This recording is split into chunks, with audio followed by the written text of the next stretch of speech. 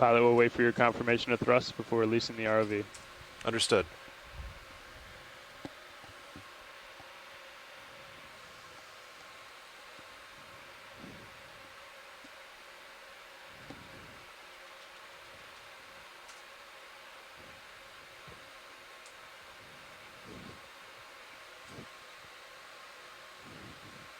Thanks, Hart.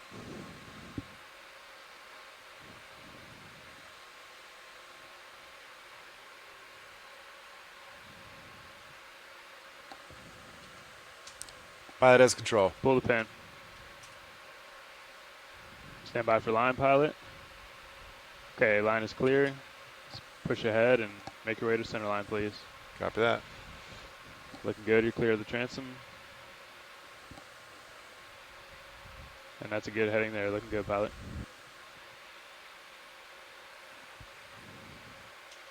Just avoiding those birds. Yeah, you got a lot of birds.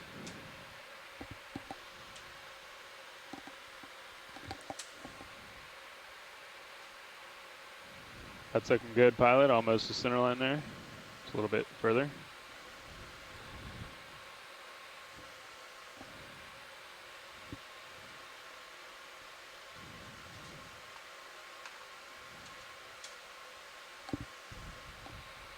Okay, straightening out. Roger. And auto heading is engaged. Reverse the ship.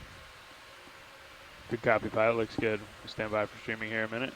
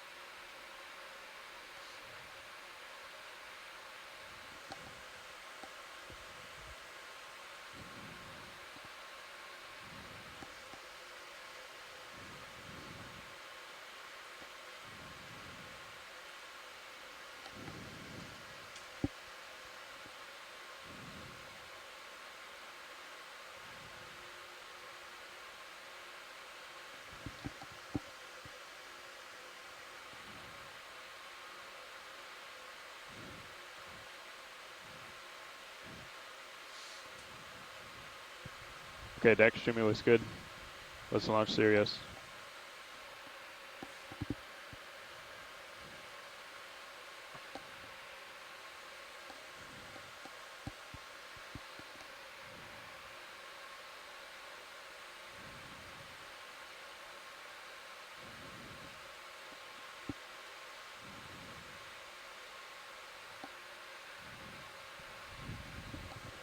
And pilot, I'll let you provide slack as necessary when straps are coming off. Understood.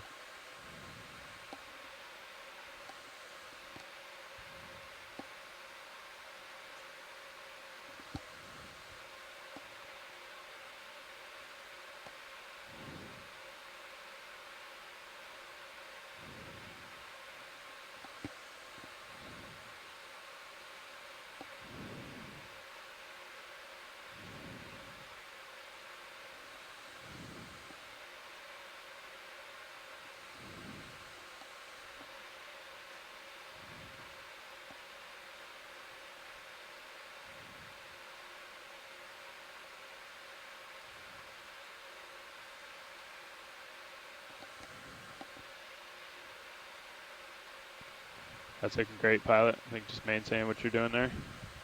Copy that.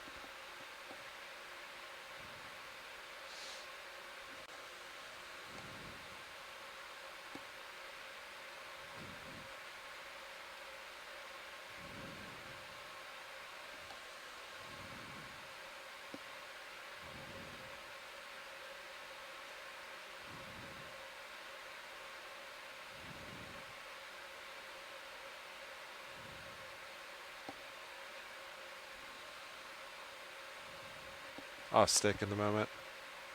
Roger that, yeah. Good call.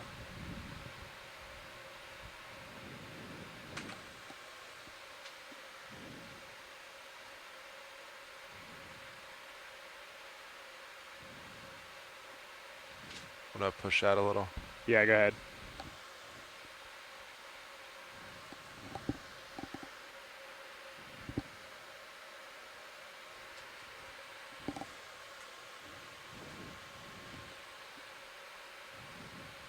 All right, all off stick at this time. Roger. Turns are reset. Turns reset. And winch, zero the counter, please. Counter has been zeroed. Copy winch. Deck, disable A-frame, please.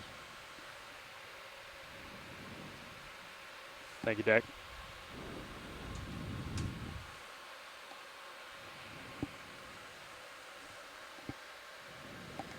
Pilot, are you ready to descend?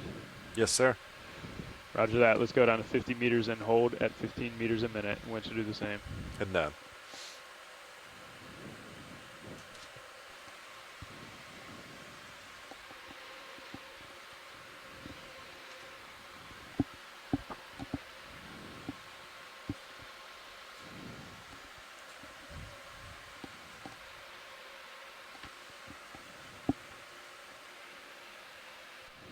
Video, can we get camera change?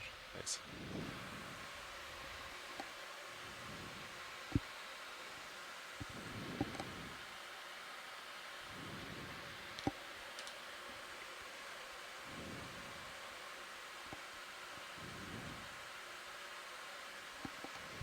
One zero meters, wire out.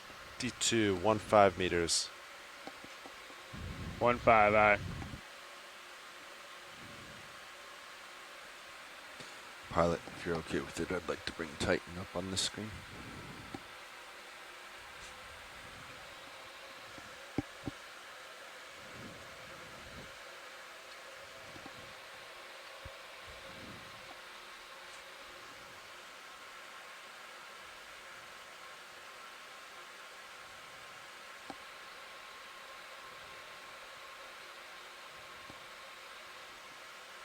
Two zero meters, wire out. D2, 25 meters.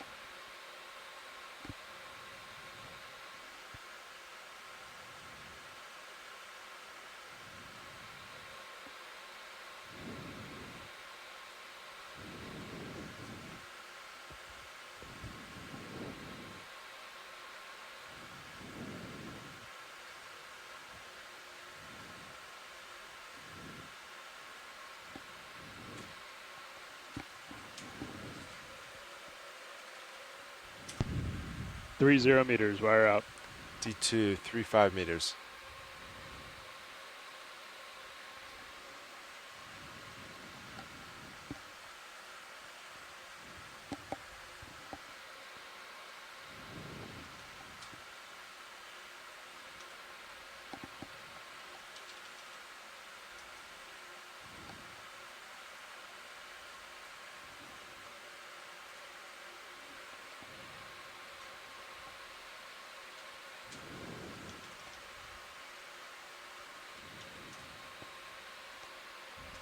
Four zero meters, wire out.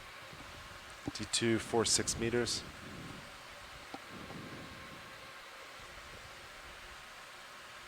Dive soup now, be advised, good tracking both vehicles. Good copy now.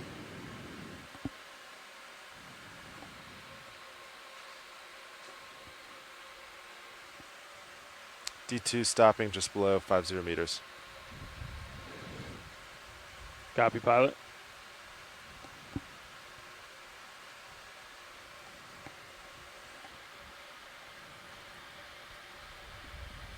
Winch, I'll stop. 50 meters. Winch, dive super. Go ahead, dive super. And can we pass control to the control room, please? Control room should have control.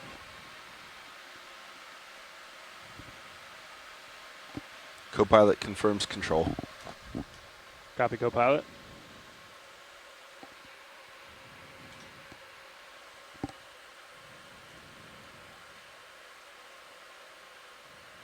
Nav, dive super.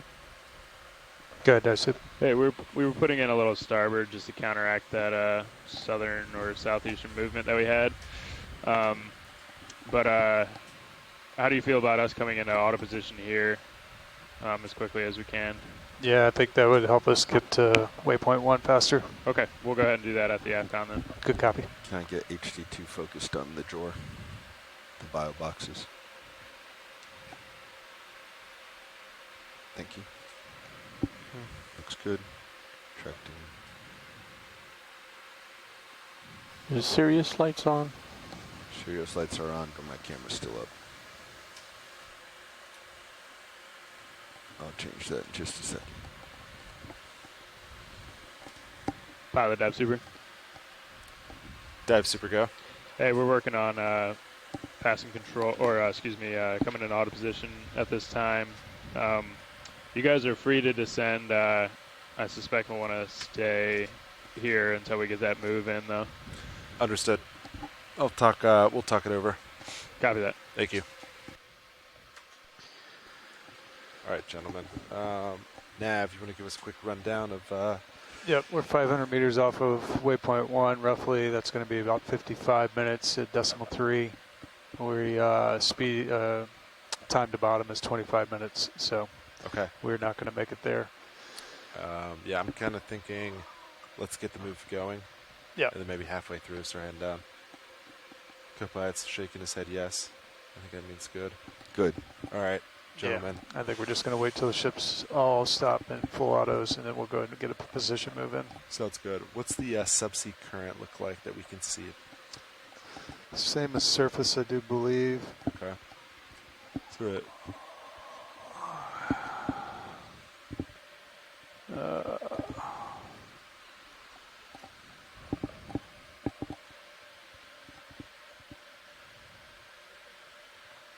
Easterly component, north drops off. Nav dive super. Go ahead, Daisu.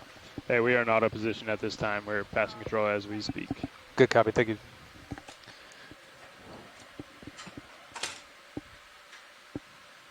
When does it look like it drops off at? About 500 meters. Copy that. It looks like it's Yeah. pretty negligible at that point. Okay, sounds good. Thank you. Yep. So you should continue to stream like this all the way to 500. Yeah. And then there should be no opposing force to what the streaming is here. Understood.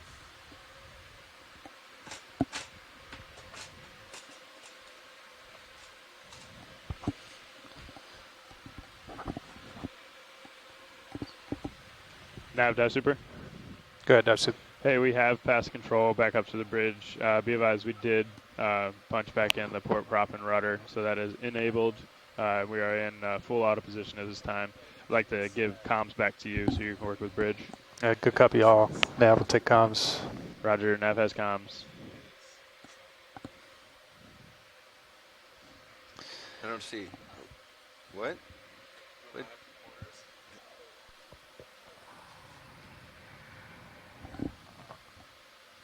No change, big boy.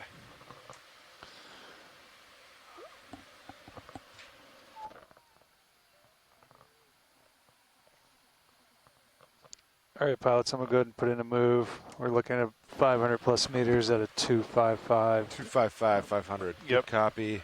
We got Okay. eyes on vehicles. They look good. Good copy. Bridge, RV nav.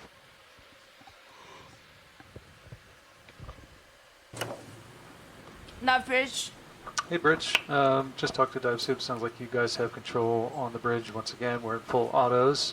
So I'd like to go ahead and request a ship move at this time, please. Yes. Range 510 meters, bearing 255 degrees, speed 0.3 knots, if we can make that. Roger. Range 510 meters, bearing 255 degrees, speed 3 knots. Good copy, all. Thank you, Bridge. Thank you. All right, pilot. Ship should be on the move shortly.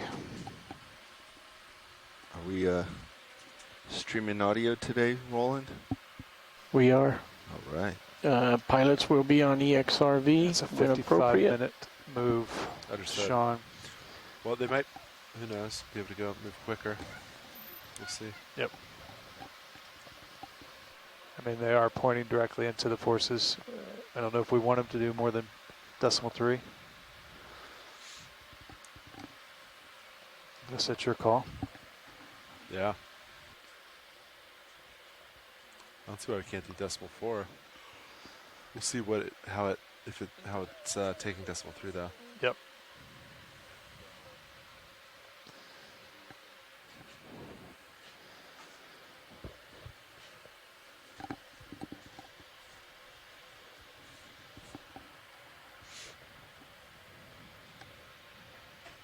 So current's up to decimal 8 now. Is that right? Six. Six. Six, yep. Okay. Checking on winch here. Winch, nav.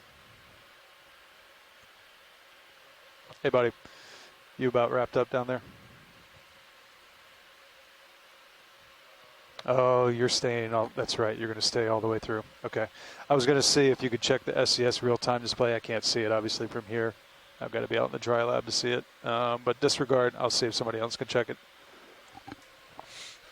We are. If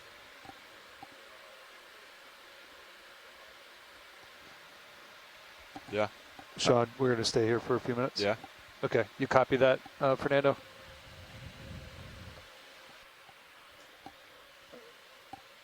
Good copy.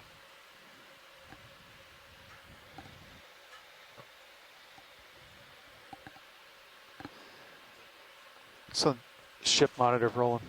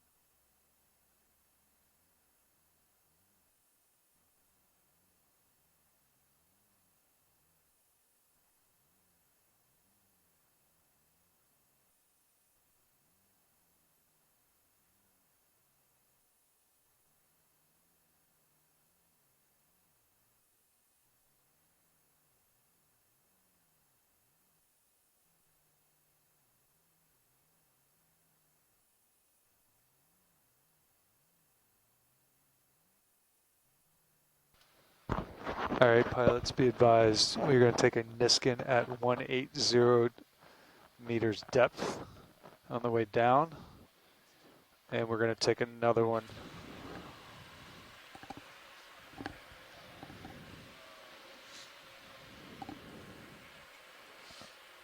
Copy, winch checking now.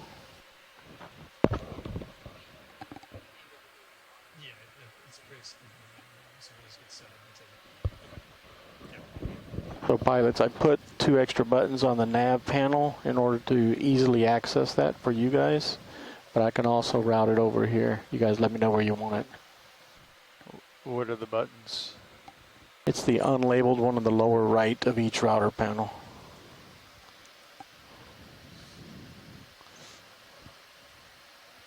Okay, I got it.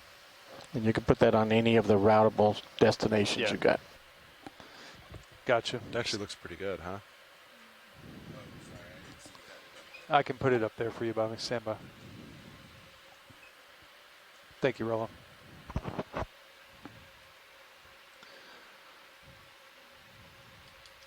It's a little dark, but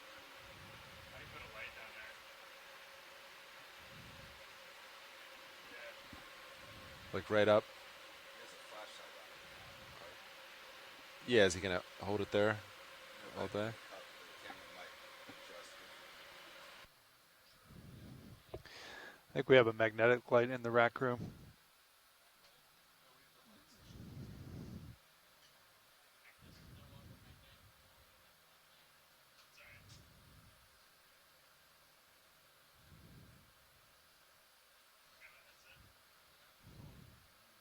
That little red circle one doesn't stick anymore?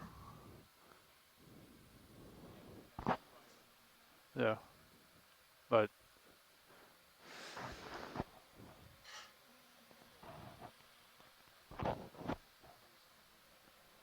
yep. Nav, do you want to see if they can, if the ship's doing well? Yep. Bump it up to decimal 4. Sure. Great, thank you. Bridge RV nav.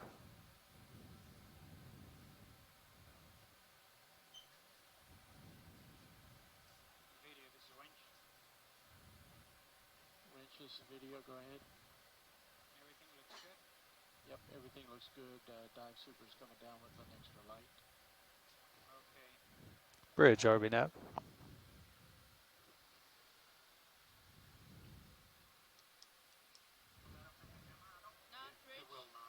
Hey, Bridge. Wanted to see how the ship was handling this move, and if possible, if we can increase the speed to 0.4 knots.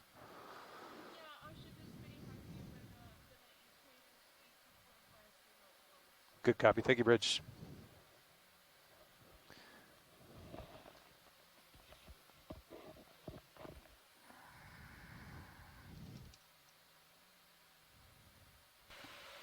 Dive Super, I see you.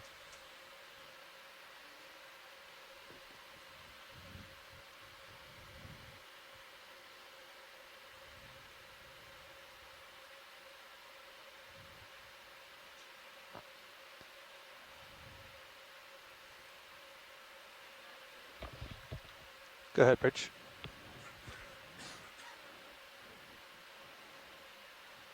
Good copy. Thank you, Bridge.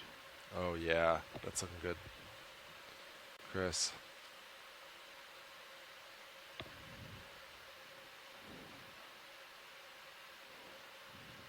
I think, Copilot, what do you think? That looks good to me.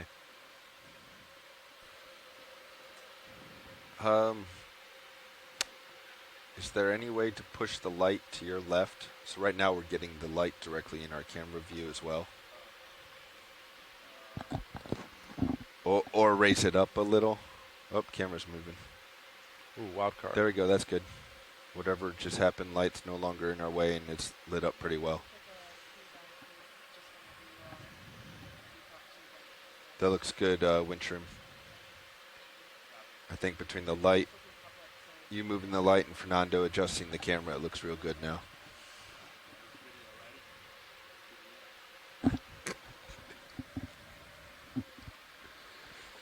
Roger, easy.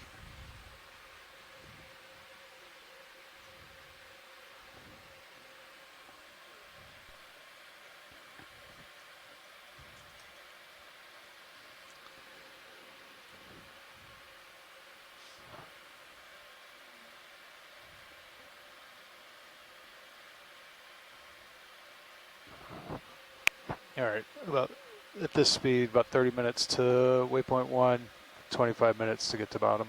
Okay, understood. Let's give it a couple more minutes, and then I say we start heading down. Yep.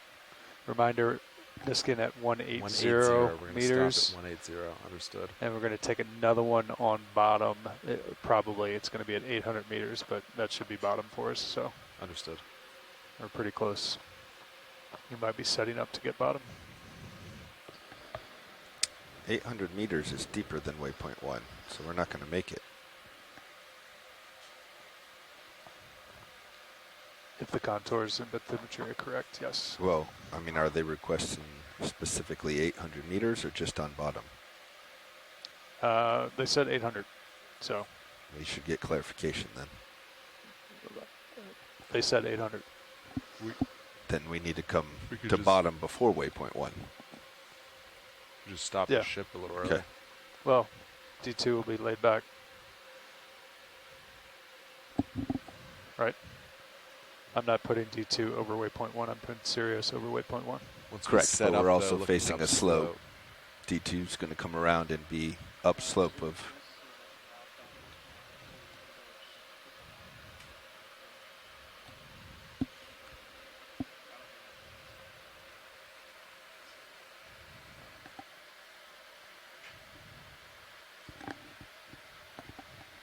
I would say just stop the ship a little early, right?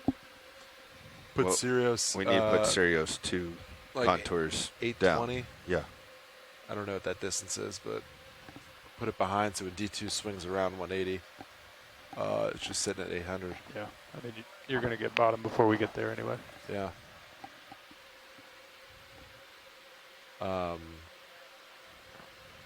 Go ahead, watch Lee.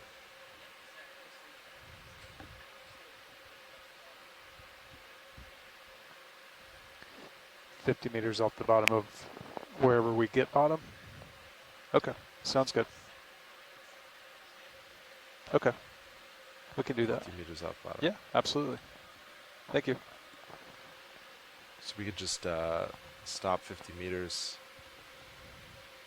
Get in position there. It's kind of tall, though. It's your call. We'll play it by ear.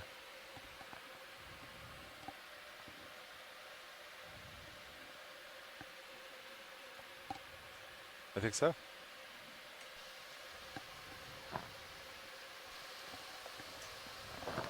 This is Okeanos video engineer Roland Bryan making a general announcement to all those on the ship and the shore. This is a reminder that all audio associated with this dive will be recorded with the archive video, as well as being streamed ashore via the satellite and the internet. Keep that in mind as we proceed with the dive today, and enjoy the dive. Thank you.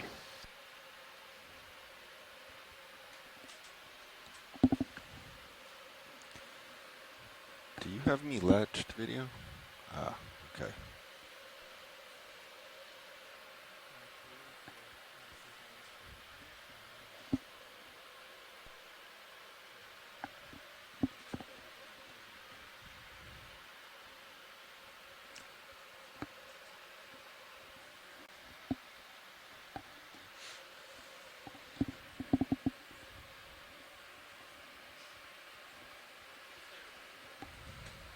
You done with this camera? Yeah, I think so. Where do we want to put it? Just jar cam? What do you think? Or Yeah. monitor 12, I guess? Jar cam, or I might take it for a Sirius Titan. Sirius Titan.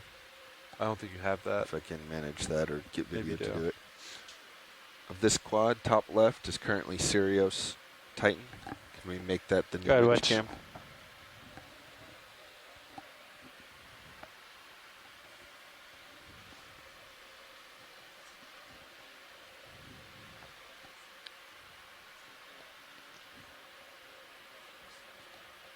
No, I think that was the only one, Fernando. Everything else looks good. I did not get a chance to check compressions. All the VES machines were online, and somebody was using them. So, but we can check those later. EVS Good scheduler morning, started Deep just Sea fine. Explorers. So I'd like to I welcome think we're you good. to Dive We 7 should be of starting the Seascape to Alaska descend here 3 momentarily. expedition. So Today we're diving on an area called Uliaga Mound. My name is Rian Waller. I'm a deep sea biologist at the University of Gothenburg in Sweden. I'm the biology science lead for this expedition. It And will I'm probably Jennifer Ashoff. I'm a be right sedimentologist around stratigrapher 9:30. and We're about professor at 25 the minutes from the bottom. University We've of got a Alaska ship at move Anchorage, in. and I'm the It's science about lead for 30 geology minutes, on this so it's mission. going to be right around 9:30. And then over to my left, I have our expedition coordinator.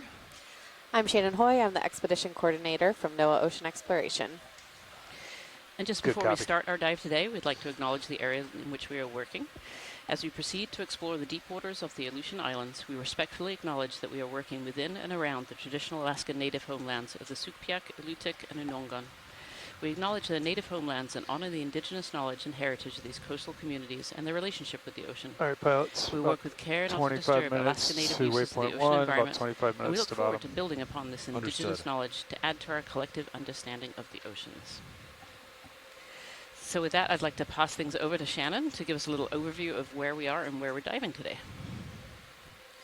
Good morning, everybody. think, Great to be Pilot? back on the line. If you join me on stream 3, I'll just give a Sorry, bit of some spatial 180. context of where we are in miss it? relation to where we've been. Sounds good So to on me. stream 3, you should be Okay. seeing a map of our You progress talk so to far. Winch. So on July Winch, this is 14th, your we pilot. headed out from Kodiak, steamed along the arc, Hey, ship doing moves in. about 5 moved a dives, good but one of chunk. those We're was thinking about abandoned starting due to head weather. down. So 4 dives down here, And, 1 exploring the water first column, stops at 1 in the 180 benthos around meters depth, 2,300 to meters. Soft for Niskin. Are you ready for The us to beautiful, start beautiful coming down? seep dive. Not that I'm partial. Understood. And then All right, let me followed up ramp with the up. geohazards dive. See bias We in. then steamed north to the north of the Arc, or of the Aleutian Islands. And we attempted a dive a couple days ago in this location. And now we are back to try to indeed see what these Ramping up. mounds may hold. We're looking Okay. for at a dive at about 790 Auto depth meters is and hopeful to coming see some out. beautiful See bias benthic is in. habitats. I'm heading down. I'll bring up some 3D bathymetry now as Jen provides context of the overall region. Good morning from the Okeanos That's a here 2-3 in the look, Bering Sea. 18 We're currently meters a minute. located about 12 miles north of Uliaga Island, which is a group of volcanic islands in the Aleutian Islands.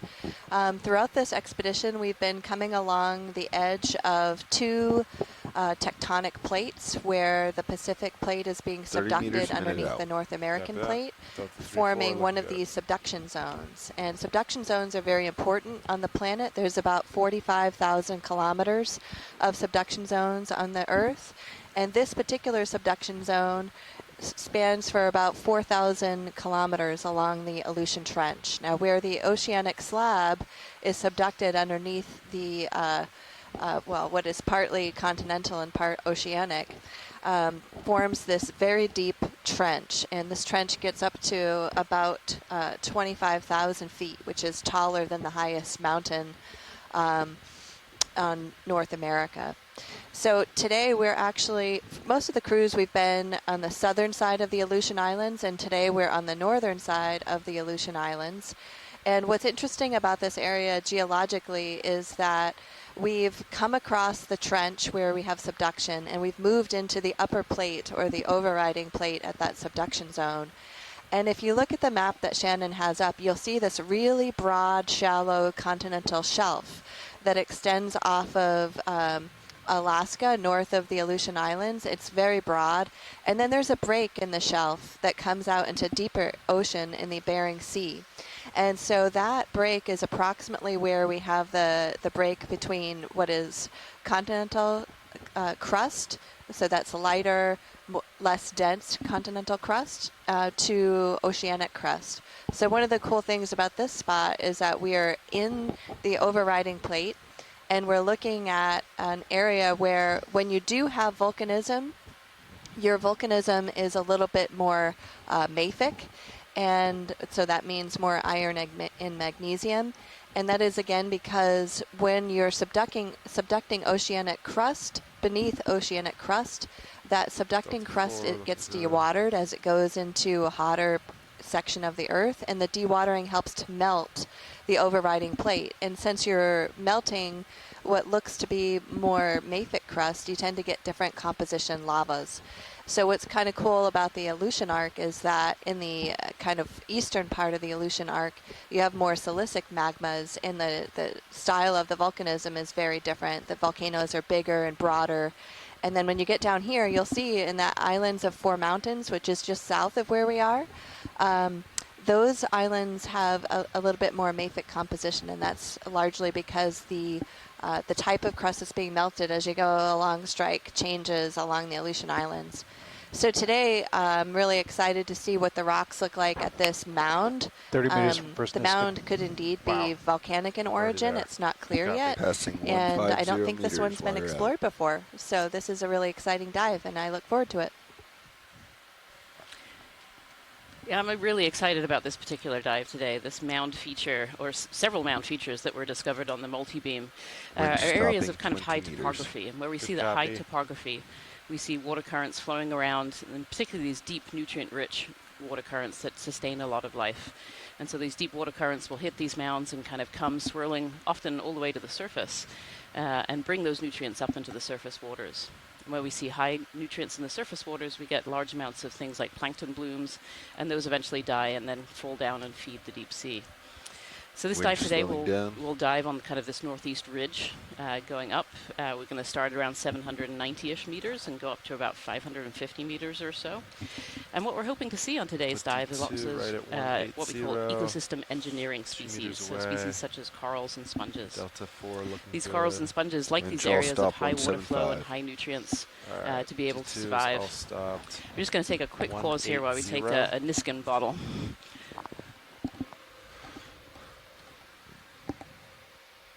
Art, you ready for Niskin? I have a thumbs up from Watch Lead. Thumbs up from Art.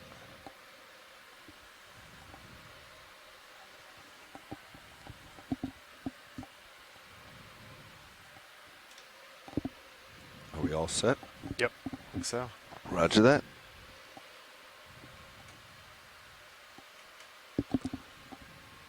Hydraulics are ramped up.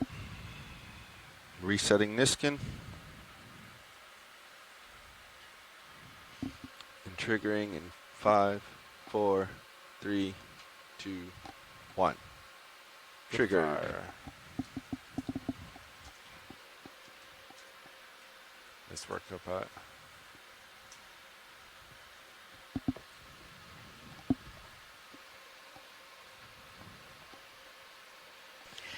All right, sorry about the interruption in the introduction there. We were just taking what's called an eDNA sample. We take water samples on the way down. So just to recap, you know, this area Next is Niskin will potentially be a 50 very, very meters off exciting bottom. area 50 meters. for what we call off bottom. ecosystem Understood. 50 engineers. And meters these are species altitude, that like to yes. filter feed and actually build habitat on the seafloor. So these are species like deep sea corals or Copilot, deep sea ready to, sponges that Copilot's form ready. these All right, ecosystems let's see. on I'm areas gonna of high come out flow, auto high depth. topography. And that's Put kind of hopefully what Z-Bison we're seeing now today. this time. The Aleutian area is a really exciting area for deep sea Oh, ease coral and into sponge it. Delta 5 research. looking good. There's been a fair amount of Ramping up. research done by the Alaska Science Fisheries They Center know. and by Fisheries Bycatch data up on the shelf, about 500 meters and up, that show that this area Winch is actually an area Copilot, of very we are high paying diversity out for on our different corals way and to sponges. about Around 800 150 meters. species of deep sea corals have been discovered in this region, and around 200 species of deep sea sponges in this region. That's actually really high diversity for anywhere in our oceans. There hasn't been an awful lot of research done at depths below that. There's been a little bit, but very, very little, particularly in this area. And this is a brand new area that we're going to be looking at. Approximately 20 Another minutes to reason bottom this area pilots. is really interesting biologically is 20 just minutes, over on the understood shelf. that. We Thank see you. another area where we see a lot of diversity of sponges and corals, and so we're hoping that these little high topography, these little high mounds will also mimic some of that high diversity at these deeper depths. So that's our dive for today. Excited to see what we find, and so the ROV is currently going down to the bottom, and when we reach the bottom, the pilots will take a moment to set up, and then we will begin our dive. Looking forward to it today.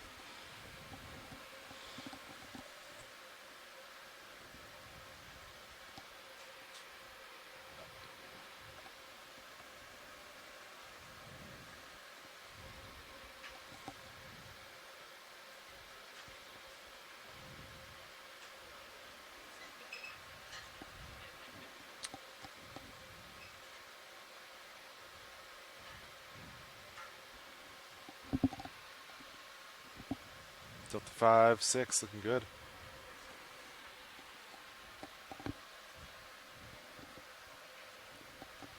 Bobby, were you in the control room yesterday? Yes. Do these values look similar to what we saw yesterday? Fiber, yes. Okay.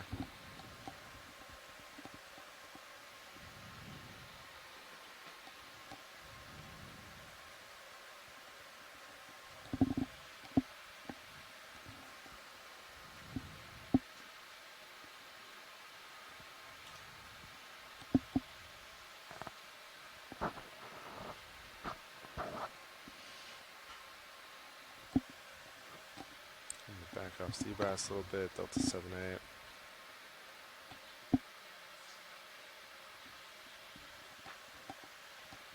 I have no forward way in it this time since we're doing decimal 4 through the water. Streamer looks good. Altitude decimal 3, according to D2's Tasman. Solid too. If it's the 250 meters, wire out. copy that.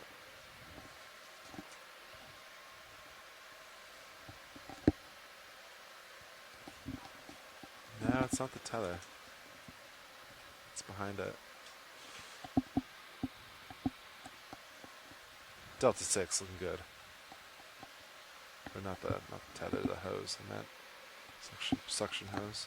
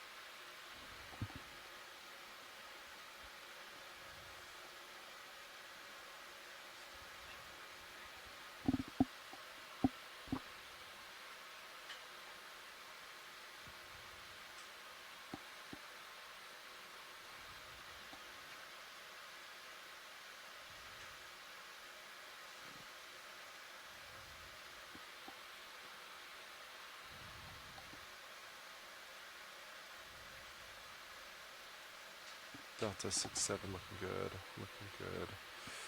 Comps look good.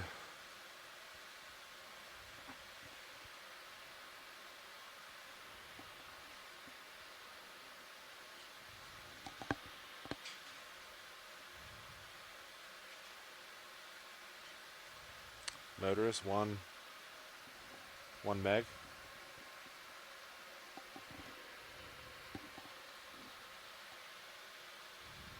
1 to 2 megs.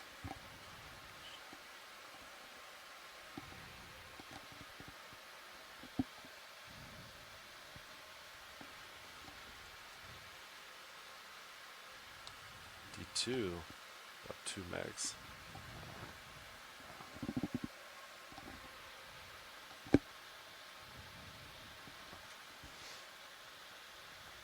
That Tasman's been solid for like 10 minutes.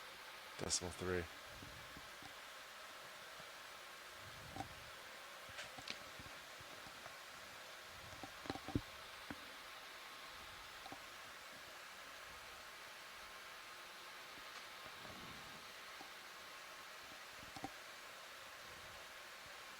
What do the beams show?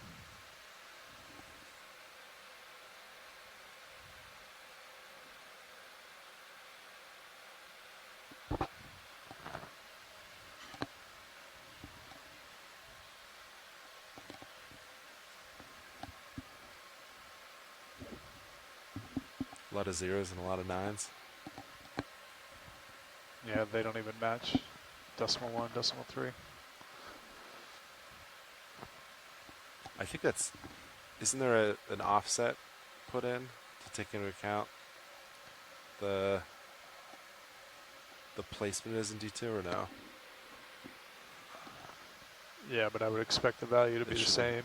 Okay. I guess decimal 2 wouldn't make sense either, because I don't see a decimal 2 offset. It's like not that much. Maybe it is. I don't know. All right, Delta 5, looking good. Copilot, how you feeling over there? Copilot's feeling good. Good. Nav? Good. Good.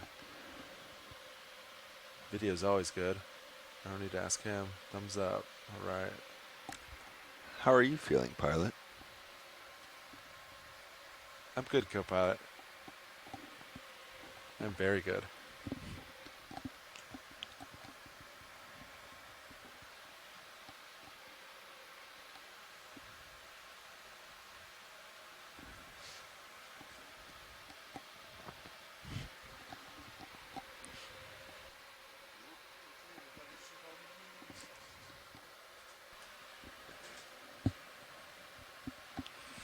All right. Let's see. Delta 78. Hey, video. We have a very short descent today. You ready to do some white bounce? We've been in the water for a while, so Yes, it should sir. be nice and chilly. Yep. All right, let's do it.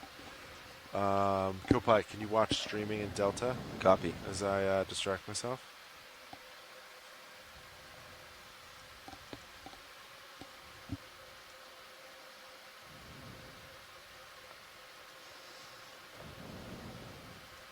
Okay, camera 5.4. Passing 415 meters, approximately halfway there. Halfway there. Good copy. All right. Arms coming live. 3, 2, 1. Arms hot.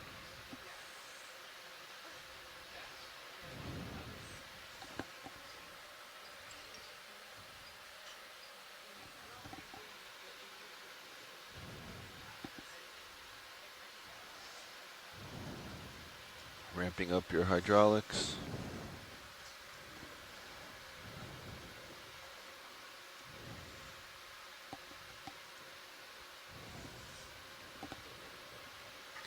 Delta 9.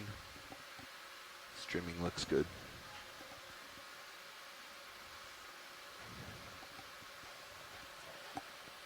Let's see. Wrist. All right, video. Bring in lower support inboard. Copy that. All right, so.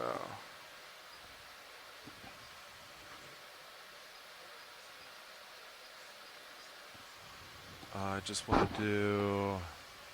Is that you shoulder video or is that elevation. me?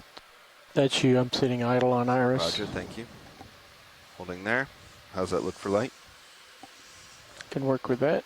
All right. Delta 9. Streaming looks good.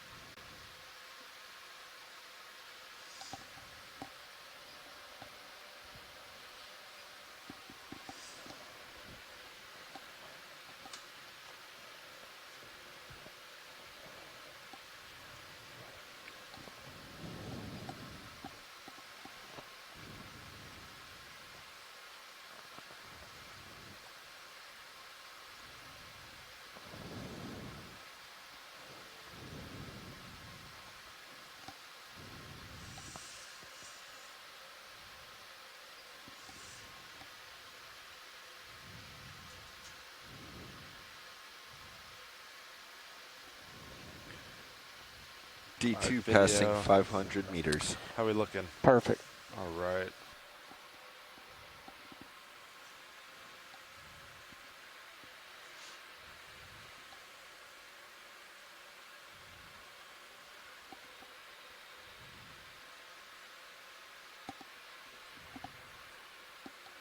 Delta 8. Streaming looks good. I'm going to have to go into the menus. The blacks are off. Copy that.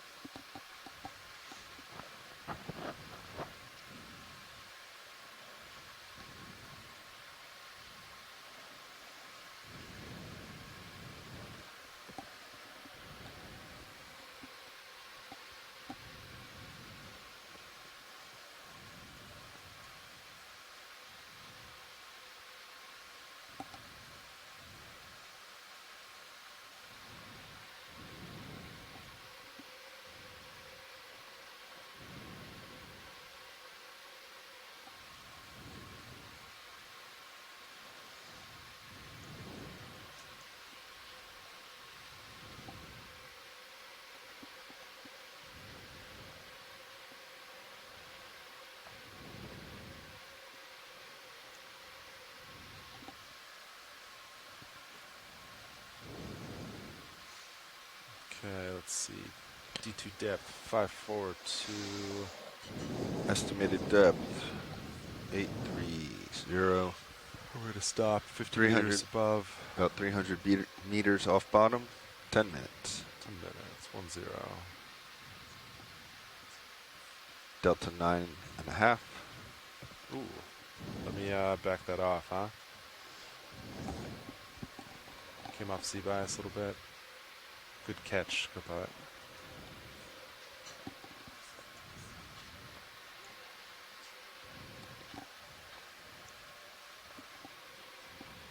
Winch cam's nice, huh?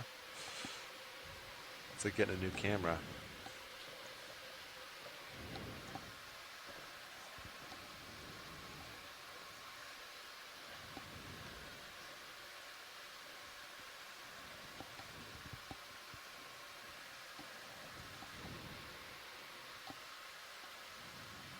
I'm gonna buy more turnbuckles. Remind me.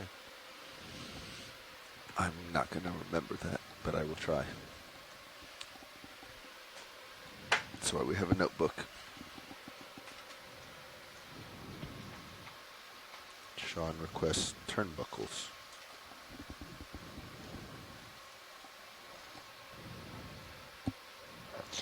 I hate to do it, but I need to trigger the auto black balance. Understood. What's what do you need from me? I've got to go into the rack room and connect the other device and press a button. Understood.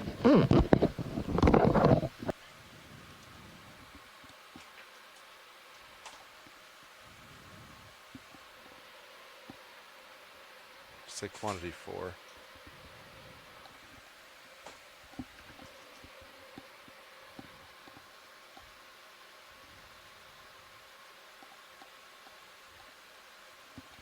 Delta 7. Looking good. D2 just passed 600 meters, heading down. Comps look good. Fiber values look nominal. That looks nice. Looking good, gentlemen.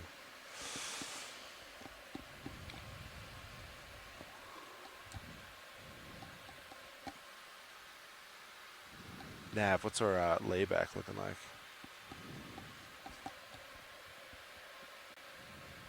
50 meters. 50 meters, understood.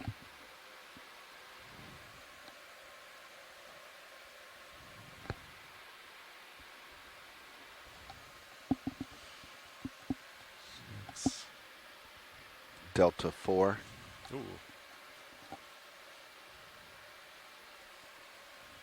Let's pump that up, huh?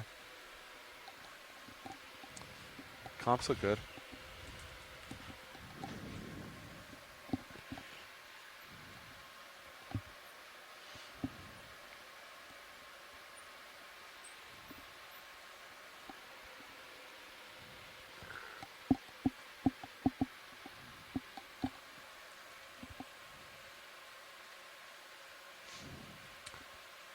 Not sure if video can hear me, but you're controlling Sirius HD.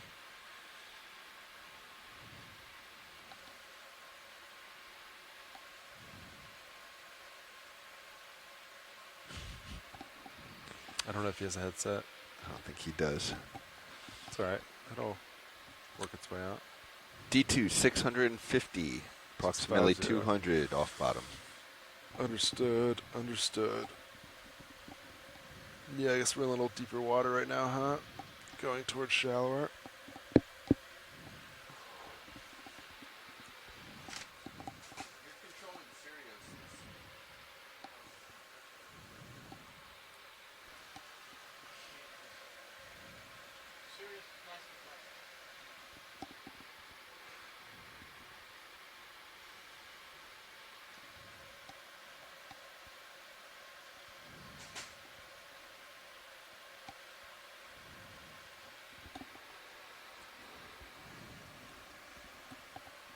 All right, blue view's pointing down. Sonars look clear. Blue view looks clear. Tasman inconclusive at this time.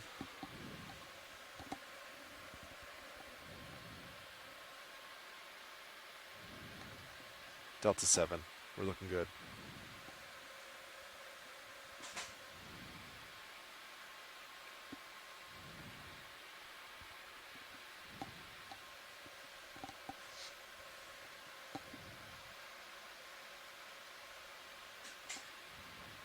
So I would start to believe this at 140 on your altitude.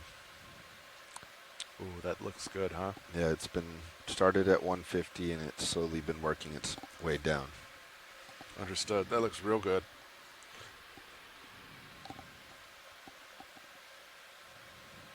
We can pause at just 750 maybe, 700 meters wire out. since we're still moving a little bit. How's that Copy. sound? Hold at 750.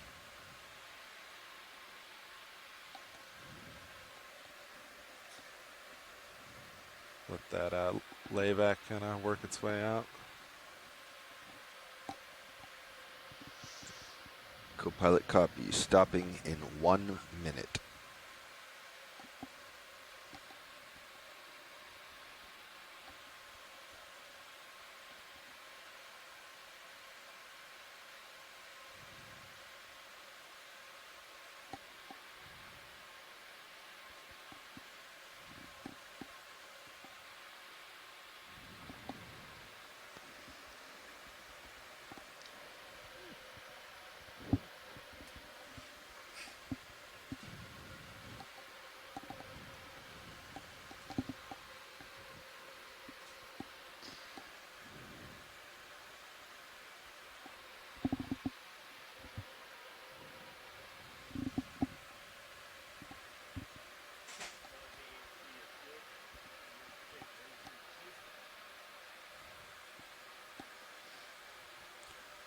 We're going to pause here in just a second video. Winch slowing down. All right. D2 slowing down. And winch all stop. 745. I have auto depth in. We'll pause here. Altitude 73, 74. Go ahead, Bridge. Good copy. Thank you, Bridge. I'm going to put a little forward way in as you come to a stop.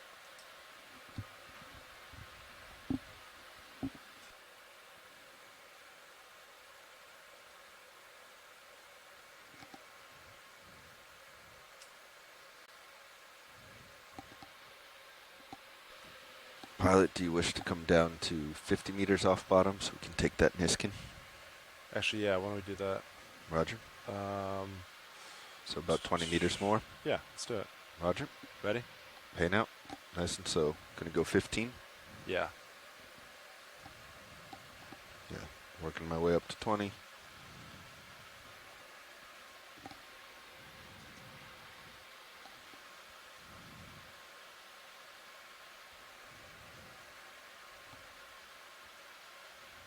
On the winch. Copy that. Delta 4 looking good. And I guess we'll just go off. I'll stop at 50 meters altitude D2. Sound good? Yep. I'm aiming for 765, which should keep us about 5 delta. Copy that. All right, I'm going to start to slow.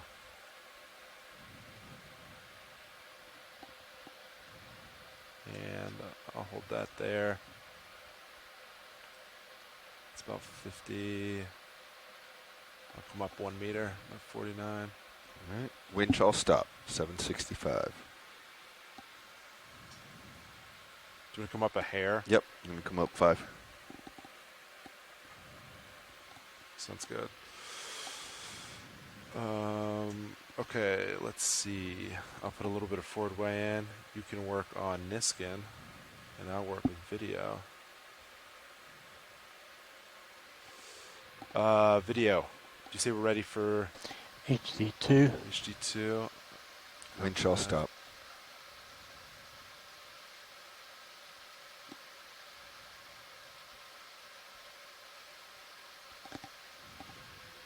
Which I'll stop. Delta 5 looking great. Yeah. Altitude digital. 47. You want to follow me up real quick? A couple meters, Copilot? Following you up.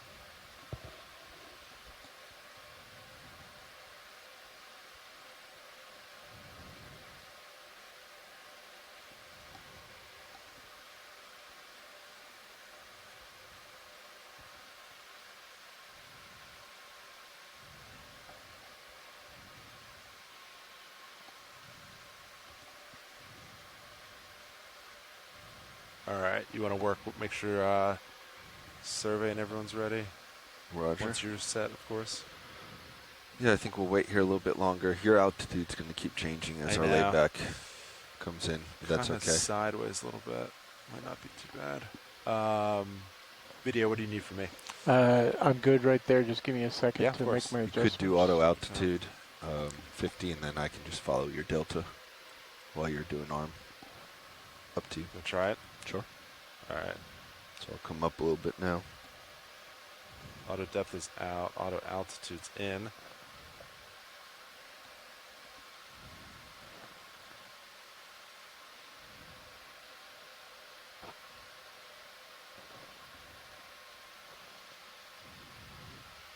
This also is giving us a little time to equalize the bottles. Okay, that's like 50 on the dot there. Roger, give it another 30 seconds, and then we'll start spinning up.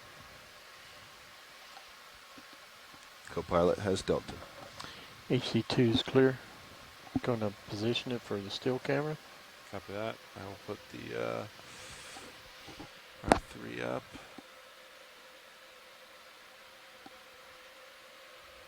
Still, motor 12. Clipping, are you ready for a Niskin? Roger. Nav, ready? And watch lead. We are at 50 meters altitude and standing by to take a Niskin when you're ready. We are ready. Roger that. Valve packs are active. Resetting. We do it at 29:30. So 5, 4, 3, 2, 1. Niskin fired. Good visual on screen. Thank you, pilots. Delta 3, winch coming up.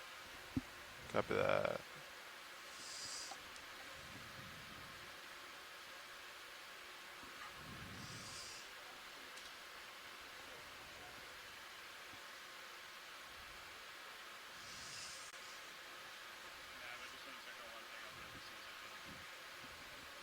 Good copy.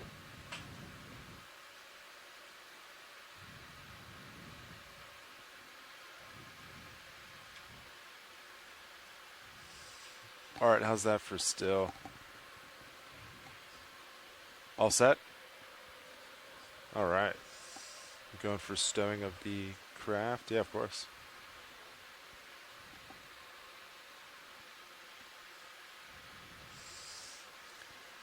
Do you want HT2 or anything? Sure. Coming over.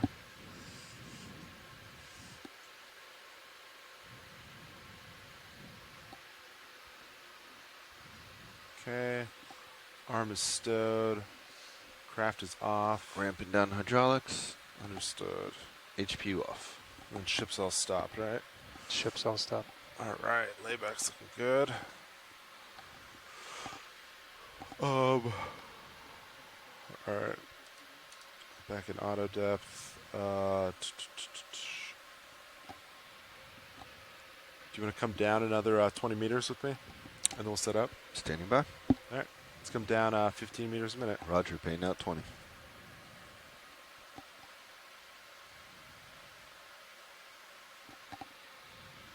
Ramping.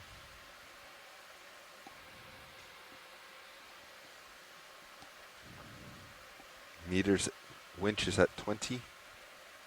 Copy that.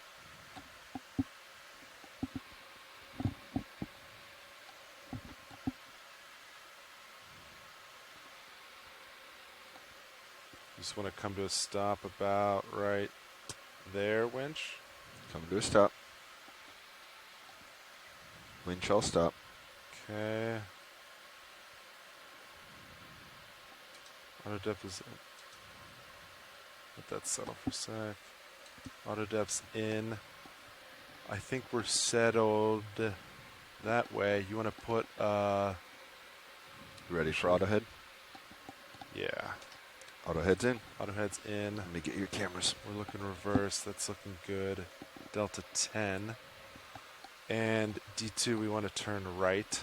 So I'll come underneath you, and then you just want to meet. Let's see, nav. What's like a rough direction we're looking at upslope? Southwest. 225? Yep. 225. Sound good?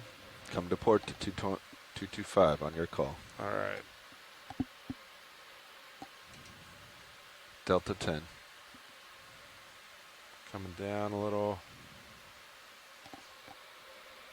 Slowly starting to back. Bringing Sirius camera down to 90.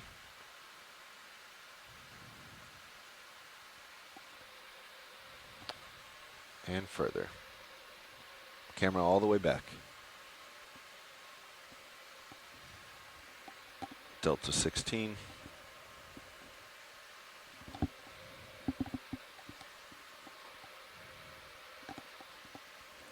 Okay, I'm going to go into auto dip at this time. Delta 19. And I am still backing.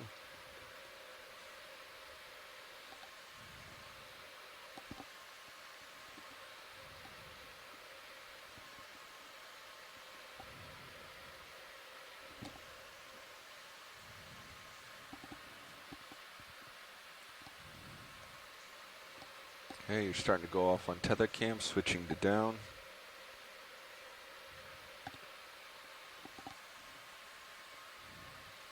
No visual. Going back to tether. Oh, we have you in. I'll just pop it in. I think I have you in. Nope, false alarm. Copy that. Switching back to tether. Oh, it might be battling a little bit of swing still. That's all right. I'll just increase back a little more. Good delta. Picking up some nice stuff. 25 meters out on D2 sonar. Makes sense with what we're seeing on high pack. I think I see your light now in down cam.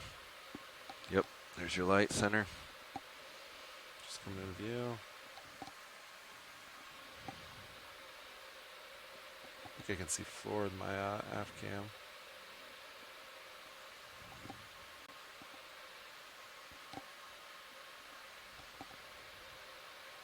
All right, tell me when does that come into view? Let me know. Camera's still all the way back, coming up to 90 for reference. Camera's at 90. Copy that. I'll set her up. Altitude D2 1815, around there. Yep. All right. Altitude 18. Looking there. See bottom in your tail cam, D2. Good copy.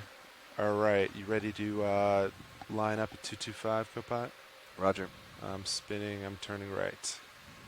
Come into port. Gonna beat you there. It's not a race. Just doing that to give you reference. I'm at 225. Yeah, understood, of course. I'm looking at 225. All right, good view and bottom. All right, I'll start pushing out a little bit. Roger. And let me know if there's any more settling. Let me know if I stay out of your center. Center up HD2 when we can. Oh, yeah.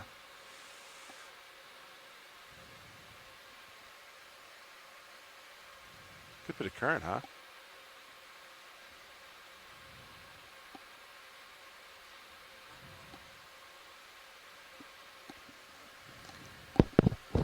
Okay, everyone, we are getting our first view of the bottom forward. here. Tilting up.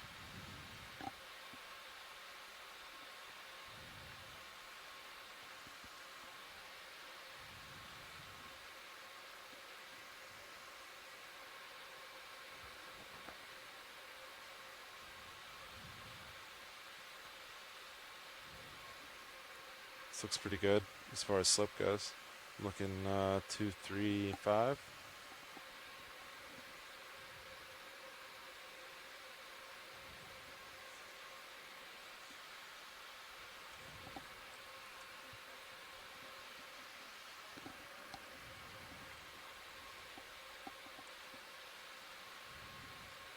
Tilting up. 10 meters up. All right, co-pilot. I'm going to start, let's see. You're looking 50. If you feel good, you want to start coming down with me? Coming down. Do 15 meters a minute. Paying out slow.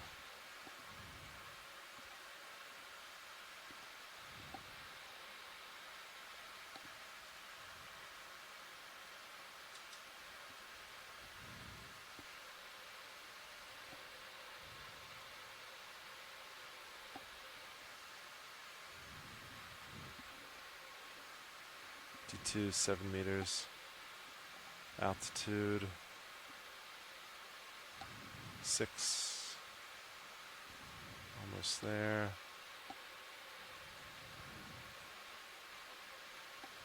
Okay, D2's about on bottom now.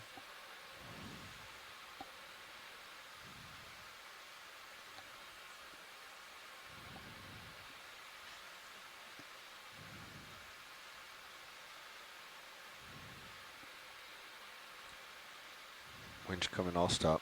Copy that. Alright, I'll start setting everything up. I'm going to try Auto XY, see how that does.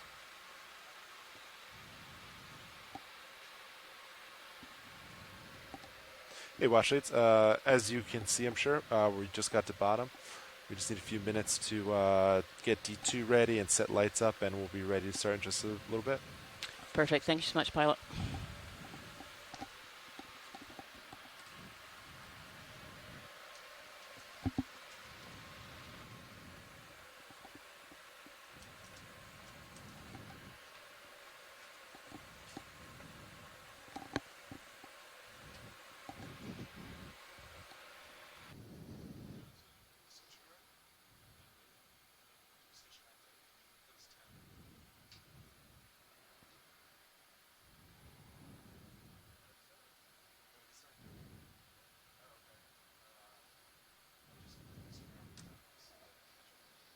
Bridge over now. Hey, Bridge, just letting you know the vehicles have acquired bottom at this time. Can we go ahead and change the center rotation to the A-frame? And we'll make bailout today heading 315 degrees.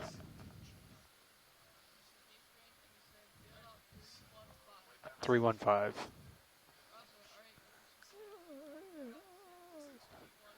Good copy, all. Thank you, Bridge.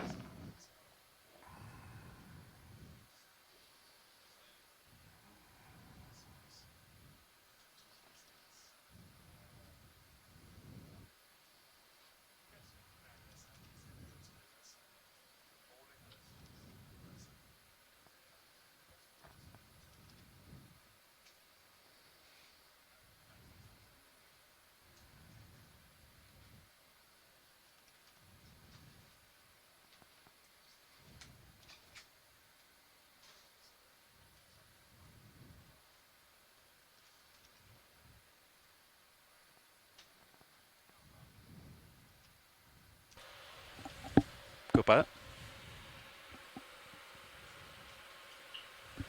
Pilot? Deploy string arms. Yeah, I can do that for you. Pull the drawer in. Oh, I guess you guys going.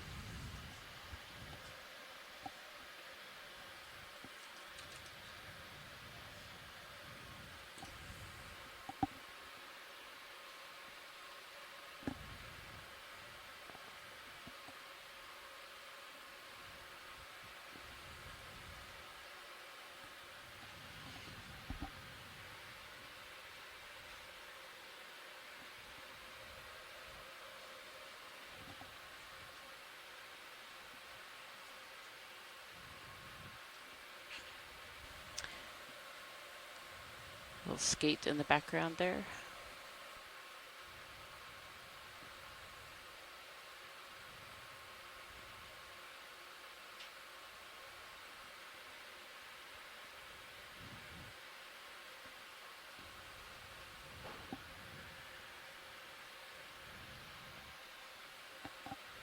Watch lead, pilot. Hey, you just switched out up here, and the co-pilot's just getting the swing arms out, but I think we're ready to start the dive. A lot of options here today.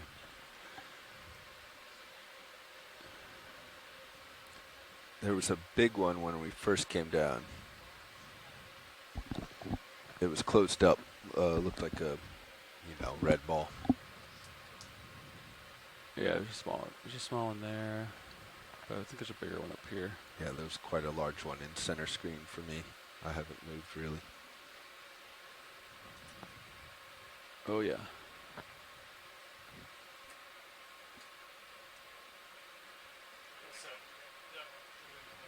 There's one over here.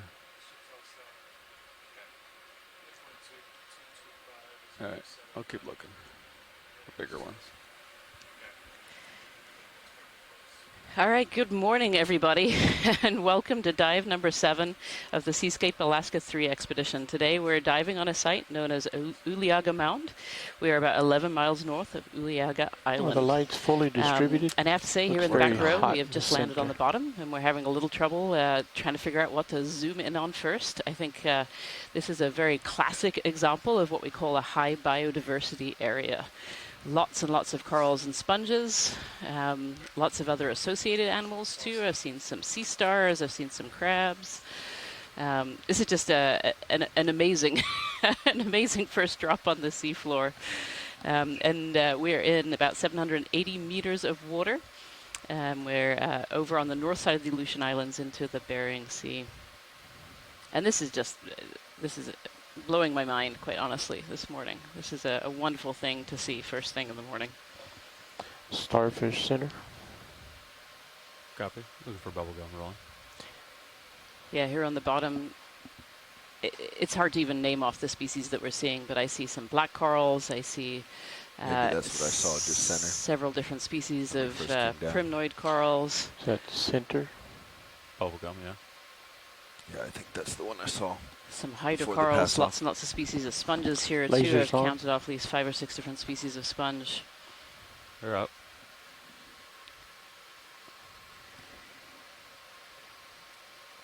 Come in partial.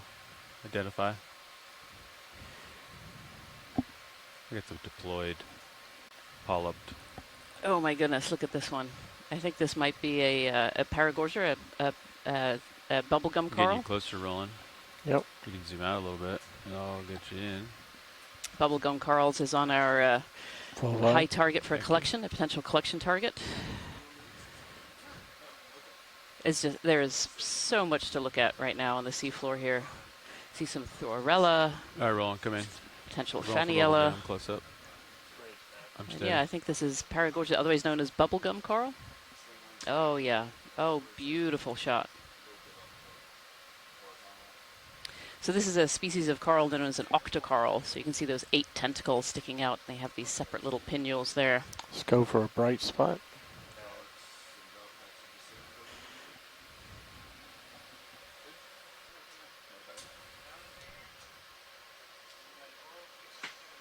Go ahead. Roger. Video, I'm going to get the upper edge of it next. Yep. The species of coral have these special polyps that actually kind of suck up all the way in the Then we're gonna tissue, go so for that when sampling. they are all closed up, Get they a look couple still imageries. they of look a this bit like as chewed well. up bubblegum, which is where they get their name from, bubblegum coral. This is just a beautiful, this is incredibly dense.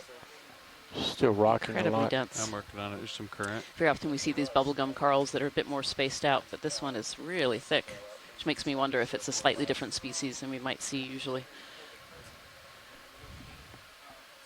Okay, Bubblegum let's get a corals are full currently screen. undergoing Okay. a massive revision.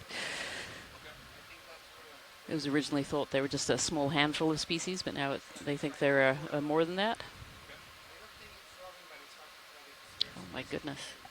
1, 2, 3, 4. I count at least 4, potentially 5 species Centered of up coral for this here, of octocoral. Canon camera. We have, I think, at least 2 species of stylastrid hydrocoral. I think there's more sponges than I can count right here.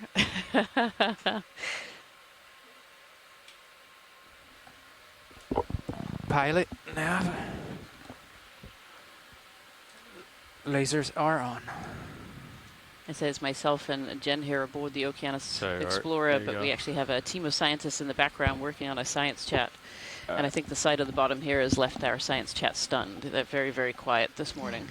So, It's very hard to see the rocks, but you'll notice that the rocks here are a little bit darker in color than the rocks we've been looking at previously, and that's Nav, not are we doing unexpected any considering where we move- are with respect to moves the right now? subduction Is the ship zone moving? and the Negative. arc and the types of Copy. crust that might be melted. We would expect more mafic or more iron magnesium composition. Pilot, sort are of you getting igneous set up for rocks a here. collection? Sure. Oh, collection. Okay, sorry, I didn't hear that. So Fernando, I'm going to go for the bubblegum coral. Copy. I'll take off, and I'll stow it in the water column. Okay. Okay. Sounds good. When comfortable, you can get. And we're Maybe getting use ready this to acquire a sample of this bubblegum coral in case you're following along on shore. So you might hear a long silence as we allow the pilots time to get all their equipment ready and make this Okay. delicate Your hydraulics. collection. Yep. Everything's enabled. Looks like you got 1,000 RPM. All right, here we go.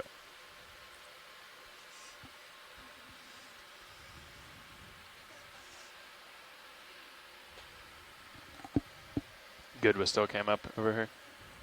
Yeah. Okay.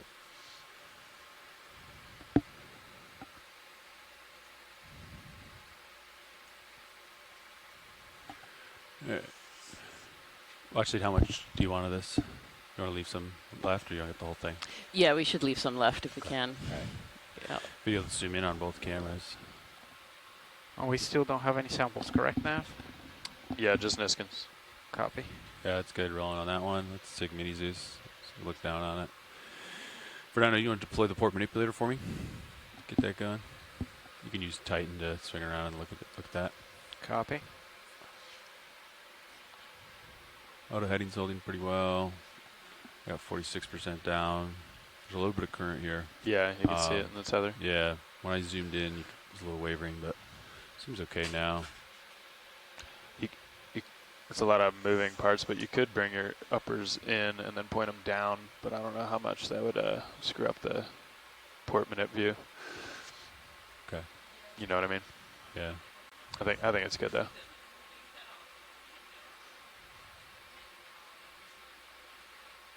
All right, I'm choosing my branches here.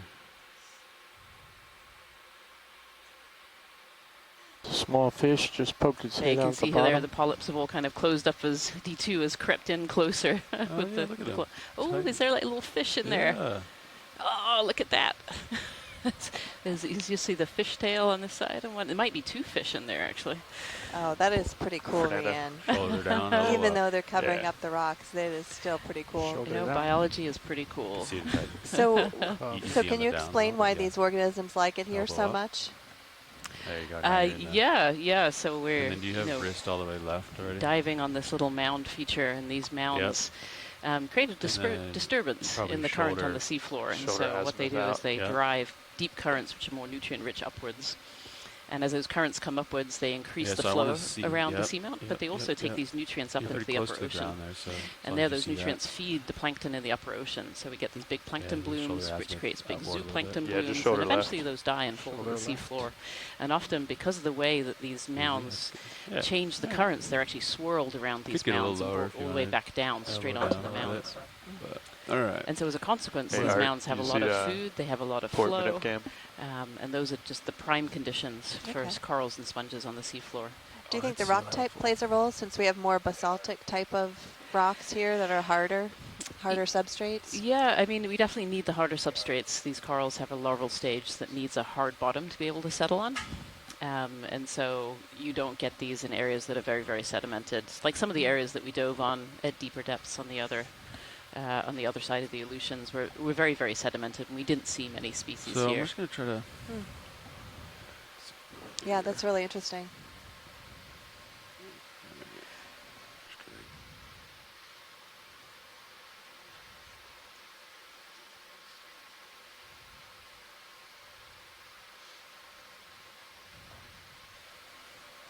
I think Very close to the fish. It's okay. I think we're above the fish. Nope. I think what's strange about this sample is I'm not sure it is a bubblegum, or it's a very strange morphotype of a bubblegum, just where the polyps are sticking out further. Does make me wonder what speed. There he There he goes. goes. Thank you, fish. That's a perfect size piece, Pilot.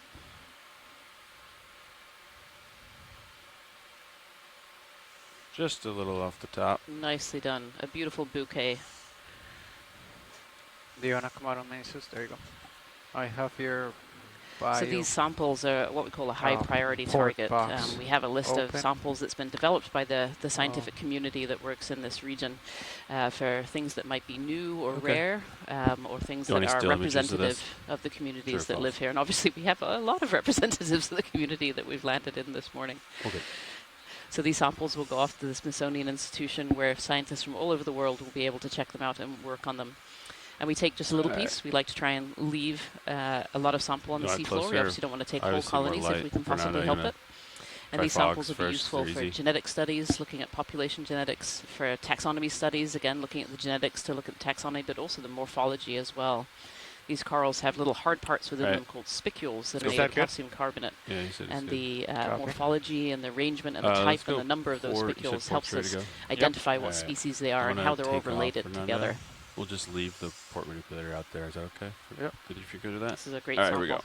I'm going to take off, and then we'll get stowed here. Coming up.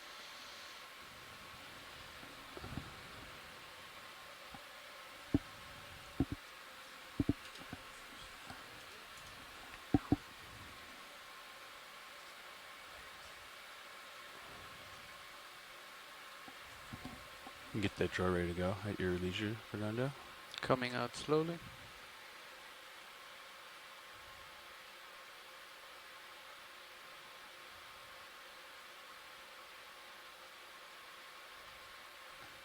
Moving, yeah.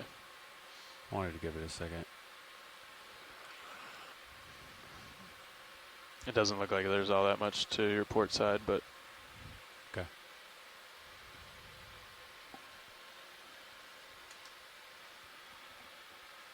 Yeah, you're losing DVL pretty consistently. Roger. All right, I'm going to stow it. You keep an eye on us, Chris. Yep, you're clear and serious, Cam. Alright. You're good.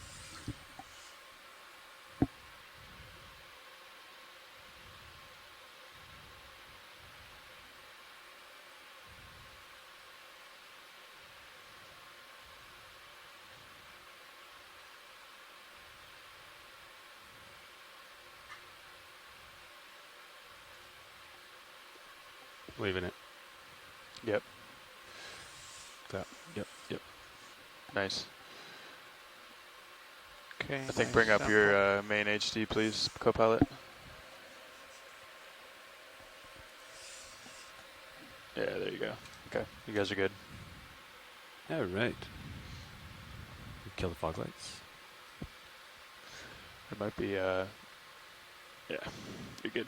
All right. Port inner, sample secure. Fernando, I got the arm off. Going back to the bottom. Copy. Great sample, pilots. Thank you. Yeah. Fernando, if you want to manipulate that and get practice with it, go for it. I was going to stow it, but Pilot watch lead. Go ahead, watch lead. Can we have some lasers on as well? at some point? Absolutely, yeah. Thank So you. here you go.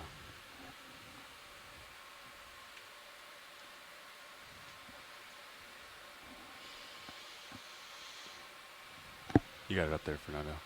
So good morning from Alaska. If you've just joined us, You wanna play with we it? have just landed on the bottom at dive number 7 of the Seascape Alaska 3 expedition. We're diving on a little area of mounds that were discovered on the multi-beam. We've called them Uliaga There's Mound, so the one much that we're stuff diving here. on today. Keep this still We're up for you. about 11 miles north of Uliaga Islands.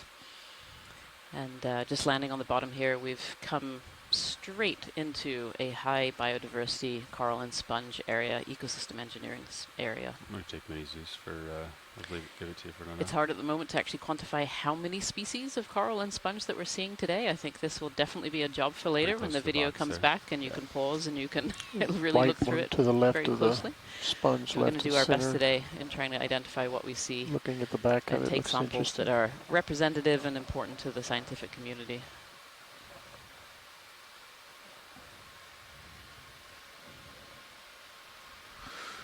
Okay.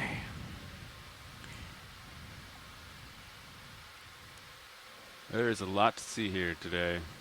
There is a lot to see here today. I'm actually having trouble forming words with how much there is to see today. Yeah. You got too much to choose from.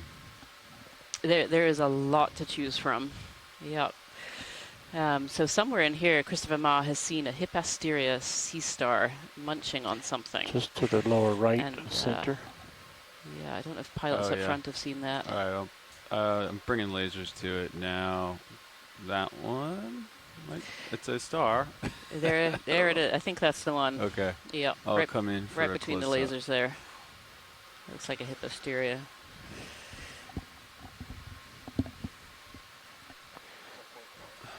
Yep. Yeah. All right, video, come in. I'll try to hold this.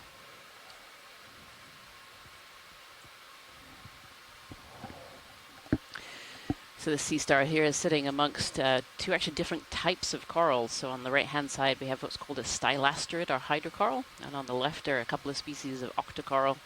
There's actually some encrusting octocorals too down there, and lots of these sponges as well. Max, Roger.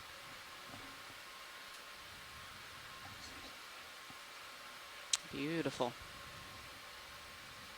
So these sea stars are often preying actually on the corals. You kind of wonder what it's got underneath it there, but they eat corals, eat cnidarians.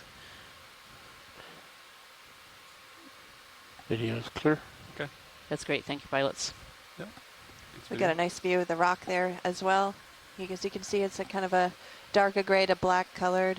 Has some little divots in the rock surface that look like they're probably vesicles or something like this. So I'm guessing this is volcanic rock, possibly basalt.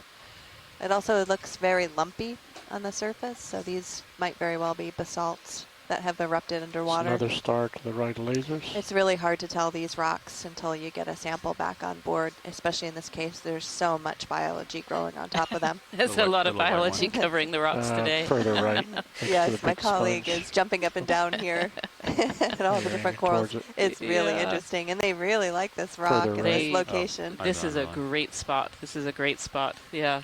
And it makes me wonder, there have been some drop cam images taken from up on the shelf a bit shallower, from like Lasers. 100 to maximum about 500 meters or so.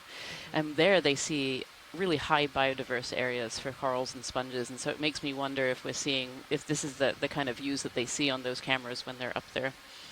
Yeah, that's Yeah. really interesting. The synergy between the geology and the in. biology is really striking, I think, Yeah. on this cruise in particular. Oh, another little sea star, some shrimp here as well. And the rock is just covered with life. I see gastropods, I see these little juvenile sponges, I see tunicates, I see some bryozoans, and yeah, several different shrimp are here as well, tucked in with this little primnoid coral here. And Christopher Ma is saying here, Hippasteria is most of the stars? The sea stars, yeah, Yep. that's the sea star that we're looking at there. Can you turn my poles on Yeah. and my half-life bar on for me? 80% will do. Sponge on the right's pretty photogenic. Yeah, Christopher Marr Right. says predating on something underneath as well. Oh, Laura Beckman, of course, reminds me that there are nice hydrozoans in there as well. These little brown hydrozoan colonies. Lots and lots of life on these rocks. Again, this is a Good little angle. kind of mound area that was discovered on the multi-beam, and we predicted that this might be an area with a number of corals and sponges, but I'm not sure Lasers we clear. predicted Okay. quite this much. This is a lot. Oh. This beautiful barrel I'll let you sponge do here. lasers, Fernando. Copy. I'll stay off the button. There's a number of different genus that these barrel sponges are part of. So sponges are a really fascinating organism. They are not a colony. It's a single Look at the individual. lower section. But they're made up Left. of lots of cells. They don't have organs. They're not Outside. very complex compared to other organisms. And inside their cells, they have these specialized cells. They're called choanocytes, and they have these little flagella that wiggle around, and they wiggle and create currents that come through the sponge. And then other cells that are within the sponge then pick up all the particles, pick up all the nutrients that are there. Look straight down. And these sponges, just like the corals that we're seeing, form habitat as well for different species. You see those shrimp there. living around this sponge here. See those beautiful spicules as well.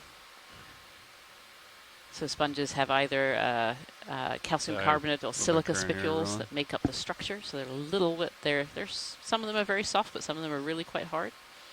And this one has very long spicules there. Thanks.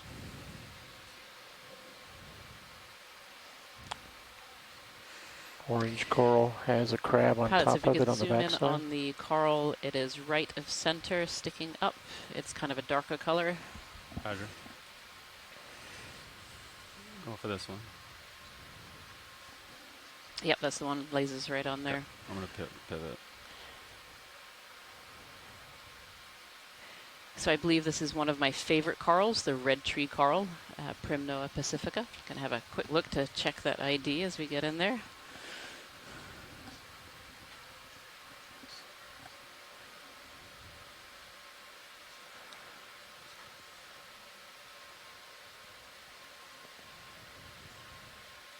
Just got to fight the current.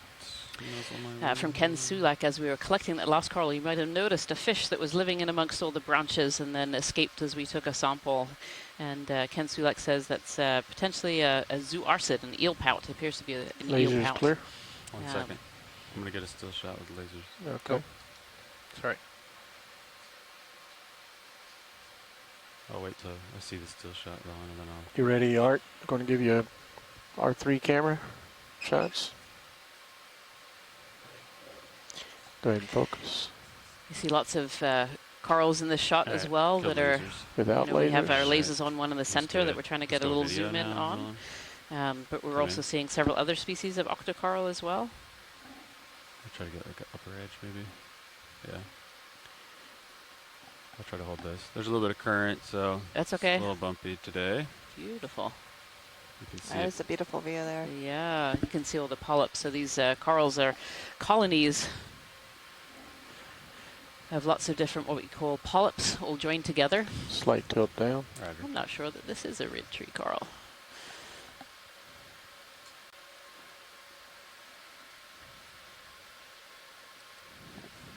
Very different polyps there than I'm used to seeing. Let's kick on the extra lights. It could be that the tentacles are just kind of half up. Yeah, Sako That's about 30%. Matsumoto is also saying we can't really see the sclerites either, which we usually see quite dramatically on Primnoa pacifica. It's just this might be something else. This may not be a red tree coral after all.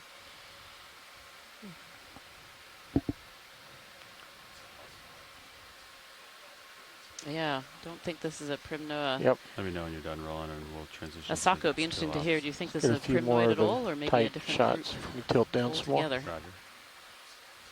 I'm going to move this It's shilling. got a really interesting kind of ring right around the base of the tentacles there. Hold that. You can take Maze's if you haven't already, Fernando.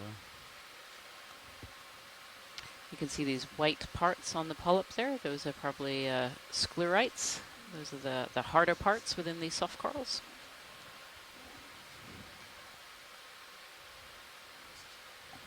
Going for full zoom or full Pilot sits creature. Roger.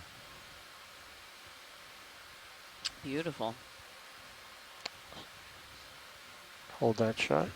Okay. Fernando's deploying the port camera, by the way. Box 1. Just so you know. Okay, we can tilt for still camera. Roger. All right, Art. I'm going to get you still ops here. Yep. I think he liked the fog lights for that shot.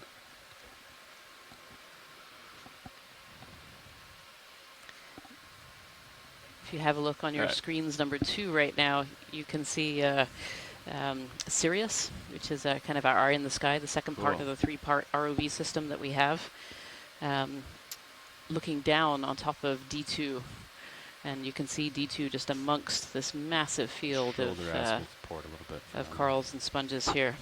Keep it out of this view. Okay, that's good. All right. Coming up here. Taking off. Yeah, you guys want to get a little. Go ahead, Watchley.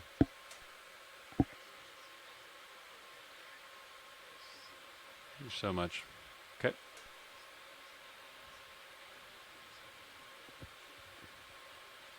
Okay. Big bushy you want to copy. It was the winch rolling. I'm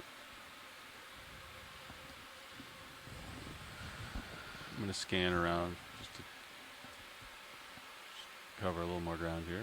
Another star. So we're scanning around for different types of corals and hope to get a close-up view of different types of corals. And while we make our move, I'll mention that Uliaga Island forms the northeast corner of a grouping of islands that we call the Island of the Four Mountains, which contains a volcano called Mount Cleveland. You guys want to This is one of the most persistently active volcanoes Not very long, in the but North yeah. America 10 meters, over the last 20 years or so, 10 meters, according to 230. Ashton So, Flinders, That is my heading. Yeah. who sent me a very nice email with Sure, some bubblegum video. information about this particular area. It's thought that some of Right. these islands form I'll part of hold a that. massive Focus on caldera, Roger, fish. but the data so far Go don't in. allow us to confidently confirm the size or the eruptive history of this caldera. So some of these rocks that are present in this mound could be helpful in shedding some light on that. And also just shedding some light on the variation in magma compositions along the length of the Aleutian Arc. As I mentioned before, because we are subducting oceanic crust underneath of both continental in the eastern side. Sorry, Yeah, Jen, I didn't that's mean to okay. interrupt you there. I saw you typing. And Look inside this little. This is a bubblegum coral, and inside is one of these zooarcid fish that Ken Sulika told us about. There may actually be two. I might see another tail in there, and then we have a shrimp on the left, and down below there's a brittle star in there as well. That's great. It's beautiful, absolutely beautiful. Yeah, these are impressive. Yep. So these corals on the seafloor form habitat. We call them ecosystem engineers because they're really engineering an ecosystem of themselves. Their whole body is forming this habitat for lots of other species. Next video. There are some species of coral that have been found to have thousands of associated species living in and around them. And this is just a beautiful example of that. Yep. It's fun being a science lead because, snap it. you know, We'll see you if sit it here just and there'll be frantic typing right there. and then jumping up and down as we Okay, I'm gonna discuss come up a little bit, ideas with people with scientists that are in the chat. We'll let So, go rolling. Keep going. yeah, Looking for pretty red. cool location with lots of We'll go up biodiversity. to the large white one there, and then make my way back port. What's this big bushy one here, Rianne? Is that another bubble gum? Do you know which bushy one? There's This so guy? many. Oh, yeah. Yes, that's the one that we were just focused on there. Okay. Yep. Is that one a bubble gum or? That's a bubble gum. Yep. Okay. That's right. Right. Yep. Excellent. Yeah, and that one's all closed up unlike it was earlier. Oh, what's this? Yeah.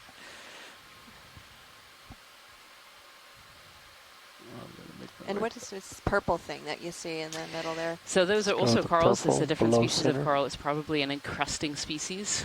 That you know, a lot of these big fans that we're seeing have it's called an inner axis, like Okay, a very skeleton on the inside. That's Roger, thank that you. helps form their shape. But then some I've corals, turned some true lasers soft on. corals, are Getting what we closer. call encrusting, and so they actually grow over other things. Mm-hmm. Sometimes they grow on the rock. Sometimes they grow other skeletons that have been left behind. I Yeah. come in on purple.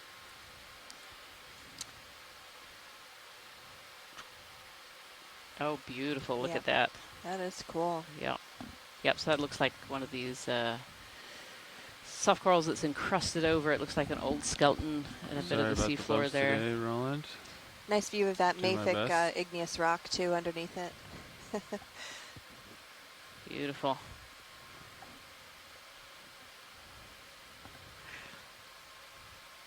In the background there, we also have a stylastrid, but this is just a beautiful, you can see those 8 tentacles sticking out, the octocorals. Pilot. Roger, making my way back port, Fernando. Full screen. All right, thanks, video. I'll try to hold this, get your full screen shot, and then I'll take off and center back over Sirius. Video's clear. All right. And a little shrimp hanging out in the background there. Lots of primnoids here, which is a group that's has a lot of different species. I'm actually not sure how many total species of primnoid there are, but it's a pretty common one in the deep ocean, particularly at depths, 1,000 to 500 meters and shallower as well.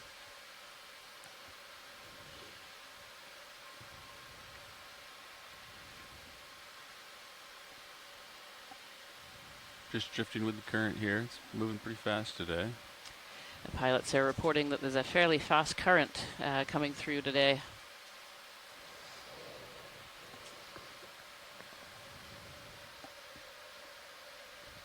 If we could have a snap zoom on the, it is to the left of the big barrel that's slightly left of center. It's a tall sticking up. It's got kind of a fan on top.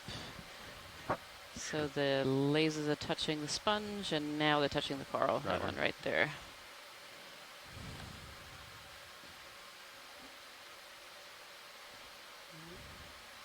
These beautiful sponges too, and absolutely enormous. So these lasers are 10 centimeters apart. Hold that. Oh, this one looks a bit more like a Primnoa pacifica. I take more. Try to get the polyps for identification. Another fish in it. Roger, fish. Yeah, they all wind up in there, don't they? Oh, yes, we have another little fish in there. He's eyeballing us. Look at that. Look how tangled he is in the middle of that coral colony. Yeah.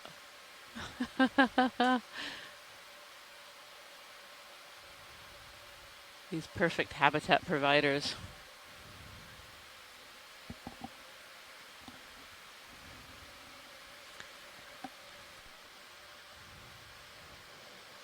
Most fish have a fin on the side. I can barely see his. It's so translucent.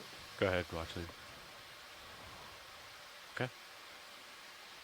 Video's clear. I didn't come out. I need to set up for sampling. I gotta get Did closer. that move already completed, Nav? Sure did, yep. Copy. How long ago? 3 or 4 minutes. Copy. Yeah. You should be stable. Sounds good. I can watch you one of the cameras too if you want to focus on helping out pilot. Okay.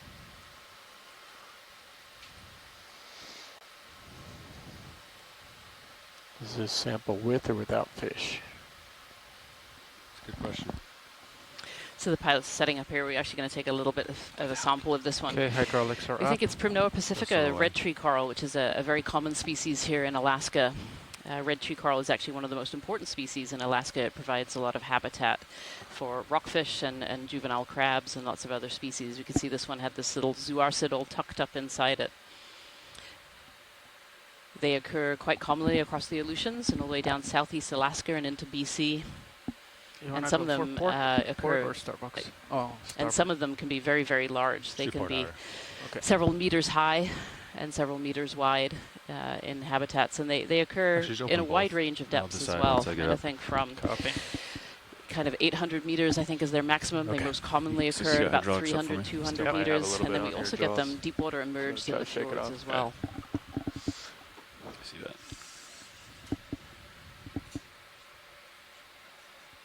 Enabling the jaws. Got rid of our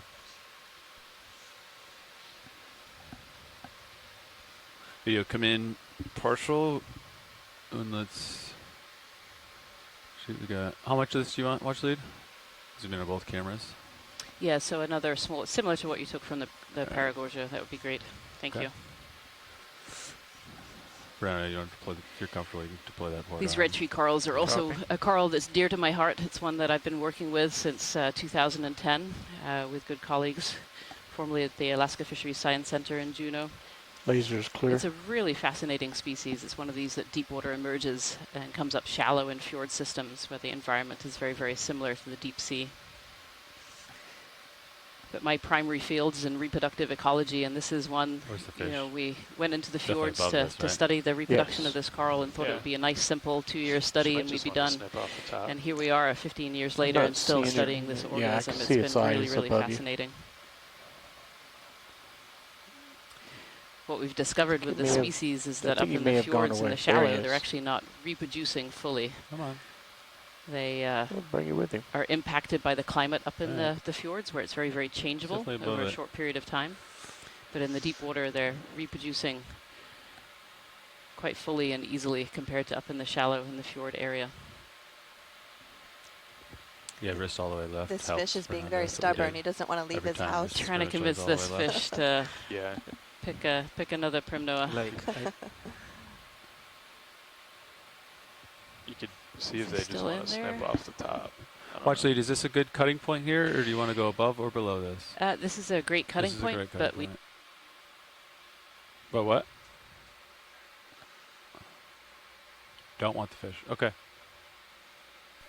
Is he still in there? I haven't seen him lately. think he might have abandoned he- here. He abandoned? I looked away I for a don't second. see him. I don't see him. He had his head out there. I Yeah. think I saw it when you moved. Yeah, that would be a great sound for the Primnoa. All right. Here we go. Oh, no, he's in there he is. Yeah, he's still there. Oh.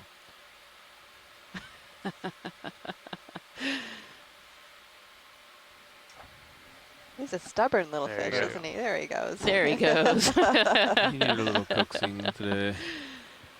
Sorry, but you're home. All right, here we go. We'll leave enough of his home behind that he can reattach in there. There we are. Beautiful.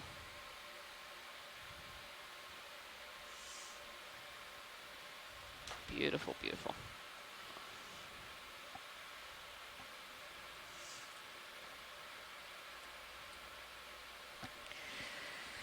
Still camera shot. Okay.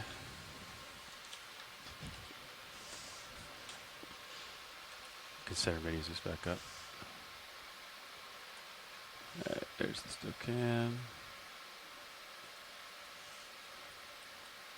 Art, do you like fog lights for still cam or not? I think fog lights might still be on, honestly. They are Oh, okay. 32%.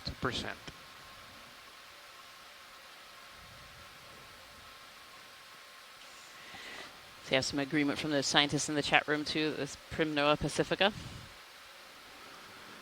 Okay, so let's do same as last. Sounds We'll good. take off, open both, and I'll probably just do, depending on how the current is, but I can do, hang on, I'll do the starboard inner, or starboard, one of the more difficult ones. Let's see if I can do it. All right. All right. Instead of just taking the easy ones. Okay. I'm taking off, Fernando. Go ahead. Okay.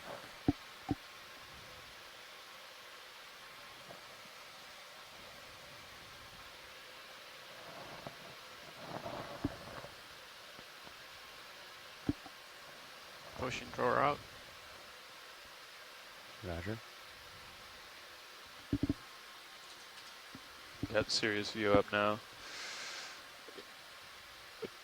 Looks All like right. DVL might not hold XY. Doesn't look right. Draw fully out. Roger. Won't even try it. You want to just hold my... Can you reach that? Yep.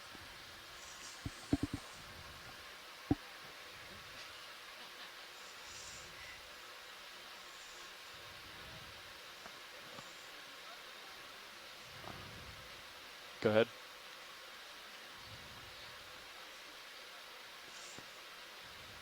That sounds good. Thank you, Bridge.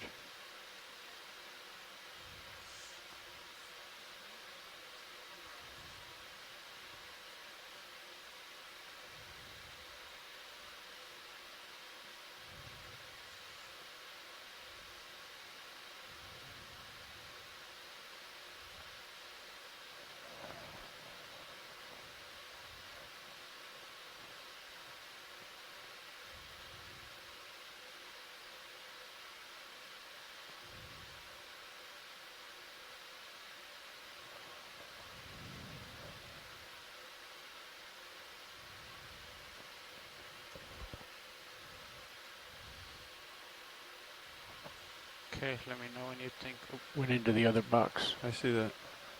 Okay. The jaws are clear. Can I draw in?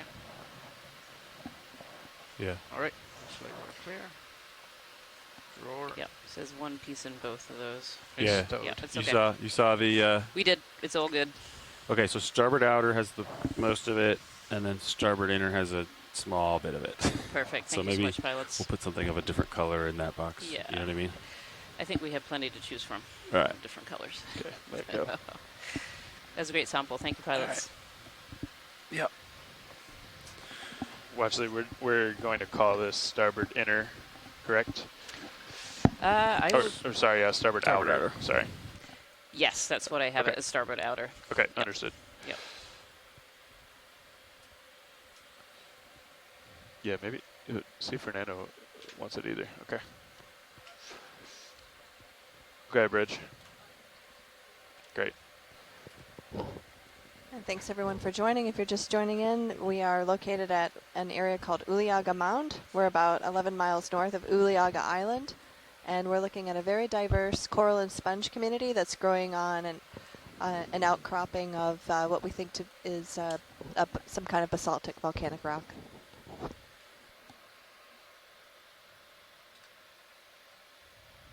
Gonna come up a little bit, pilot.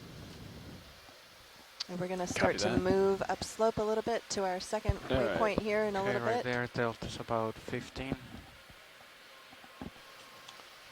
Tilting slightly down. Want to at some point get a really good view of the substructure for our geologists. You probably already felt it, but quite a bit of current coming from your starboard. Yeah. Okay. Yep. Tether's turning the head. Seems Yeah. like. What do you mean by substructure? The rocks in the sediment underneath of it. Okay. To get a decent view. Oh, there's something underneath you, like a skate or something. Yeah, there's been a couple skates cruising around. Copy. Yeah. Good spot, co-pilot. See if we can get him. Don't you still cam back up on 12? Sure, yeah. Monitor 12, are we still? It's coming around forward, yeah. Yep. There he is. Oh, beautiful skate just coming into view here. Do you want me to kill fogs? Please, yep. That's the second one we've Fogs seen so off. far. We saw one as we went, You can kill hydraulics when you're done with them too, Fernando. just as we landed, Copy. there was one landing. Want to come in on this guy, Roland? See if we can. Oh. Nope. Watch out for that Yeah, sponge. watch out for the sponge. Just hold that for as long as we can. A great image of this deep water skate here gliding over fields of coral and sponges. We're currently at we let 'em go. 775 meters depth. Beautiful. Thanks, video.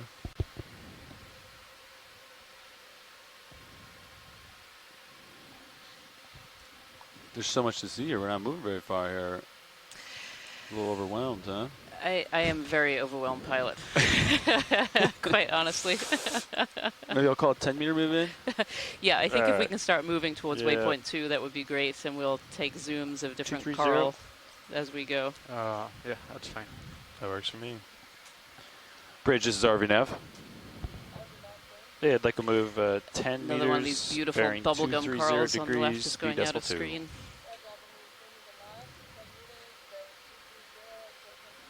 It's a good copy, Bridge. Thank you. 18. What's in that sponge down there? You want to look down it, Roland? I do. Let's do it. I'll come down. Have a little look inside the sponge, see what's in there.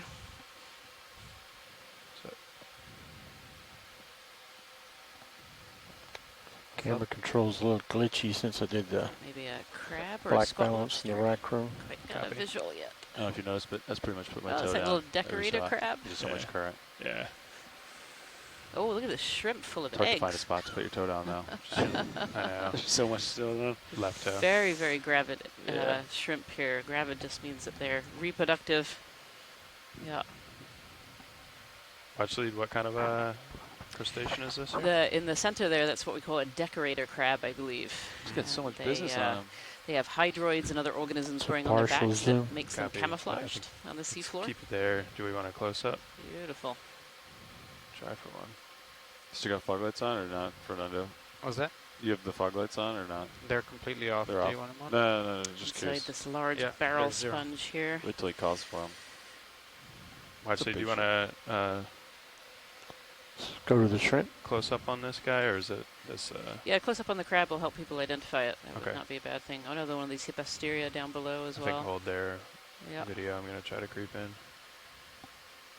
Get the toe down. Actually, come a little wide, please. Wondering if this sponge is a type of Thank you. That's good. Africalyptes. Thank you.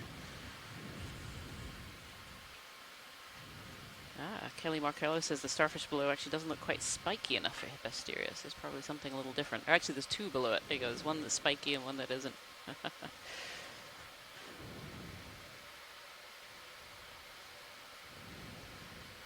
Okay, let's come back in.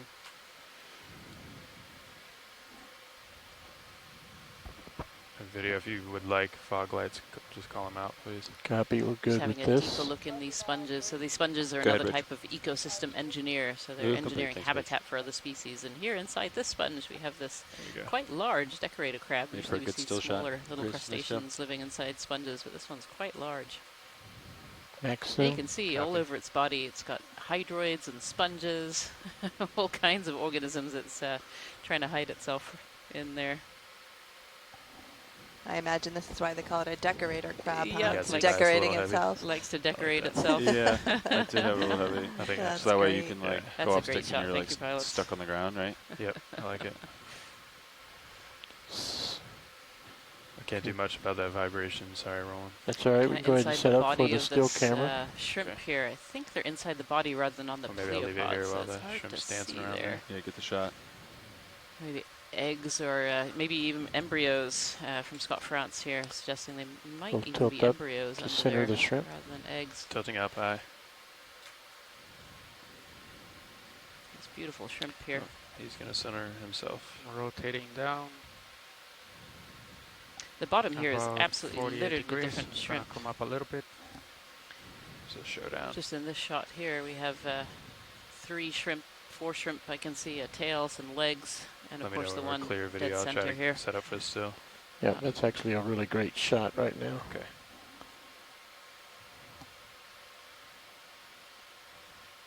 Okay. Go ahead and move to the still camera. That's a great shot. Thank you so much, pilots.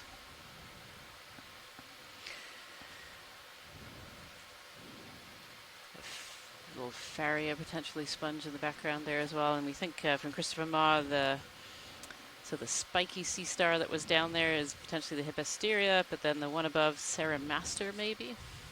Yeah. We have some of the There primnoid you go, corals Art. here as well. Yeah, potentially a Calagorgia. Oh, Okay. that crab is going for that shrimp. Oh.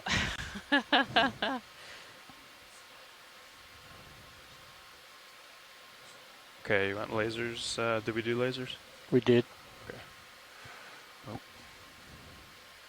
I don't know if we did it on steels though. Okay. Understood. Holding.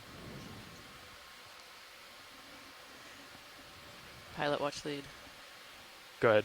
Yeah, if we could zoom in on the corals to the left of it too once video's done, that would be great. Okay. Thank Which one's the ones directly to the left of the sponge? you. Directly to the left. Yeah, there's like 1, 2, maybe 3 different ones there. It'd be Okay. good to just have a quick zoom while we're here so you can Sure. ID. Yep.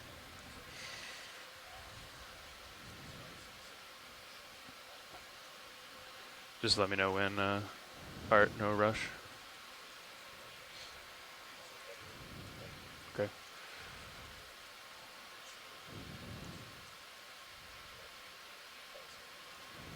We can get closer. I'm going to rotate now and then tilt up, and then I'll try to get closer so we can get these, if that works for you. At least I think we can get closer.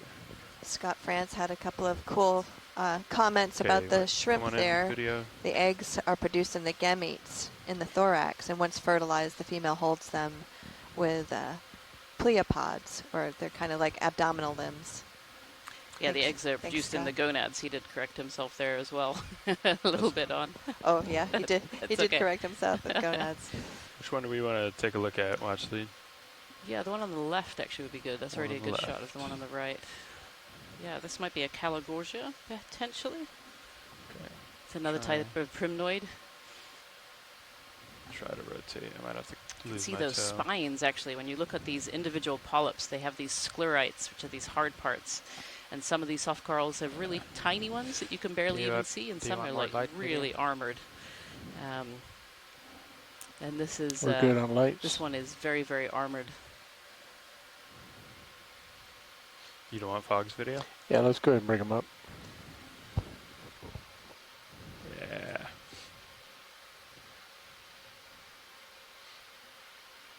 ship moves done? Yep. About Yep. 5 minutes ago. Yeah, it's been done. It was just Um, only a 10-minute move. So That's Gotcha. about 20% video. I don't think I'd bring out any more detail.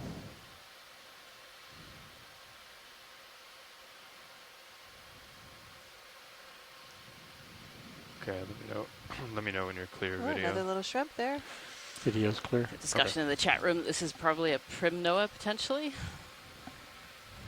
You know what, Navigator, what I can do The with the morphology fogs, is really instead interesting of for this Primnoas. being It's got these 5%, straight up I can make branches it rather than the usual 20%. branching So morphology. Like you only click it 5 times and you're at 100. Instead of like messing around with buttons here. But I it's like certainly that. very armored like a Primnoa. Yeah. I like that very much.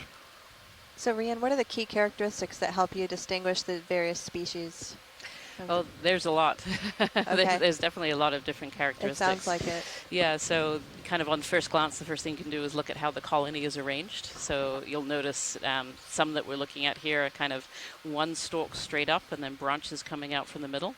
That's Others as are close as we several can get, stalks Art. coming up from the bottom. Got Others more light? these kind of big fans. He's got a nice Some have still fans image. layered on Yep. fans. It's kind of one of the first things we look at is that colony morphology, and that might help us get potentially down to genus. You need more And light, then Art? after that, you're really looking at the polyps. Many of these species, however, 20%. really can't be We can bring 'em up. taken down to 20% species until you have the sample in your hand, the because you're frogs. looking Always at bring 'em internal up. structure, you're looking at the structure of those sclerites. And then the reality is you know, a lot Yeah, of these keep coming. species we know very We'll little bring it about, up. and so we've only seen Yep. them on collections, and so they don't necessarily, or they Okay, almost never alright, that's look the about same on collection 50%. as they do on the sea floor.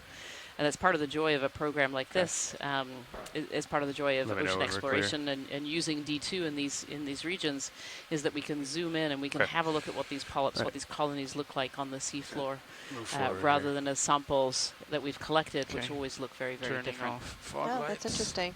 Yeah. Thanks. And it's really wonderful to have these scientists on shore helping as well, Get there. because it's impossible to be a specialist of all of these different species as well, all of this different taxonomy. And so we have amazing Orange upper scientists on right. shore helping Believe to it's a identify fly some of trap, these possibly. corals. Each of us have kind of our own layer of speciality. Yeah. So Lara Beckman was saying the sponge that we were looking is Acanthicus, quite spiky. It's a different crab at the bottom of the. Yeah, I see Anemone? that. Yeah, we can take a zoom in on the center. Dark. Sure. Hey, can we come on in video? There's not a great This place is to sit anemone. down there. Yeah, so this is an Rotating anemone, up. and it's got Okay. Another one of those something in the fish. Is it? Yep, that Is same that? fish. Interesting. middle. What are you? I'm I wondering. believe actually, it's that fish. same fish we saw before, same species. Yeah, I'm thinking that's the same fish, and Ken Going Sulek down. had a correction potentially on those fish that he actually now, having looked at them a little closer, they might be a pearlfish, a carapid pearlfish. Beautiful. Can you come partial video? Yeah, I can't seem to get a focus on it. I've lost camera control. Okay. Camera control reestablished. Go ahead. I think it's going to eat the fish.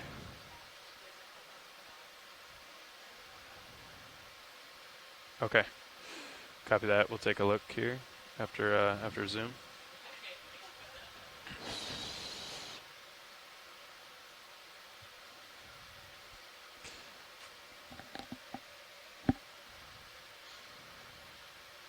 I'm trying not to smush corals underneath me. Yeah, he's in the process of closing up on that thing, I believe.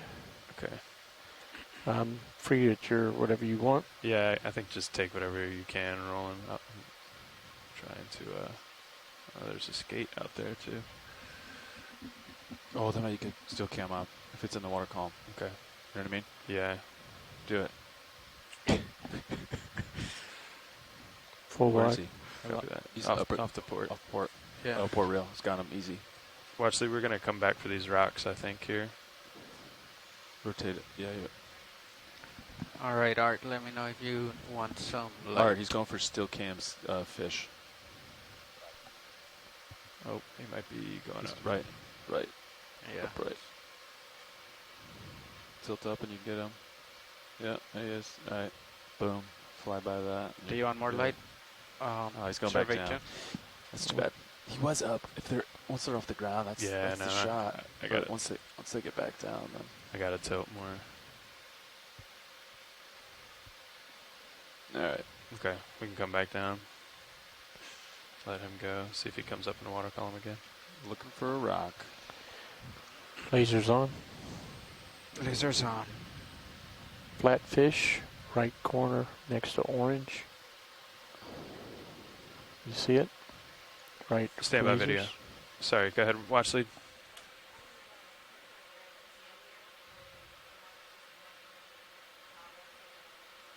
Okay.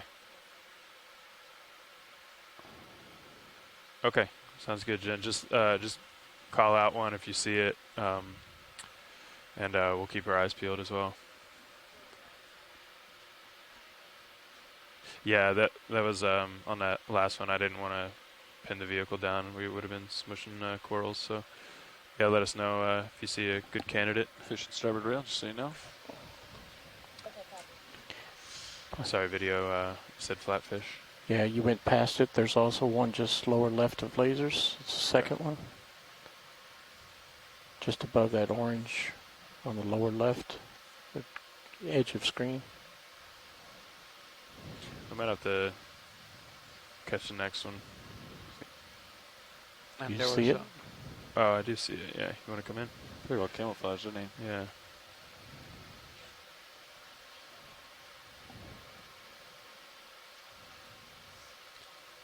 Okay, let's hold there. I'll try to creep in. Go ahead, Bridge. Let me know when you want me to kill lasers. Yeah, roger. Heading change, 5 degrees starboard, as long as it's about A-frame. Sweep the lasers across All right, it thanks. first. Okay. 1839. Science, if you're talking, you're not broadcasting. Kill the lasers, please. A little skate here. It's a good spot by the pilot, sitting in between this little flatfish. And I'm wondering if my coral taxonomist on the line could tell me if this coral on the very far left top corner is a plumarella. It's got a very straight structure. It's not overlapping. Not overlapping. Might not be able to sit down, so I might just have to use. Might just have to get a species and not a beauty shot till we see the next one. Copy. Let's get a full screen. If we could have a zoom on the coral in the left corner, that would be great. Go for coral. Roger. That's a possibility. Yeah, I'm up super high. Let me come back down.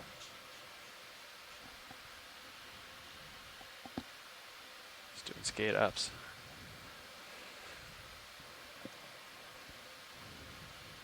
Current looks like it has totally shifted. Yeah, let's see the tether. So Elena Jorgensen thinks the flatfish might be a Greenland turbot, but it's hard to say without a better look at the head, and it's definitely kind of tucked in there. Tides. Yeah. Stand by. Okay, watch lead anywhere in particular here? Just the colony that's almost dead center here. It's kind of this very flat one.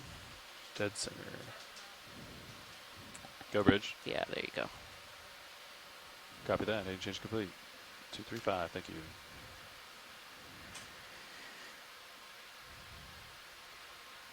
Okay, we can give it a little more there, video.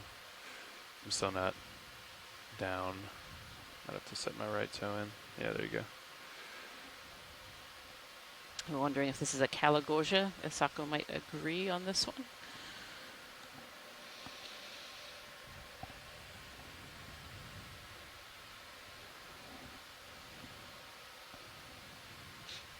Be another type of primnoid coral we had talked about before. There's a lot of different species, a lot of different genus in the primnoids, and is fairly common in the deep sea. Sorry, Roland. Beautiful. Very, very small polyps. If you were looking earlier as we zoomed in on some of the ones we think might be a primnoa, Let's go with you lasers see again. this one has much, Turning much lasers smaller on. polyps. Lasers are on. Beautiful. Thank you, pilot. That was great. Sure. It's basically high tide right now. Okay. Did it? Let me see if I'm on the Did right it just side. shift? Video's That's what clear. That's what I'm looking for. Thanks, video. According to this, it hasn't shifted yet. Corals for as far as the eye can see. And sponges too. Watch lead, pilot. Yeah, I'm not sure if it's valuable or not, but just as a data point, in the last half hour, we've seen the current shift about 180. So it's a total flip-flop. I think nav would probably help you with direction if that would also be useful. Yeah, it was going southeast. Now it's going 2-shot of northwest, pink and basically. red coral on the right. And the tether, you can see the tether, whichever way the tether blows, kind of tells you the story. Crab is eating something. Just Copy. lower center. Yep. And So we're close to high tide, looking at the Dutch Harbor chart. there's a different crab below that. Just went off screen bottom.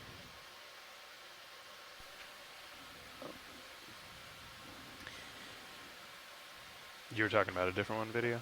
No, this is the one I was Okay. talking about. I was just Crab letting right you in know front there of was us a here. different And another different more one of these on shrimp. bottom also. Oh, understood.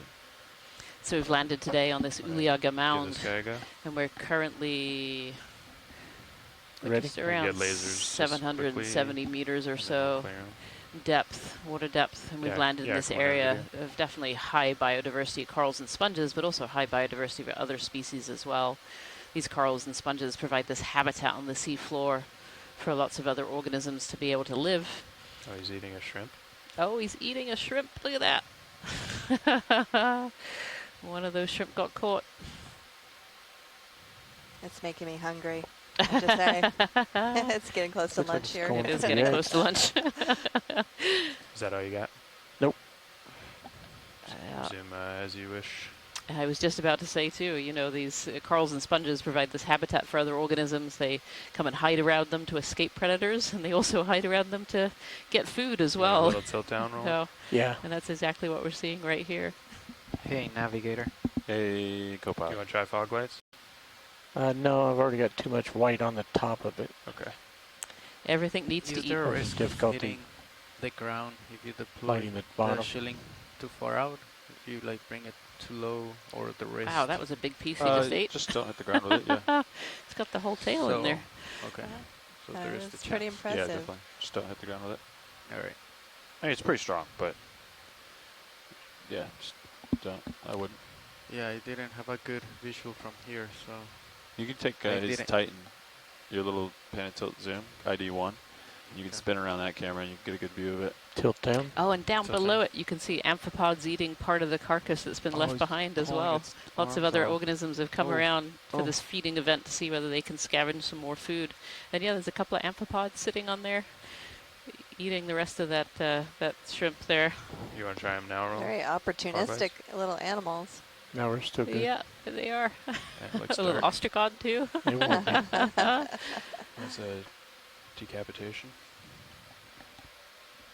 So it looks like everybody's got to eat. Shrimp are good. Yeah, that little amphipod eating away.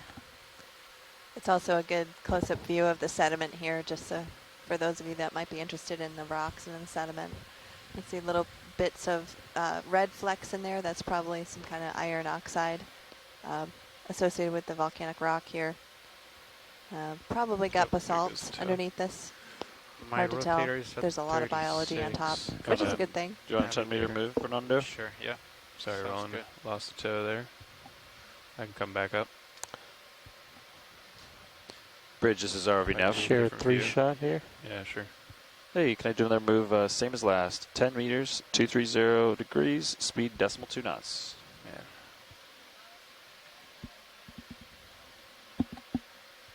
Good copy, Bridge. 1847. I'll hold it for as long as I can, Roland. Get you a move. 10 meters in, boys.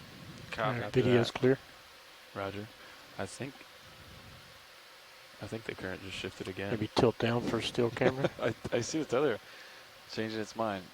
repeat your last video. So the pilots Maybe are letting tilt us know down the for current the has been shifting R3 around since we've camera. been here. This area is likely to be influenced somewhat by tides. We're fairly close to the islands here on the north side of the Aleutians. Yeah, unfortunately, I think that's as close as I can get. Yeah, for that's this right, still. Rianne. We're on this mound that's about 700 good and meters centered. below the surface, and it's situated on surface the current, edge of Chris. this It's a little bit different than subaqueous before. channel, Yeah. and shifting so too. we might Yeah. be seeing some of the tidal fluctuation Now I know related why to you that. wanted to switch. Video's clear. Copy. I'm gonna take off. That was cool. There's so much biodiversity here. Yeah, no problem, Mark. So with previous data from the Aleutian area, we know that this is an area of high biodiversity for corals and sponges. About 150 species have been identified of corals from the Aleutian area, and about 200 species of sponge have been identified from the Aleutian area as well. And this is our first dive at kind of these slightly shallower depths. You know, we're about 770 meters right now, and we're certainly seeing some of this high biodiversity, these high biodiversity areas. It's gateway out there, huh? Is there? Most of the data from the Aleutian Islands There's a comes crab from top depths that's shallower center. than Oh, yeah, 500 it's way meters. up. Fisheries Yeah, bycatch, way and up there. then scientists that's dropping not the drop one you were saying, cameras. was it? There's Is that been a white? few dives The at rail deeper pin? depths, but not much. Yeah. It looked like And so right these behind you. depths in this Yeah, region I are can see. completely unknown Super wide, yeah. in most Are there cases, good and certainly these mounds are not jellyfish? somewhere that have been visualized Flowing with the before. current there? And it's just been, I Go mean, ahead, we're Rich. only an hour or two in, and I'm completely You're floored complete. already at the amount of biodiversity that we're Hey, seeing change to here. starboard. Sounds And not good. just in corals and sponges, but in other species as well. We've seen a couple of different species of fish. We've seen different sea stars, and lots of different crustaceans and crabs and shrimp as well. It's interesting too that the geology here is very different than the other Single places. stalk So I was just upper curious right if of you ever, center. if you had any sense for the data that has been collected on I deep haven't looked at sea one of those corals in terms Okay. of where the geology go was over. different, I think I see what bedrock you're talking versus sediment like you're input. aiming and towards things it. like Yeah, that. well, corals need hard bottom to be able to. Their larval stage, they have this larvae called planular larvae. It looks like a little pill almost. Just coming to center But now. to be able to Yep. settle, they Little need bit hard up. bottom Yep. to do that. Right In above terms that of sea different star. kinds of Looks rock, like I'm there's a not different entirely kind of sure. I sea know star there's been some below studies it. looking at recruitment on different types of Correct, and they're substrate. And it's probably something that's very species specific. I see. You know, recruitment requires many different factors to all align for a coral to be able to recruit. The larvae have to be able to get there. Yeah, you want The us current start has to be come just in? right. The Pushing bottom in. type has to be just right. And then there can't be too many predators around that will eat them as soon as they settle. So, Yeah, that's interesting. Thanks. yeah. Yeah, so this long straight coral sticking up, so that's a hydrocoral, a stylastrid on the bottom, and then we have this kind of get bright lasers yellow back long on, straight please? coral sticking up that I'm not quite sure what Lasers that one are is. on. Come back up before you're rolling. Pushing in more. Copy.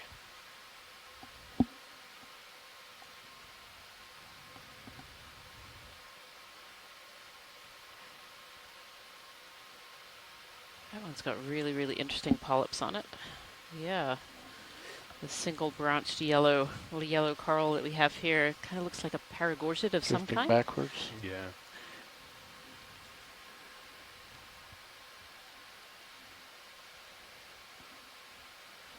Maybe a plexaurid, but it's kind of a very strange morphology. The single Try to look at stick the top up and if down. we can. Yeah, I'm gonna It's put a another one tail of these in. At least morphologies try of to. corals. We were talking about those Just a little bit come wide. before. There you go. Hold there.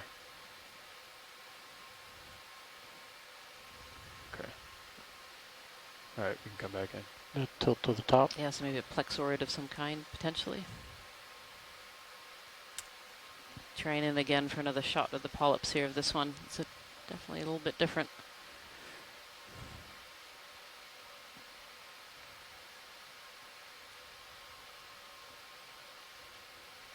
It's got these very thick polyps.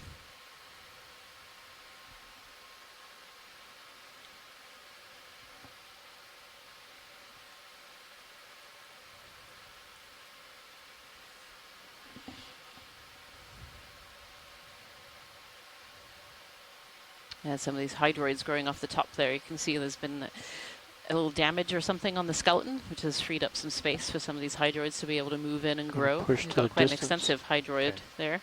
Rack. From Tina Moltzover, potentially a Pacific Gorgia. Boom. You like that? Rack focus. Director Chris Ritter.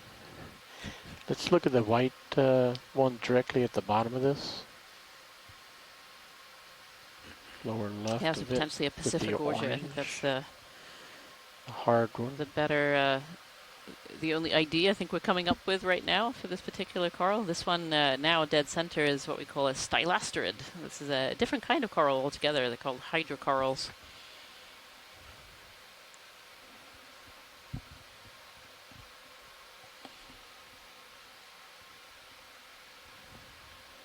So this coral colony too is also covered in polyps, but they're really, really tiny. You can almost just see on the surface there these tiny little bumps, and that'll be where the polyps, the living parts of this colony, are growing. Can you hear that? Yeah. Sorry. No, sorry. Sort of looks like a cactus. What was it? The Fernando? Yeah. Okay, good. Whew. Thought that was hydrochrome. I was like, Okay, a little more tilt Down at the down. We'll bottom get the there little bitty too, whites in. potentially another little fish hiding out. And certainly more sponges and right hydroids next to it, covering the gotcha. bottom there.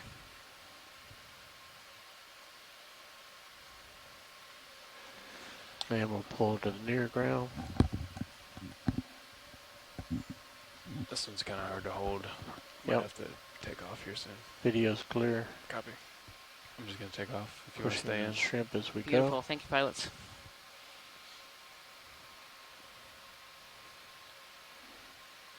I don't know what's going on with this current. It's just changing. I know. It's wild card down here. That's probably why all this biology's here, right? There's a all the fish. water flow. New What's fish. going on, fish? Looks, Oh, another type of fish here as well. there's bottom. Hold there, Roland. Coming up. Holding. Looks like Art's chasing it too. Okay. Yeah, take it if you got it. Let me know if you want lasers off. I think laser's off, yeah. Yep. Okay.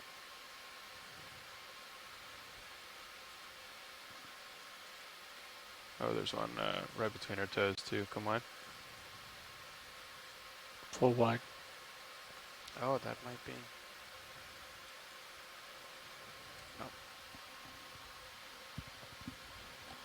Probably should have stuck with the other guy.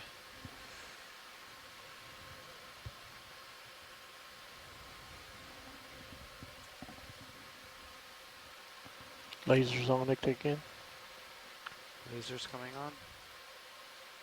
Good side profile. Copy. These deep sea corals and sponges provide really vital habitat for lots of different species of fish through their life cycle, including fish that we Lasers clear. commercially fish as well. Ready for face? Yep.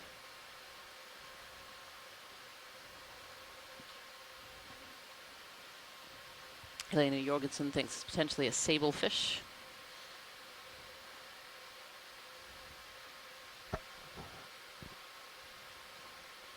Art got some good shots. Nice job. Okay.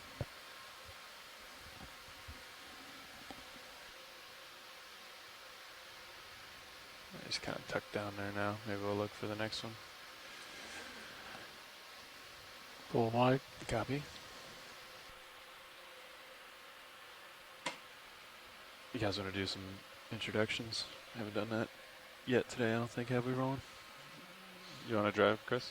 You want to drive it? Sure. Okay, sure. Good with that, Roland?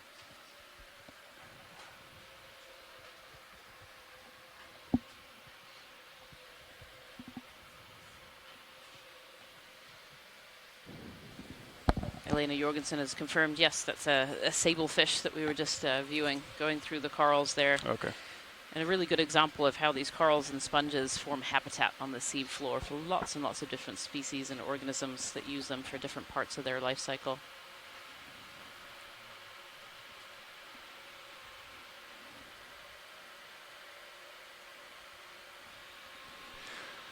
Yeah, I'll kick it off. Hi, everyone. My name is Chris Ritter. I'm sitting pilot right now and work with the Global Foundation for Ocean Exploration. And to my left, City navigator, you have Leva Unima. Sitting as co-pilot and Fernando Aragon. And in the far right, you've got Roland Bryan, his video, and in the back. And in the back is Caitlin Bailey, and we are all with the Global Foundation for Ocean Exploration. And our esteemed scientists. I'm not sure about esteemed, but my name is Jennifer Ashoff. I'm a sedimentologist stratigrapher, professor of geology at the University of Alaska at Anchorage. My name is Rian Waller. I'm a deep sea ecologist at the University of Gothenburg in Sweden. And to your left. Hi, my name is Jennifer Green, and I'm here with the National Centers of Environmental Information.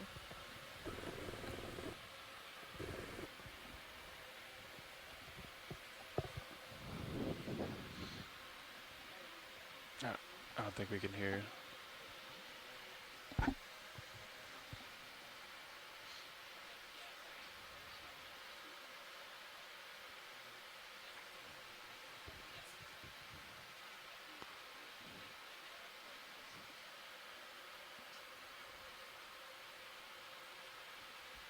Coming up. You want to get another move in? Oh, okay. 20 or 10? What do you want? You want to split the difference? Roger, 15. What do you think? 230 degrees. Speed We're good. Bridge, this is RV Nav. Hey, let's do another ship move. 15 meters, that's 15 meters range. And it's going to be bearing 230 degrees. Speed decimal 2.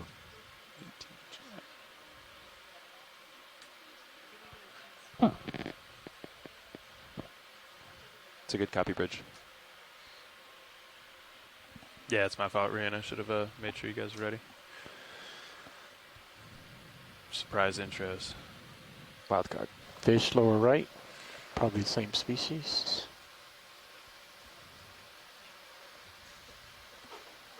What percentage you got the lights out, Fernando? The mains and the swing arms? Their mains are 80. Other fish top center.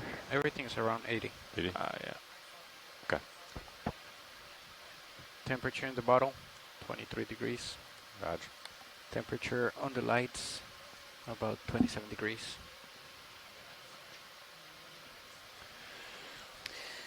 So if you're just joining us today, I'd like to welcome you to Dive 7 of the Seascape Alaska 3 expedition. We're diving today on an area called Uliaga Mound, which is about 11 miles north of Uliaga Islands, of the Uliaga Islands. We landed today in about 790 meters of water, and we came straight into what you're seeing right now, this beautiful habitat of corals and sponges. Copy. We're moving. It's already moved 5 meters. The plan for the dive today was to try and transect up a little bit towards the top of this mound area, not quite reaching the top, but going towards the top. But I fully admit that we have seen so many different species of corals and sponges that we haven't made it very far, and I suspect we'll probably not make it terribly far during this dive. Just so much to look at. That's a good problem. That's a good thing, yeah. Great. Very diverse.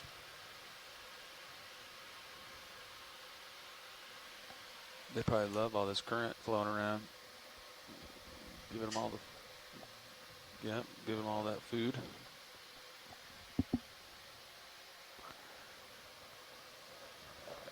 Current looks low now. Do you agree? Slack? It seems like it's high right now. I think it's high tide right now.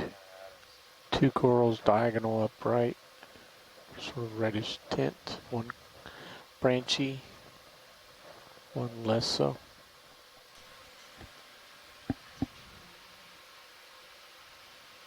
I think they've been on the lookout for some of the red ones. Oh, is that right? Yep. But I did contaminate starboard inner with some red, so. What color was the port inner one?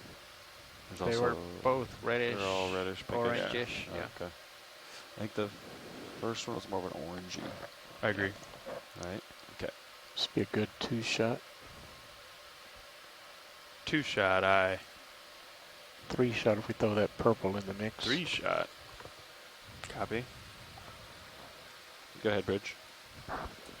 Move complete, thank you. Seeing some more of this bubblegum coral that we saw earlier and collected a little bit of, but also many, many different species here as well. I'm going to You can rise a see, little bit. Okay. there's a purple species, potentially encrusting octocoral that we had seen a little earlier. Some more of these primnoids, several different species of primnoids too, a Calogorgia, potentially some Thuorella in here as well. Maybe not. We see some stylastrid hydrocorals. Okay, you want to fill the frame with the Yeah, what a beautiful scene. purple, red.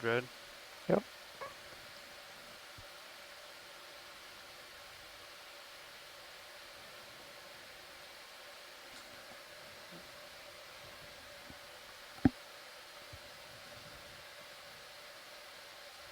Something's off. Basket star in the back. Let's push straight Now center. there's deploying your port arm. Be advised. Copy. Do you want me to let you know every time I do it? No. I was looking at a fish. Oh, copy. It's a cool view, though. No, I think just go ahead and do that, Fernando. You When can it's see out, this. let me know, This is so I a don't Paragorgia ram coral, it a into bubblegum anything. coral. Just so you know, survey 2, he's deploying OX1 cam. And just zooming in here, you can see there's lots of different organisms living inside this coral colony. We have a couple of species of shrimp here. We have some basket stars as well. Beautiful. Fernando's Oh, getting it dialed mysid in. shrimp as well, going by.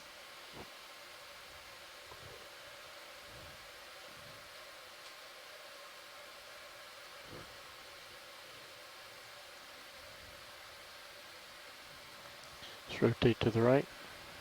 Rotating right. Several primnoid octocorals.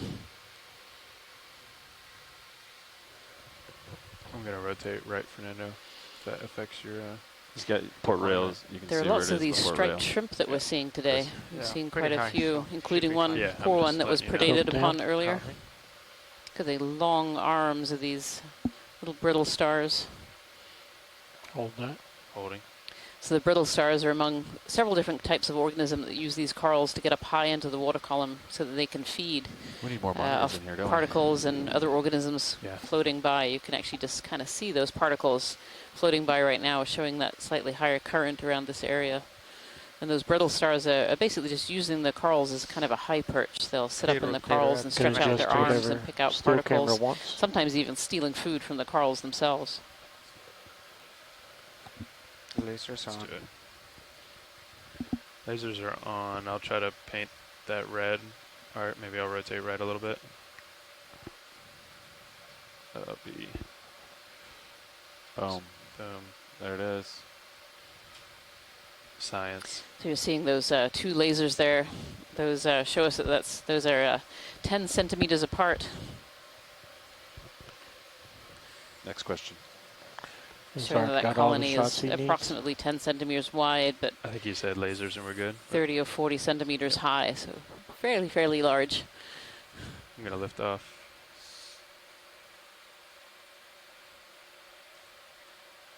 Yeah, that was a good shot, Roland. Thanks for the suggestion.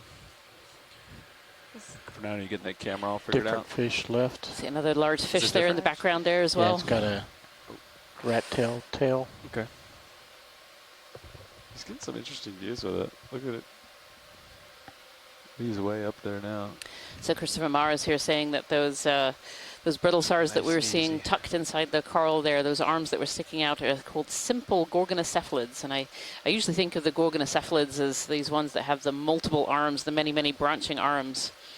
But astrochili, not quite sure how to say that, sorry. So the arms on these particular ones don't branch, so they're those simple gorgonocephalids. It's like totally different. The current, you're saying? Yeah. Yeah. I know, I've been watching the tether. This looks like a slightly different species of fish It hasn't than the ones gone, that like, we've over seen DT earlier. Yet, which is nice. Not yet, yeah. It's been that way, then that way. Now it's kind of slack, which I think it is pretty close to slack tide right now, high tide. So Do we I can want to zoom from zoom here. in on this fish watch lead? Yeah, if we I could think zoom in on the fish, that would be great. Thank you. I think it's a different species, but I'm not an ichthyologist. Let's go ahead and roll in. This doesn't appear to be one that we've seen so far today. It's tucked away behind these primnoid corals here. It's hiding. Yeah. I can creep in a little more if you hold there, Roland. Yeah, pirouette to the left. Copy. Yeah, I'll try. There's corals everywhere. I think it's like a coral garden. He's definitely showing how some of these fish use these corals as habitat for being able to hide from predators. Tuck away in between the base of these corals. Nope. I'll get him here and then you can clear him. It's about the best we're going to There do you go. unless he You can gets clear out him. of the corals. He's coming. You're full wide. Roger. See more of these decorated crabs in the foreground as well. Any species of sponges. Yeah, I like those crabs. Okay, you want to try to get him Yeah, here, Roland? zoom in on the head there would be great. Thank you. Are we done with that move now? Yes. Copy. You have time, pilot? Copy. Thanks, co-pilot. A beautiful white color.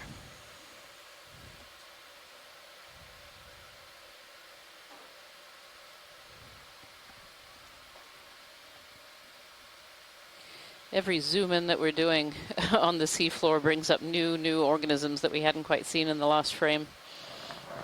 It's a dark orange. Just to the right there. Yeah. You want to try to get it or you go back for fish? Yeah, we'll get the dark orange.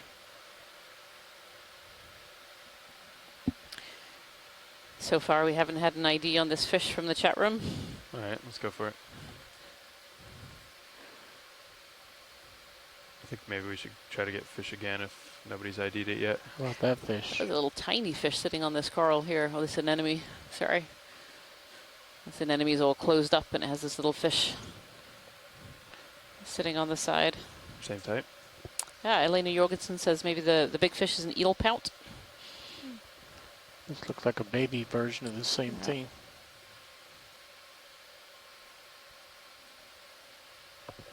It's a good shot of the fish, Chris. You got some good stills out of it. Yeah. Because it had nice depth. Because like there was stuff in the foreground, which was really nice. I'm gonna rotate a little bit. So partial. Copy.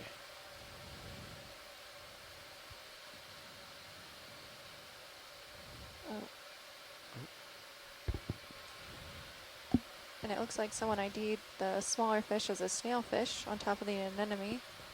Yeah, these little snailfish. It's almost like the one that we saw earlier when the anemone was wide open with this fish inside it. Yes, it does look similar. For a minute. Ooh. Hey, buddy. There's quite a few of these little guys. Let's get his whole body.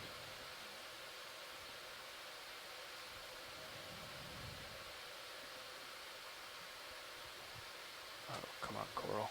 Well, there. You can see the tentacles of the anemone all tucked up there, just a few sticking out the top. I think that's good, pilot. Right. Thank you. Just to get his eyes. Copy that. Well, actually, we're just going to try to get his eyes since this coral is okay, thank you. Very inconvenient. I'm not sure if I can. Yeah, sorry, Roland. Okay. Two shot. That's good. Shot. And we're clear. Copy.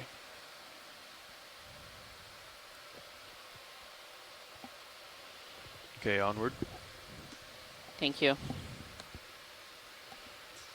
Elena Jorgensen says that little snailfish has a suction cup underneath it to help hold its position. B2 has gone 38 meters.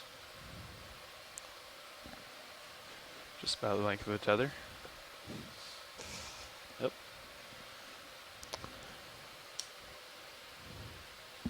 Lots to see here. So this is a 35 millimeter lens. The next one's going to be a 100, right? Can you imagine how punched in that'd be? Yeah, so be great. Yeah.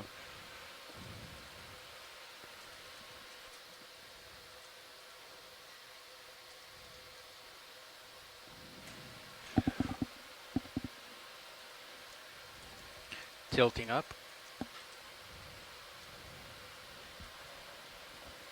Copy, co-pilot.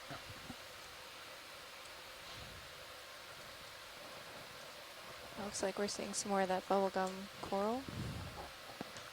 Yeah, the Paragorgia, the red one, and then the other one that we're thinking might be a Pacificogorgia, I think, which is the long, thin, yellow stick-like one with those big fleshy polyps.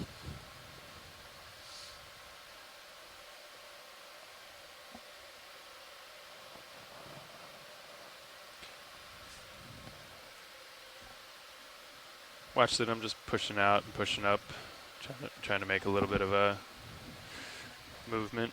So if you guys see something, obviously just yell it out. Pirouette subject at the top of your screen if you wish it. Want to move? Yep. I'm good for another move. Yeah, 10 or 15? Copy that. Thanks, Wesley. 10 or we 15. can do 15 if you want. 15 meters, pilot. That sounds good. All right. Video, I didn't catch you. You were... Pirouette subject at the top center of your screen if you wish it. Okay. I think he wants the tall red one.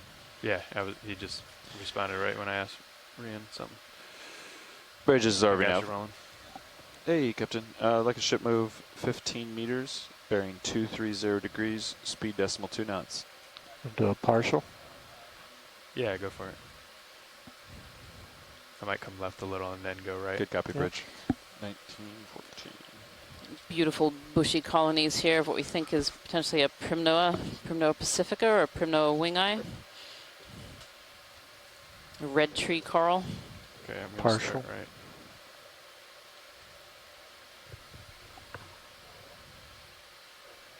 See how close you can get to that still cam. This coral is very common all along Alaska, through the Aleutians and down southeast Alaska, even into BC and to the southern U.S. as well. I'm going to have to raise an elevation a little.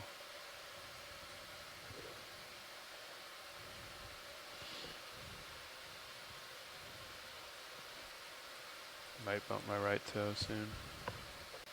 I think it's so It's bright, been a it's good move, throwing the white so balance off on that. Red tree coral is We've a already particularly got important plenty, coral so for Alaska. keep it going. As Whatever it you harbors get, many it's great. species of rockfish and juvenile crabs for part of their life cycle. Okay, I think that's about it. Good.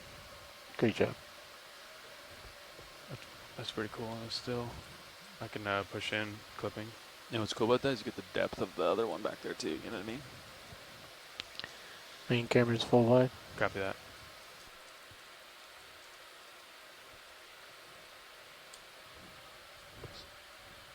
This kind of looks like the first one we sampled, right? Pretty similar.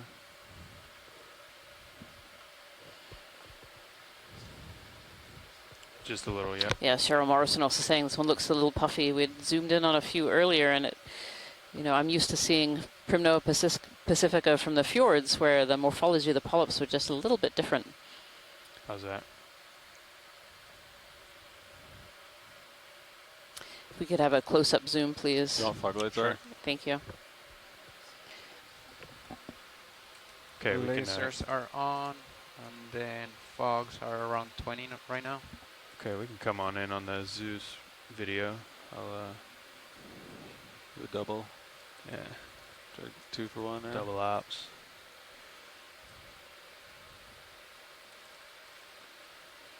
Fish hanging out.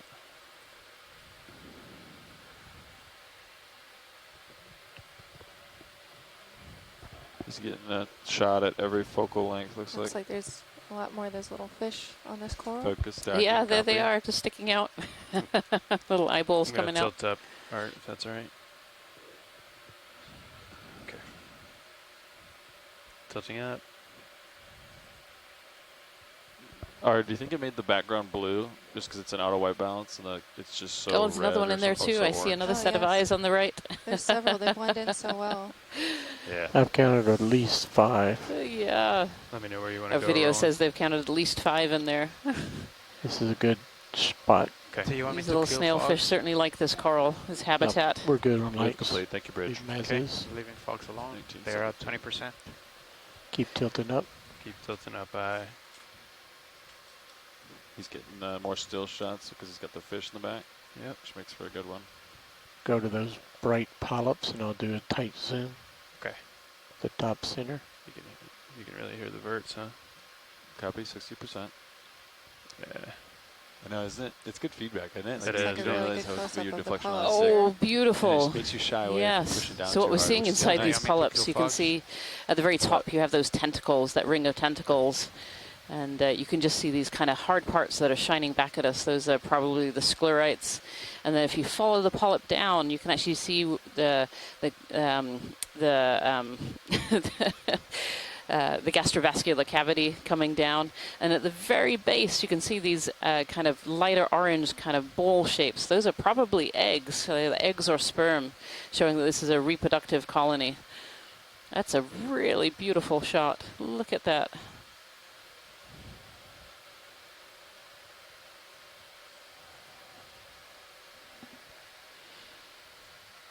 Amazing zoom, huh? 18 times. I'm going to try to ease up They on look almost my like little thrusters. flowers. I might lose it, though. Yes, they do. Those polyp heads. Gonna lose the shakies. Yeah, I'm trying to, but I think I'm going to lose my toe.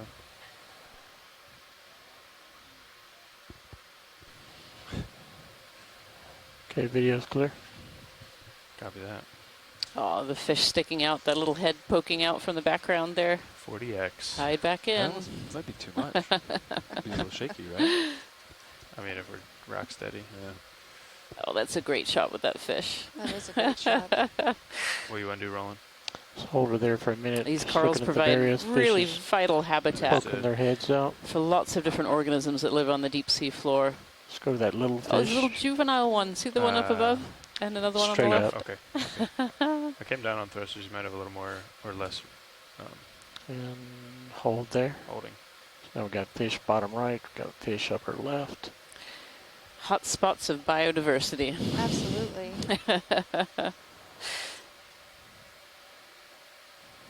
How old do you think this coral is, Ryan? Or is that something you don't know until you take a sample? Well, if we could get Center the of size fish. on it, I'm sorry, I wasn't paying attention when the lasers were on earlier, but these Lasers corals want grow more. usually in the millimeters per year, four or so millimeters per year. Lasers on, Copy. please. Like a fairly Lasers large are on. colony They here. are Yeah. on. Yeah. You know, the same species can grow a little differently in different areas if there's more food resources. We know the growth rates can really change, There they can are. change quite a lot from different locations. But what have we got there? I see one laser. Where'd the other laser go? There it is. Just- So that's 10 centimeters apart. So this is probably 80 or so centimeters Let's look at the base of high. this. So this, 75 this coral degrees could on my well be at least rotator. 100 years old or so. I think we stopped moving, right, navigator? Yeah, you stop. Amazing. Lower right. Okay, I'm going to try to turn. Very, 3 very minutes cool. ago, Fernando, you stopped. Copy. We're going to try to take a look at the base, watch lead before we take off. Okay, thank you. I'm not sure if I'll be able to get over there, Roland. These Primnoa corals often have really thick bases with a really big what we call holdfast, and that's where they attach to the rock underneath. And so it's where they kind of calcify over. And so sometimes they can be quite big and sometimes quite small. And looking to here, I lateral think it would be really hard to tell because there's so many other species that are growing around it. Sure. This little shrimp tucked in here. And you can see that the trunk of this species too has all these polyps growing on the trunk, really, really thick. Need more down I say tilt. it's a, we're not Down eye. entirely sure what this particular species is. We think it's a Primnoa, and maybe Ooh, it's and then rack the focus to Primnoa shrimpy. wing eye, which is a species of red tree coral Look at all the dangles. that has been seen around Alaska. The polyps are so much longer down there, right? Or maybe I'm mistaken. Long, long polyps there. Let's tilt up. I thought I saw a strange Go ahead, watch object lead. on it.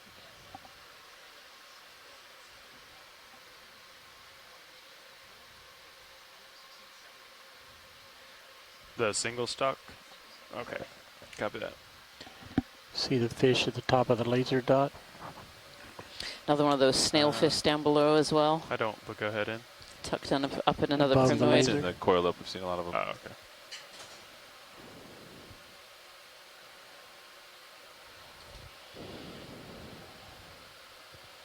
Okay, let me know when you're clear video. We'll That guy looks different from all the others.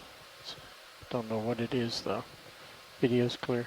Okay, you want to keep it there? I'll take off, or keep coming out.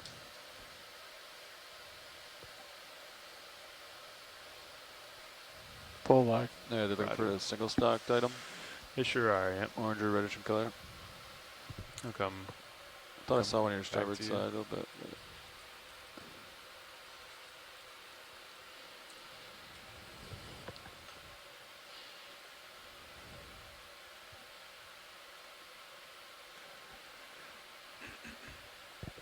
I think we're playing I Spy right now. Ooh, there's a fish. Well, it looks like we have another one of those fish, a sable fish, I believe. Oh, Is it yeah. identified as? Yep.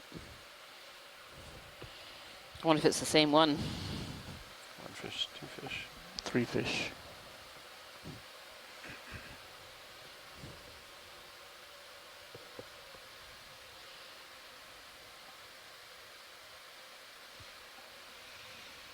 I wonder if this is the same stuff, Pilot, just below center, there's kind of an orange Yep. sticking up there. Sorry to use color. No, that's all right. Yep. Not quite sure how else to describe the bottom right now when you're trying to pick out one colony to look at. So. Yes, in an area that's just thriving with colonies of healthy-looking corals. Absolutely covered. The biodiversity in this area is just amazing. Yep. Or is this something a little different? Let's see.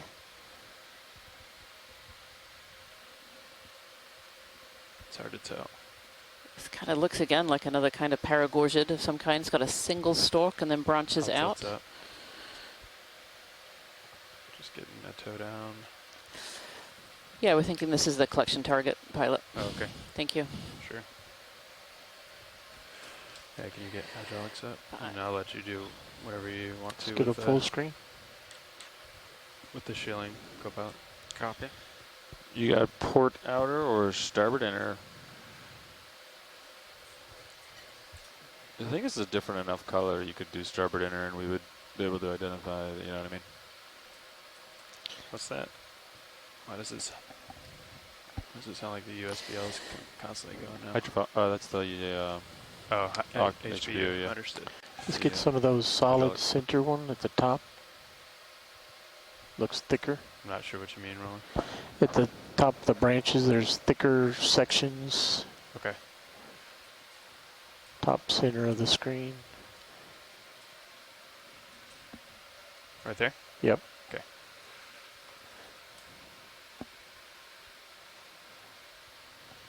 Another beautiful shot of the polyps here. Yeah, you can really see those tentacles. Those 8 tentacles, the little pinnules on them. Beautiful.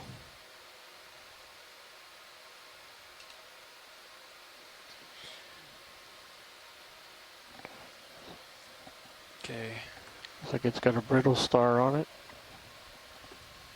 Looks like there's a brittle star wrapped up in one of the coral arms there. Full wide. Full wide. There's certainly been a lot of what we call associated species Good on that we've been Syrians, seeing yeah. when we've been zooming in here. And these are species that are using these corals as habitat in some way, Yeah, either get the arm permanently out. or sometimes Go pilot. transitionally What's too. going So on? like the fish will come along and use, and then they'll What's go that? off and swim somewhere else. But Oh, things what's like the it? brittle stars, you know, we've seen some observations from other species that they potentially stick with this coral for their entire life. There you go.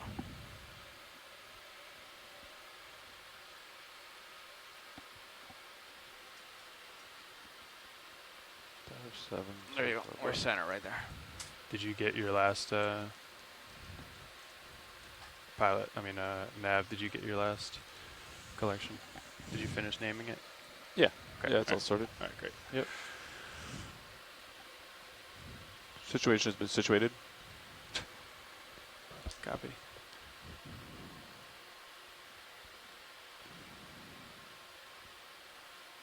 Okay.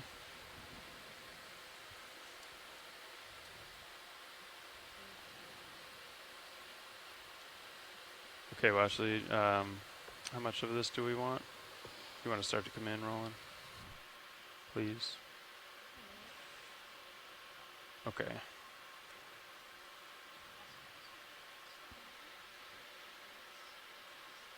Yeah, sure.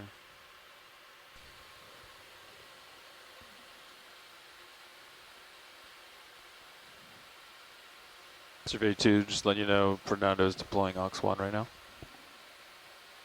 I'm going to wait for that.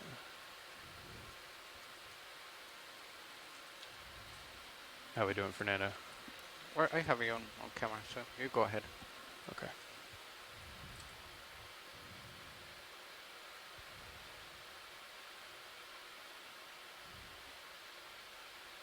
How's that look, watch lead, something like that? Yep, that was great, pilot.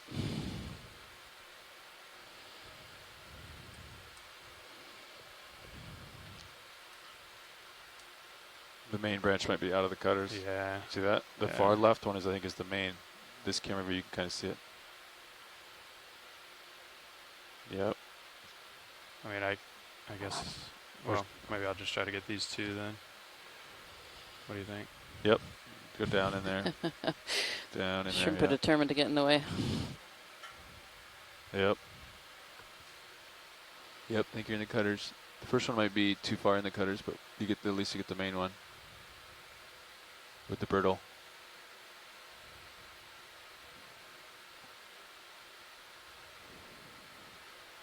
And get the old twisty. Oh yeah, it's clipped right off. I'm gonna bring you back to still cam, okay? Okay. There you go. He's been liking the fog lights with the still cam grip shot. Okay. Do you want fog lights, Art? Okay, video, you want to come in on Zeus as well? That's a great piece, pilot. That's about 30%. Okay. So some debate Okay, exactly we'll what try the to get it species still. might be.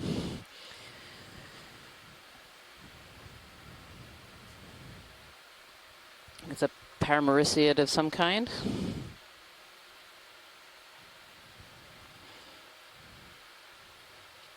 He's got one. He's got two. He's got three. Okay. All right, I'm going to push out the drawer slowly. Copy. Might not be able to get it all the way. Yeah, hold there. I'm going to come up. We can just do what we did a second ago. I can grab your stick. You know what I mean? Switch current. Yeah, I might be able to put in a little joy lock. All right. We'll see. Okay, I'm going to come up. Is there anything in the rock box? No. Nothing has been collected in the rock boxes. Okay. All right, I'm going to push out the drawer. Yeah, go ahead.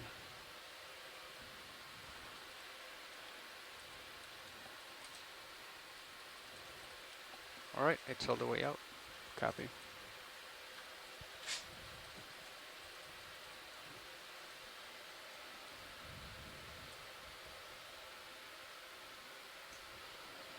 You might not have to nav, I'll just let you,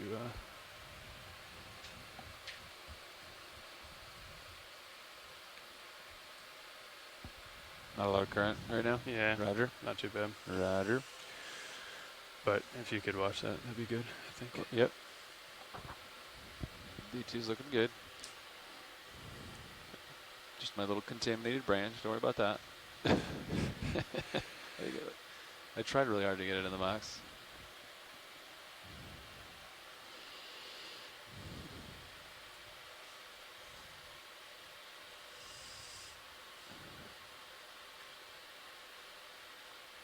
There you go.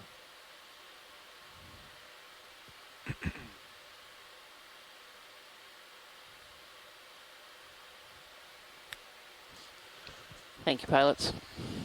Starboard inner, sample 5.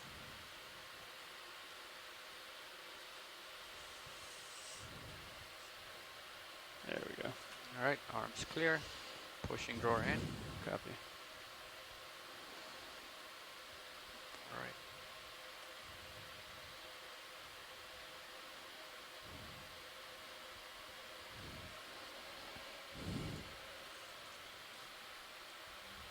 Boom.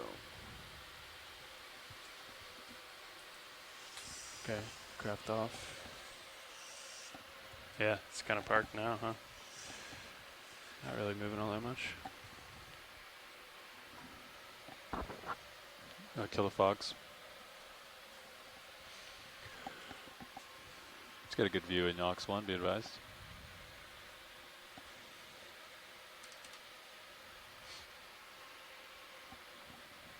Yeah, looks pretty cool. Fernando's getting pretty good at deploying that puppy. He's got all this practice. Oh, he's going for the stowaway. Oh, there he goes. I'm gonna get sick if I watch it. Better watch. Back to still. All right. Let's go find something else. So if you're just joining us here today, we're on dive number 7 of the Seascape Alaska 3 expedition, and we're diving today on an area we've called Uliaga Mound, a little mound series that were discovered on multi-beam about 11 miles off the coast of the Uliaga Islands. And we are currently at 745 meters depth, and what you're seeing now is what we've been seeing for the entire time when we landed at about 780 meters depth. Just masses of corals and sponges. Lots of that benthic habitat being created by these ecosystem engineers. Starboard inner. You can see the corals and sponges are attached to a fairly hard substrate. This, in this case, is most likely basalt, which is a volcanic rock. And this mound that we're diving on is most likely volcanic in origin, and it's situated on the north side of the Aleutian Islands. No more moves? Kind of on the southern end of the Aleutians, where southern tip on the northern side of the Aleutian Islands, where the subducting slab is oceanic, and it is being subducted underneath another oceanic slab. So older oceanic being subducted under younger oceanic. So the composition of the rocks here is quite a bit different. And as I mentioned at the beginning of our dive, which those of you who joined a little later may not have heard, as you go from the north east to the southwest along the Aleutian chain, the composition of the volcanoes and their morphology changes as well. And that's largely a function of the kinds of crust that are involved in the subduction zone. In the northeast, we have oceanic crust being subducted underneath continental crust.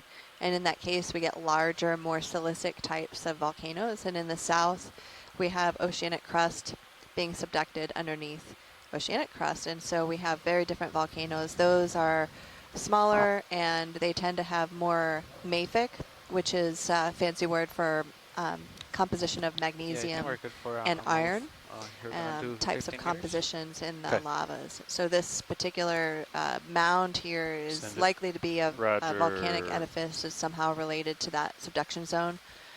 It's kind of curious. This location is situated about 11 miles north of a 15 meters. island chain called the Island of Four Mountains, and that particular area is thought to be part of a caldera, but so far there hasn't been enough evidence to nail down exactly that caldera. But if this is a caldera, it is one of the largest. A little redfish here tucked in. So yet another species of fish. We're up to quite a number of species of fish so far on this dive. And it's not really all that surprising, given all this habitat that's being created by these sponges and corals that are down here. That's about as... I think that's the only spot for me to put my toe in video, but I'll try to come in here. Okay, lasers are clear. Roger. Lasers off. There's beautiful bright red fish here, tucked in amongst the rocks at the bottom of the corals. And fish all over the place. Okay, let's go to its This is a rockfish of some kind. I'm definitely not a fish biologist.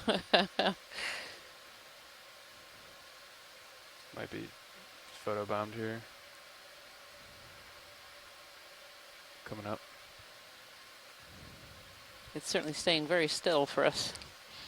There we go. Elena Jorgensen says a short spine thorny head fish. Short spined thorny head.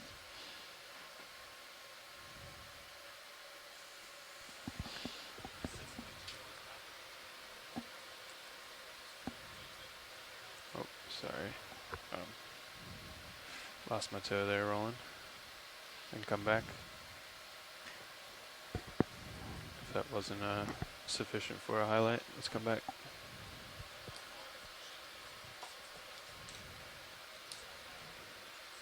You want to center up on the eye? Yeah. Okay. Yeah, what's turning me? Oh, the tether's turning me. Okay.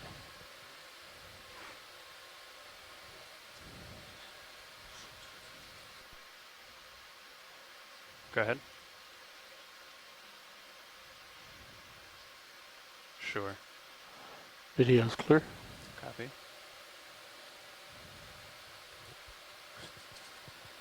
And we're currently at a water depth of I'll try to about just rotate over there 740 on- meters. I think it's the white one.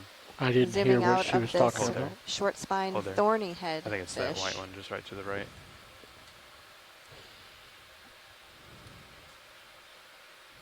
It's Yeah, the but one I'm telling you, right in the middle. it's one right to the right. Please, thank you. Just going to have a quick zoom in on some of the corals here right next to this fish. Come on.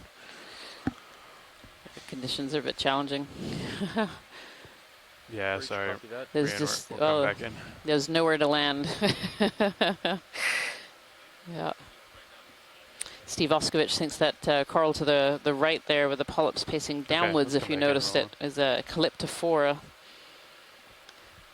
And it certainly had very large basal spines, which he's saying is a way to identify that one. Yeah, that one right there. Look at that.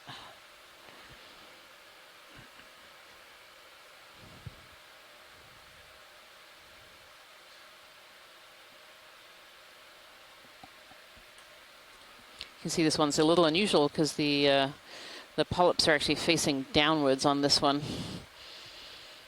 Yeah, what's the benefit of that, Rian? As opposed to all the other ones that are facing out or up? Yeah, it's a really good question. So the pilots just asked, is there a benefit to having the polyps facing downwards? And honestly, I don't know. You know, it's certainly a different way of catching food. You know, the polyps are the whole organism, so they need to feed, they need to reproduce. And so there's surely some evolutionary benefit that this particular species has evolved to have those polyps facing downwards. You okay if I tilt the video? Okay, copy. Might be... Turn them off, you mean? Yeah.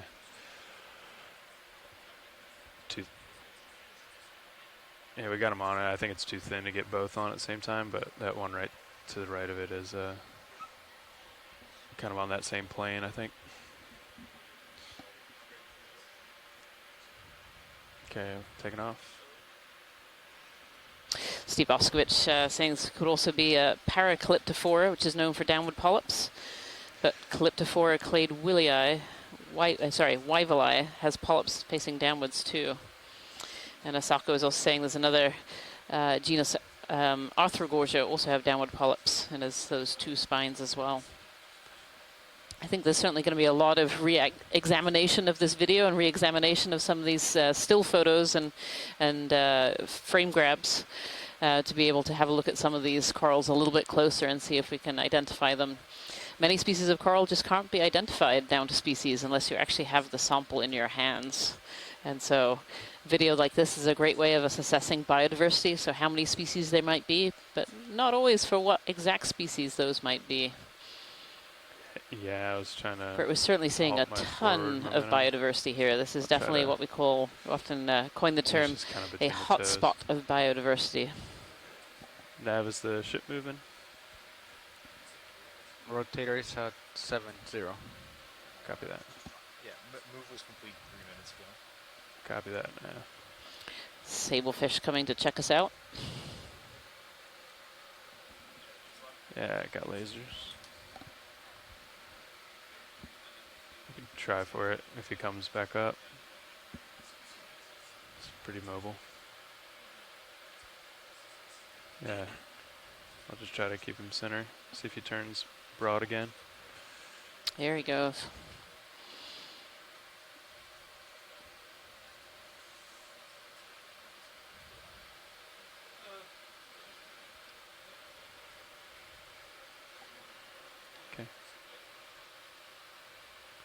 All right, I'm gonna push out a little bit, come up.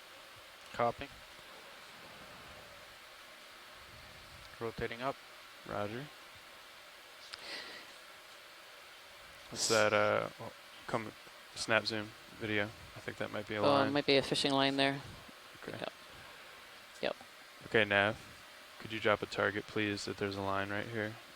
And please help me look in the port and starboard rail cam. That fishing line here has been here for a while too. It Full actually has some of the stoloniferous octocorals, the encrusting octocorals growing on top of it. Let me just rotate up a little bit more. Yeah. Why don't you come up a little, co-pilot, please? Copy.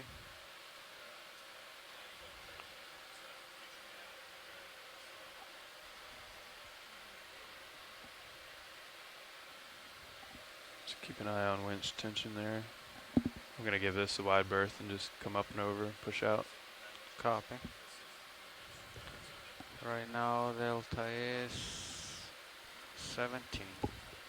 Okay, I don't see anything on your screen. So the pilots have identified an old fishing line, and I they're don't trying even to see the figure line out that you're where it is looking at exactly and make sure right that they now, don't so get tangled up I in don't it. know. So we're taking We just a will few be minutes able to see anything from here. figure that out. Just gonna give a look in both directions here. Nothing weird on sonar, right? So this has been a really exciting dive. You know, when I've read publications about the Aleutian areas and certainly read stories from other researchers, you know, they've mentioned these hotspots of biodiversity, just the number of species that live in the Aleutian area. Over 150 species of coral have been recorded from the Aleutians, over 200 species of sponge recorded from the Aleutians. But the majority of that research is done at 500 meters and up. There's not kind of much that's been done in this range. There's been some collections here and there and some visualization before. And so I didn't know quite what to expect when we found these mounds in the multibeam. We knew there were potentially areas where we'd see more species of corals and sponges because they had that formation, that nice cone shape that kind of funnels the water and creates those higher currents and brings in the food. I don't know if what I'm seeing right now is quite what I expected. I mean, you can't even see the bottom here. You know, it's so covered in those corals and sponges and lots of other organisms as well, from fish to starfish to crabs. This is the true definition of a hotspot of biodiversity. Yeah, they clearly really like to live here. This is just a great place for these corals to live, obviously. So the steep side of the mound and the hard substrate, coupled with the good currents that come in through this nearby channel, seem to be working together to give you this. Definitely. Is that right? Yeah, Okay. definitely. You know, coral growth, sponge growth is really controlled by this kind of complex matrix of biology and physiology and geology as well. You need kind of all these factors to come together just right for those larvae to be able to settle and grow. And this is just obviously just a wonderful place for these corals to be able to settle and grow. There must be plenty of food in this location. There must be that good current that's bringing the food in and the waste out. And they've just formed this amazing habitat on the seafloor for all of these other organisms. Yeah, this is really interesting, watching all these different types of organisms cultivating the rock and on the seafloor here. Yeah, I mean, you can barely even see the rock. It's down there somewhere. Yeah, I can see little pieces of it. A little hole. Yep. But we're hoping to we would like perhaps to collect a request a sample move, further up on the 10 slope when there meters may at not be as 230 much degrees, growing on the 0.2 rocks. knots. We'll see what we find. Yeah, we shall definitely see. It certainly hasn't abated yet. It's No. been pretty packed all the way through. And it's also possible that the rocks are better cemented as you go further up in the steeper cliffs. But if we see a good sample, we might pick one up.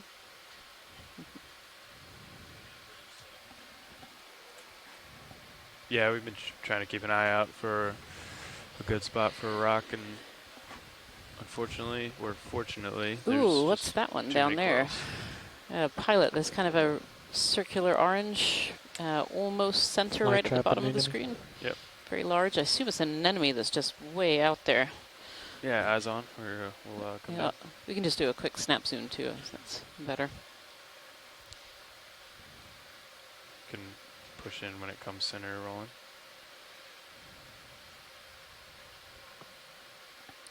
Some of these very, very large anemones. that we're seeing. Anemones and cnidarians, just like the corals are as well, but they don't have any hard parts at all. Look at that, beautiful. Yeah, it's just a very, very large anemone on the seafloor there.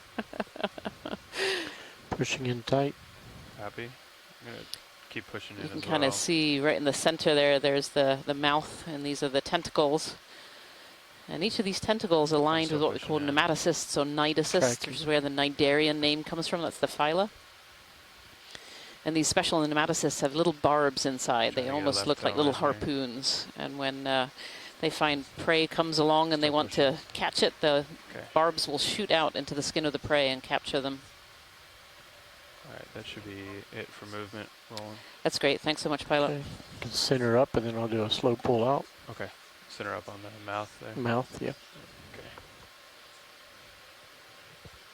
Coming back. Look at that color. That color is just amazing, really. Yeah, and you can see all these stripes coming down. So these are what we call mesenteries, and they're actually pieces that divide the anemone. If you were to cut the anemone in half, you'd see it almost like pizza slices, almost these little divisions on the inside called the mesenteries, and you can see those in the stripes that are on the oral area there. What gives it this color, Rianne? Do you know? It's always been a great question of why organisms have their color.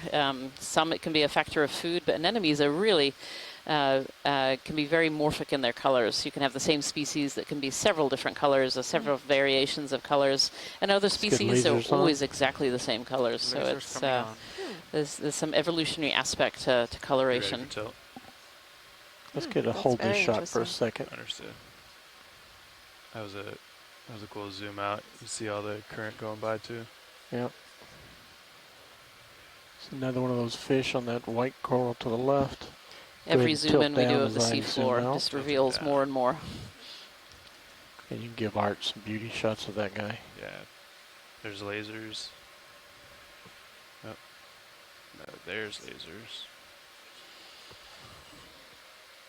I don't even quite see those lasers yet, but they're there. They're on it. Yeah, there they are. 10 centimeters apart. You can see that an anemone is really quite large. Trying to center up for a few stills here. I think we're clear for lasers. Video's clear. My iris just is not responding since I did that white balance. You did the white balance when we first zoomed in? No, I did the white balance in the rack room via the RCP 50. Okay. Since then, the controls are sluggish. Right. Okay. Olivia, you good with stills? Right there. Understood. Okay. Okay. I think we're gonna take off here.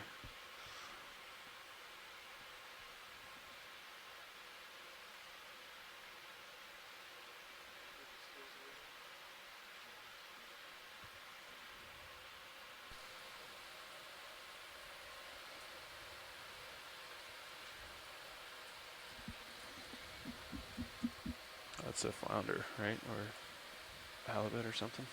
Come on in. Pilot watch lead. Go ahead. There was a coral just to the right of this. When we zoom back out, I can guide. Yeah. Okay. Actually, the one right behind the fishtail right now. Oh, okay. Yeah.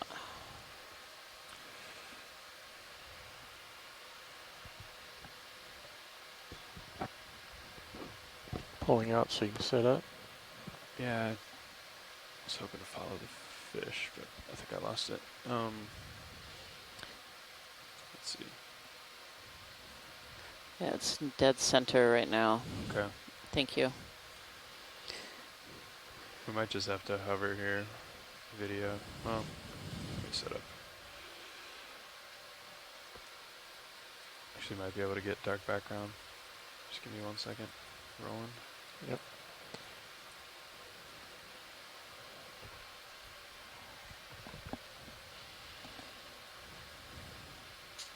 won't be dark, but we'll get it.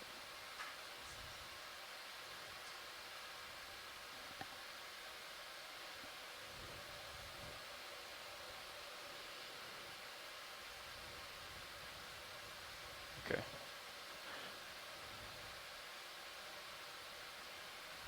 So just having another close-up zoom of some of the corals here. There's a lot of different species to look at. Do we want to go right, this one, or the one to the left? Yeah, this is the one on the right here. Yep. And this one kind of stood out because it was very, very thick. It's another primnoid of some kind. It looks like the polyps are also facing downwards in this one. Right, Roland, I'm sorry. Okay. Do you want lights? No, lights are good. Go ahead and tilt up to the top. I'm trying to look and see how many spines. There may be 2 spines on this one, which would make it the Arthrogorgia potentially. Tilting up.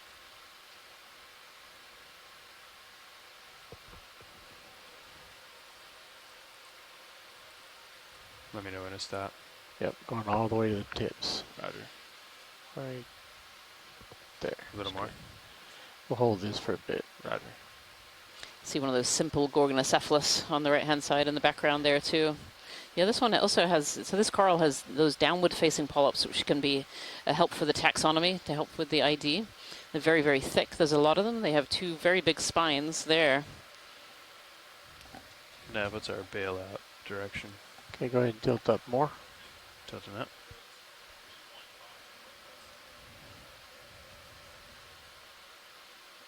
So I'm wondering if this is one of those Arthrogorgia maybe rotate that we were talking about earlier with the downward-facing polyps. Bailout is 315 to the Beautiful. northwest. Thanks so much, pilot. Okay. Pushing for the background. Nav, I changed that when I sat down. Okay, go ahead, video. So can you cross out the 315? I didn't do that. That's my fault. Pulling for full screen. Copy. Pulling focus. There's a lot going on there. Tilt down. Breach this is Tilting now. down.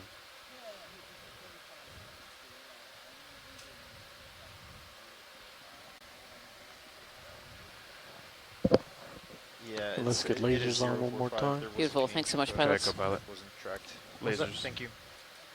Sorry, listen. Nope. And we can see if Steels needs you to tilt down more.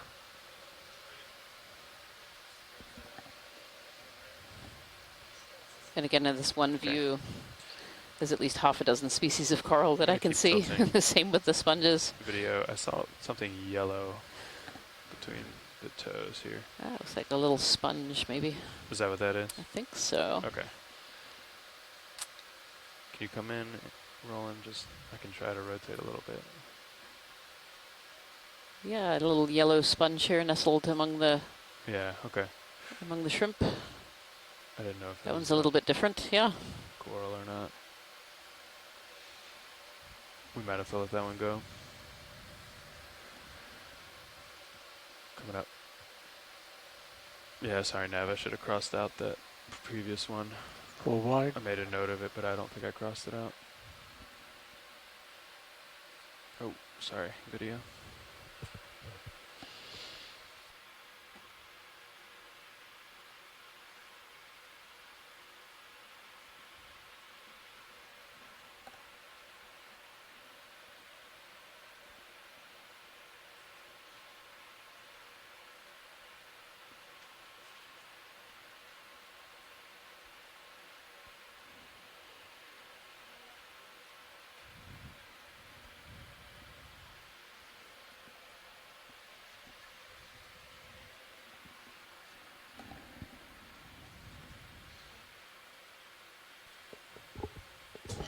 And thanks everybody for joining. And just a reminder of where we are today. We're located about 12 miles north of Uliaga Island. Uliaga Island forms part of a grouping of islands called the Islands of Four Mountains. And this particular spot, we're currently at 730 meter water depth. And we're hoping to get up to about 548 meters today. We landed on a very diverse assemblage of corals and sponges, all seemingly attached to a very hard substrate of what appears to be basalt. What's red here? This particular mound is Fly likely trap an enemy volcanic in from the origin, back. and it rests kind of on the north side of the Aleutian Island chain, which is a volcanic arc. And so these white, really bright white kind of columnal features are sponges, and then the branching organisms you see are a wide range of different corals. Nav, this is co-pilot. Co-pilot, this is Nav.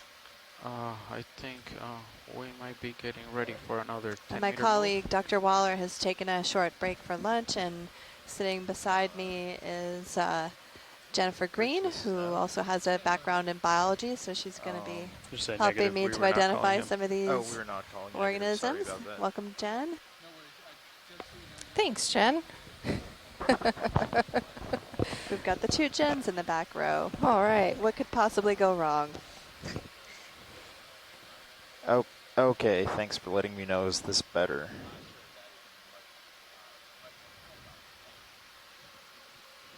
Okay, co-pilot. Move. What was the move? Let's repeat the same move. So 10 meters, same direction, same speed.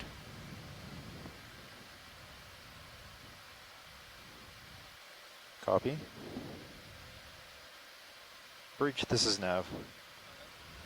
We would like to request the same move. So looks like there's another that's 10 basket meters star on top of that coral right there, just at left, or just right of the 0.2 center knots. frame. And Rianne was saying that sometimes these associates, these basket stars, will stay with the same coral for their entire life. And it looks like there's Yep, a that is correct. Thank you. sablefish in frame right now, kind of hiding down below next to the sediment. Beat your last video. I was the anemone that went off the bottom. I didn't know what it was. I just saw something different. Sorry, I couldn't hear you.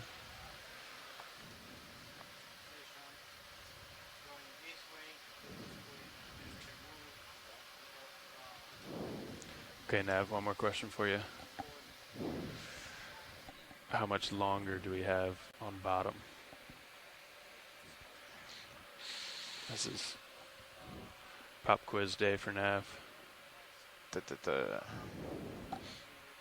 Okay, so 4:30. Basket star, we gotta top, go center. up. Copy. It takes. Or just long brittle star. Levi can help you.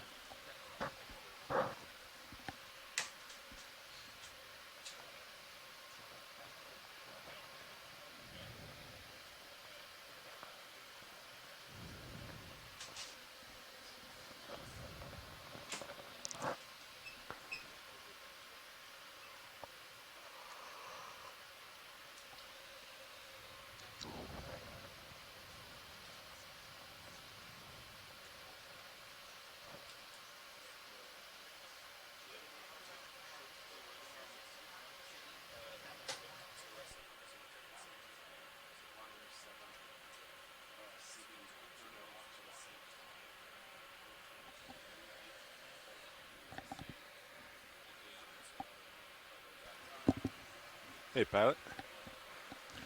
Hello, co-pilot. Excited to do the shift with you.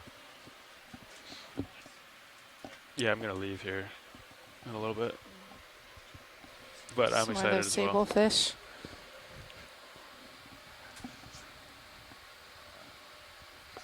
Bridge, thank you. Copy.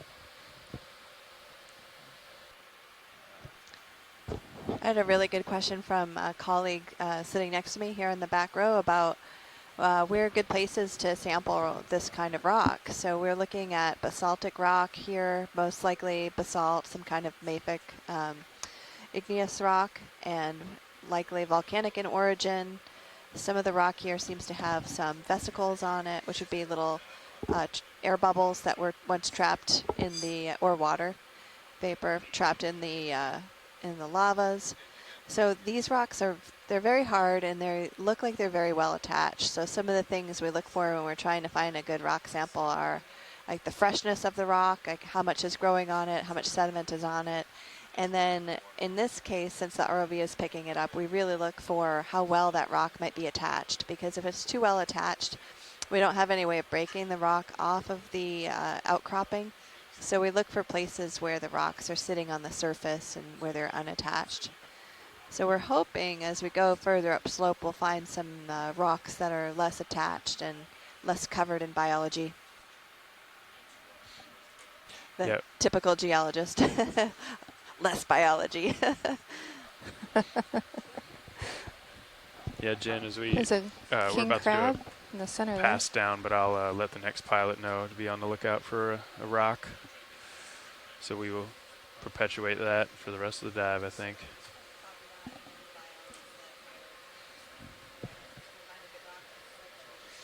Great.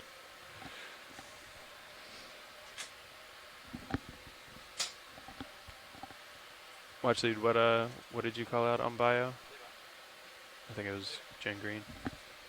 Just a king crab. Oh, okay. Down to the left. Bottom You left. want to take a closer look? Sure. Or I guess we can keep going. Either way. Looks like we're going to stop to take a closer look at this crab here who's wandering around in the basaltic seafloor at about 720 meters here. Come in video. Try to get a foot in.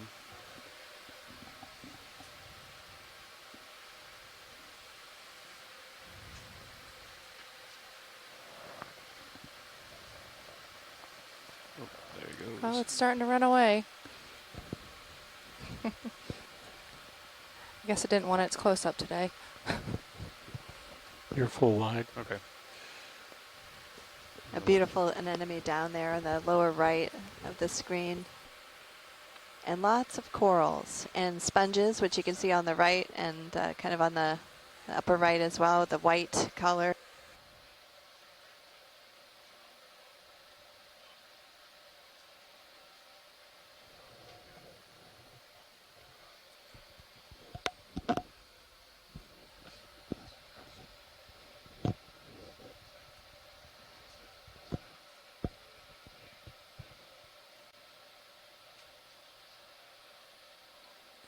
Oh wow, there's a lot more of those sable fish Tilt that up, we've been school seeing of fish. throughout the dive today. And I think some of those globby looking pink corals over there, I think Rianne said those are bubblegum coral. Yes, It's yes. one of the ones that I remember.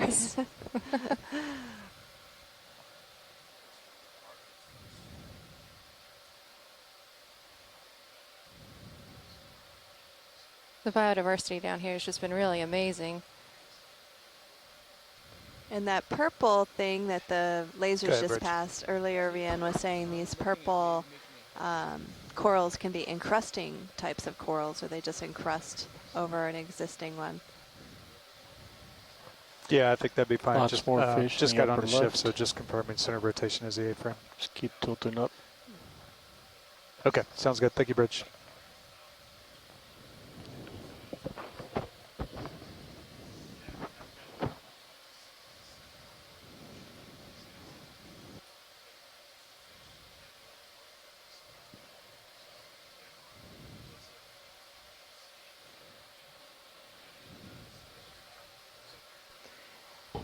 Rianne is texting me from her lunch break telling me that she's sure that I'm going to turn into a biologist at any time. Look at the I don't know about that, but I'm doing my best.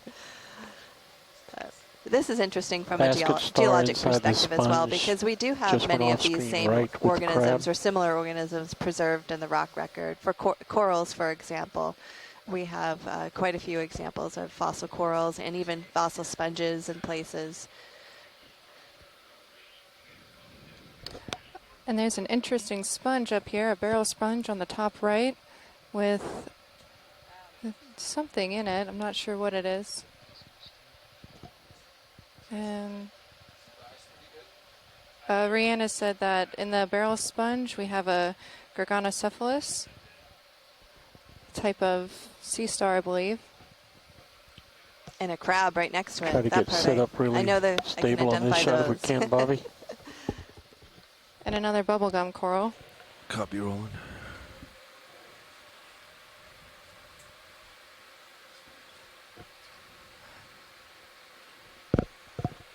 We moving on the ship? Negative. Roger. And this Small heading basket transit, star that's it. it seems to Affect be us. right up above the lasers here. And the lasers are again about 10 centimeters across. Good copy, Bridge. Thank you. Just also to confirm, what do you guys have set as bailout up there? Good copy. Thank you, Bridge. Okay, rolling standby. I'm going to get a tow just under this coral on my right. Ever so gently.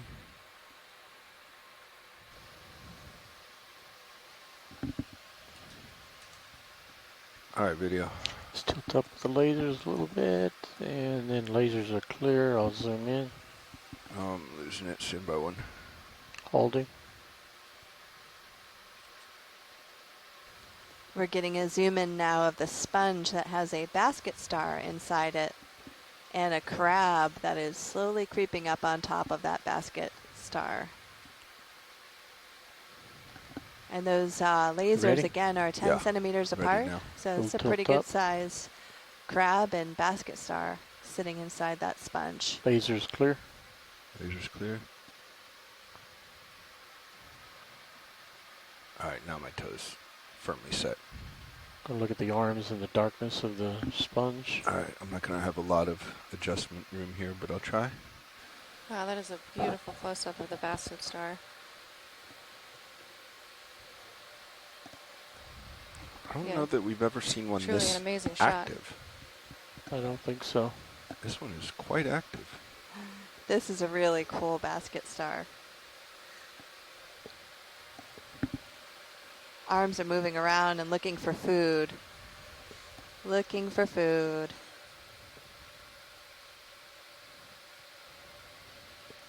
I don't think we have fogs on, but I'm not sure.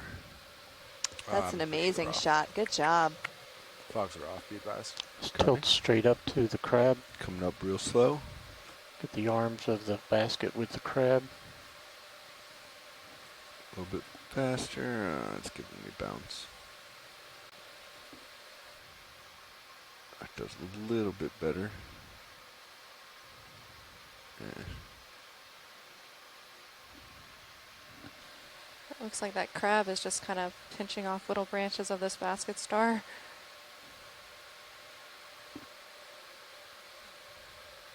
Hold there. Holding.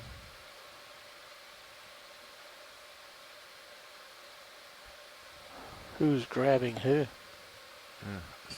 do you think? Come out a little bit? That's Yep. a great Just a shot. hair. So There we cool go. to see that Just gotta get a interaction little bit of between the the basket Yep. star and the arms, crab. just that in the There we background. go. Like this. Holding.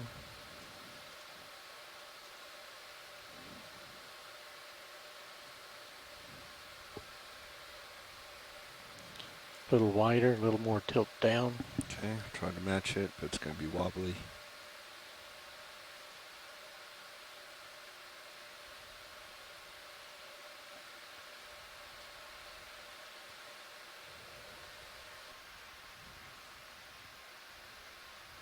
Hold there. Holding.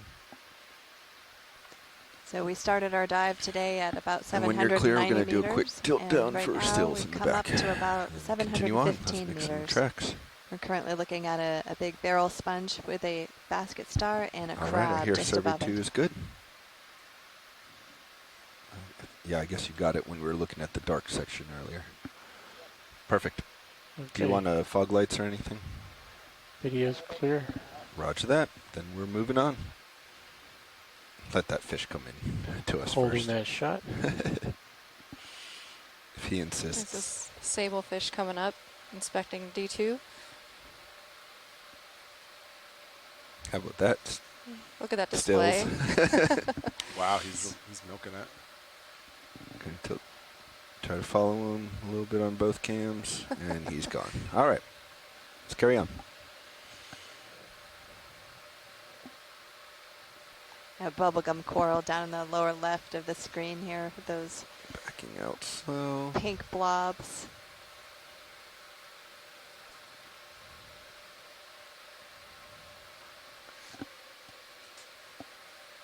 And moving on. You want to tilt up and look sort of into the background, see that big school of fish. Yeah, I guess they're not as obvious. Yep. Back to normal. All right, watch leads. This is pilot. Been trying to watch as I've been off shift, but please call out anything you want to see, or if we've already seen something and you want to move on, let me know that as well, please.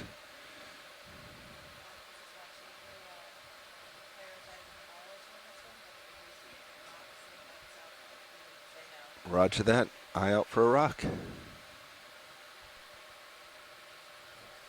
Feel like a move, pilot? I think we've been sitting for a while. Let's do it. Nav, what have we been moving previously? 10 meters. Lots of sponges 10 meters. and corals Copy. and a little fish. And I believe somebody identified that you wanna fish start as with an 10, eel Bob? pout What do you earlier, feel like? potentially an eel pout. You're at least 10 in front of me. Pretty steep, but... Does it sound good? How much? 10 meters? Perfect. Start? Yep. And it's nice and shallow, so we'll see those quickly. Yeah. You want to get a look at that white coral on the right? White coral on the right. Just went off screen. The big one. Last one, Sean, was at 230. That sounds great. Bridge, are we now? We can snap for it, Roland. Hey, Bridge, we'd like to repeat that last ship move, please. Range 10 Sending on this meters, white bearing coral. 230 degrees, No. speed 0.2 knots.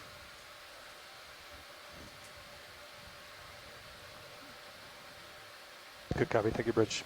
These corals look so delicate. Where's They're all the so polyps? delicate.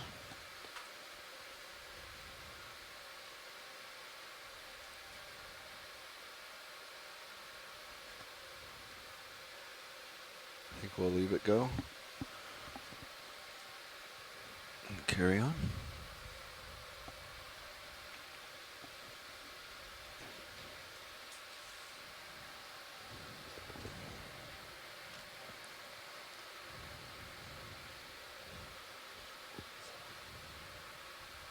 I believe that white coral is a stylastrid. Coming up. Back to the right.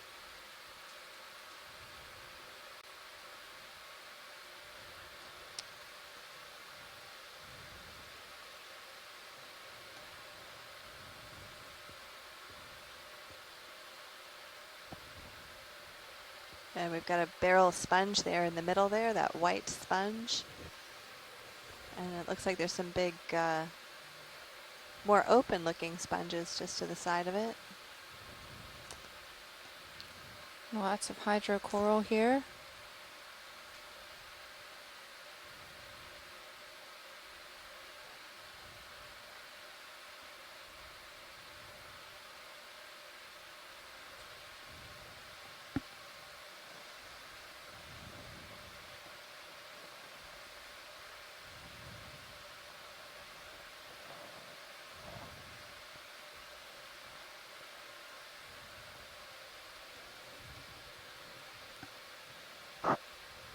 Camera's at 4-0 for reference. Copy 4-0. Serious camera.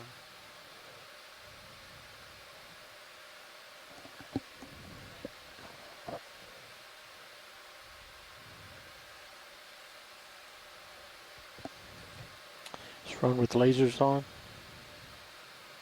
Let's run with lasers on. They're on. Okay. Good copy. Thank you, Bridge. Find me something new, Roland. Seen most everything. I keep looking for new stuff.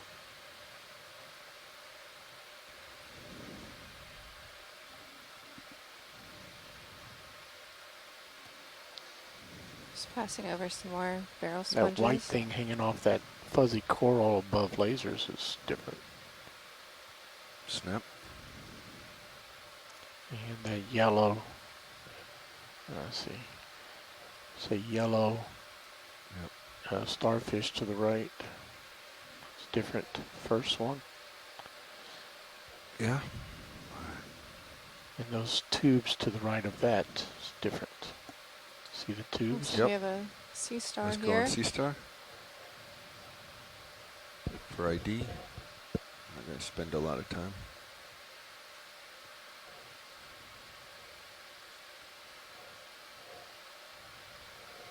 Oh, look at the sea star here. Nav, how's our progress been this And dive? these are more making good hydrocoral. time for Is the that track? correct?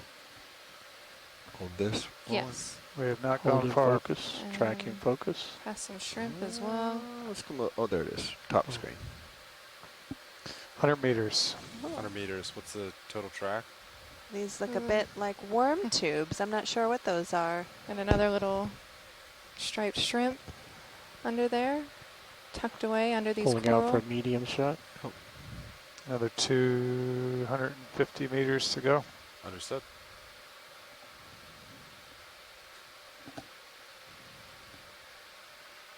Are these worm tubes here, Jen, that we're looking at? Yeah, the worm tubes. Yeah, they look Continue like on. they're some more little worm tubes. We saw lots of those a few dives back on our It's more above, hydrates. right between the lasers. Methane This whole seeps. area looks to be covered in them. And pilot, I think we're only about a third of the way. Oh, let's keep through the moving. track. Understood. You want another 10 meters? You're looking pretty good. My camera's at 4.0. Yeah, if you're comfortable, I can get up.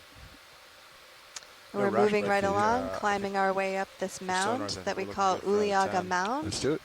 We're located about Nav, you wanna 11 do miles one more north for of us? Uliaga Same as Island, last? Bridge, which are we now? is part of a grouping of islands called the Islands of Four Mountains. And we are in kind of the Hey, southern Bridge, we'd part, like to repeat that last move again, southwestern please. part Range of 10 the Aleutian meters, bearing Islands. 230, speed 0.2 And our knots. location is just Starfish north of showing the us his subduction zone. So underside. we're looking at part of Yeah, we the can get a overriding snap plate for of the Chris Small. subduction zone and all the communities that are living on this wonderful basalt. Looks like we got a Can sea Ranger star Blue be on here. pilot? Yeah, it appears Yes. to be on its side or slightly upside down. And a little shrimp coming out from under it. Is it just that? You can see the two Okay, it's feet got two of the arms sea on star there. coral.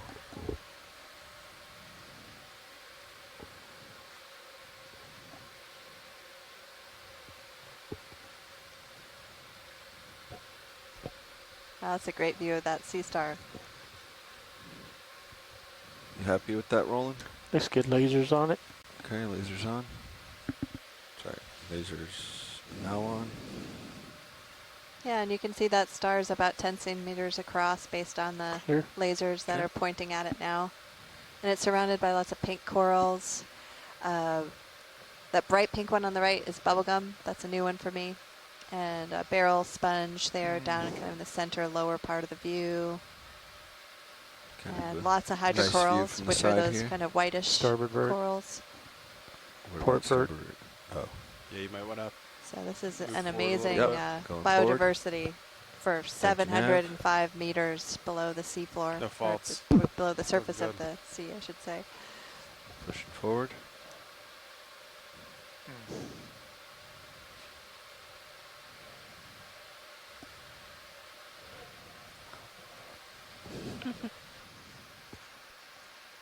Going back to starboard.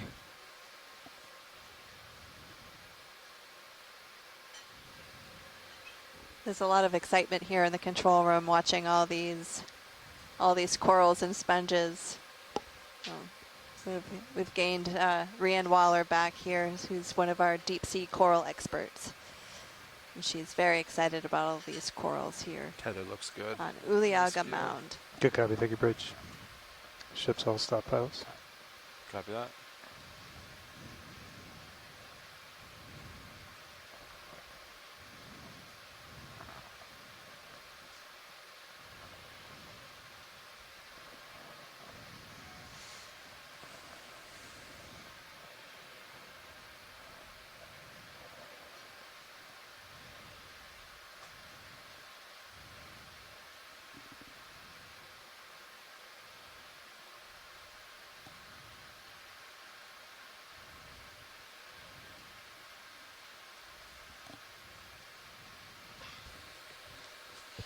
So I went to lunch and came back, and it's still the same view. See the purple rolling? These amazing Yep. deep sea coral and sponge habitat here. Can you remind me what this purple one is here, Rianne? I know you said it's an encrusting coral, is Yeah, that right? so stoloniferous octocoral encrusting, so they don't build a central axis themselves. They don't have that main skeleton that would make them a fan. Instead, they grow over whatever is on the seafloor. Yeah. That was a great view of that basket star. Huh? Oh, it's beautiful. Really beautiful. A lot of these big barrel sponges, too, that we're seeing on the seafloor. Squid. Oh, a squid. Go ahead, Rich. There we go. Snap. It's swimming away a bit fast, but there Okay, it let goes. it go. Good Let it copy, go. Bridge. 5 degrees to starboard, 250. Sounds good. So it definitely looks like we're on a nose here. Yeah, we can see kind of a bit of topography here. It's rotate, kind of we can set dropping up off to and, our left-hand side here. I'm wondering if you need to bring your heading to starboard a little bit, to right. Yeah. Video's swapping out. Thank you, Roland. You want to follow you over? As you, Yeah. We can just continue on. we just have 10 meters in, so it shouldn't. I don't know that you need to go far. It might just be a local. You're looking 720. Bathy says 720 meters. You're at depth 700. Could be a little funny business. Did you adjust your heading yet? I'm doing it slow as you come over. Hello, Jen. No, This it's is fine. Chris Mock. 'Cause it looks like you're almost on it right now. Hi, That's Chris. 10 degrees there. It's about 15 Hey there. You just had this really nice close-up on that that's why Hipposteria, I'm and not it was hearing actually one of the only shots that we've seen so far of it feeding. There's a bunch of different species in this area, and that one was slightly different from some of the others that I've seen. Yeah, just the nose. It's all very curious because I'm wondering if the different species have differing feeding habits, and several of the corals that all of you have mentioned have downward-facing spines, which is generally the direction that the sea stars Can I lower your approach ox from. light a little bit? And I've seen in the North Pacific that a lot of Hipposteria will digest the polyps from inside the capsules, leaving the capsules intact. So there's possibly Good copy. a Thank you, Rich. defensive function that is part of whatever is going on with your coral morphology. There's also a bunch of long-armed sea stars that are white drops off on this that side. we've passed like by kinda right several here, times. maybe? Yeah. And those are Henricia. More of Henricia is a predator on sponges for the most part. And we saw one that was yellow that we passed by a little while ago. And its disc was sort of embedded inside a crevice around where there were sponges. We saw another sponge earlier, which was kind of bowl-shaped, and the sponge had its mouth in the center of that as well. So definitely a lot of good predation observations. Okeanos has always been wonderful because it captures not just the species as they are, but capturing them feeding and doing what they do naturally. And that's something you don't get from trawl. Bridge RV now. So I hope we continue to see a lot of these, and even if they're known species, Hey, Bridge, I'd like actually to see put them another ship move in, the please. middle Range of 10 doing what they do meters, best, bearing feeding 245 and, degrees, speed 0.2 whatever else knots. they happen to be doing, because so little of that is actually recorded in the scientific literature. Good So, copy. Thank you, thank Bridge. you very much. Appreciate it. Yeah, thanks so much, Chris. That was really, really helpful information. And you're quite right. You know, these observations that we're seeing, the ecological observations are brand new as well. I think we often think about exploration as something where we go and find new things or new animals or new locations or new rock formations, but they can be also new observations of how animals are living together on the seafloor as well. I think that's a big part of exploration. Yeah, that was really cool to hear how the morphology relates to the predatory nature of the stars. Yeah, one of the things that, for example, I wanted to mention briefly is that those, even though we've seen basket stars because they occur in shallow water, these single armed baskets, the astrochele, if that's even how it's pronounced, I've never seen those a lot. Yeah, So, it was really it's all interesting. Latin, you know, who knows? Yeah, it was really interesting because I don't yeah. think I've seen the ones with the single arm before either.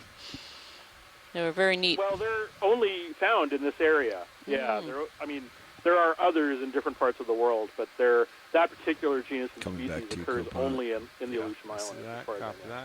Neat. So, Go a little bit out there. there are a lot of cool things here that we're just. Go ahead. I've seen a lot of these in trawls, but seeing them doing things is exciting. So I'll leave it to you. And it's Sunday, so I'm On the I was lasers? in the middle of something, and I saw your pilot graciously Low stop lasers. long enough to Let's start to go in. watch that video? particular Hipposteria feeding, and we actually saw the coral over the mouth. So I figured I should call in and offer some guidance.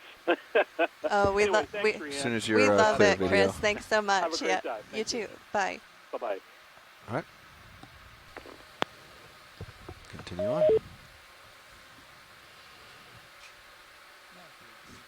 That's a Keep great up the bigger example bridge. of some of our shoreside scientists with specialized expertise in different areas chiming in to provide some insight into some of these creatures that they've been, in some cases, spending many years studying. Yeah, there are great. so many different species that are living in this area. There's really very little chance any one person could be a specialist in all of these different species. And so having this shoreside component, these shoreside scientists to really help us out with the identifications and noticing different feeding behaviors and different morphology is incredibly useful, incredibly valuable part of this telepresence expedition.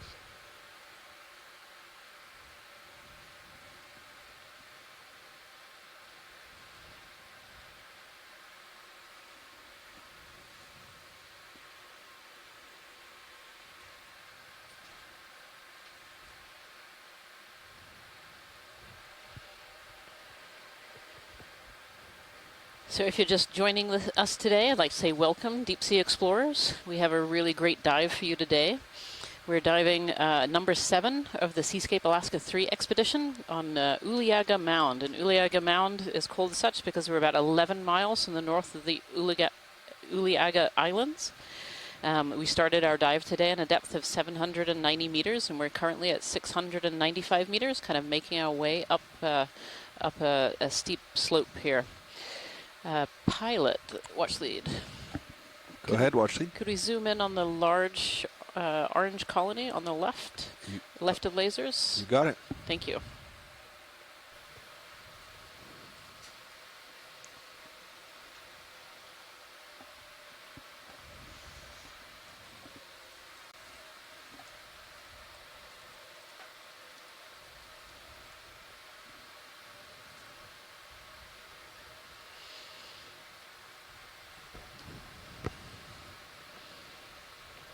Our shoreside scientists are very good at spotting things that we might miss as well. You might want to bring. I just hit, but just contact. There's so much to see today on the seafloor. I don't know if you want to do lower starboard swing arm or not. What's this coral that we're looking at here, Rhiannon? I believe this is another primnoid coral. Of course, most of them have been primnoids today. This is definitely primnoid paradise. All right, video, we're stable. Okay, coming in. Gonna hold on. I'm going to bring you up to the tips, the very tips of the black background. Okay, Thank you. perfect. And before we take off, we'll line up our survey 2 as well.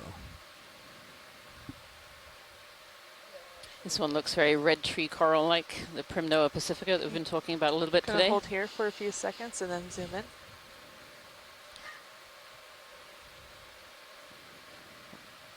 Okay, zooming in. One of the most well-studied species of coral in the world, actually. Can I tilt you up a little? It's been it's only found sure. here in the North Pacific, but it's been fairly well Just a studied, little. mainly because of the accessibility of this species. And that downward curling we're seeing is a Right function there. of predators. Perfect. Nice Thank black you, pilot. background. And that's certainly what Chris Marr suggested from his sea star observations. Obviously, we don't know for sure, but that's that could be one theory. Okay. Yeah. That's great. That's a great example of it. I hadn't noticed that before he mentioned it.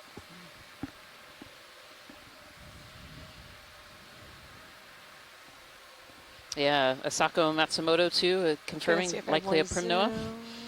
Nope, that's not. And this is kind of more the morphology that I'm used to of the Primnoa that we see in the fjords, these big branches, these large colonies. Thank you so much, pilots. That's great. Roger that, watch lead. We're just going to take a few more beauty shots for our video team, and then we'll move on. I am always good with coral beauty shots.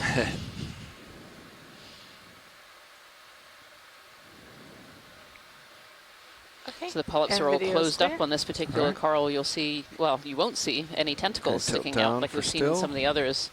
And that can be for a variety of reasons. Now, with the number of fish swimming around, I would suggest that maybe a fish has bumped this area, because we also see some of the other corals with closed polyps as well. Let us know if either of you want lights. And so any kind of disturbance, the good on polyps will usually lights. close up. Oh, yeah, there goes a fish, just to demonstrate my demonstrate my theory. Roger that. Got the clear from both video positions. We're moving on.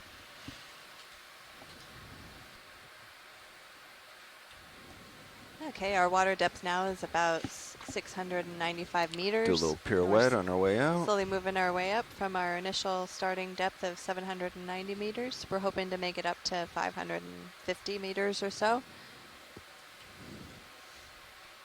You can see the contrast between those two primnoids there, where you have the thick, bushy one on the right and kind of this thinner, less bushy. I'm trying to think of a good descriptor for it.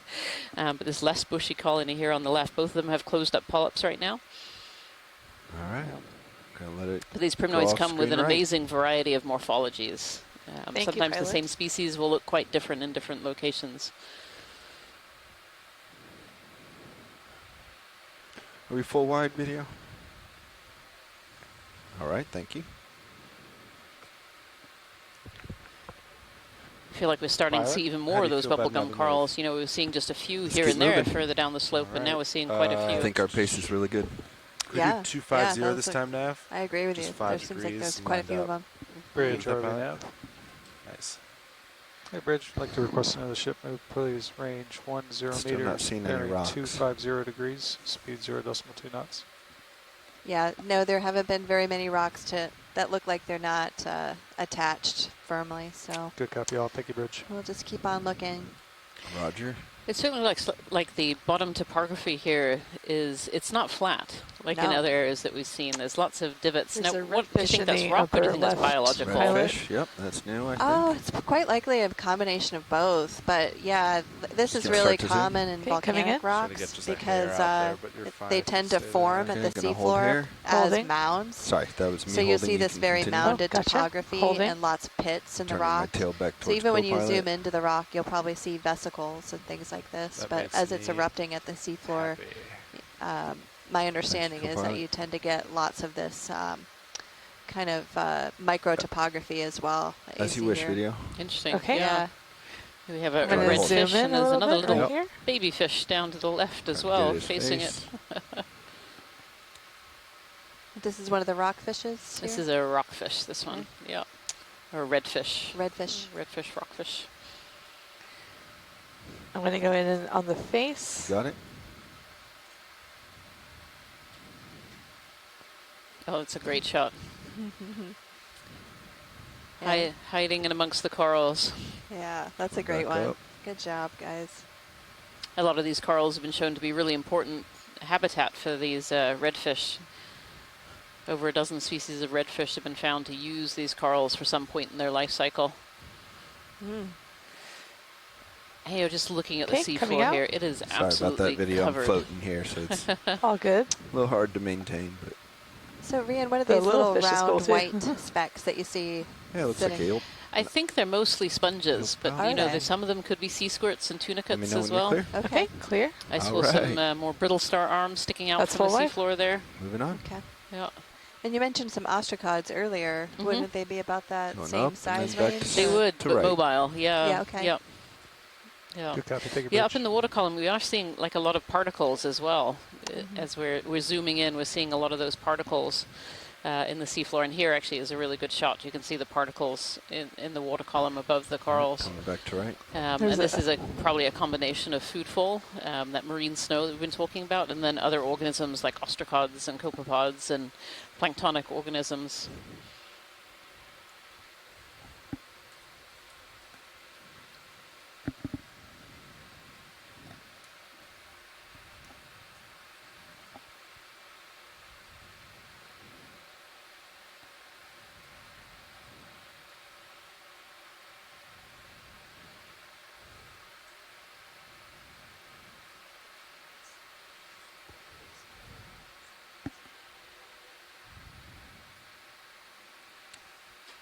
think I heard survey 2 there. Request for movement shots.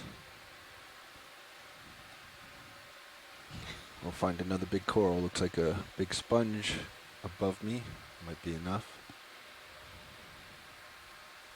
If you have a look over on live feed number 2 right now too, you can see the view from Sirius.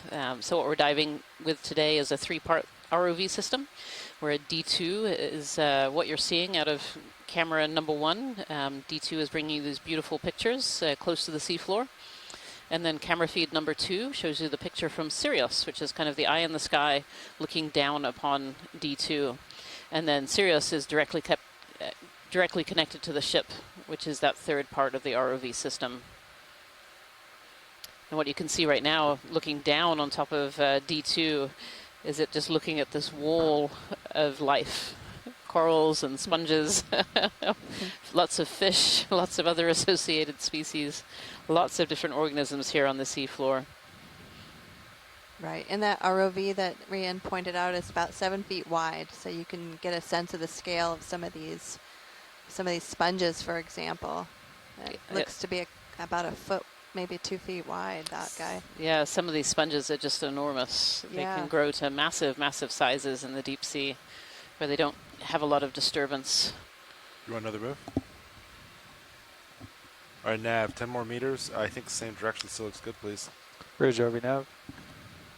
Bridge, we'd like to repeat that last move. And the rock please. here is starting to Range look a 10 lot meters, fresher, bearing too. 250, speed 0 Lots decimal more 2 knots. topography on it, and still looking to be the same kind of rock, though it's really dark in color, and likely to copy. be Take a some bridge. kind of basaltic or other mafic volcanic rock.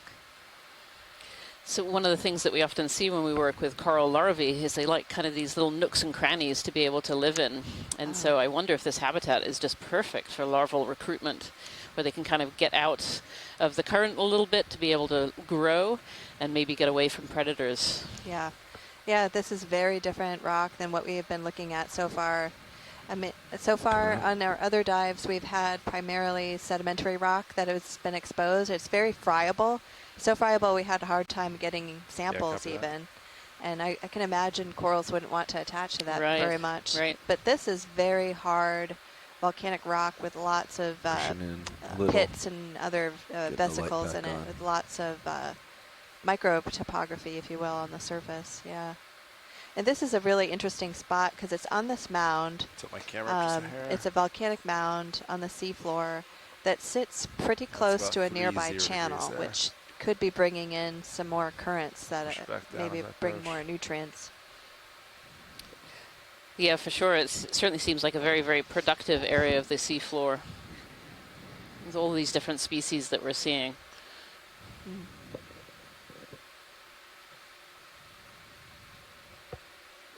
Getting some reflection from one of my lights. All right.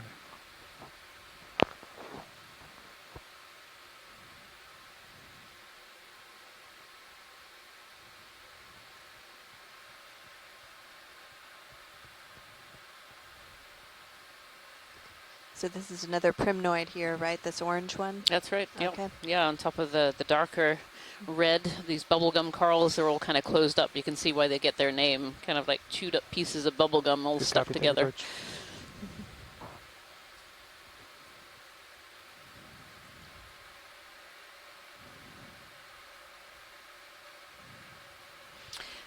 Yeah, Cheryl Morrison is saying from a paper by Bob Stone and Steve Cairns in 2017, says there are 8 species of Plumerella, which is a type of primnoid from the Aleutians. Thank you, so Violet. no wonder Very they nice. appear so numerous. Yeah, maybe we'll find a few bigger ones that we can drive around. Thank you, video.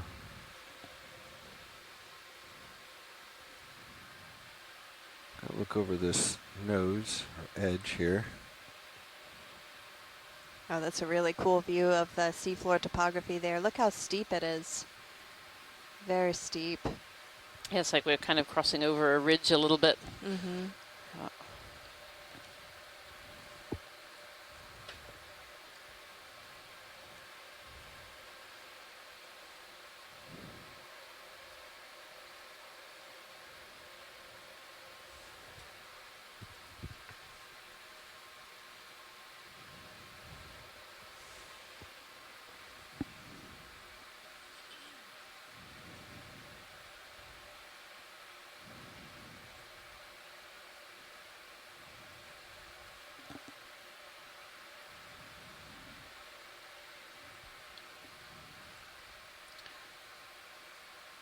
What a beautiful shot of the seafloor. The stylasterids and octocorals, hydroids, sponges, and then all the associates that come with those.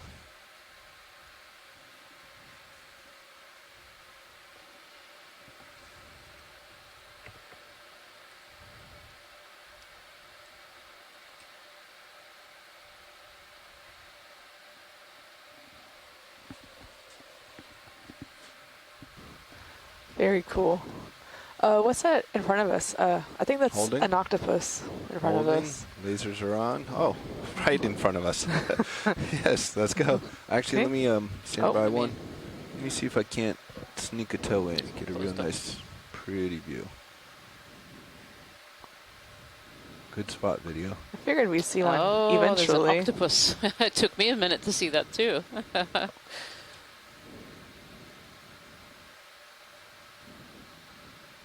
Is an octopus amongst the Primnoa and the Paragorgia here. Stand by one.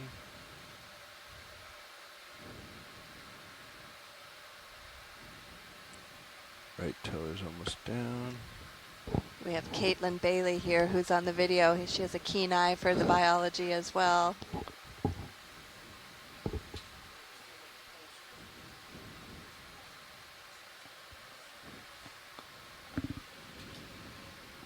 All right, I think I'm stable.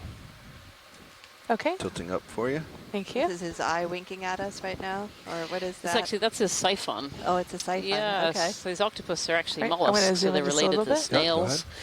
And I remember we saw one of those snails cruising through the I'm gonna sediment the hold other day. here, with its see if I can siphon do a out. focus Oh, pull. okay. All right, let me Oh, sign that's up for him. interesting. Look at That's that. a beautiful Okay, shot. I'm off tilt. Okay. Perfect. A little overexposed. There we go. That's cool. It's the same color as the coral. I'm just holding the- here for right now. Science, I believe the octopus would change colors. You know, if he were to come off the rocks, we might see him change colors. Is that correct? There is potential the octopus would change colors, yes. They have special, what they call chromatophores inside their skin that can let them blend in with the background. Seems pretty determined to stay put, though, this one. Do you want a little tilt up video? I'm going to hold here for about Hold 5 it. seconds. This is His better eye framing closed. You than can what just I about see had. them on either side there.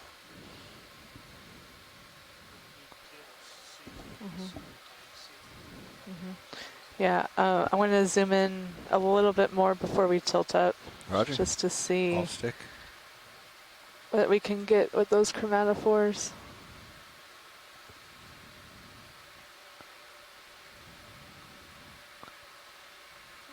So from Elena Jorgensen. Yeah, the chromatophores look pretty Enter stable. octopus dolphin, the dolphinii. I'm sorry, I've Let me know completely when you're butchered ready that. for tilt up. Okay, can you tilt up right now? Tilting up. That works. Enter octopus Right is there. this particular species of octopus. It's really interesting. I don't think I've seen its eyes open yet. Why am I turning? I have a hard time believing it doesn't know we're here. Zooming out just a little bit Yep. I for toe. My toe broke free. Since I'm up, do you want me to come? Since I'm off my mount, do you want me to come up and look down? Is that better? Better angle? Yeah, sure. And then we can try again to zoom in Yeah. on the eyes.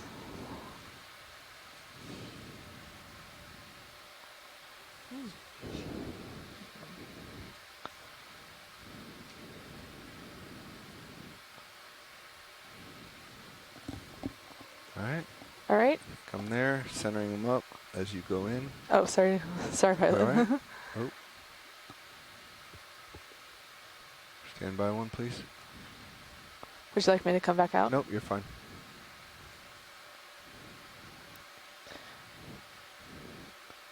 It almost looks like it All has right, like there you go. horns above the eyes. Go ahead, video.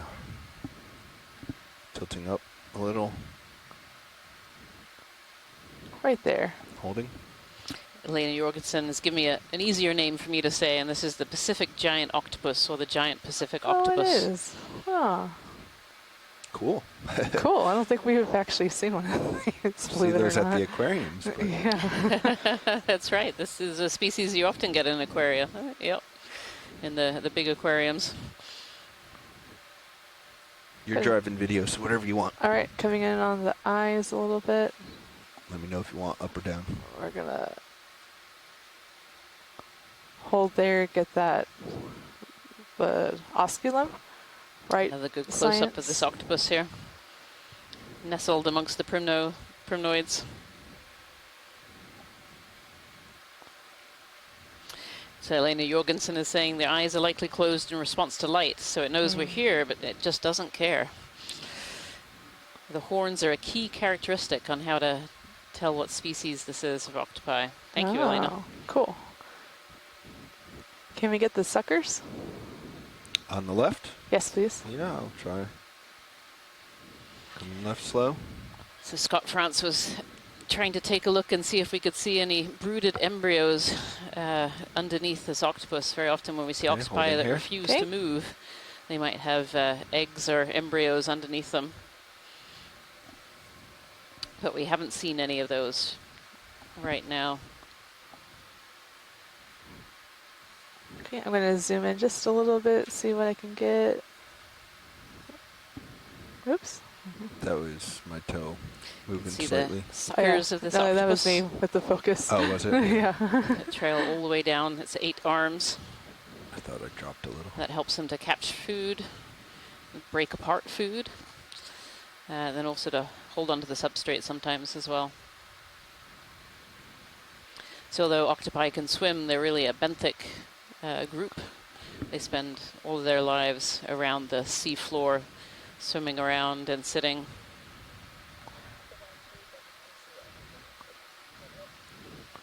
Underneath? Okay, pulling out. Thank you, pilots. Oh, okay.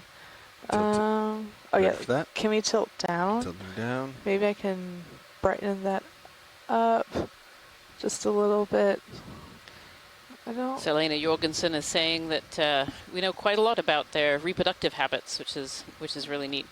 They typically brood their young under rocks and in crevices, but she does say that this one is very healthy looking and so is probably not brooding. Yeah, I think those are not eggs. Stylaster that's there underneath. Survey 2, do you need anything?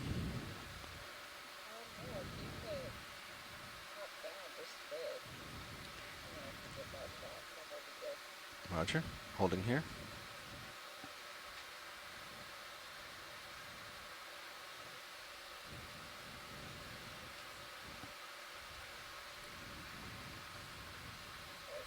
Roger that.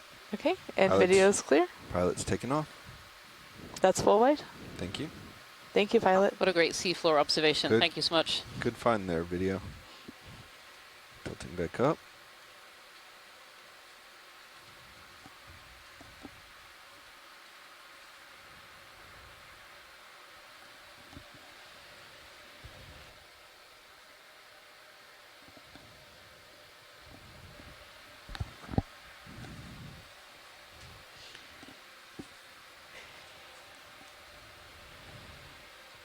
Pilot, this is go pilot. Go ahead.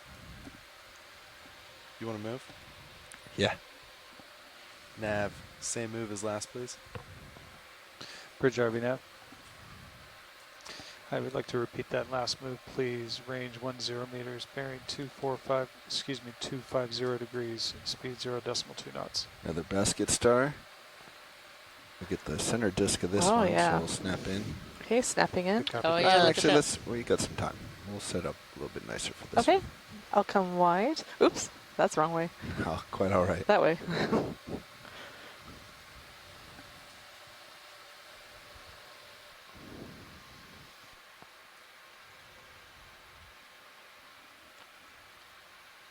I'm not sure if this was the type Dr. Ma was talking about, but we're going to take a look. Skate on your starboard rail. Coming towards me? Can't quite tell. Going away. Yeah, this is a Gorgonocephalus, a basket star, similar to the one that we saw earlier. We don't usually get this Instead view, of being stuffed too. inside a sponge, this one's out in the open.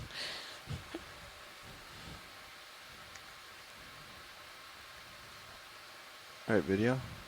Alrighty, coming in. More of that Plumerella, more of the Primnoa and the Paragorgia, and these stylasterids as well, Stylasta and Rhinopsis. Gonna hold here. Roger. For a little bit.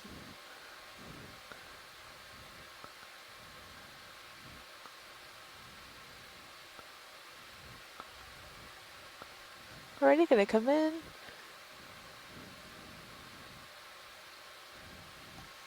Holding here. Copy. Beautiful shot. Really, really beautiful. See those long branching arms sticking out into the current.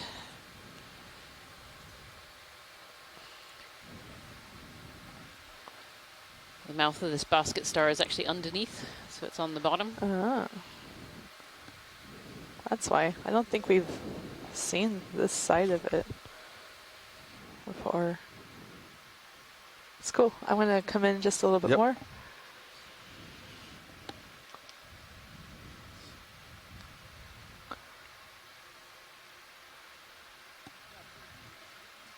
Good copy. Take your bridge. Beautiful shot of what we call the disc there. That's the kind of rounded part and has all these different stripes and striations and bumps all over it. I'd say the mouth is on the underside. Okay, gonna come back out. And it uses its arms to capture food and then bring them into the center area. So it'll catch the larger particles out of the Do we get water column. lasers on it? Lasers coming on. Nope, gonna Not come seeing out. Lasers. Oh, I see the left one. There it is. Over here, center up my survey 2. It's funny how small they are.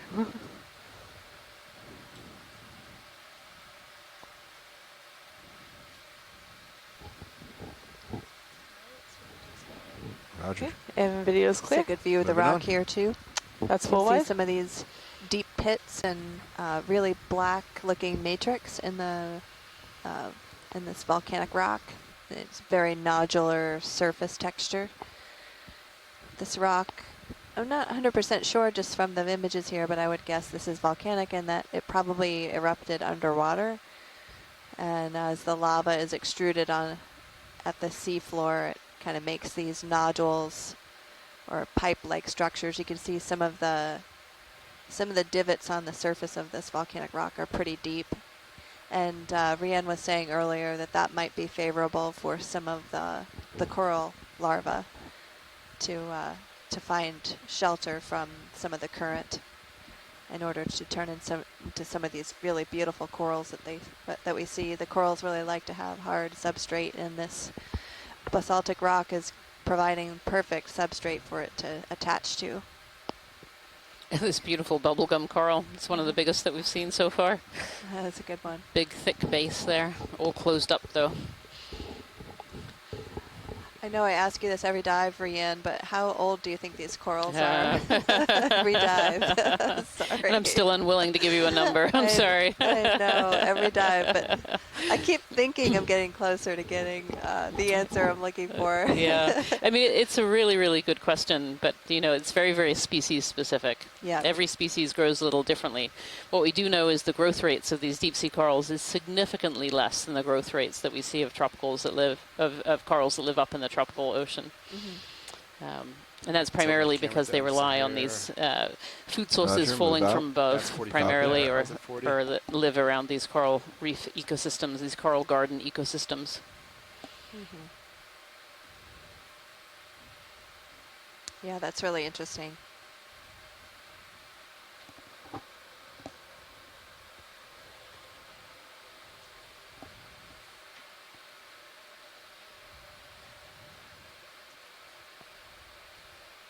What's that orange coming center? Is that a So just as a reminder, for those of you that might have just joined us, we're located at I think it's Uliaga Mound, which is I think we've imaged that already. Yep, we have. Sebaceous Coming wide. volcanic mound that is located about 12 miles north of Uliaga Island. Uliaga Island forms one of several islands that are part of It's an definitely island less cluster dense over called here. Island of Four Mountains. And this area has quite a lot of volcanic activity, the most recent of which was Mount Cleveland, and that was most recently active just about 5 to 10 years ago. And it's probably the most There's a persistently really active plump volcano sea in star North at the America, bottom, according to going off Ashton screen. Flinders. Ready for another Who move, said pilot? over the last 20 years it is the most active Do you see volcano. that white And one, so this pilot? mound On the here right. is not very It's on far the from right hand, some or very active coming volcanoes that are center in the right Aleutian now. Island chain. It's white. And many of these Aleutian Island It's, volcanoes, at how least am I this missing far this? to the southwest, It's a sea are star. characterized by Lasers are on. smaller right of edifices at the lasers surface coming in and center. more Right, mafic uh, types of right lavas. there. Right Mafic there. meaning Okay, let's a snap. mixture of iron Let's see and what that is. magnesium. It just And so stood the out to rocks me tend because to it be a little looked bit harder really than plump. the sedimentary rocks we saw on Copy. the other I side don't of the know island if that's in the something that subaqueous they're environment. interested in or not. So, but good just Another to little zoom in for cushion ID. star, Yeah, I let's think. just get a snap for ID. Okay, Yeah. and coming out, they Alright. identified it. Perfect. Moving on. Go ahead.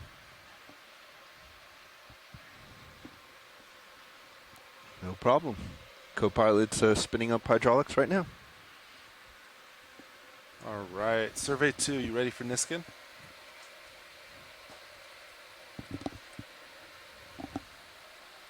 Yep. Let me know. Is that a shrimp This on is this sponge? 06. I think so. Let's snap. I think so. I think there's two shrimps right there. It is, okay. Oh, it's a tail of two sponges. Pilot, you want to get a move in while we're Sure. nav, same move Lots as of worm before, please. tubes in the background there. Bridge, are we now? All right. Big Leave them. pile of worm Hey, tubes. Bridge, we'd like Okay, to repeat coming that out. last move, please. Range Oh, yeah, look at 10 that. meters, bearing 250 degrees, speed 0.2 knots. All right. Hydraulics coming on. Good copy. Thank you, Bridge. So these worm tubes, they're now dead, right? Arming Rand? Niskin. These, none of them are alive, Fire right? Niskin Do you know, unfortunately, I just at, missed top of the minute, looking 8 at them there, seconds. but I wouldn't Yeah. be surprised if a lot of them are still alive. Oh, okay, okay. Yeah, you'd have to look really, really closely at the openings to And see if you could fire. see. And Good they could be fire, worm tubes, or they Niskin, could even be amphipod 2100. tubes. Amphipods also Oh. build those mud tubes as well. Okay. Watch lead for your Seven. record. We just launched the Niskin tube. Oh, you've done it now? Okay, We just did it at the top of the hour, or bottom of the hour there. Okay. So 13 seconds ago. perfect. Thank you for letting me know.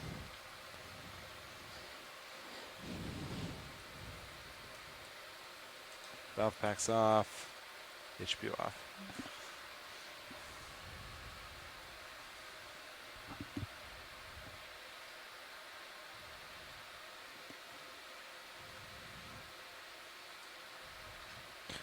That looks different to me, this sponge.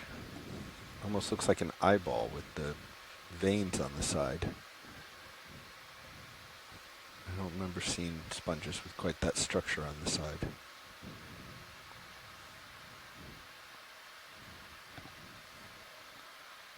We can snap to it. Yeah, if you want, we can get the equipment out of you. Sounds good. Just look I'll different hold to me. here. Yeah, that's perfect. Yeah, it's an interesting pattern on the side of it. This beautiful barrel sponge here. I actually don't have a good name for that one yet. If anyone on the science chat knows a name for this particular I think we're good. sponge. Okay, we want to come wide? Yeah, I'm going to tilt up, get... Okay. Ooh. Coming wide? Wasn't supposed to be that fast. Oh, but- there it went.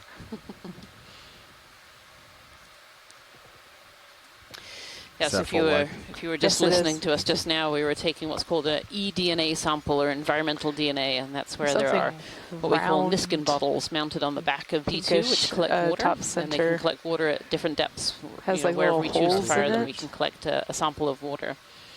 And environmental DNA works off of the theory that all Might be organisms another leave kind of a sponge, signature but in the water. looks different. And so by taking a Anthemastis, water maybe? sample, Center you might screen? be able Yeah, to center Let's screen. go. you might be able to tell what kind of animals live around there. Oh no, this is really interesting. Anthemastis with retracted? Retracted I don't polyps. know. Yeah, yeah. Might be wrong on that name, but... That, it looks different. I believe Anthemastis now has a new name. I'm just rapidly looking it up here. Too. Good spot video. Chris Ma I'm slowly says pushing it. pterostar. Heteropolis, the mushroom. Oh, cone. okay. Yeah, Chris So- Ma's got the starfish. Oh, okay. Great. Yeah, Heteropolis, mushroom coral. Really? It looks This is actually a target different for some collection. I reason. don't know if this is a good spot for that. Yeah, we could, I think, collect this. It's a good time. What I find really interesting about Come this wide one Okay, coming is wide. Just a all those little really dots different on the looking body there. I mushroom coral. wonder if that is reproductive I think its material. polyps are just all retracted. Yeah. It's a very interesting view. Usually you see We've them and they seen look them almost like retracted these before, but gorgon I don't heads. remember They them have all these looking like polyps that. all hanging out, and they're really, It's really different. huge, Cool. big At least we're getting tentacles. it. You don't often see them all retracted quite like that. It's a really interesting. Do you think this one's still alive, Ryan? What do you think, Yes. Sean? Yes. Yeah. That's gonna be my It's best move still got here. good color. It looks in good condition. They're just all retracted. Okay. If I remember, these are pretty Tina soft. thinks it's Yeah, Heteropolis doing the whole thing ritteri. is like a tear job. There's a sea star snacking on a coral like underneath us too. I mean, you could just snip, like tear a piece if you don't need the whole thing. And this is on our list for target for collection.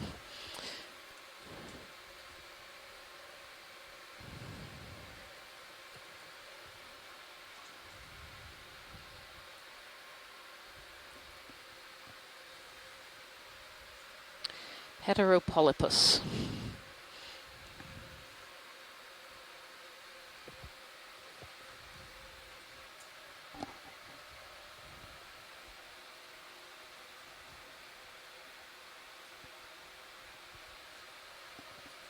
You want me to get the shilling out? If you'd like, yeah, you can play with that. Watch leads, maybe you can help. We're expecting this to be kind of soft, right?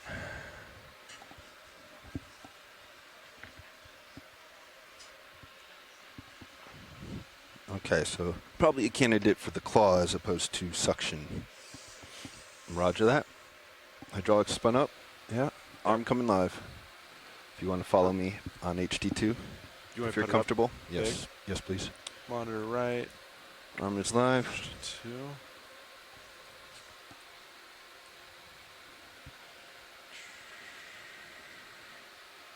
I think my switcher isn't working correctly. I'll follow you center. Roger. I'll hold that.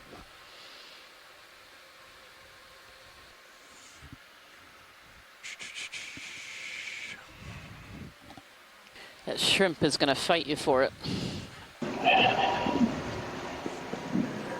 That is really funny. Okay, this is my coral.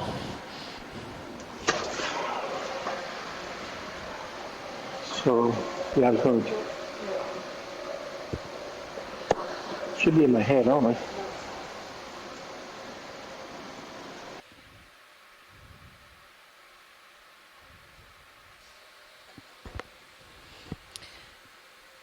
This shrimp is determined not to let us have this particular mushroom coral. Something like this, Sean, you think? Heteropolypus. I think it'll give you a nice grip on it. I have your port box Yep. ready. I believe It's that's the decided one we have left. bigger claws than he does. It's outmatched. Outmatched. Outmatched by the ROV claw. Okay. Try This is great. gently pinching here. It has backup though.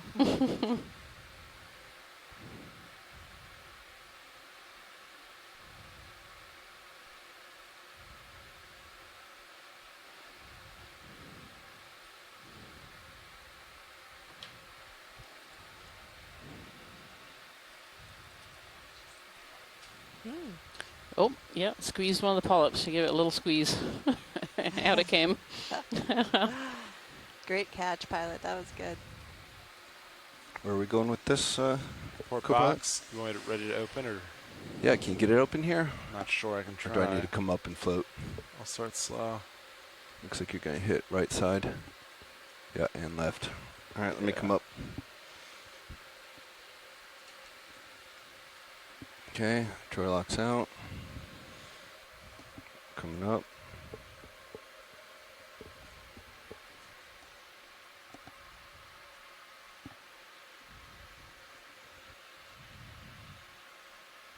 Holding depth. Have we heard if XY's been I tried it this reliable? morning. It seemed to hold, but it was aggressive.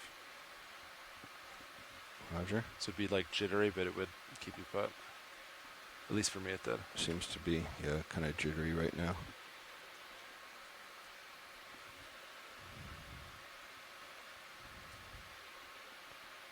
All right.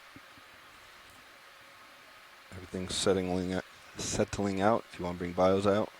Yep. Standing drawer, coming down.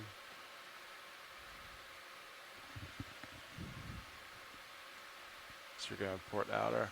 Port outer heard.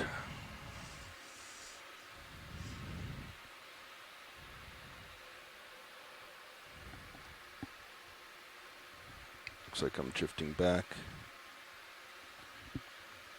Auto XY is taking me away. Copy I'm that. just going to float here for a little bit. Currents aren't too bad. Do you want me to? Yeah, if you wanted to reach over, you can.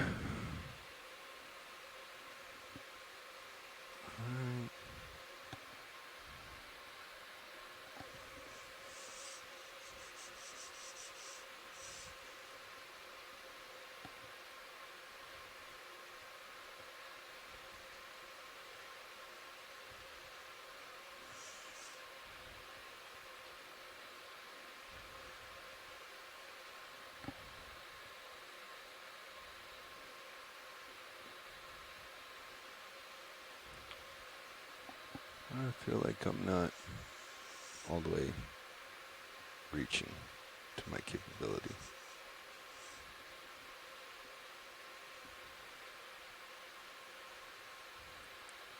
Trying to go in the box physically more? Yeah, I was trying to get down a little bit more with the jaw. I think if you, let's see. I think that's probably pretty good. Elbowed up, shoulder down, wrist down. I mean, I think it'll go.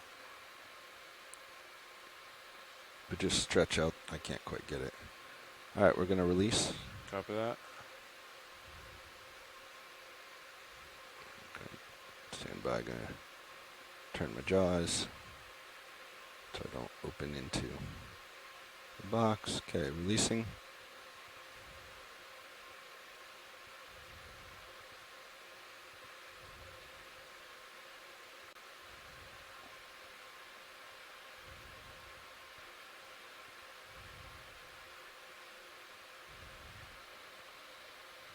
Oh, still caught. There we go. Now it's out of my jaws, clearing the It's in, retracting, arm. retracting. Didn't want to let go there for a minute. Nice work, pilot. Thanks so much, pilot. That was great. Pull you over. Glad we could get it for you. Yeah, the last second there looked like it wanted to follow my claws right out of the box again. Yep, yep. And thanks for driving, Sean. It's my pleasure, pilot. I keep hitting my elbow joints. Okay. Hydraulics craft off. I got stick. You got stick. Kept it warm for you.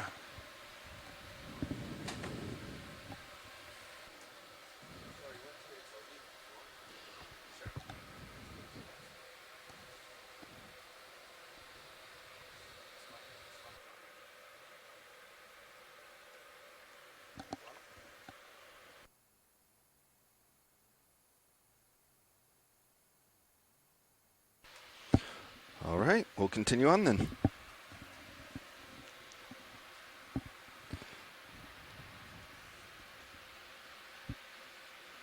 Auto depth out, auto heading out. Moving on. Coming back to port, centering up in your screen. You can change anything as you need. Yeah, my switcher is not working. So if you're just joining us today, we're having an amazing dive on what we're calling Uliaga Mound, which is dive number 7 of the Seascape Alaska 3 expedition. We are currently in about 665 meters of water depth. And we started at 790, and we're kind of making our way up this little mound feature.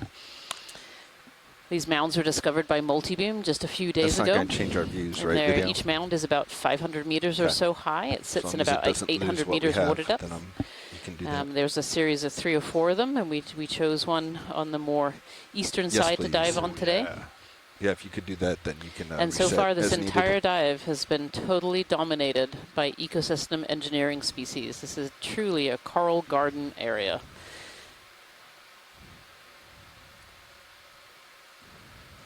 Yeah, geologically, this area is really interesting as well. This is a spot that is located north of the Aleutian Island chain, which is a The jaws are volcanic off, arc if I didn't say that that. is forming in response to subduction.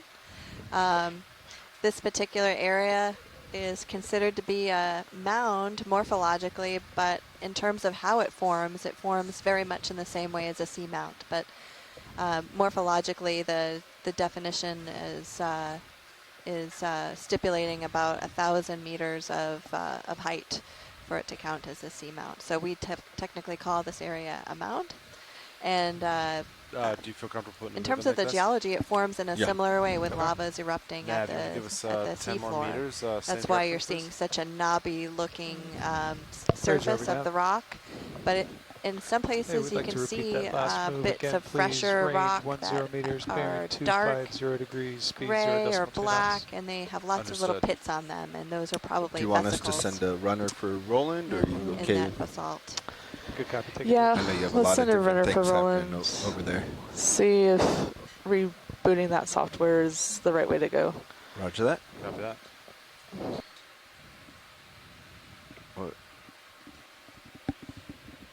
Workshop, pilot.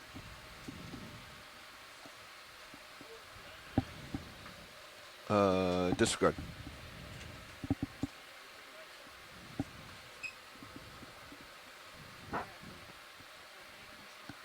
As well as corals and sponges today, we've been seeing quite a huge number of fish compared to our other dives, certainly. A number of different species, and then lots of individuals as well. We're also seeing anemones and sea stars, basket stars, lots of different crabs and shrimp. So a lot of life lives around these getting deep a little coral far up garden there, areas Bud. and sponge garden Copy, areas trying too. to come center. I think.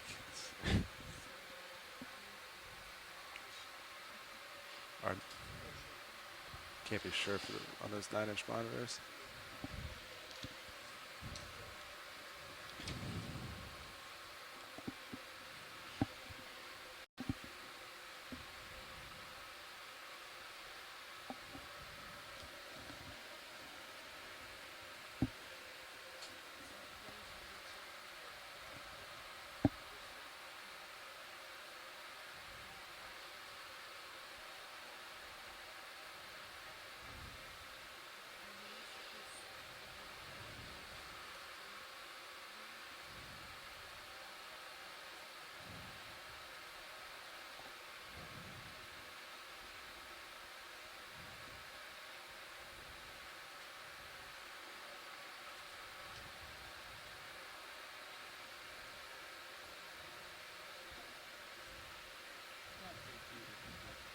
Take your bridge.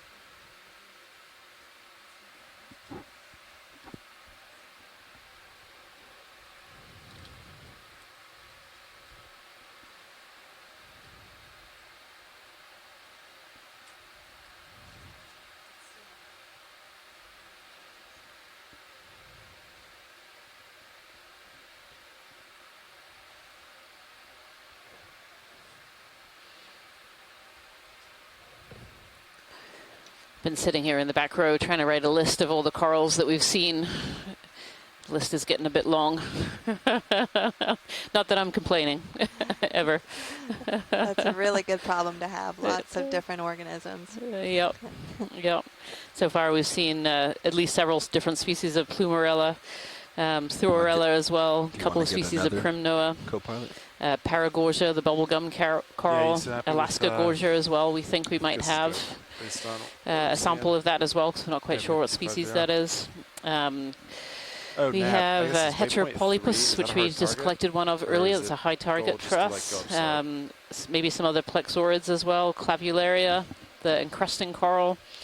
And then certainly of the stylastrids, the Stylastra and Arenapora, two genuses that we've seen so far. If we should head to waypoint 3, or just if they're happy, just go. Watch leads, this is Nav.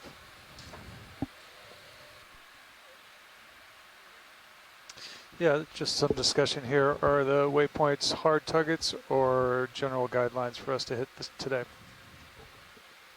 General. Good copy. Thank you, Watchley. General guidelines, pilots. Roger. I think 250. And those, of looks course, are pretty good just the then. corals, and of We course, have a the lot of the pot. habitat being built down here is also by sponges. We're seeing a lot of different species of sponges, more than I think I could write a list for.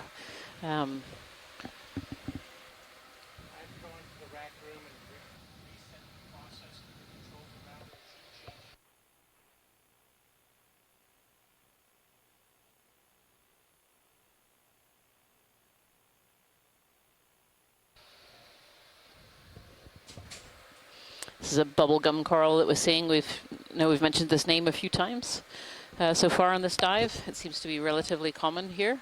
Certainly a little bit more than when we were slightly deeper as well.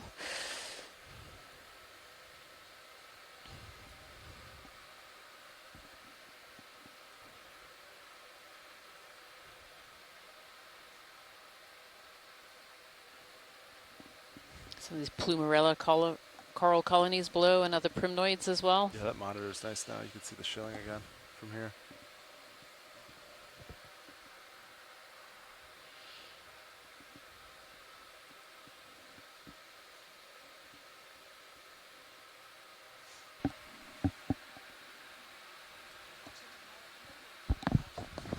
Yeah.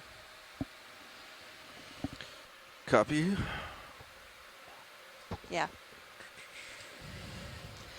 We might have found some possible rock collection sites. Those rounded cobbles underneath that overhang, almost in center view, look like they might be good options. These ones right by the lasers. All right, we'll. We can zoom in on them if we want a closer look.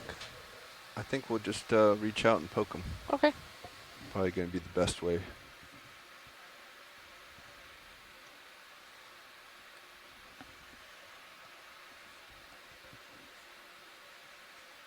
Roger.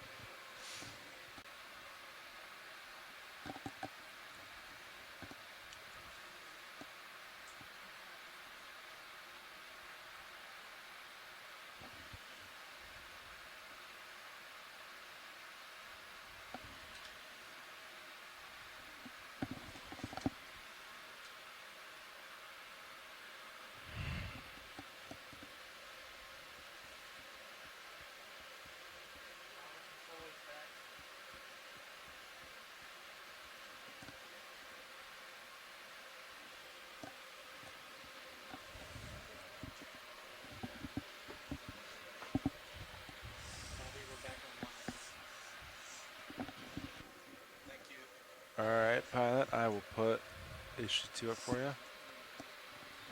Coming down. Arm coming live. Arms live. Reaching out.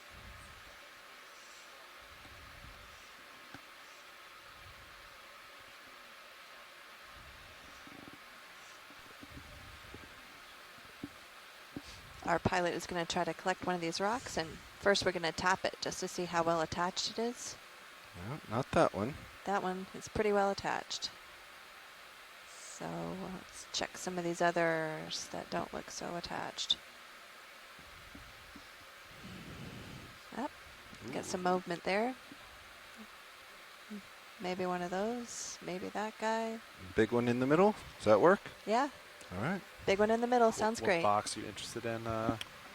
Let's put this in the covered box, probably. Covered box. All right, tilting down. I will draw in for you.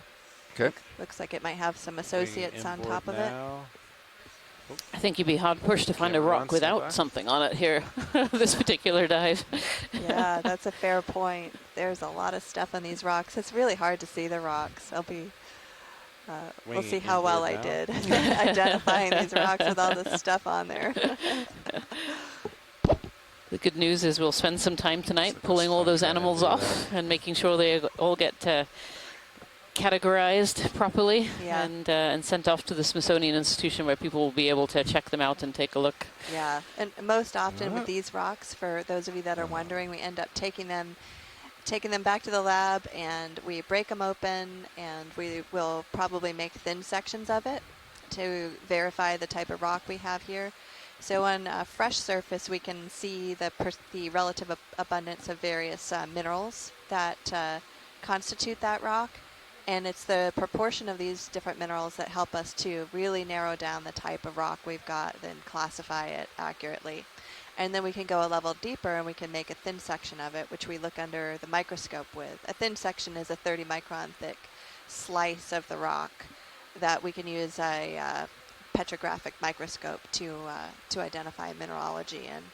And we can even take it to the NCM, and there are lots of other geochemical analyses that give us a lot of information about the geology in this area. So that's a great sample. Nice pick. Thanks, pilots. Good job. It's a great big sample. I'm really excited about this one. And hopefully we can keep some of those associates too. Oh yeah, you're still in. And the associates. I hope so too. Yeah, hopefully the covered box gives us a little bit better chance to keep some of them. There we go. Nice, pilot. Follow you over.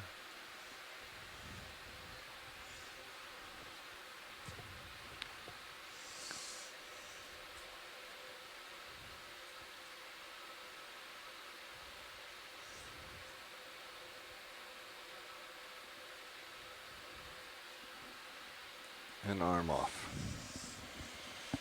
Packs off. Thank you for pointing those out, watch lead. I think we would have flown right over them. It was a good find. Anytime, guys. Thanks for the pickup there. Appreciate the rocks.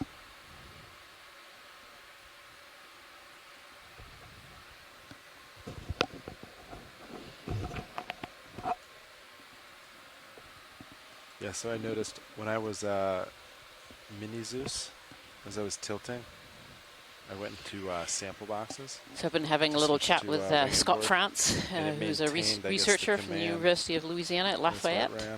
And he had a research cruise up here some years ago. Yeah. And he was saying this is the kind of diversity that he remembers from the shallower depths above 1,000 meters. So not entirely unexpected. That it immediately certainly very different from anything that we've seen so far, but this is by far the shallowest dive that we've had on this research cruise so far. Yeah, well, I think it was... Right, we're currently hovering around 600 or 660 meters right now. So. Yeah. Some of our other dives were out close to 3,000 meters. Yeah, we've mostly hovered around the higher 2,000s to 3,000 meters so far, right. So this is a little bit different. And this is pretty typical north of the Aleutian Islands because the water depth tends to get a lot shallower here. In fact, we have a very broad continental shelf that occupies a lot of this section of the Bering Sea, and then it goes out into the slope, which would be, technically this area would be considered part of the slope, going down into the basin floor eventually. Yeah, this certainly reminds me of images that I've seen from the shallower waters in the Aleutians as well, from the drop camera images taken from above 500 meters. Just a huge diversity of different corals and sponges that live here. So even on the south side of the Aleutian Islands, at shallower water depths like this, it looks similar? I believe so. Okay. I believe so. Oh, that's interesting.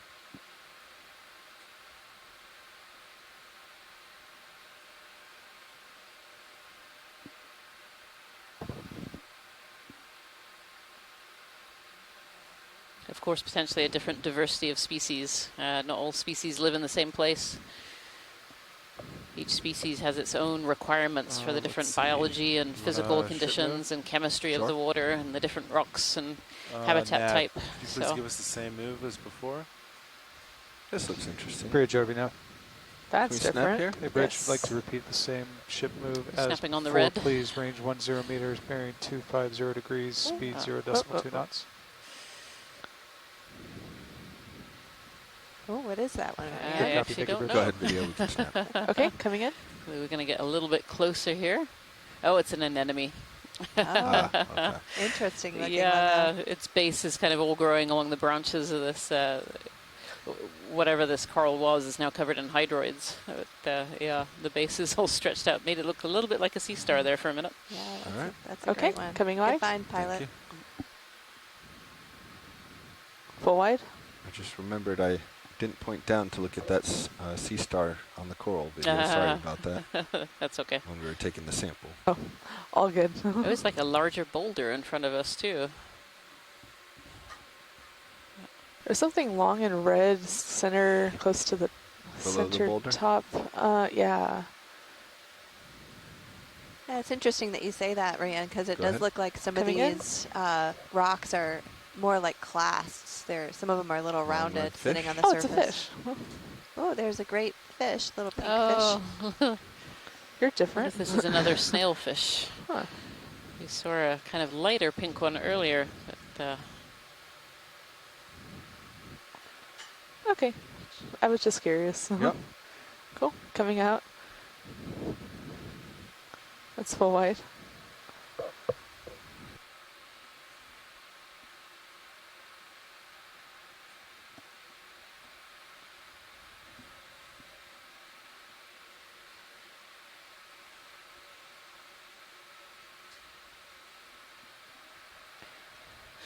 watch lead pilot. Go ahead. Can we have the lasers on, please? Lasers on. Thank you.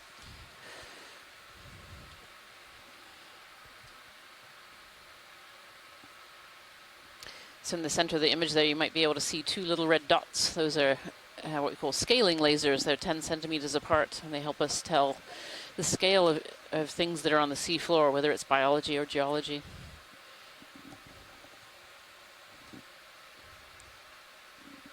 And you can see those little 10 centimeters kind of lost amongst all the corals and sponges that we're seeing here. Video, can we get a snap zoom just past this stalk, actually? Okay. Just past the stalk. Yeah, we can just go real quick. Okay, anemone in a shadow. I gotcha. Hiding Throwing there. me off. Yeah, The this darkness around it was... that golden yellow coral was interesting.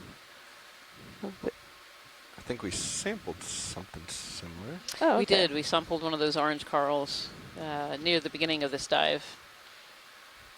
I think it might be an Alaska Gorgia. The one we sampled had different branches, There's something not just a black single coming stalk. center So below the sometimes it lasers indicates in that front it of might that be a different sponge. species. Not always, but sometimes. To your just below lasers, right there. Go ahead. Oh, I think it's just a hole. Yep. Never mind. Let's come on.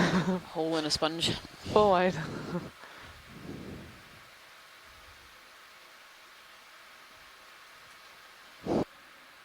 Good copy. Thank you, Bridge.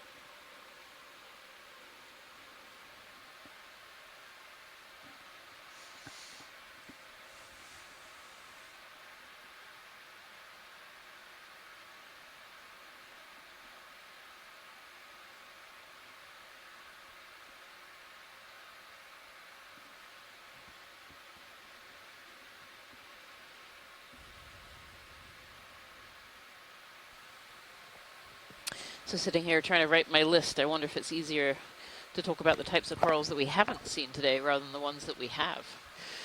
So far we haven't seen any scleractinian hard corals, little cup corals. You might have remembered those. We've seen a couple of those in our dives previously To on this the cruise. bottom left. And so far we haven't pilot, seen any I black think is a corals tunicate. either. I don't know if we've the ones with the black imaged skeleton. those yet. Here. It's left screen. Far left.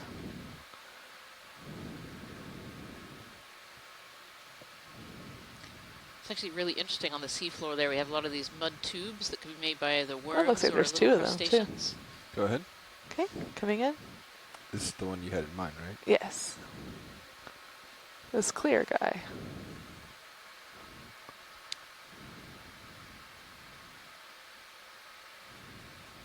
I think we can... See a sea squirt here, and a shrimp and a stylastoid coral with a primnoid on top, and here are some of these mud tubes as well that we were looking at earlier. Don't see anyone home. I think that's probably good enough. Yeah. Okay. Yep. Sounds good. Coming wide.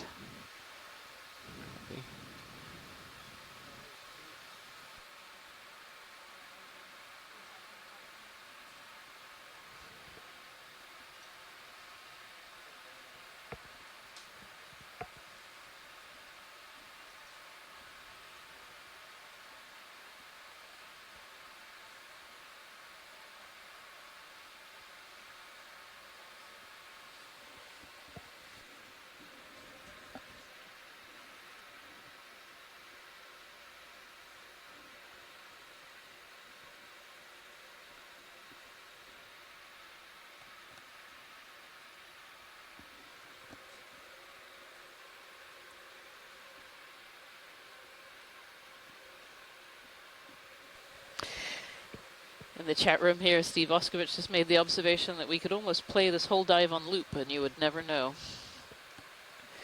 There have been so many corals and sponges right from the beginning.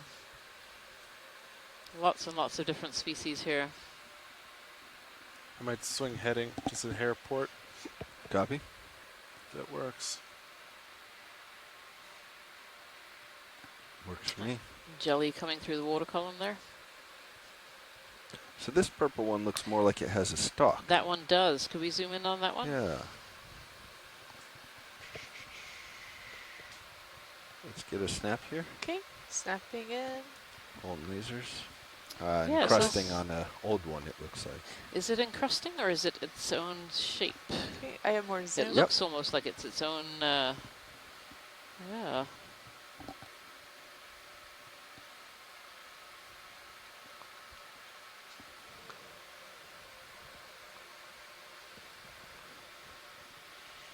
A little bit of bounce here video, but you can zoom as necessary. Okay. Or as you desire. Do we need to tilt down and see if it has a base? So this might potentially be a Muricades. That's another one we haven't seen yet. We saw some encrusting I'll have to move coral to earlier. the base. So if there's any zooms you want here, let's take them. Okay.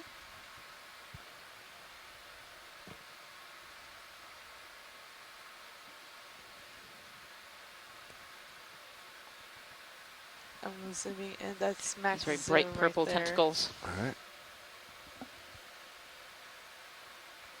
Oh, let me do a fancy rack focus.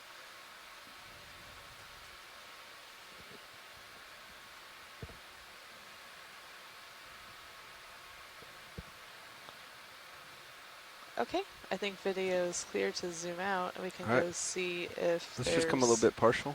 Okay, coming Cold partial. bear, and let's look at the back.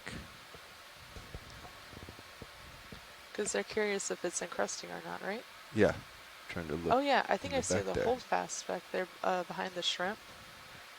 The edge to the left, though, makes it look like a dead coral to me. Yeah, that's true.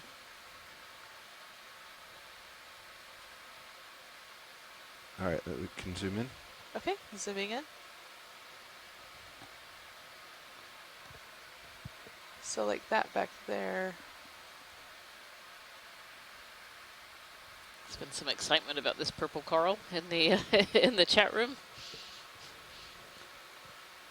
I'm going to come to the left here and look at Victigorgidae or a what we're looking at Muricades. There's here. been a couple of names thrown out.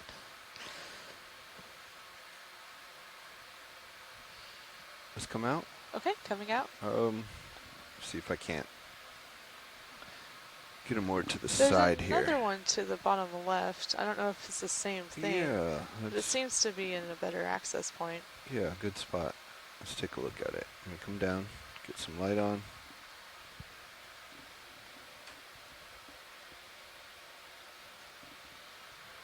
Stephen Oskovich is saying of that purple coral that Victigorgidae now includes a branching and an encrusting form, and we certainly saw some of this that was encrusting over an old skeleton before.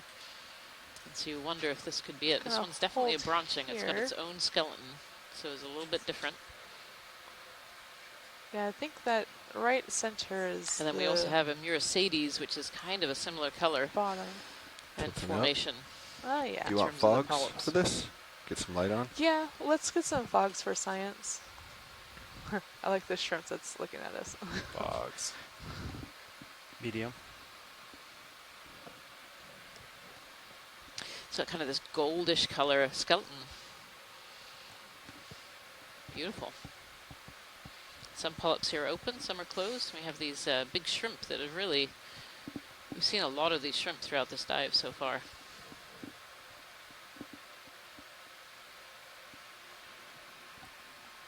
Watch leads before we take off. Do you need any other views or anything else?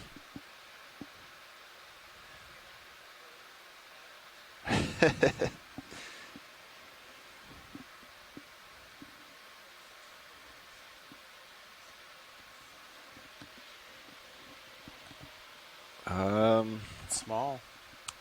We could try.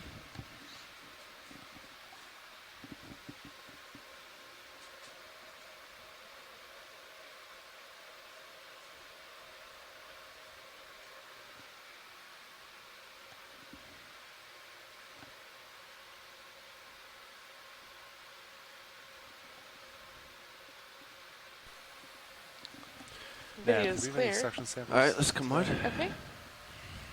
Negative. Copy. That's full wide.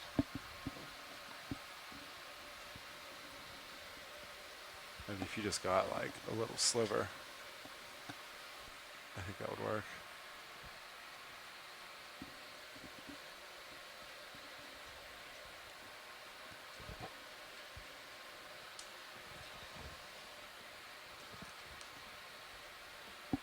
I'm going to try to set my right toe on top of this rock so that you can still open the drawer.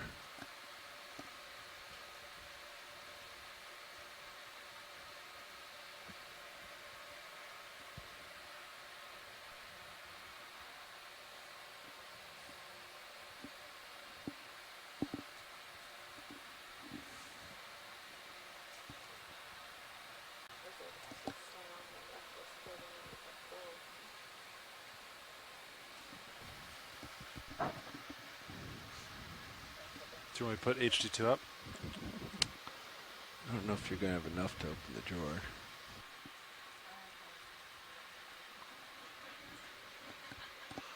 Let's see. I mean, you could wrist. You might be able to do it as is. You'd have to get pretty close, though. And work the wrist. Or if you get a good grip on it, just come up like last time.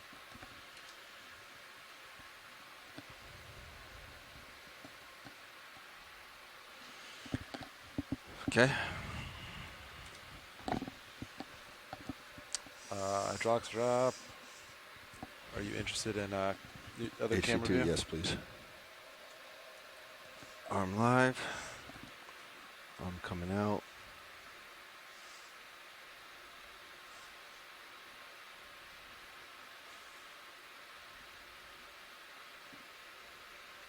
Okay. Do you want to bring the drawer out? Let's do it.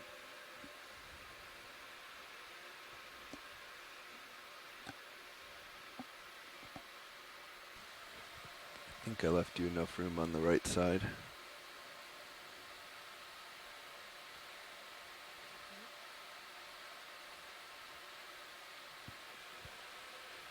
I think you're starting to ground out. I think that's Is that enough? Tilt down. Yeah. There you go. All right. Gonna reach in. Follow me all the way down, please. Oh, you're going to that one. Oh. Are we doing suction? Sorry, I thought you were going to snip and do it. Which? Oh, yeah. Understood. Sorry. Understood. Yep. Which sample? I like that idea better. Let's do that. Copy. Video. Let's go in here. That was a good idea, Sean. Okay. I think. No, I like your idea much better. Let's zoom in, see if we can't find a Zoom section. in on main Zeus? Yes, Okay. please. Find a section that is a good candidate here. I think maybe the tips over there. Yeah. All right. Let's hold. Let's just come out a little, please. Okay. Video. Coming out. Good idea, Sean. You tell me when, pilot. That's good. Is that good? Yep. Okay. Thank you. And let me know on mini Zeus too.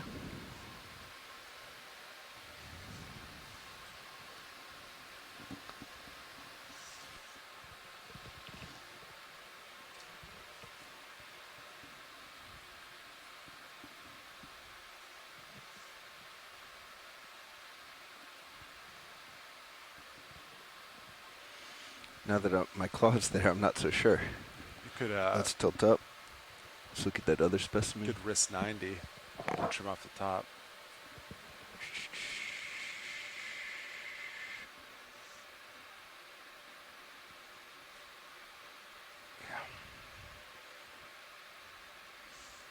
Gives you a better view at least.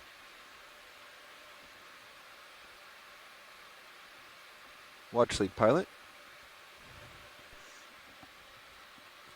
Yeah, if we just sort of trim off the top, is that sufficient?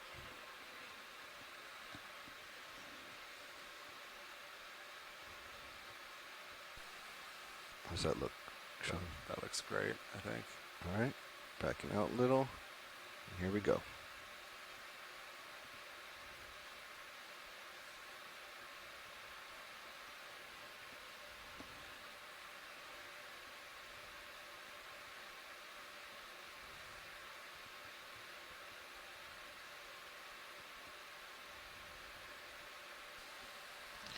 It's a little tougher than usual.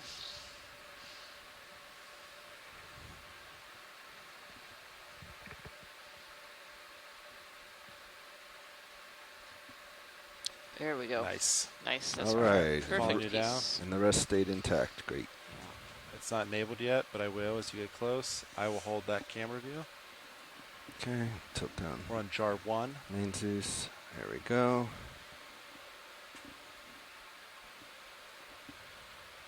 Enabling suction. Let's see if this now. works. We are inhaling. What do you got for RPM? 1300. And nice and high. Perfect.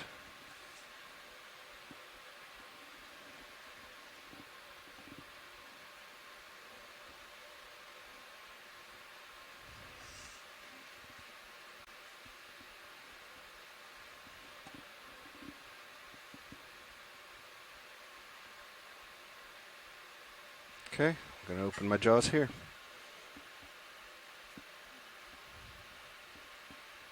Opening slow.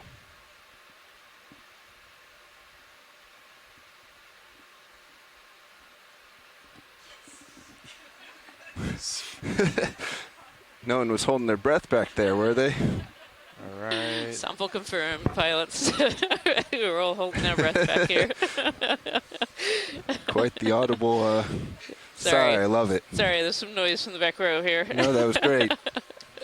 We're good. Thank you so much, pilots. We like that level of excitement.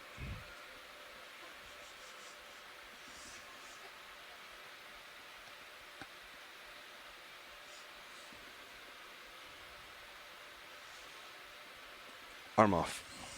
Arm is off. Drawers fully tracted. Nice work. Good idea there, co-pilot. Actually, I thought that's what you said. No, I was going for what Yeah. I've seen Levi do, where you kind of scoop up with the hose. I liked your method much better. Yeah, all right, let's come off. That snip and suck worked really well. I will put back HD1. Yeah, be advised, HPU and valve packs are still on. Thank you. Valve packs off, ramping down, HPU off. I'm just gonna clean out on jar 6 now. Make sure there's nothing in there. Sound good? Yeah, understood.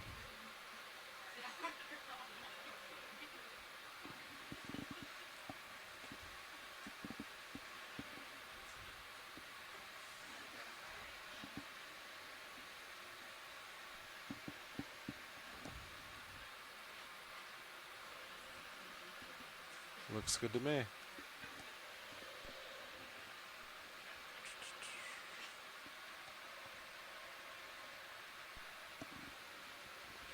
Let's see.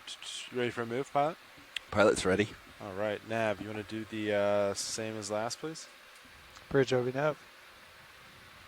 Hey, Bridge, we'd like to request a ship move, please. Going to be the same as the last. Range 10 meters, bearing 250 degrees, speed 0.2 knots.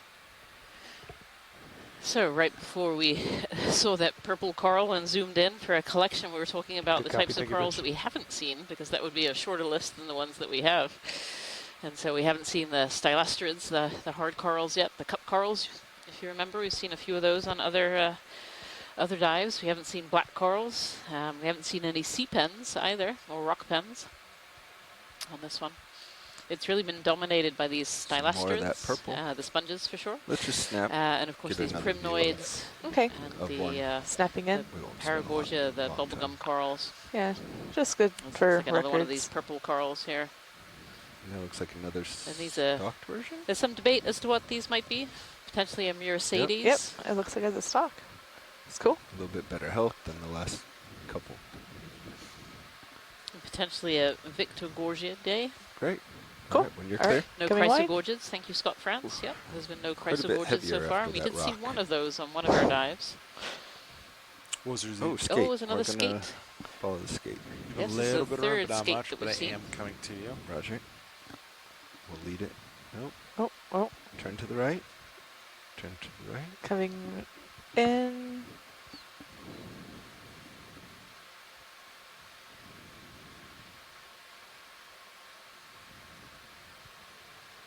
And that's about all you got there, pilot. Roger, you can frame it if you want video before we lose it. Okay, coming in. Gonna hold it right here.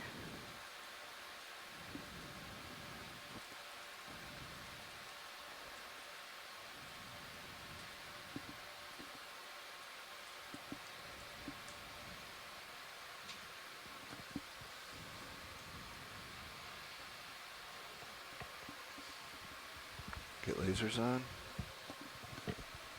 Oh. Oh. He's just giving the coral a little Lasers kiss. clear. And I think we'll let it go. Okay. Video's clear. Just want to add another 10 meters on.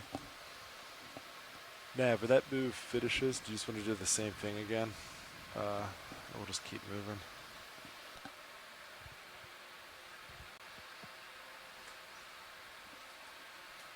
Bridge over now. Hey, Bridge, can we extend that move by another 10 meters once it's finished?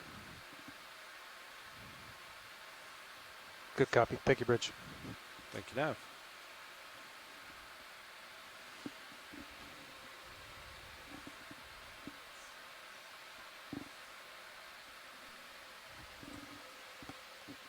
SK8.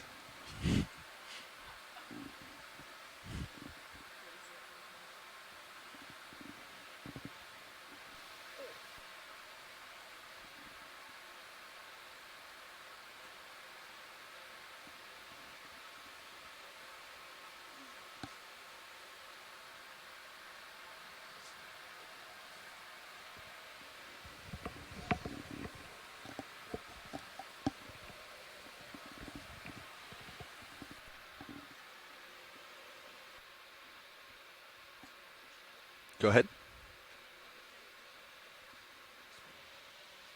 In a few minutes here, I think we might actually be doing a partial switch.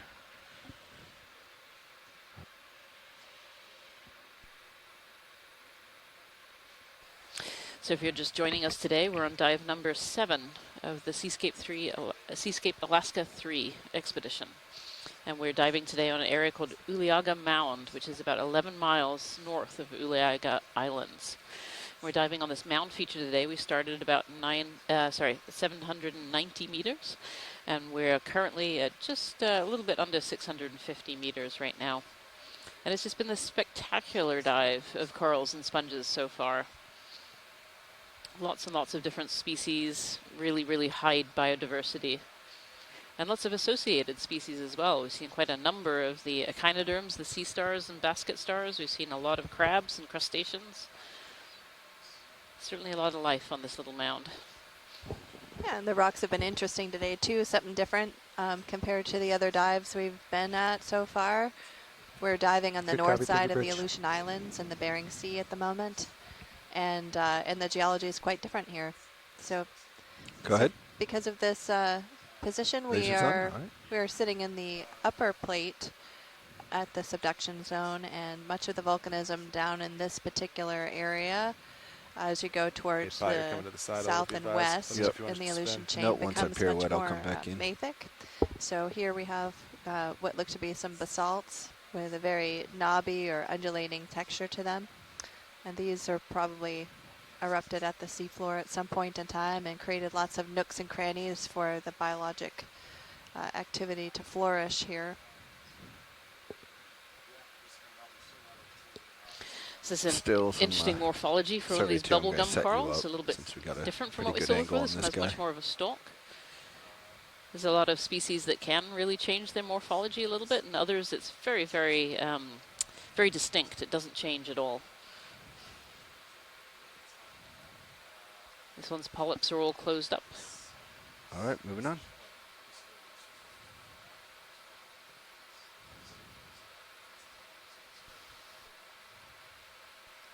So, Rian, these really white corals that you see here, are they still alive, or?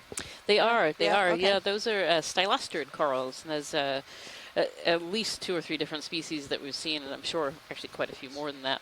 Okay. But yeah, these stylastrid corals, they're hydrocorals. They're a little bit different. They still have that calcium carbonate skeleton, and their polyps are very, very tiny. They have a very, very different morphology.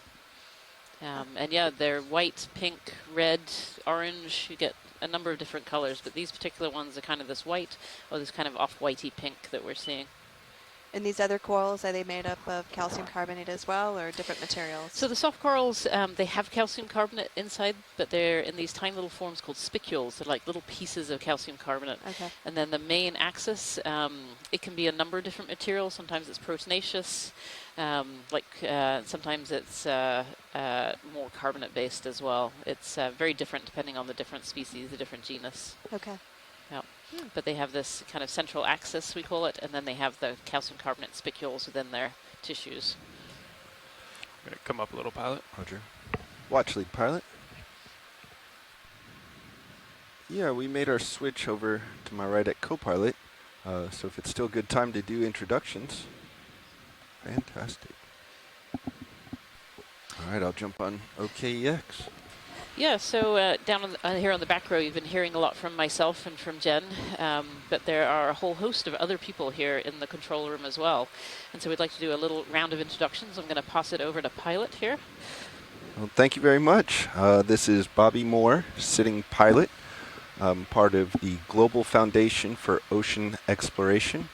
We're the group that, we're a group of engineers and videographers that kind of are in charge of all the technical aspects of the dives that you see out here. So we run and maintain and operate the ROVs D2 and Sirius, as well as maintain the video systems, all the cameras you see, the satellite systems to bring those video feeds back to you on shore, and the post-dive and post-cruise video highlights and products and still images that you see all over the website and elsewhere on the internet. There's several stations here in the front row, so I will pass it off to my left. Bridge RV nav. My navigator is making a Bridge, call to the bridge right now at the moment. Stopped at this time. So I'll pass it actually to my right in Good co-pilot. Good copy. Thank you, Bridge. Yeah, setting co-pilot is Chris Ritter. And now back to my left in navigator. Chris Wright. And over to video. Yes, and over in the video station is Caitlin Bailey, and in the back row our other video team.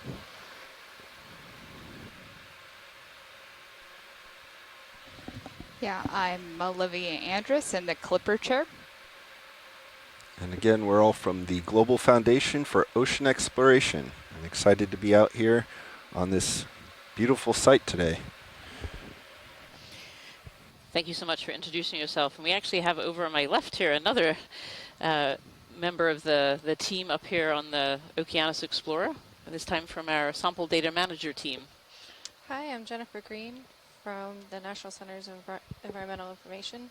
As Rhiannon said, I'm one of the sample data managers on board for this cruise. Thank you. And thank you for letting us do those introductions. Yeah, so you primarily hear, of course, from myself and Jen, but there really is quite a large team aboard the Okeanos Explorer from everyone in this control room, but also a large team outside this control room as well. We have, of course, the captains and crew of the research vessel Okeanos Explorer that we're on board right now, but also other members of GFOE and other members of NOAA Ocean Exploration as well, and NCEI will make up the team that we have here on board. And then, of course, in the background as well, we also have a team of scientists onshore who've been helping us with the identifications, because you can watch this what we're seeing on the seafloor at the same time that we're seeing it. We can involve scientists from all over the globe to help us with the dives and identifying organisms and seafloor features.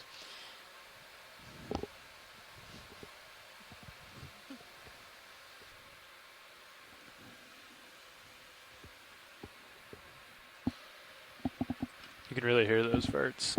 Not fun. It's cool.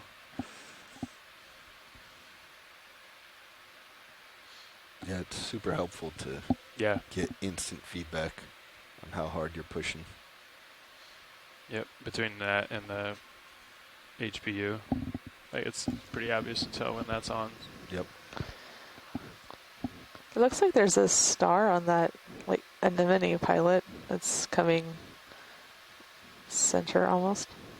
Too far up. Let's get a snap before okay, snapping. I lose it in view. I think it's just the base of the anemone. Oh. Yeah, these large anemones here. You're they might right. be sitting on a spun. No, that's the base. That's the base of the anemone. You can kind of see the wrinkles. So one is orange and one is white on the They base. do appear to be on an old stalk, though. Yeah. I do. Old stalk or an old sponge. There's a little shrimp hiding in there. You can just see the eyes Oh, glowing. Yeah, old sponge, the full circle. There you go. Yeah. See the eyes glowing on that shrimp.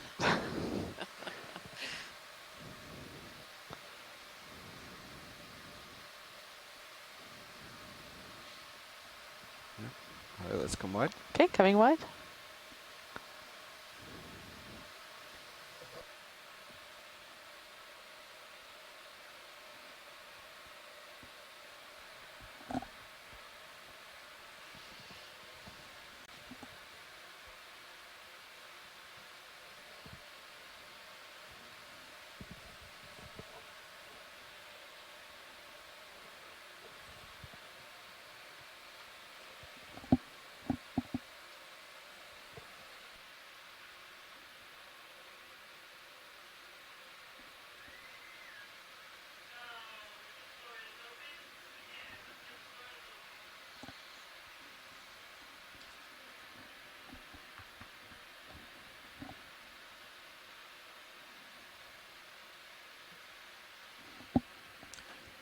So on the USBL, that ending click is topside, and then the response click is like, is a second after that? Is that what it sounds like to you? Yeah, that's always been my interpretation. So if you'd seen some of those tube worms on the seafloor before, those tubes, I should say, that we think are either the trigger either worms or crustaceans, potentially amphipods. Right. So we have some information from Steve Oskovich saying that they might be these parchment worms, and they are often create their own current within the tubes. So often they actually don't poke out the end, so they're very hard to see whether they're alive or not. I know Jen had the question as to whether those were alive or not, and the answer is we don't know. But yeah, he said that on a previous cruise they actually had to dissect them to see whether they were there or not. That just interested me because it seems like, at least to my eyes, a lot of them don't look like they're very active or even alive, and I wondered if the biology had changed over time from more worm tubes to more corals. Yeah, we certainly see that in some places. Whether that's happened here or not, I'm not sure. But very often we do see these corals growing on older remains of either other coral skeletons or other organisms on the seafloor.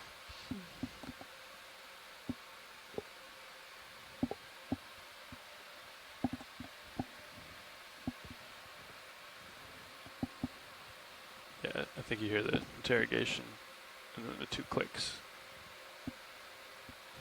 One from each vehicle. Yeah. Boom, boom, boom. Yeah. Yeah. It's probably harder now because the interrogation rate's so quick. Can we zoom in just above the lasers and to the right? There's kind of a, it's bright white, kind of craggy looking. Video? Okay. Yeah, that's the one. I think your fog lights are on, yeah. Zooming in. Snap zoom. Very interesting older skeleton here. It's been overgrown by several other organisms. I see some primnoid, I see some hydroids, I see some stylastrid corals. I assume it must be a stylastrid skeleton, which are those hydrocorals we've seen a lot of. It's a slightly different shape. Thank you, pilots. Okay, let's come wide. Okay. You can probably bring the fogs down. Coming wide. Yeah, I I'm forgot having. that we had them on. Ah. Okay. Bring them down.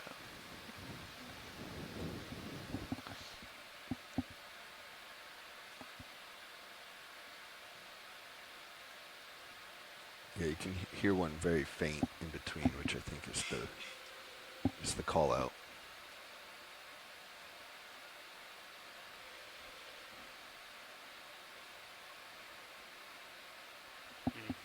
So that very faint one, I think, is the ship, and then Sirius responds.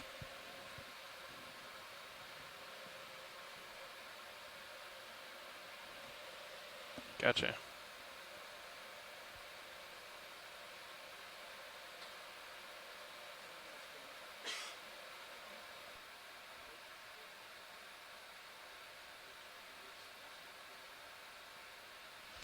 There's certainly a lot of old sponges here on the seafloor that we can see other organisms growing off of. Oh, there's a fish nestled on the seafloor there. Looks like Can one we of get these that pink sablefish subject again. We've seen lower quite center? a lot of those today. It's kind of tucked in there amongst the corals. Pink subject. The anemone. It's mostly partially closed up. I should say Okay. corals and sponges and anemones in this case. Go ahead. He's got his nose right up against an anemone. Oh, a little sea star there. And lots of hydroids. The bottom one. Crab. Bottom one, you said partially closed up. Yep. You mean below lasers down? Yeah, below lasers. Caitlin was pointing it out, and I want that, I want that, I want that. This one? Yep. Okay.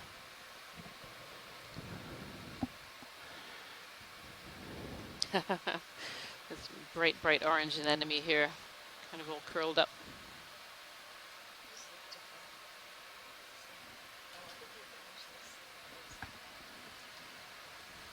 And tilt up just a little.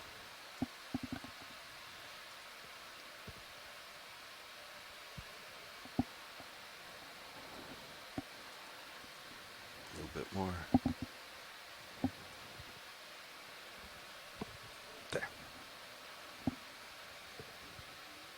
There's a little amphipod in there. Okay, we'll pull for a full screen.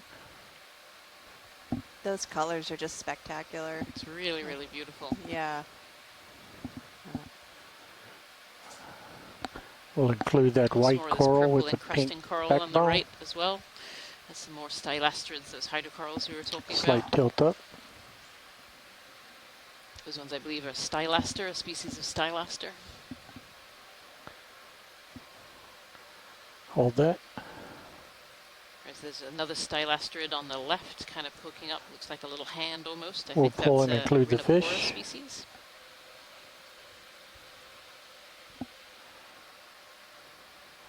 And more of this bubblegum coral. Slight tilt up. Actually, hold that shot. So much in that scene. I'll hold that for a few seconds as we switch out video.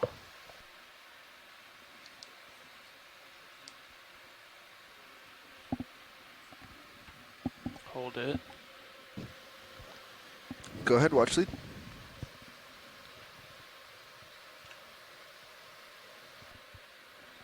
Roger that.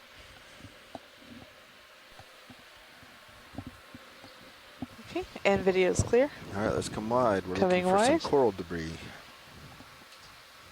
It's full wide. I think it might be just right there. I'm not sure that is coral debris. It looks almost more like just rocks that are covered. Ooh, can we zoom in on the little orange? I wonder if that's a cup coral. Little orange. So lasers and all the way left. All the way left. You got Yeah, it. got it. Go ahead, video. Okay, coming in. There's two. There's Sometimes one on little top and one on anemones the can look bottom. like cup corals. They can be quite hard to spot, and certainly there's been a lot of species, Let's a snap. lot of Okay, snapping anemones full. seen on this so far. So it wouldn't surprise. Yeah, that looks like an anemone. Yeah. There's also one down below. Also an enemy, South. I believe, but we'll Is get it? eyes on. Yep. Thank you. Yeah, I believe so too. All right. Can snap on it just really quick. Yep. Another one down here too. Yeah. Okay. Let's Coming come wide. full wide. It's really fascinating Still zooming looking into for some of some, these structures because coral you really rubble. do see just a huge amount. Watch lead pilot. I'm not seeing anything jumping out as coral rubble. No, I think we're good. Okay. Thank you. Carrying on. Nav, what's the current doing over there? 0.6 due east. Copy. Oh, they're splitting current and wind, huh?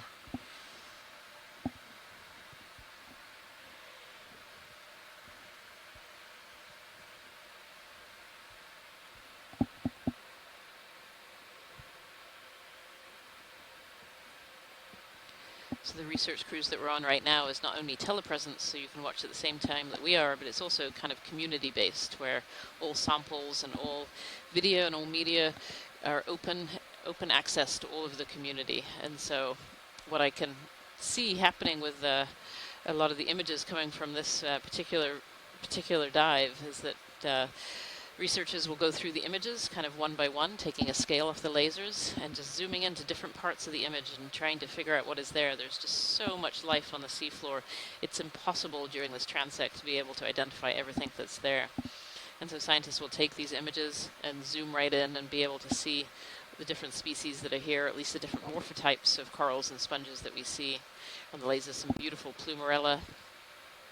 You have more of that primnoa and the paragorgia, and just all of these sponges.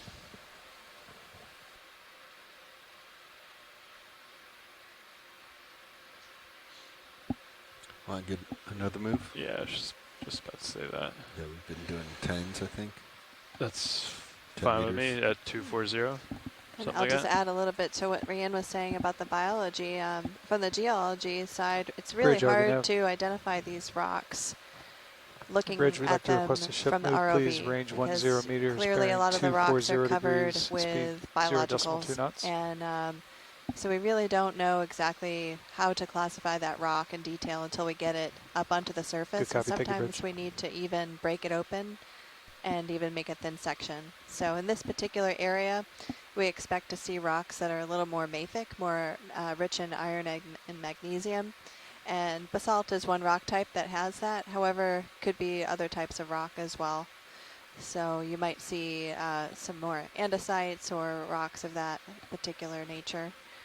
Many of the volcanoes that are nearby are andesites, and they tend to form these tall but kind of narrow stratovolcanoes. And this dive site is very close to an area that is interpreted to be part of a major caldera. And if the scientists are right about this area being a caldera, then it might end up being one of the largest calderas on the planet. But there's still a lot more information that needs to be collected.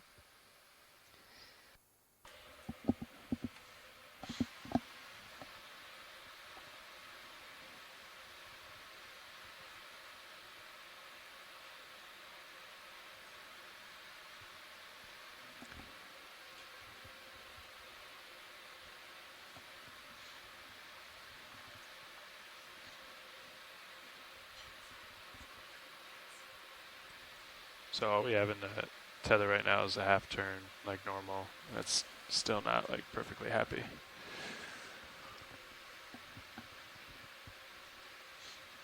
White skeleton. Yep.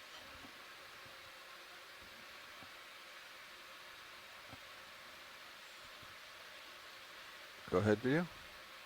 Okay, coming in.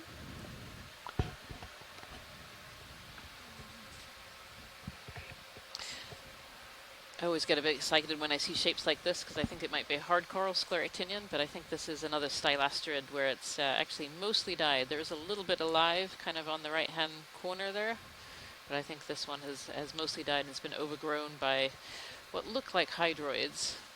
I don't know if we can zoom in on the one in the bottom right as well while we're down here. Yeah, we can zoom in on that. It's got a, I think it's an anemone sitting on it. Oh, it was a crab. Having a hard time with the lighting. That one. You want some fog lights? This is another kind of stylasterid. Yeah, let's coral. bring in fog lights. Go with that. It'll fill in some of those shadows. This is a stylasterid that's really interesting because it has these little polyps that almost have, they almost look like little faces with a little mouth on them. I have more to zoom too. Yeah, go for it. Oh, an interesting sponge there as well.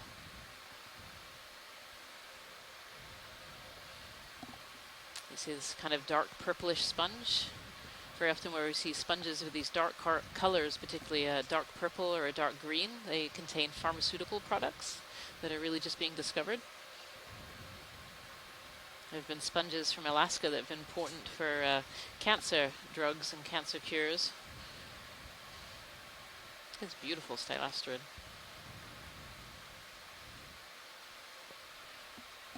The polyps are very, very tiny on stylasterid, so it's really hard to be able to see them. Whenever video's clear. Okay, and video's clear. Skeleton. Beautiful spot for that sponge as well. Video or survey 2, do either of you want this orange coral, this large one? Oh. That we were looking at? It's in the stills camera view right now. Since it's one of the larger specimens we've seen. Off or on? Off. Now we're just looking at this Primnoa pacifica, this red tree coral. Lots of shrimp on the inside. We've seen those fish as well, curled up on the inside. I haven't seen any of those on this one. I see mainly shrimp. Trying to get you real close. See at least 4 pairs of eyeballs in there. Okay. Elena Jorgensen has pointed out a baby king crab. I'm not quite sure where that is. I'm sure it's in here somewhere.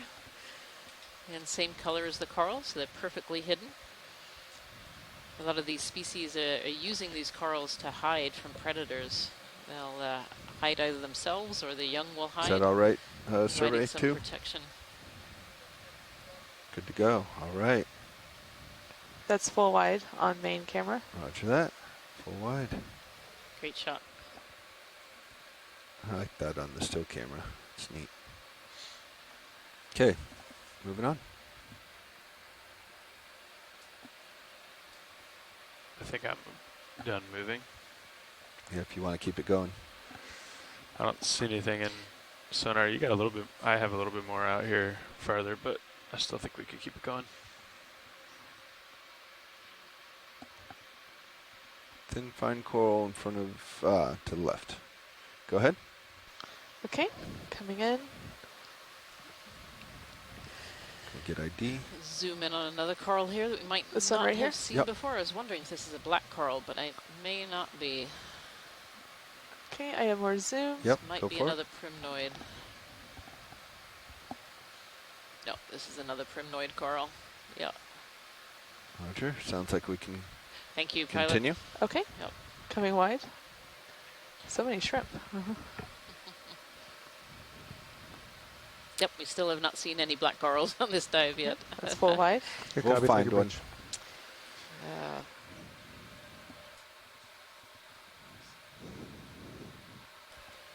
So, Rianne, why do you think we haven't seen any black corals here? A lot of the species of black corals actually live a little bit deeper than this. This is a little bit on the shallower range for a black coral.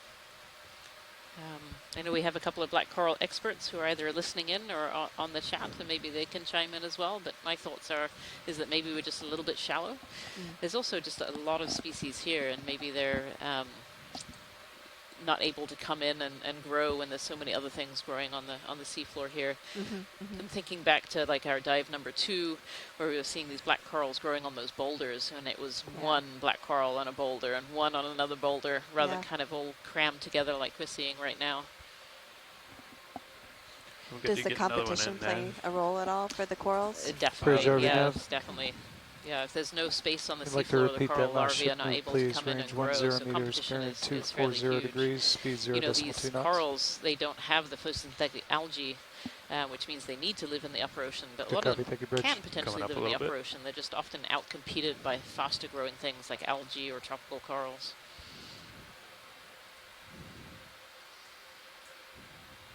So Steve Oskovich is also saying the oxygen here is very low for a black coral as well, so scleractinians and black corals may potentially be less tolerant. That's not something we know, but as a current theory right now is that oxygen is really driving the biogeography of corals, deep sea corals. And the oxygen is quite low here compared to other areas. Right, yeah, that's interesting.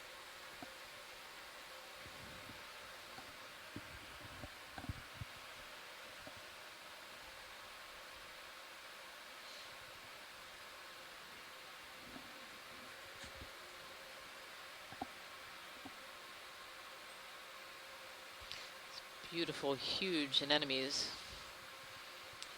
Might be a type of actinostolid, which is a common deep sea group.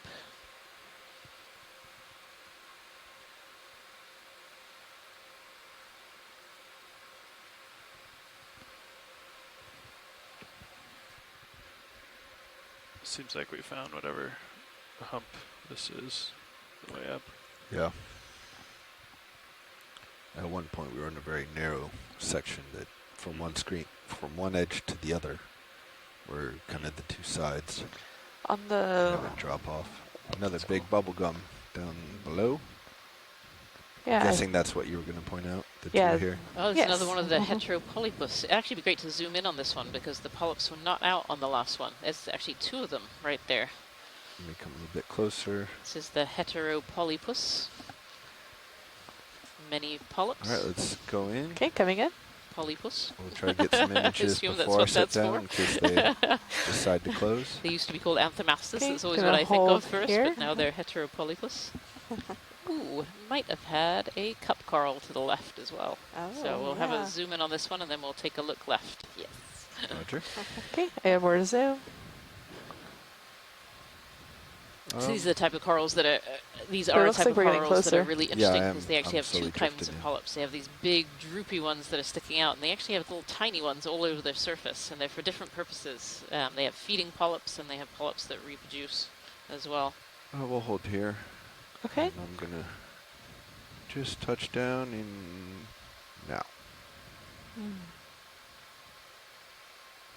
Beautiful shot of the polyps there, and you can see the kind of black tube going down. That's their gastrovascular cavity. That's where the food is going in.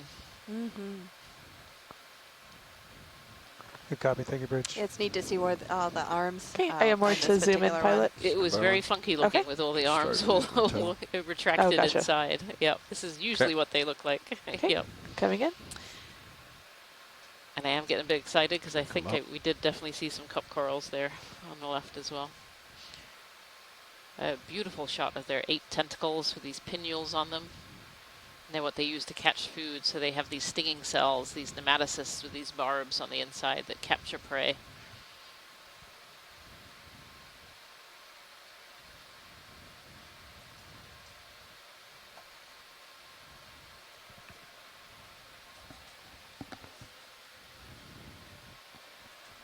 Okay, video's clear. Let's go check come out partial. that cup coral. It's going to be right below me and left. There you go. It's in view. Might need to bring the fogs. And yeah, this view here, we actually see several cup corals. Some of them dead, some of them alive. Right here on this little overhang. Cup corals are often found on little overhangs. They like to kind of be tucked out of the way a little bit.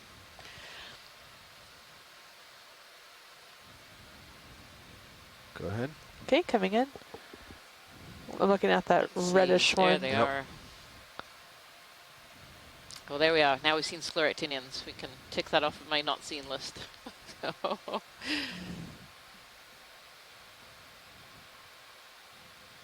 Trying to see, I think there's a second ring on the inside of these hard white parts that you can see. I have more. And that means it's likely to be I was potentially just a framing it up for the caryophilia scene. cup coral. And then I'm going to come in. Do you need some more light? There's a couple of species of Caryophilia that live in let's see. Alaska. I wouldn't dare put a species name on it because they're all Sure, let's try fairly it out. similar. Oh, Beautiful. yeah. Oh, look at that. So the completely white one in this case is one that is dead. Oh, This there is we just the go. skeleton left behind. Sorry. So the live Iris ones wasn't have the orange responding. tissue on the inside. Oh, come on. It looks just like the fossil scleractinians Yep. I've seen. Yeah. Yeah. Swing it maybe a little bit. Yep. Yeah, so the scleractinians are made of calcium carbonate. So you have this calcium carbonate usually is aragonite. Sometimes some of them have a little bit of calcite, but scleractinians are primarily aragonite, certainly in their adult forms. Right, right. Yep. Yeah. And for those of you that aren't familiar with aragonite, it's a video's clear? polymorph of calcium carbonate. I think Sometimes you get video's calcite, clear. sometimes you get come wide. dolomite, Coming sometimes wide? you get aragonite. No. But yeah, and you know, if you pick up shells on the That's full wide. on the shoreline, And we you can look turn at off the fog lights the pearly too. underside of Fog the lights, shell. come That's what aragonite typically looks like. All right. One thing I'm noticing here is that coral's the see last how one to see. it's a series of kind of rounded rocks, and it's like almost like a solidified pile of rounded volcanic rocks. And so this is starting to look a lot more like a volcanic debris flow. Oh, interesting. Yeah, Okay. yep. A little bit different than what was down below, but here we have fewer organisms covering up the rocks, so it's a little easier to see the texture of it. But it makes me wonder now if we've actually been looking at more of a volcanic debris flow, because a lot of these volcanic edifices are associated with that kind of thing. And these segments in here, these clasts in here, are a little more rounded and more distinct. There's a big crab almost If you center. want to go partial. Okay. This area is definitely hard to tell. There's a lot of biology on top, but the other areas, you can see it a little better. Yeah, I think they imaged a crab earlier. Crab. Yeah. King crab there. Okay. Let it go Beautiful. off left. Okay.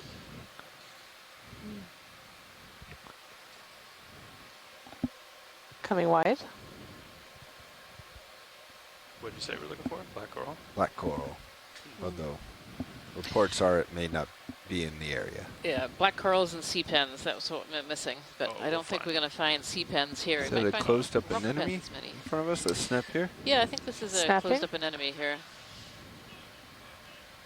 Yes. Okay. I think we Okay. can let You it go. see the tentacles peeking Wait, what's out that from long the top orange thing to the left of it? there. Cup corals on the base there as well, I can see. Go ahead. Coming in? Oh, what we got in here? I'm not sure what that is. Worm of some kind? It's not a black coral. Yeah, that's a good view of one of those rounded clasts. Do you see how it's a distinct class that's kind of cemented in there? That may be telling us that we're looking at more of a debris flow, volcanic debris flow of some kind.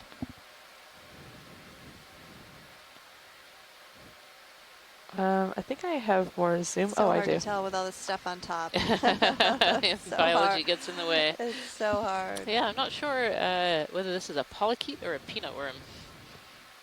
It's definitely that vermiform shape, the worm shape. Yeah, thank you, pilots. Right. Okay, we're coming wide. Steve Oskovich thinks aplacophoran. It's very big for an aplacophoran. It's probably close to 10 centimeters long, but maybe there are some bring your lasers larger back ones on. out there.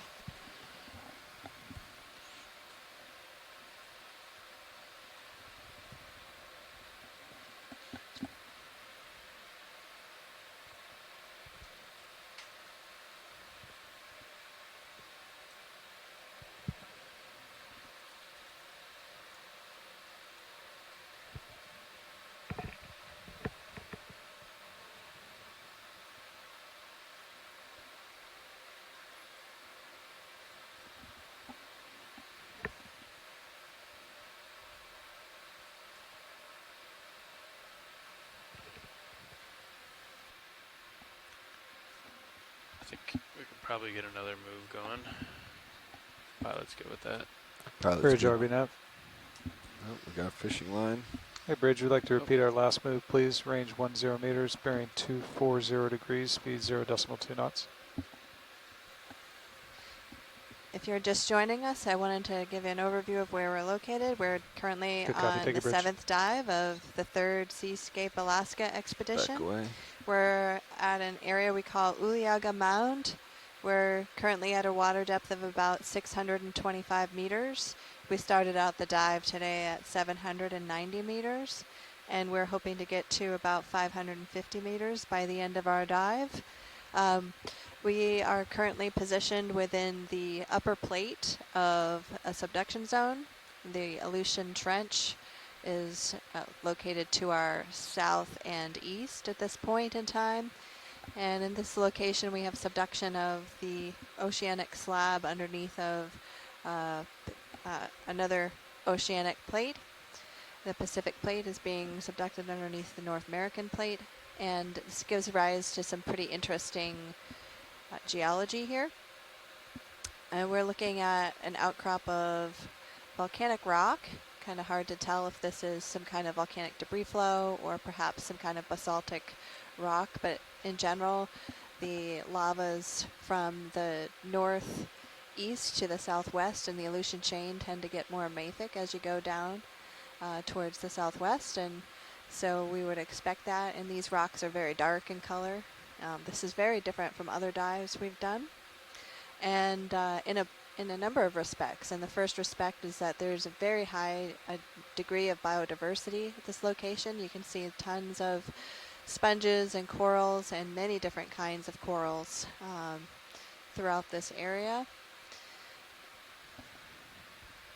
And there are a couple reasons for that, according to our biologist, and Brianne and I were discussing earlier that some of the reason for this could be the harder substrate here, where the corals have something more solid where they can establish themselves.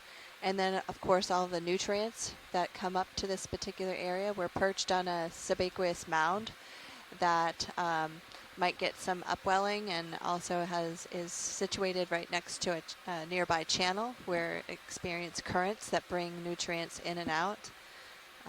Some of our pilots earlier were talking about the variability in some of the current directions, and so that could be in part related to the tides in this adjacent channel. So it's a really interesting area where the biology and the geology have a very close synergy.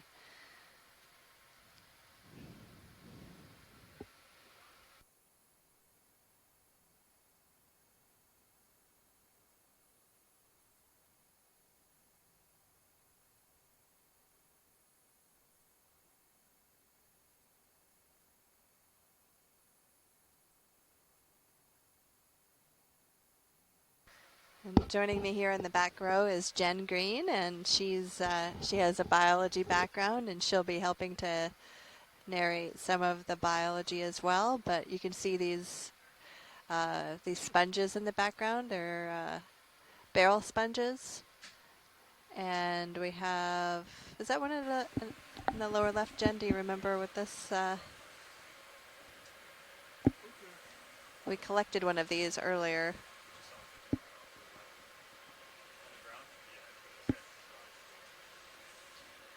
It's some kind of sea mushroom, but I don't know the scientific name for it.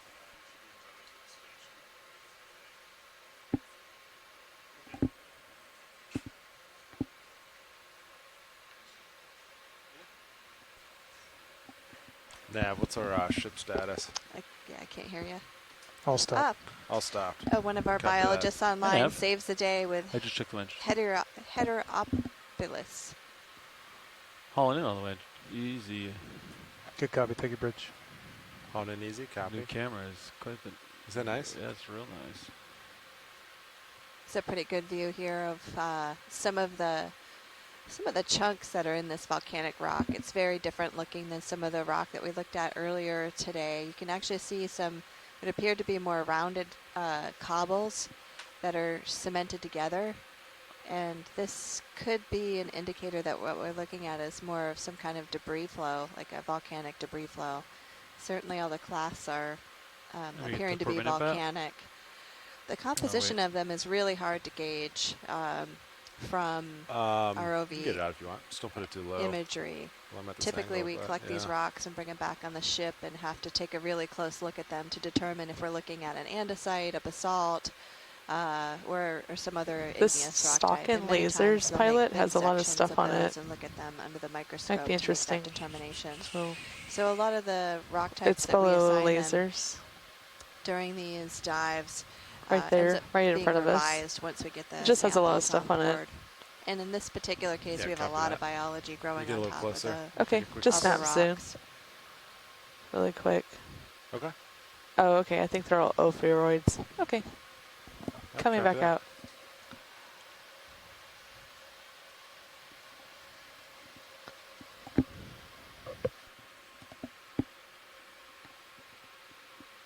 And those bright orange things there are sea anemones, fairly large sea anemones. The orange lasers we just saw are 10 centimeters apart. Oh, there they are again. So it gives you an idea of the scale of those sea anemones. They're pretty good size, probably fist size or larger. Survey 2, this is Copilot. I've deployed AUX1 camera. Be advised.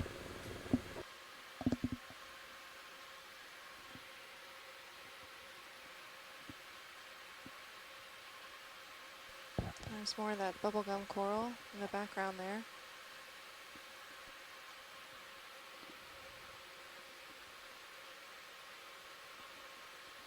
You can see it in your manip camera. I got it, Sean. Yeah, looks good. I'm just playing with azimuth, shoulder azimuth here. Yeah. I'm going outboard. Oh, it's all the outboard I got. All right. There it is. Go ahead.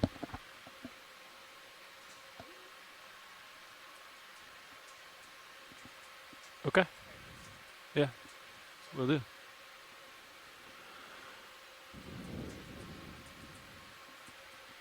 All right, let me point up. Right, this is just a Center up. forest of corals and sponges, just a forest. And that purple one up in the upper right now is a certain type of coral that is an encrusting Can I turn type your of aux light coral. Yeah, it's blinding you. Yeah. How do you feel about a way for And Nav the to big settle? white Yeah, area take a in the move. middle Yeah. where the lasers are is Copy another that. type of sponge. Nav, when you're set, let me know. We'd like to request a move. Shoulder. Same as last one. Last one was 10 meters, 240. I think you might want to do like 230. What do you There's think something about that's that? floating. We're not sure what that is. Something's floating. 230. 10 meters? It's just a floater. Yeah, sounds great. Okay. A bubblegum coral at the bottom of the Not view sure what's here. floating. The big pink I think it went off screen, pilot. Oh, okay, globules. Great. Stop looking for it then.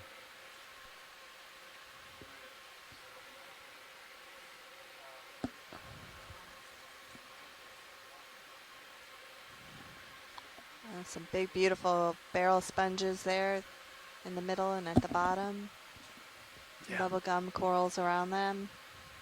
There's a sea star in the center. Yeah, video. I of can the also do like a sponge right moving there. shot. Oh, that's a to great do. find, Like, Jen. Yeah, with that sea camera. star kind of Could, just left to center. Move it And while then you an record anemone it. just under that.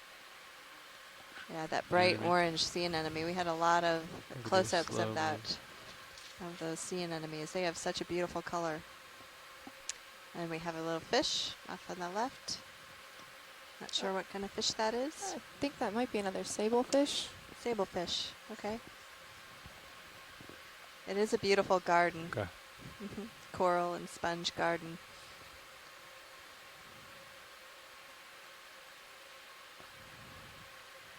Roger. And watch it. We just had a shift change. So we're just going to keep working up slope. And then, as usual, if you want views or samples of anything, just let us know. We'll make it happen. Thanks, pilot. Copy that. Looks like we got 3 Niskins left. We got 2 left, I think. Bridge. This is oh, Nav. 2 left. Yeah, you're right. We just swapped down here. Just wanted to make sure you have bailout as 045. Is that correct? Copy. And then, is there anything I should know down here?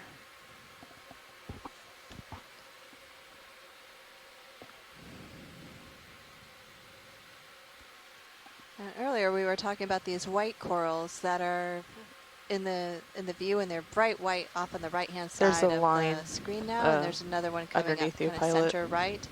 These The corals are bottom made right, up there's a of fishing calcium line. carbonate, Yeah. and Copy that. it makes a lot of hard Nav, parts. you wanna Whereas mark some of these other All corals, right, the copy. On high pack. Thank you. You ready? orange and it goes kind of up. salmon-colored Sorry, are you corals talking to me, pilot? have Sure calcium am. carbonate You wanna in mark them, the but line? they're Looks like some made up line of here. more spicules. On high They're pack. not solid hard going parts like these upslope. other types of corals.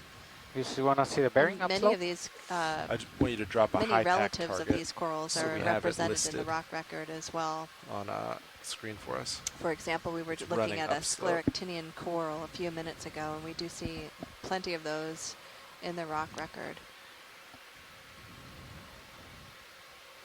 Thank you. Yeah, I see it in the mini Zeus pilot. It looks like it goes up pretty high, Yeah, too. understood. Keep an eye This on it. yellow thing coming up, I think, is a sponge. Is that right, Jen?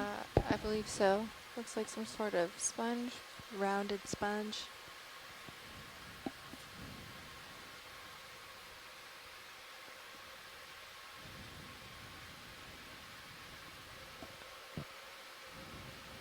Sorry, how should I mark this target? Just fishing line.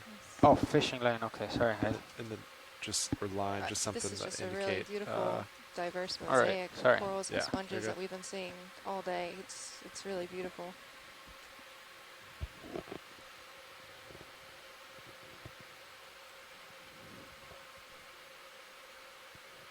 Copy bridge. Move complete. Thank you. Survey 2, were you talking to pilot or was that to video? Share. Okay, no, you're good. I just didn't have an answer for you, so I was unsure. Copy that.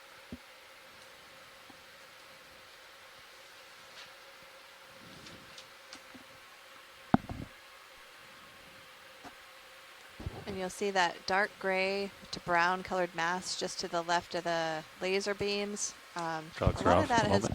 been Arm is still worm out. tubes Copy that. and Good guys. possibly arthropod tubes, I believe, is what our biologist indicated earlier. A serious movement going. This is good.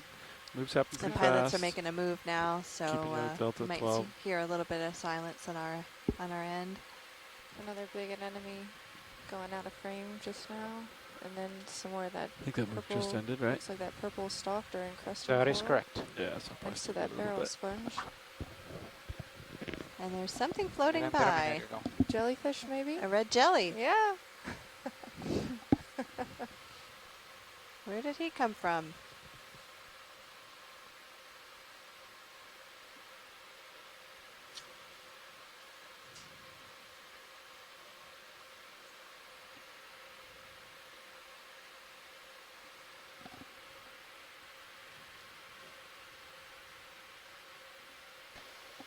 Pilot on that A white good-sized sea coral to star our over there on right the of left. lasers next to the fan. There's, it's a reddish orange object, but it's at the base of the coral that's right on lasers right now. Can I Copy snap that. zoom to Yeah, it? snap it. Let's do it. Oh, anemone. They I'm keep seeing getting me. another anemone, the base of that coral. With Okay. a shrimp? And a shrimp. Coming out. Copy that. That white calcium carbonate coral is really, really bright white.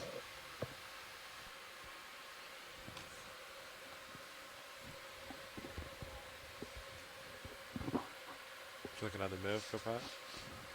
In a minute, yeah. Copy. Let me know when you're ready.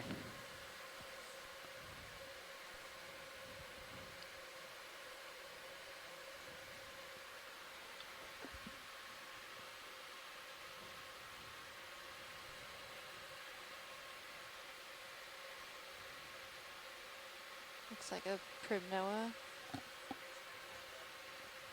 Oh, I missed it.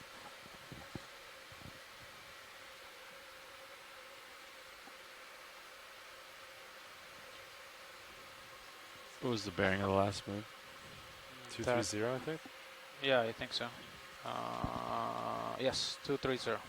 Okay. You want another one? What do you think about it? Are we ready for one? Yeah, let me move my heading. 230 is a little off. He was a bit of a messy eater too. He was dropping his Yeah, we can do pieces, that. and these Move amphipods were eating them all up. 230. That's my current heading. Okay, last one. Yep. Range was 10. Do you want to repeat it, or do you want to? Let's do it. Yeah, 10's good. Yeah. Copy. it's pretty steep. Bridge. This is enough.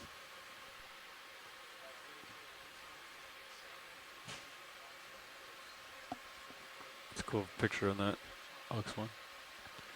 Sure is. Ox one looks pretty good. Surveyed too. There's even a fish down there.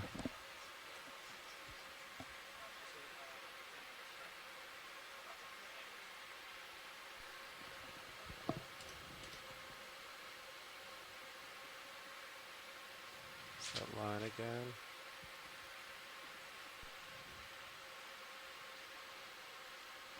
Hey, watch it.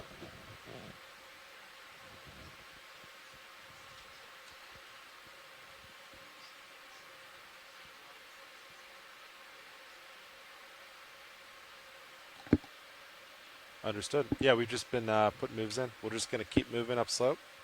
And then, yeah, if you see anything of interest, just let us know. Yep, you got it.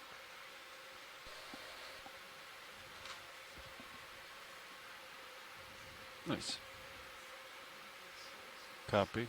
Keep moving. Now, how much left do we have to get to the top of this, distance-wise? How much time on bottom?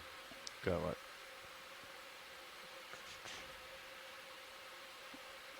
So, target to distance to target 232 meters. Plenty. Okay. Roger. 32. Copy. Then let me calculate the time on bottom.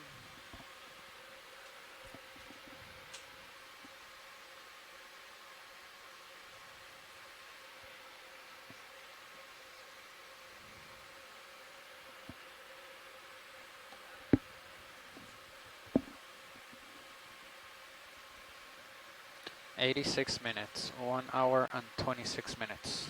Roger. Raj.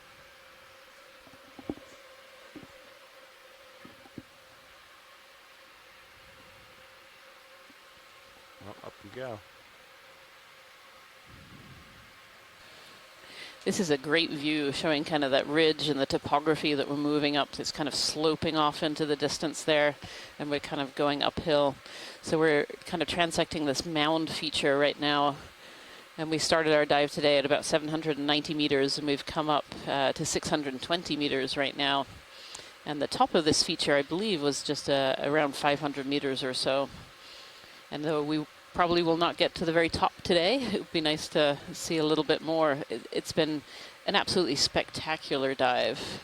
It's just been beautiful. So many species of corals and sponges here on the seafloor.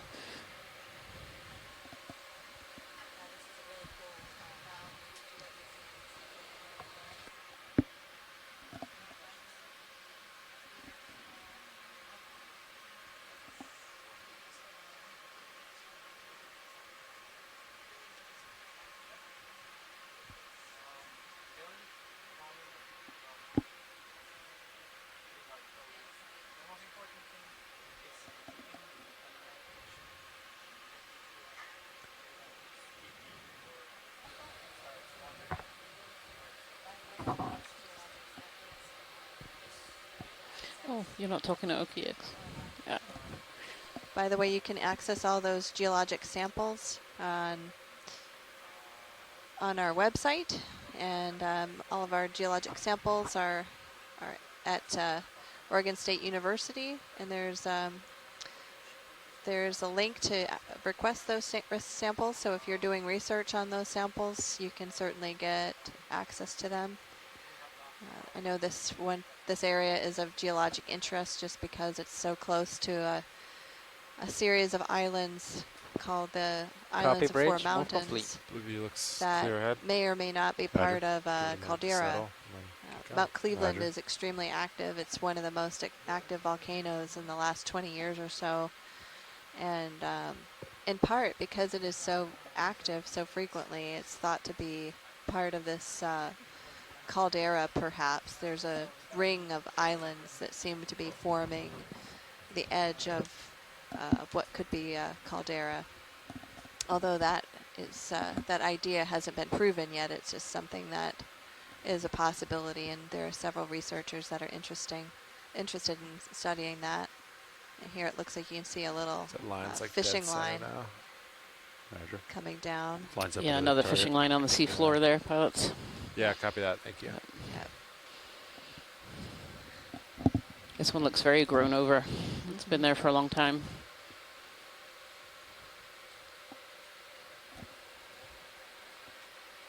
Another jelly. Another one of these Paralia jellies coming from above.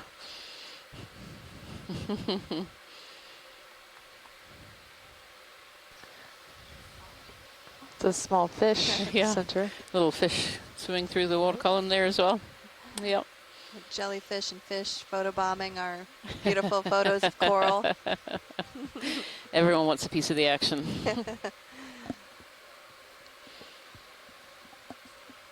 Yeah, quite a large number of sea stars that we've seen as well, from the Gorgonocephalus, the basket stars with the many arms, down to more traditional looking sea stars. Certainly a lot of fish as well, I feel like we've seen. These areas are generally fairly productive, so we almost expect to see more fish in these areas as well. And of course this dive really dominated by the benthic habitat as well. Ooh, talking of not benthic, there's a little red jelly going by and another Paralia. Ah, Paralia. I think I called that a red jelly earlier. Yeah. It's red and it's a jelly. You're good. Oh, okay, I got it right. Excellent. Put a 15-meter move in, same direction as last. Yeah, Steve Oskowicz thinks maybe that was a little Cuba zone went by. Top, if you want to go towards the top, or let's see. It's like the midwater wants a piece of the action too. Right. Same Yeah. heading. 230, yeah. Yep. Okay. Bridge. This is Nav. I would like to request to move. These dives have been really 15 interesting meters, to see the at interaction between the 230 geology and all the at decimal biology, 2 knots. and how the corals like certain substrates, and certain rocks form better substrates than others, and certain rock types have all these divots in them that allow some protection for the biology, so they can establish themselves better. And the geologic features control the currents, like this canyon that's nearby, and then the mound helps to get the upwelling so that there's nutrients available. And yeah, How's the current a little bit? that interaction Pretty between light. the geology and Little bit. biology It's has pretty been light, really though. cool. I'm not really having to fight it at all.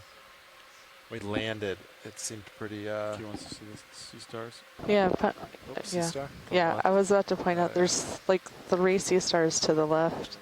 Left side screen on the big spot. We might be seeing another predation event here. These sea stars, a number of these sea stars eat sponges as well as corals. There are some that eat corals, some that eat sponges. And I'm seeing 3 of these sea stars here sitting on the sponge. Okay, coming in.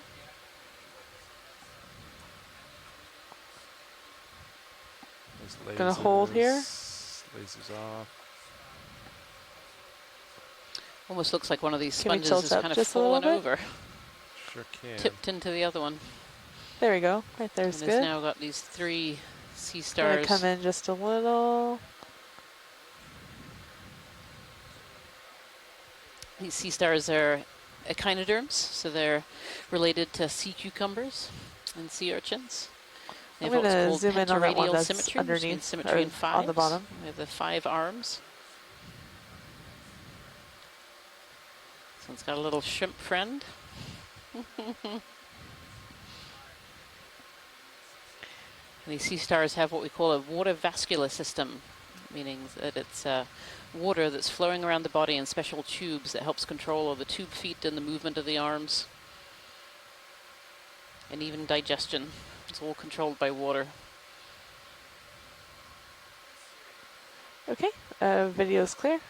Some beautiful Got that. hydroid polyps in the background there as well. Lasers back on. So there's another primnoid, probably another Plumarella That's species. full wide. Copy that. Well, actually, it's good to keep going. Yes, please. Thank All you, right. pilot. Yep, you got it. That was great.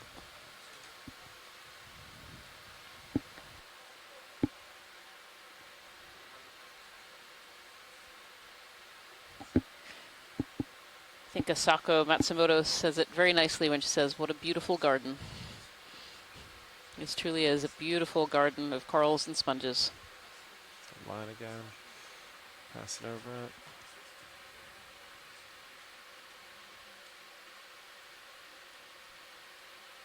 Copy.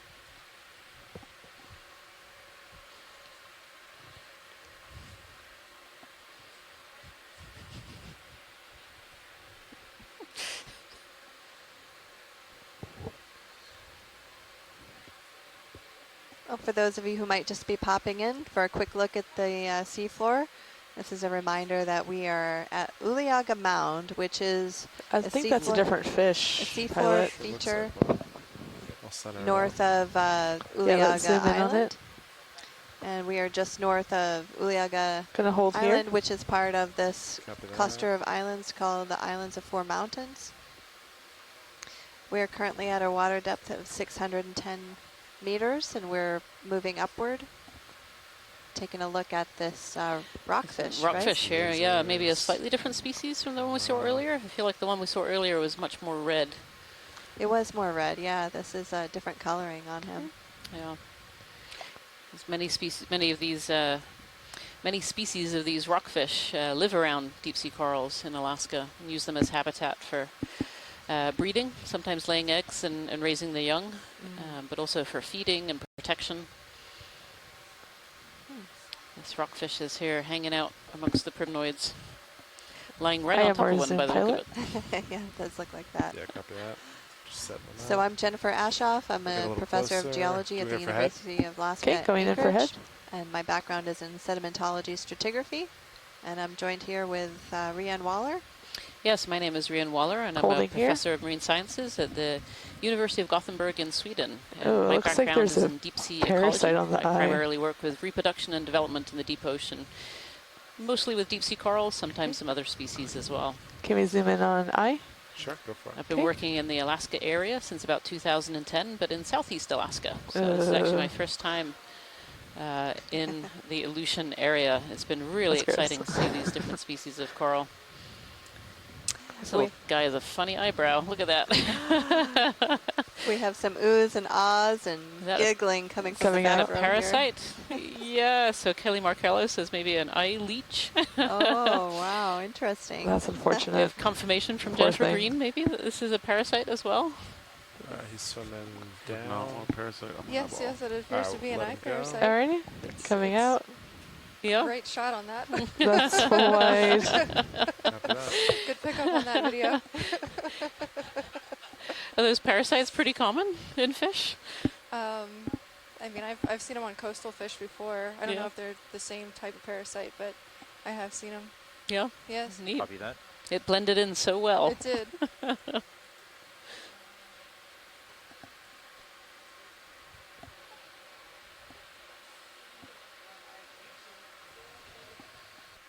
The jellyfish. Another jelly.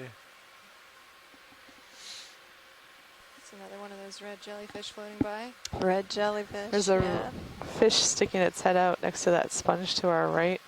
I think it's another one of those rockfish. Primnoa is a specific type That's of kinda red funny. jelly, apparently. Thanks to our science team at you wanna leave Shoreside. Oh, right of center, right of the heart-shaped Just sponge. zoom in. So Rick's here in the middle. Down, right. Cool. up Yeah, forward. just a snap zoom. It's ahead of a fish. Okay. He's right there. Looks like there might be another rockfish Snap. hiding there under that coral. Yep, there it is. So There we are. Corals Cool. and sponges as Okay. important habitat for fish. Okay, back out. Copy that. Lasers on. Yes, you can definitely see that. This rockfish is a little deeper red in color.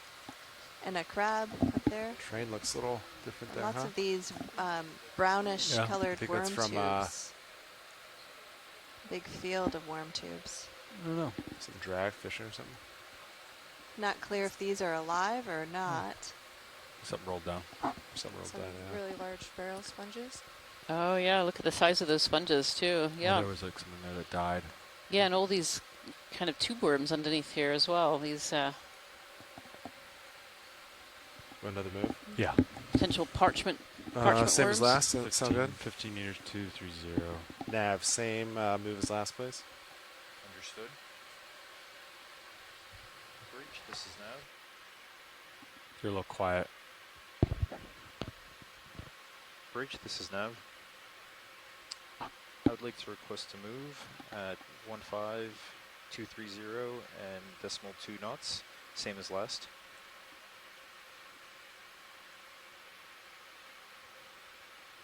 Yep, thank you. When you request, make sure you just do like, say like the units, like meters. And degree. Just helps prevent confusion. You could speak up a little louder too, but I think otherwise you're good. Yeah, when I was putting in the move, I was like, what am I saying? I'm so confused now. What I do is I'll write it down. Yeah. Before I even say it, and then you can't mess up unless you wrote it down wrong. But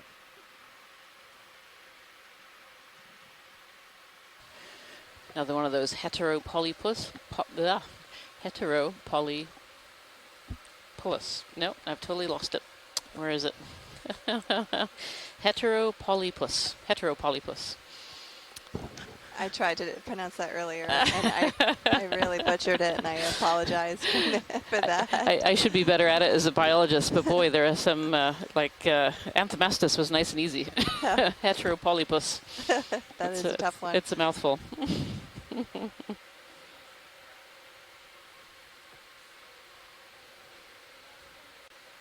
Yeah, so Elena Jorgensen thinks that that thing sticking out of the eye of the fish is an eye leech, a leech parasite.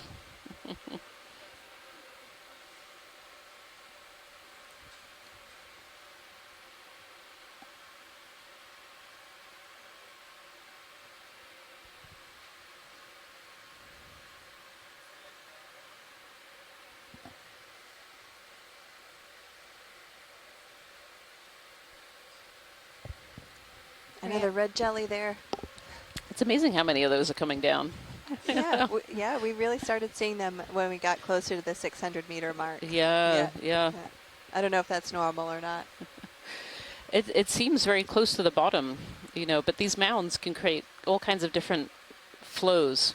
They change the oceanography of the area. So they're capturing those deep flows and making them swirl around the mound and come potentially all the way up to the surface. Is that a squid up in the top right? Or is that another fish? Yeah. Fish. The fish. Yep. Is that where you were? Yep. Lots of fish on this dive. Eel pout, possibly, right? I don't think it has a round enough head for an eel pout. It looks a bit more. Do you want to snap on it, watch it? That would be great, actually. Thank you. Of course. Video, we're There's snapping. another one over to the left as well. Snapping the fish. Lasers off.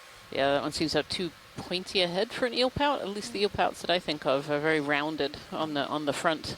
Oh yeah, that fee is different.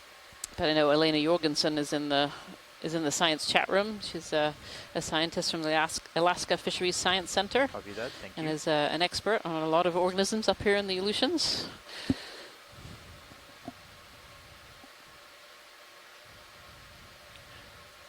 All right, video. I think There's we're little set. shrimp sticking out of this barrel sponge in front here as well. You can just see the top sticking out. That's full wide. Copy that. Lasers are back on. Blue view still looks clear. Yep, mine. Don't see any hazards. Looks nice too. Yeah, it looks great.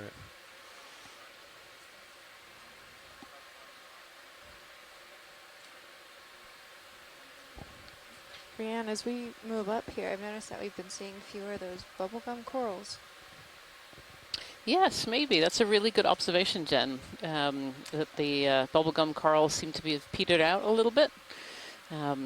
It's something important to note with, species of corals. It's not all the same species all mixed up in the same. They all have very specific needs in terms of amount of food and the chemistry of the water and what the bottom looks like for larvae to be able to land.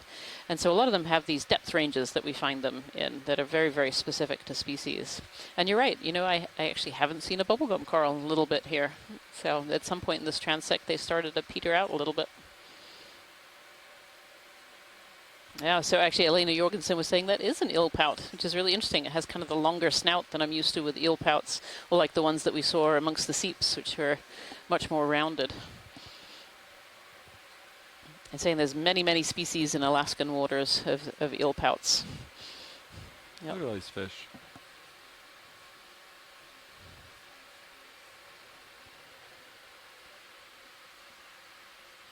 All right, I'm hauling in the winch.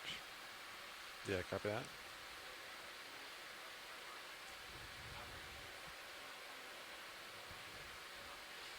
So the study of biogeography, we've been talking about what species live where. Actually, here's a little Paragorgia here, but you're right, this is just a little tiny piece. It's not like the bigger colonies we're seeing kind of in that middle zone where we were earlier. But by studying the biogeography, so understanding where these species are, allows us to understand a little bit about what kind of conditions these species like to be able to live in. And you can actually use that information to think about the future. We're thinking a lot about ocean change right now. So thinking about how oceans are thinking about how oceans are warming, thinking about how oceans are getting slightly more acidic, and different species of coral and different species of sponge need different environments. So we can think about how the ocean is going to look. How is it going to look in the future? What kind of species might still be here? What species might move to different areas?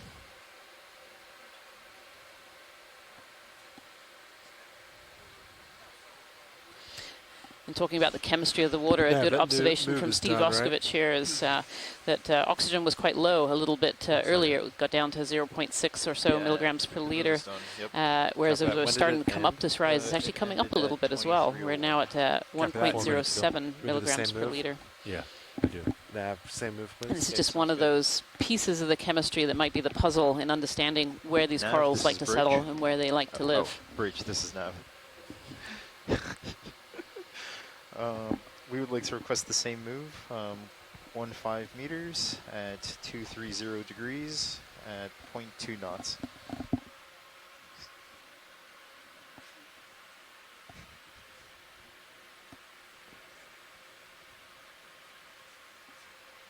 You gotta tell them that was a good copy.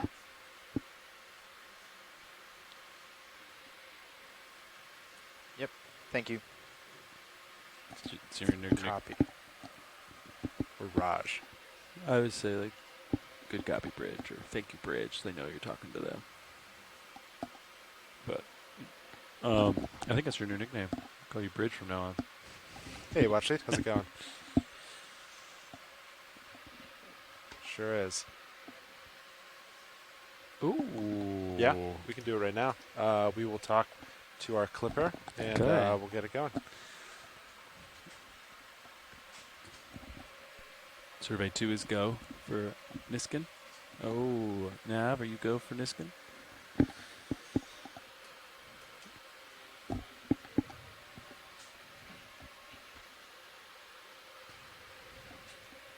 They'll figure it out over there.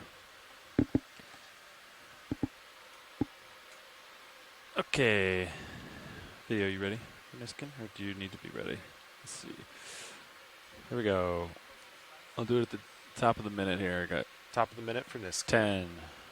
Resetting. 5, 4, 3, 2, 1. Mark. There it is. You got a Niskin. 2307. D2 depth 594. Thank you so much, pilots. Of course.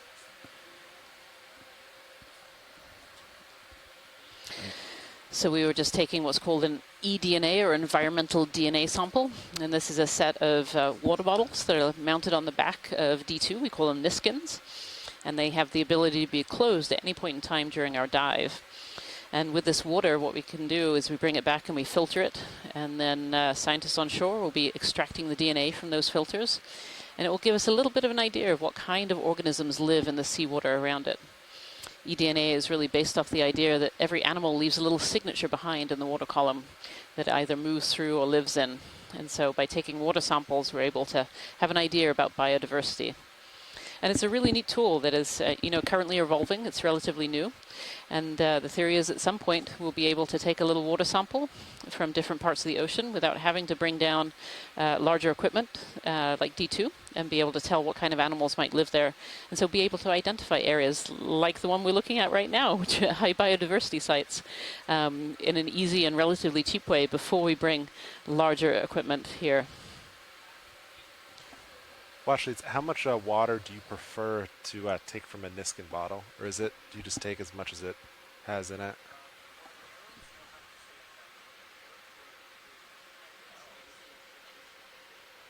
Understood.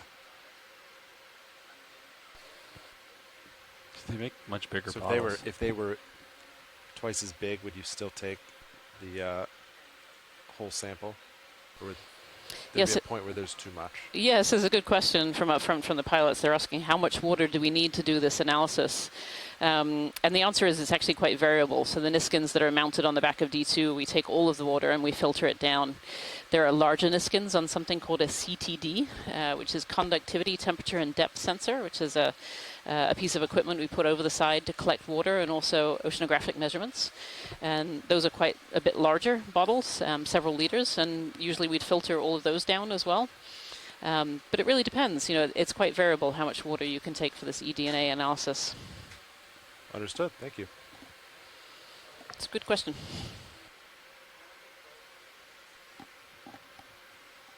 Breach, copy that.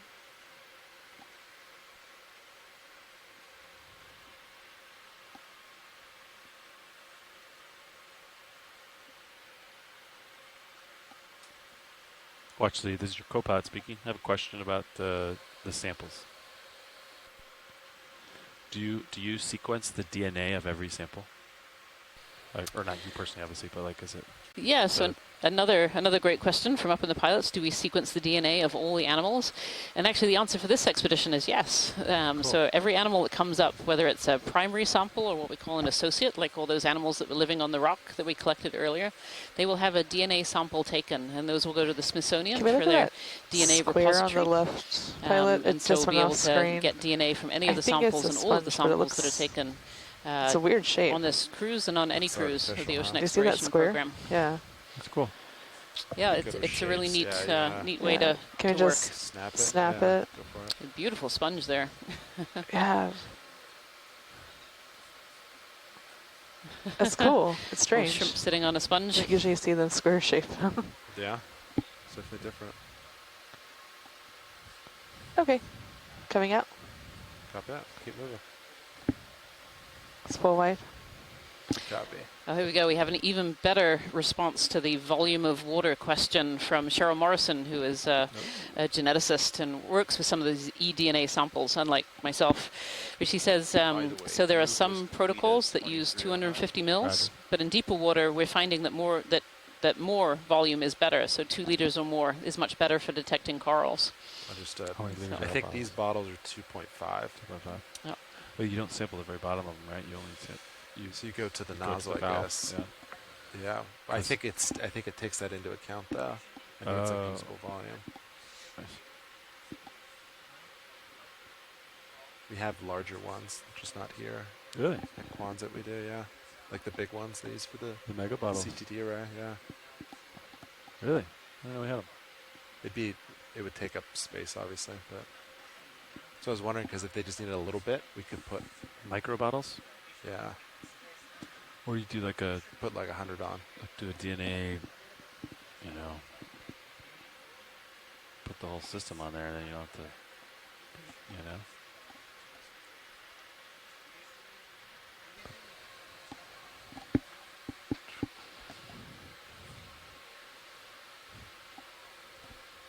Looks like it's steepened up a little bit. I'm going to attempt to say it again. Heteropolypus. A little mushroom coral there in the bottom of the screen. We've seen a few of those. Ooh. Oh, actually, no, there's another one. There it is, but you can actually see its stalk. So over to the left, pilot. To the left? Yeah, to the left. See the long, thin stalk, and then the mushroom coral sitting right next to it. I think I do. Looks like a little mushroom. We didn't see the stalk of the one earlier, so it'd be nice to have a quick snap zoom on that so you can actually see what the base looks like. And this is sitting right next to what we think is Alaska gorgia. We got a little sample of that earlier. All right, video, you want to start to come in? Okay. We've also had a request for closer zooms on animals.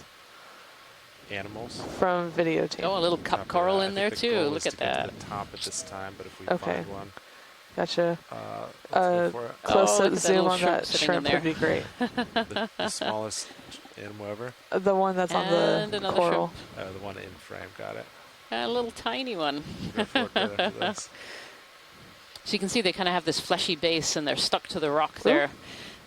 Some species of this heteropolypus actually have like a sand anchor and they actually live in sediments. It's one of the few corals that does actually live in sediments. But this one is attached quite firmly to a rock here. Is this the one you wanted, Washer? Zooming in? Yeah, this is great. Got it. That's max zoom. Copy that. This is a great image here.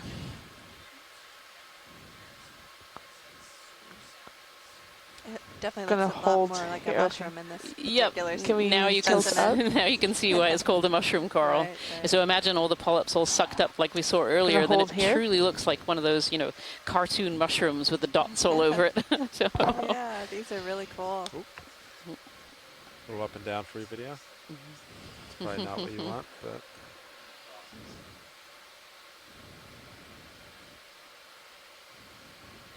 So I'd said earlier these have these dimorphic polyps. They have Let me two put different the still kinds of camera on polyps, and I 12. was actually corrected by Tina Moltsova that they actually have 3 different kinds of Sure, polyps, we so go they're for it. trimorphic. Just so you And have these it. different polyps have different jobs. kind of So float. some Okay, reproduce, coming out. some feed, Gonna get a good one here. Copy some are that. for protection. Oh look, we got a little cup coral there as well. Scleractinian coral, right? That one, no, That's that full one's a white? soft coral. Oh, is Mushroom it? is a soft coral. Okay. The cup coral that I was getting excited about, the tiny little one, yes, that's a scleractinian. Okay, yeah, Yep. that's the one that's one I keyed in on. There you go. I've seen a lot of Good to those in keep the going? rock. Yes, good to keep going, pilot. Copy Thank you. that. Yep.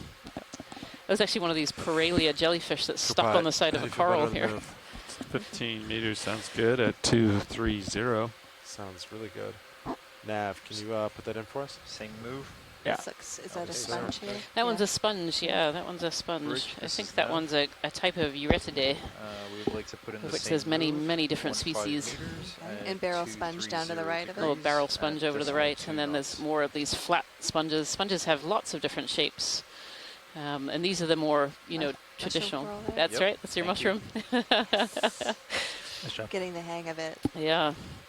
It's really interesting, we had that dive at 2,800 meters where we saw those carnivorous sponges that look really, really different from the sponges that we're seeing today. I haven't actually seen a carnivorous sponge today. These are the more traditional sponges that filter water.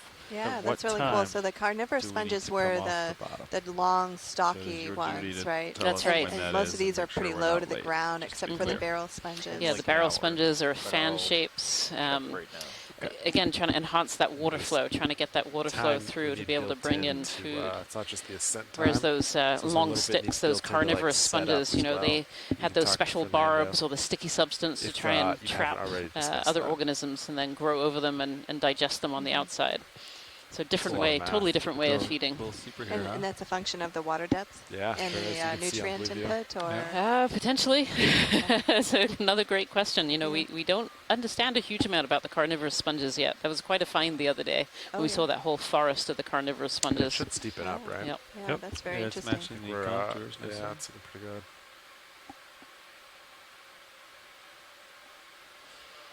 Kelly Markello here is Right, noting, bump it of back course, down that to we 10 haven't after seen this. any crinoids, and I See actually what don't we remember got. seeing any Microphone. crinoids.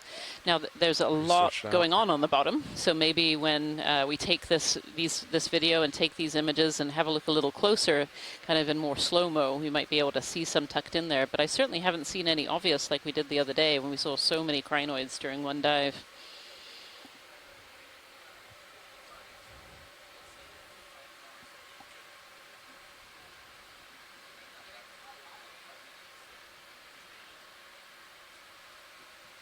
with a 5 This is a minute beautiful big setup, sponge. Look you at the guys size have of this 50 one. minutes left on the bottom.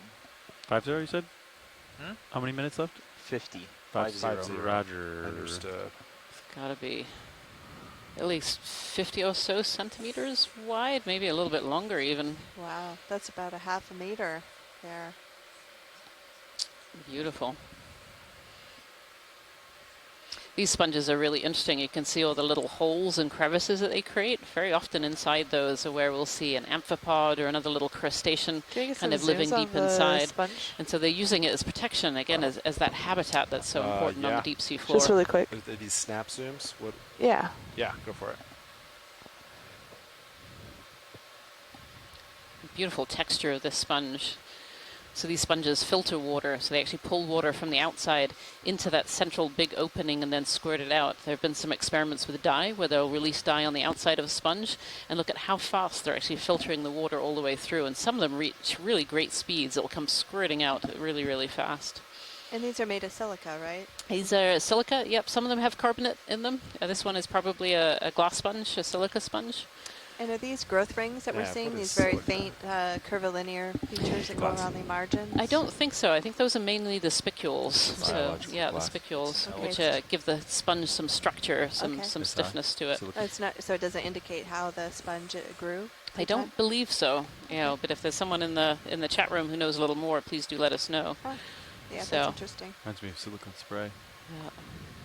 Yeah, what's that stuff? I don't know. So these little holes that we're UI. seeing are where we will find those little special cells, those little flagella that are wiggling around, and they all wiggle in time so that they create a water current that pulls water through the cells and into that central opening and pull out their food. Okay, video's clear, pilot. All right, copy that. I'm going to turn the port a little bit to line up with that. Okay, coming wide. Sonar. Shot. Copy that. Just a couple degrees. Take what you need.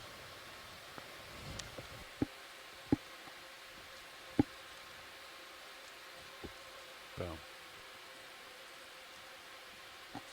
218. 218's new heading. 220, yeah. 220. Just past a crab there, perched on a sponge, it looks like. Looks like an old, sponge skeleton that's covered over by hydroids. Copy, thank you.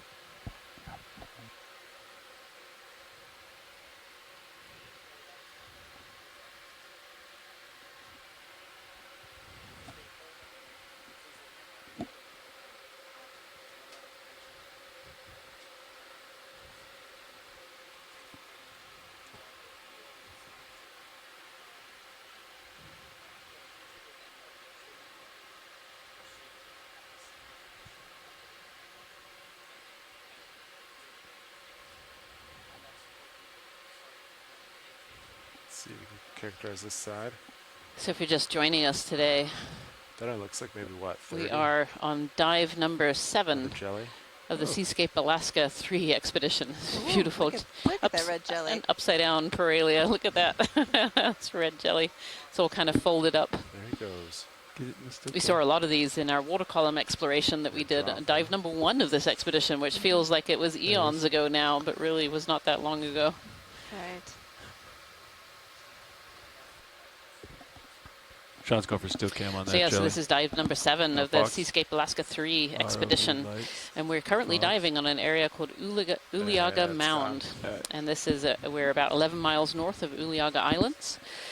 We started our dive today at a depth of 790 meters, and right now we've climbed all the way up to 575 meters. We probably have just over another half hour or so of this dive to go, and so far it's been an incredibly exciting dive today. Lots and lots of species of corals and sponges, lots of fish, lots of sea stars, lots of other life living around this little mound in the north side of the Aleutian Islands. Looks like it's flattening out again. I wonder agree. if that was. Yeah, this is your co-pilot. Yep. So these contours, they don't have labels. So if you zoom out, you'll find contour labels over Pilot, here. can Yeah. we snap Yeah, zoom drop new targets so I left know of what center, contour slightly labels there. low? It looks like a Just little translate them over tree a little bit. sticking up there. Yeah, It might just be a drop a skeleton. couple in there. Left of center and low. Yeah. Copy that. Yeah, it looks almost like a little tree branch there. I think it's coming center, maybe. Center, is this it? Yep, that's the one. Yeah. All right, video. You want to snap? Okay, snapping. Oh, no, I think that one's alive. So I'm gonna rise. I'm going to come out just a little bit. Yeah, copy that. Laser's coming off. Thanks. You can keep dropping a couple more. Maybe like, you know, a couple upper ones.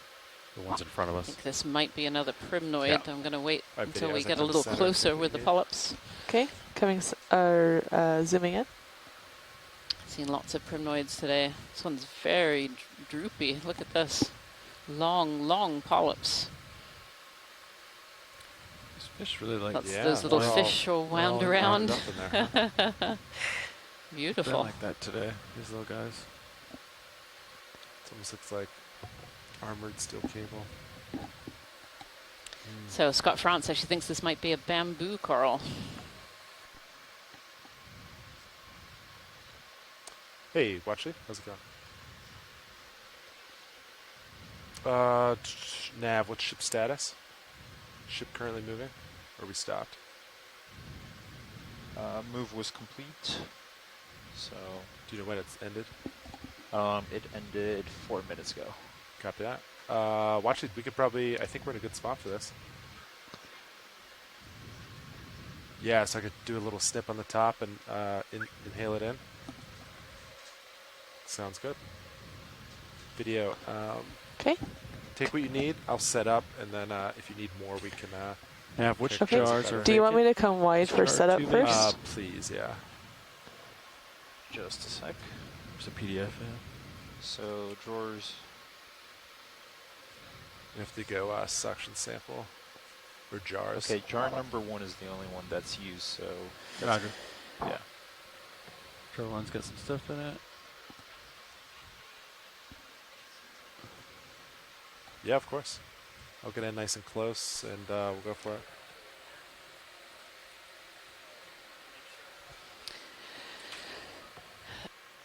Jogs are up, increasing RPM to 1,000.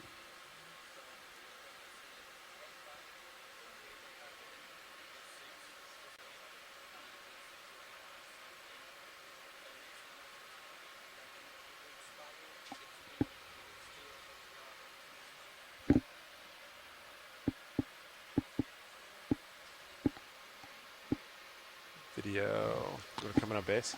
Okay, coming into base. Oh, fog lights video. Let's see. We can't really see it from there, can we? It's kind of behind.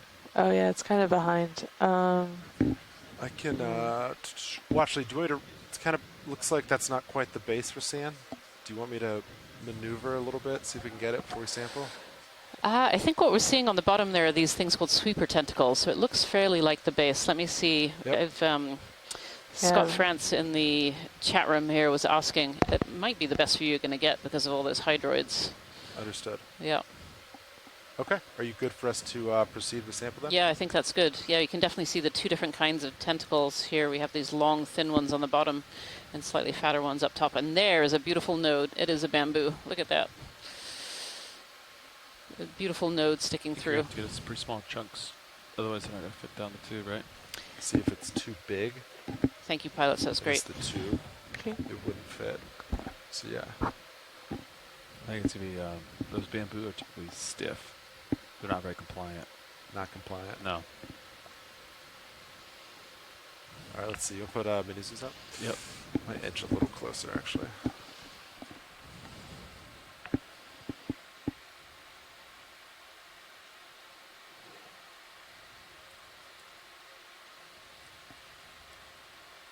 And then I think we'll have to come up and take the sample. Okay, you might have to come up to get the hose out. I think I'll just snip it, and we'll come up and, yeah. Oh, yeah, got it. Sound good? Yep. I'm with you. Okay, hydraulics are up. Minis is up. You go for the snip. Okay, we got settle. We're in canister 2, yep, looks good. All right. Survey 2 Aux 1 cam has a pretty good view of the coral in the ROV, just so you know. Arm's coming live. 3, 2, 1. Arm is hot. Okay. All right. Ooh, I'm gonna track you with pan and tilt.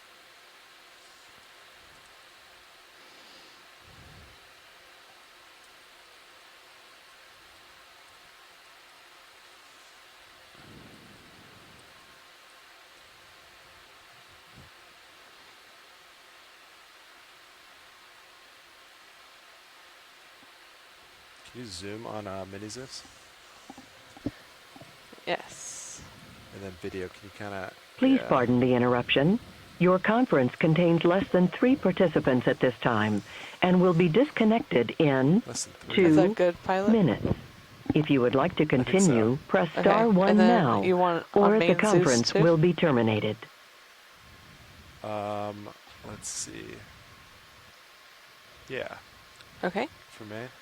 Pardon Zooming the in on that. interruption, everyone. Does that look good, Pat? We're going to be I think it's pretty sampling good, right? this Make it a little more. this coral here. We get like just enough to like get suction on it. Yeah, maybe get more short. Oh, that's more, better. more- Okay. Yeah. I think that's what I want. There you go. Just a little up the top.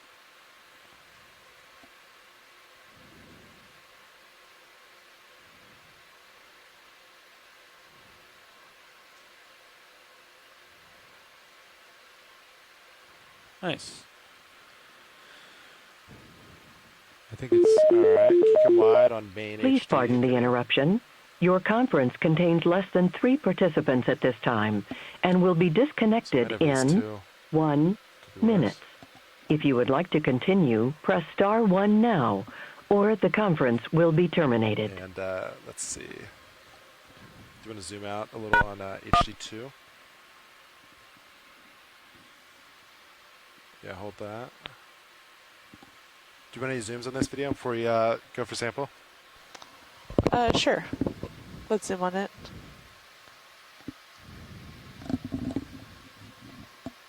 Copy that. You want to come on out? Okay, come on in.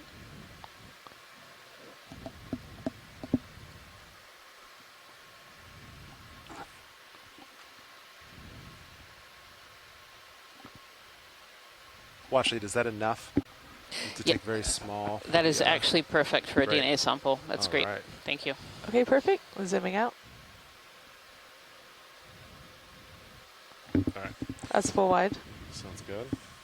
I will come out of Joylock. Okay.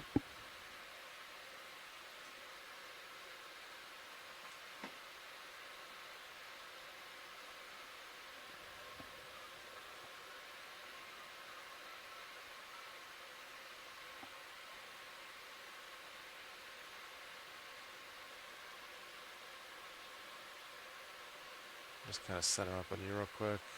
Okay. I'll hold that. I'll go into auto depth. And let's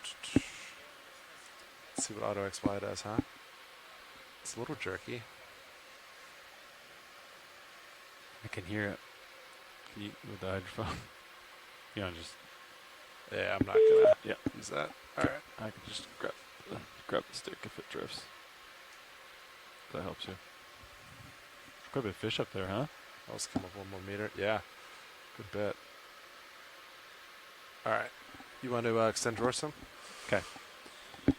G2 drawer, extending. Coming out. Want to hold maybe that? Does that look good? Yeah. Okay. All right. And then if I start to drift, you just grab my. I'm going to start at 500, awaiting for your mark.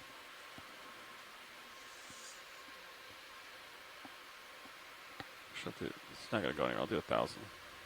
You know what I mean? All right, inhale, 900, 1,000. Positive RPM. Little flow indicators flowing the correct way. I'd get it real close. I don't want to. Yeah.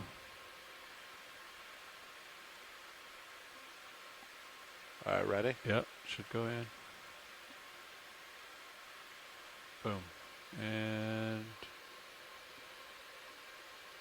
in the hatch, secured from suction. Copy that. Indexing to drawer 6. And retracting drawer. Let's see. Drawer, retract. Just going to go ahead and retract those bio pins. Excellent. We just collected the sample of coral. Okay.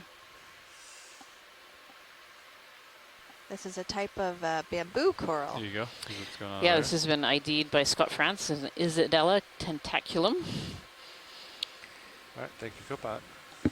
That's the first Our bamboo arm is coral, I believe, that we've secured. seen today, or at least the first one we've zoomed in on enough to be able to see. Disabled. Yeah, we full wide on Mini Zeus. That was a great sample. Thank you, pilots. There we are. Yes, Yeah, there of we course. Good to keep going up, wash shades? Great to keep going. Yep. All right, Thank let's you. do it. Yeah, of course. We are at a water depth of 570 meters, and we're hoping Nice, to make our way up to suctioning 550. Thank you. Nav, A lot thanks of for fish to your providing right. overlock. A lot of fish to your starboard side. There's quite a few of them. Wow. See 'em? Yeah.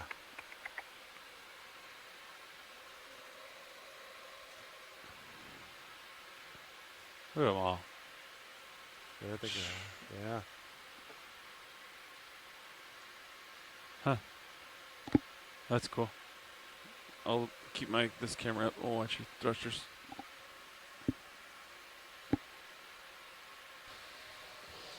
So that bamboo coral is actually described from here by Peter Etnoria from a series of samples collected in the Gulf of Alaska in the early 2000s. I'm still in auto def. Great, it's out. One of the few deep water expeditions up here that has previously looked at these kind of depths before. Look at the numbers of fish in this screen. I just looked up from my notes and it is crawling with these fish. Yeah, these are the sable fish, I believe. Lots of sablefish here. Lots and lots. Survey 2, this is Copilot. You want to get some video of the steel cam? Right on. As we looked at the base of that bamboo coral, we saw these things called sweeper tentacles, those big, long, thin tentacles, I was saying, was slightly different from the main polyps.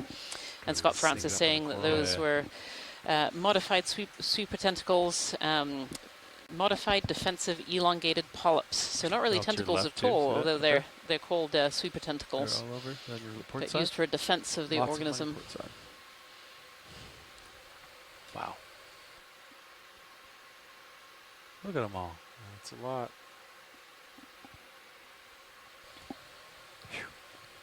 Crawling. That's a lot of Must be fish. a pack of one.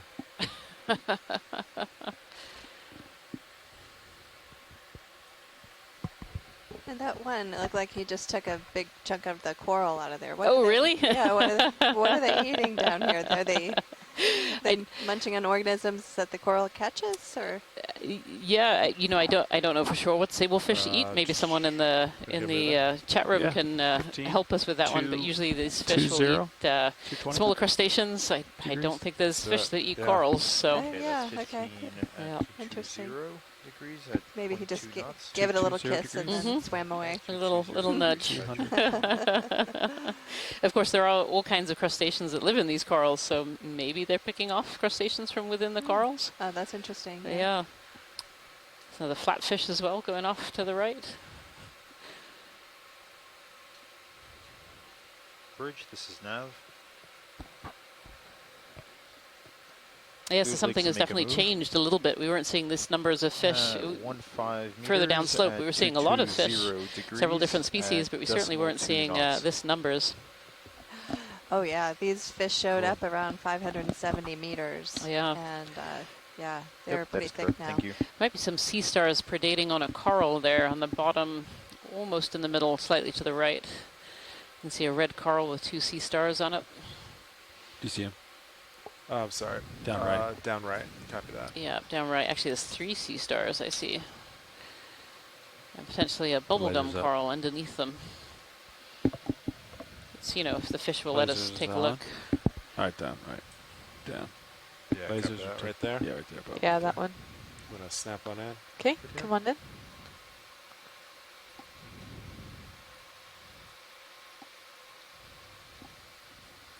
Oh no, this is interesting. You can actually see the skeleton where There's not too much of this living Can we coral tilt left up? behind. Sure can. Perfect. Okay. Lasers on. Zooming in.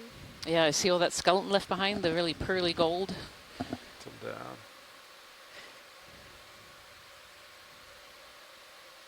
It certainly looks like these sea stars have been having a good munch for a very long time on this particular coral here. And this isn't a paragorgia at all. This is actually another primnoid coral. Okay, Now just that we're letting up you guys close. know, we have about 30 minutes left. Yeah, Scott France, That's that primnoa did not stand a just chance. pure time, and then With 5 three of more these minutes large for coral, preparation. coral-eating Copy that. So starfish on board. 30 minutes to set up, and then set up in 30 minutes. I wanted to zoom in on that top one, pilot. So, Yeah, sure, go for it. I'm Or just the- kind of floating. the middle but I'll, one's good? Keep it center for you as best I can. Do you want top or center? Top. Top. Wow, look at Yeah. this.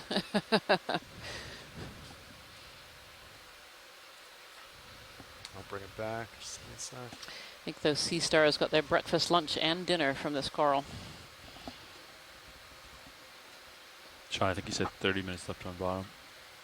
So if we want to set up for 5 minutes. Yeah, so then that's pointing 25 out left on here bottom. at the base there. So on the Let's set right-hand side of the screen, you'll see these polyps in this tissue on the rock, and so that's part of the base of the coral.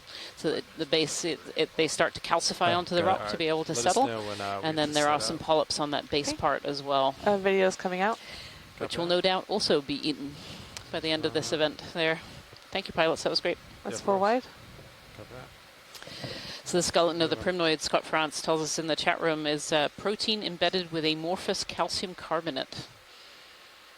So different octocorals have slightly different chemical makeups of their axis, the piece that runs through the middle and makes them the fan-shaped. And then they have these calcium carbonate spicules on the inside of the polyps. That's an amazing little observation there of those sea stars eating this poor primnoid on the seafloor.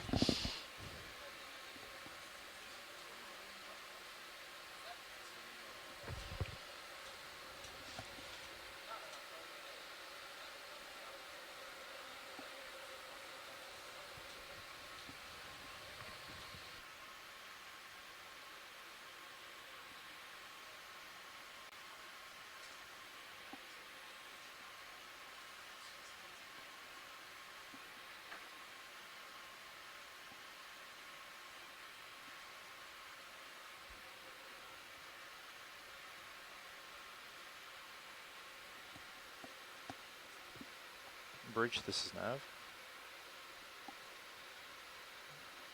Copy, thank you. Move is complete. Understood. Move complete. Thanks, Nav.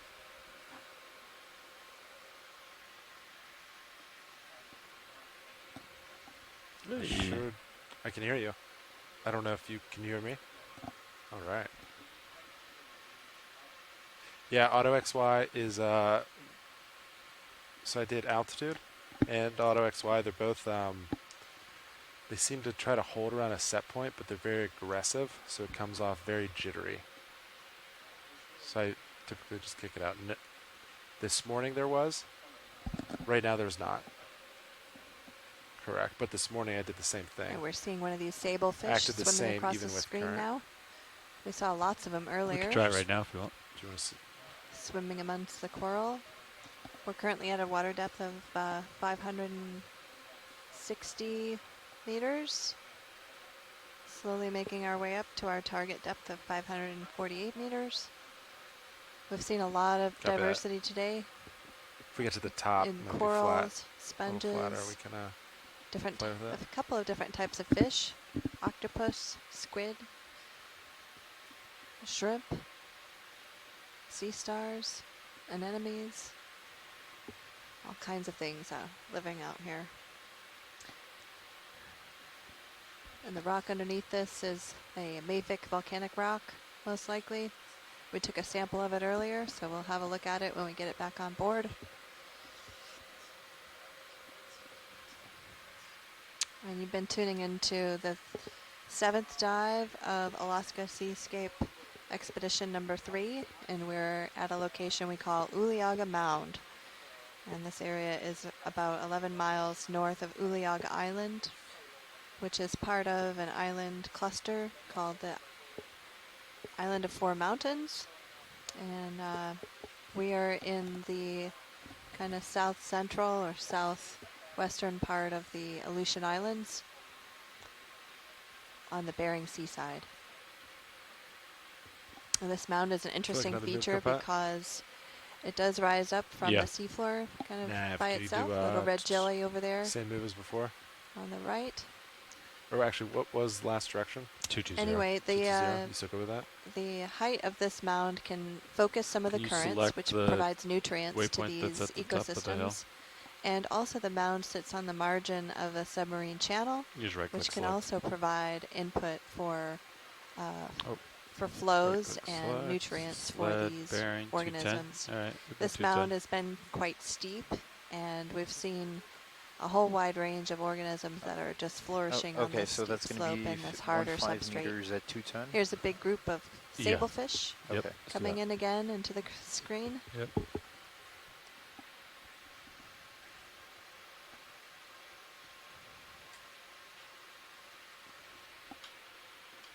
Bridge, this is Nav. We would like to request to move at 15 meters. So I just got up for a quick break, and I seem to have come back to a science chat that's talking about how corals taste, which is very interesting. They say Primnoa is the tastiest of the corals. Okay, no they don't. Thank you.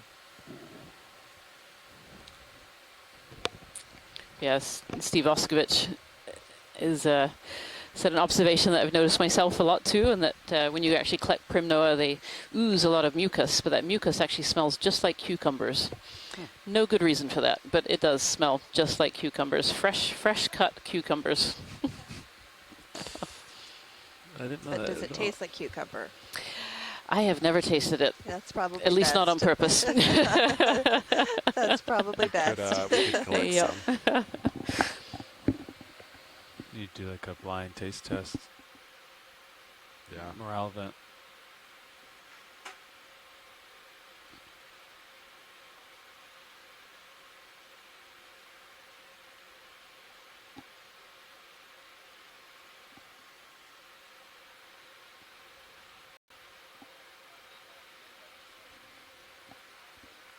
That's another one of these sea stars predating on a primnoid coral going past us here. You can just see the skeleton left behind.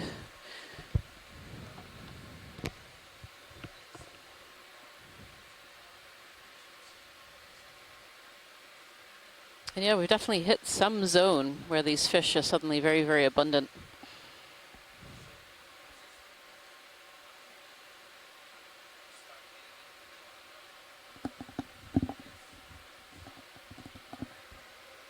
Lunch tension looks good. Comps look good. Let's see how our fibers look. 11.8. That's good. One Niskin mono left. Lots of fish. Lots of coral.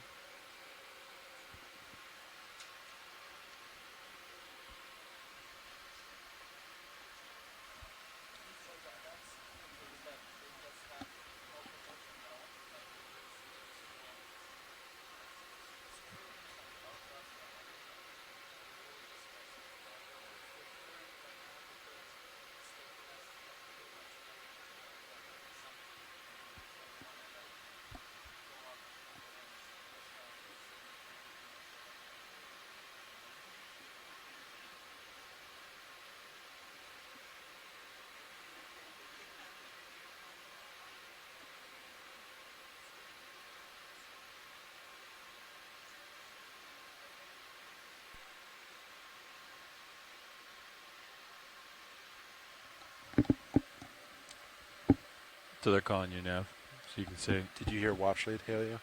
So talk to watch lead and say, "Go ahead, watch lead." Yeah, say they're hailing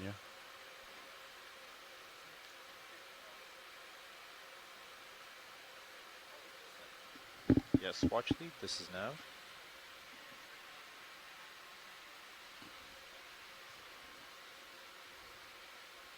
Sea stars, huh? How much time? Bridge, this is Nav. Yep, thank you.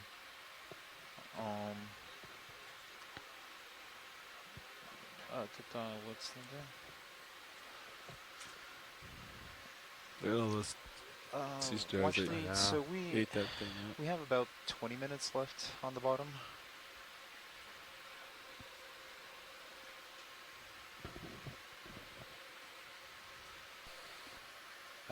Yeah, and the move has been complete.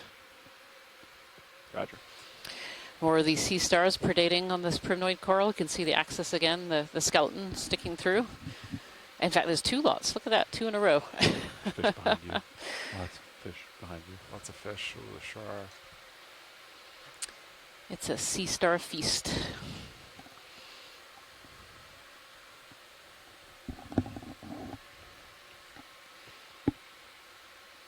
Getting pretty close to your thrusters.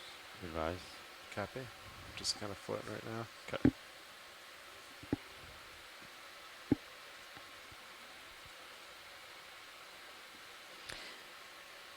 It's a little bit. So we've made the observation that there's been a couple of pieces of fishing gear on the seafloor, and it wasn't totally obvious why earlier, but now I can see there's quite a large population of these sablefish here. And so maybe this is quite a fertile fishing ground. There's more of those redfish too. I've seen a couple as we went by, the rockfish.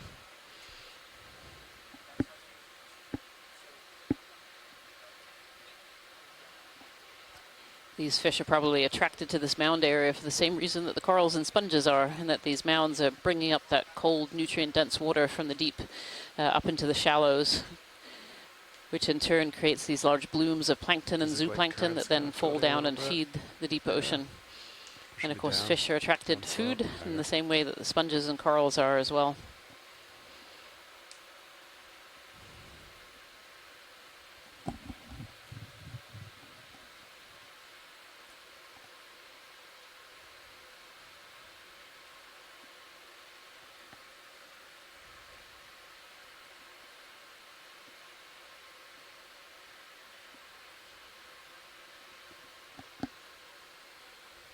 And Watchley, it's, in case you're interested, as we approach the top, it does appear current is increasing, kind of pushing us downslope. Okay, that's great. Thank you, pilot. Yep. Yes, the pilots have just let us know as we're kind of slowly creeping towards the top of this feature that the currents have been increasing. And we've kind of seen that throughout the dive. They've increased, but they've also changed direction as well with the tides.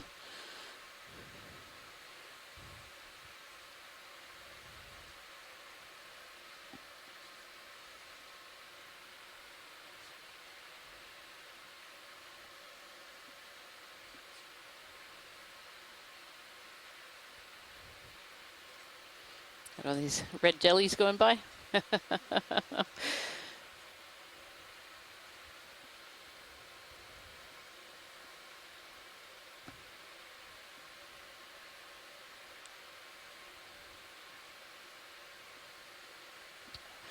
Another one of these rockfish tucked in there as well. It's bright red in amongst all these sablefish. And the seafloor still covered. Still absolutely covered. It's been covered for the entirety of this dive. You want another move? As we're coming up on the last 15 or so minutes of this dive. 15 to It does seem like we lost a lot of the bubble Nav, gum give us another corals. The bubblegum corals, yep.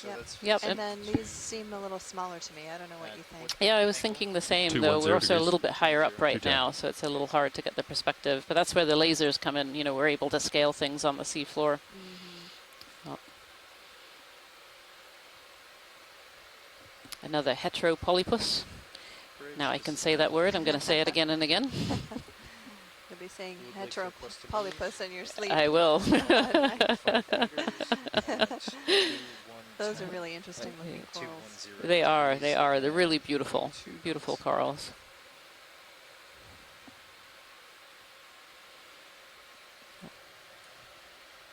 Yep, that is correct. Thank you. Oh, it's playing with the light bar. Yeah. Lots of big anemones in this dive, too, that we've seen. What if there's just a ton of food drifting down? Yeah. Current, that's what's attracting fish. Yeah. Because it kind of showed up at the same time. Or we just made it into their area. Yeah, shallow water at the top of this hill. Sure is. Looks like we're now at a water depth of 545 meters. Made it a little bit past our target for the day. Yeah, it looks like the top of this feature is about 530 or so, so we're really quite close to the very top of this feature. Starting to see more of these purple corals, which we thought maybe might be a Muricidae or a Victorogorgiidae. We collected a little bit of that earlier, so we can bring it up on the ship, and that will be sent to the Smithsonian, where it will be identified and have DNA taken, so we'll be able to know exactly what that was.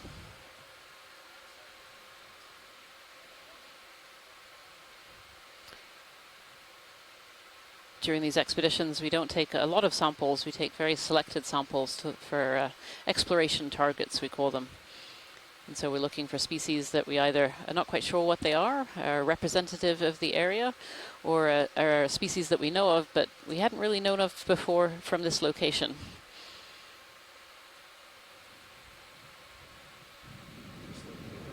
Yeah, so little bits of the bubblegum coral. Maybe a little bit like what we landed in, where there were just a few Quiet. here and there. Can you move your mic a little closer? Yeah. That's better. Is that better? Yeah, it's way better. Okay. 1.5. Copy. So setup in 1.5 minutes? Yeah, so setup is in 1.5 minutes. Good copy.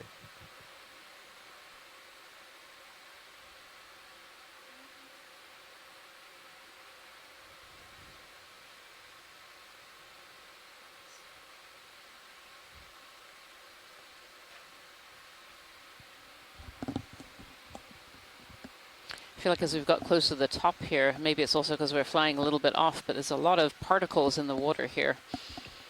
These particles are marine snow, as well as other organisms, and that's really what's feeding a lot of the animals that are living on the benthos, as well as the mobile animals as well.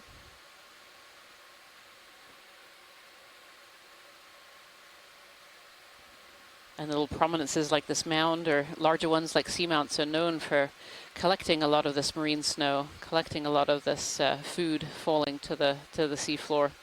And that's often why we see these areas of high biodiversity, these hotspots of biodiversity. Which toe the arm? Yeah, copy that. That's a lot of fish.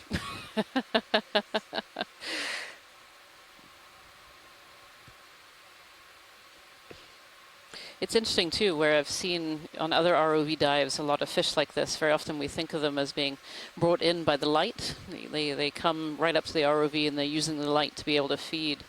But these don't seem to be paying as much attention to the light as I remember from other ROV dives.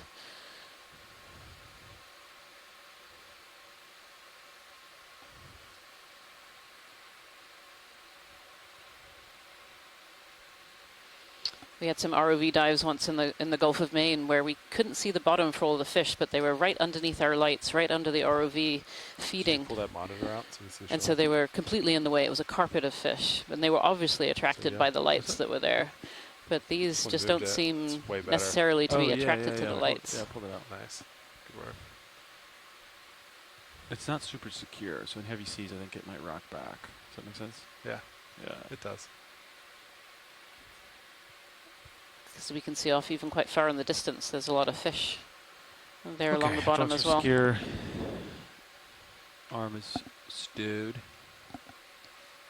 back in its home position.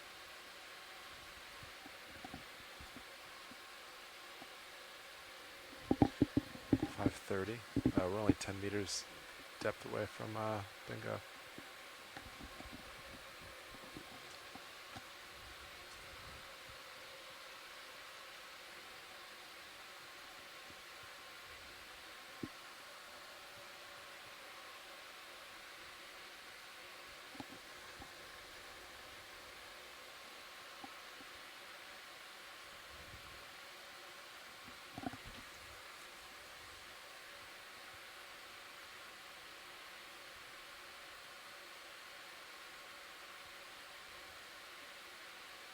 It certainly seems like as we come up towards the top here that we're getting the smaller colonies primarily. There's still some big ones in there, but you know, primarily these smaller primnoids. Yeah, they do seem smaller. Is that a function of the current, do you think, or? Potentially, yeah, just a different zone on this little mound. Seeing smaller of the what we're calling Alaska gorgids as well. These small stick yellow. Though the sponges are still quite large and still very numerous in species. Oh, more move? Yeah. How is that move? Is it still going? It's still going, Got but we have 10 minutes I'm left. getting really close to the top setup. of this Copy that. mound You want to do feature one more here. move? Same thing? We are. Interested to see what this looks like.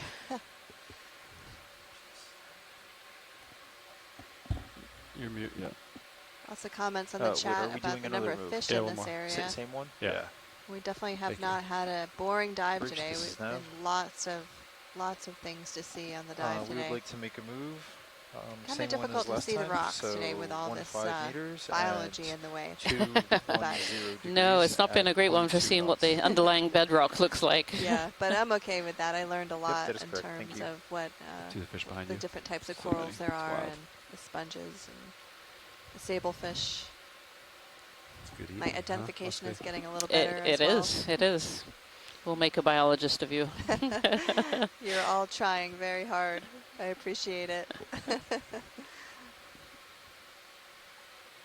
Oh, Tina 4 going by as well in the water column. Tina 4.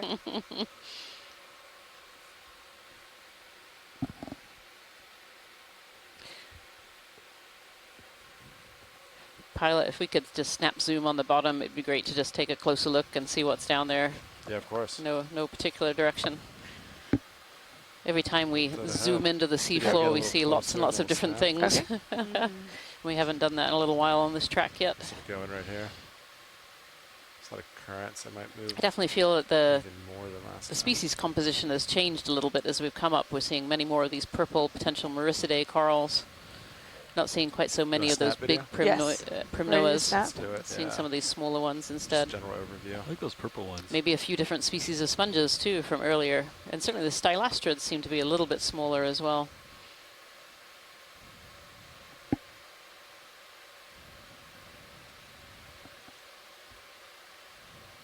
Is this good? Watch it. I'll just kind of. This is great. Move and zoom. Yeah, this is perfect.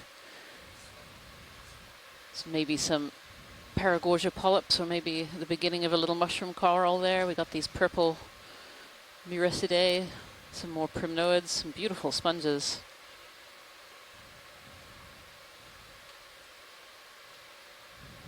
And of course the fish. Excuse me, fish. Sablefish still? I think so, I believe so. Coming up to Yeah, hang look, out. when we looked at a little bit closer, look how many sponges are here of all different kinds of species. Pilot, Smaller co-pilot. primnoids, How you doing now? Yeah, that's stylastrids. Pretty good. Good. Just beautiful.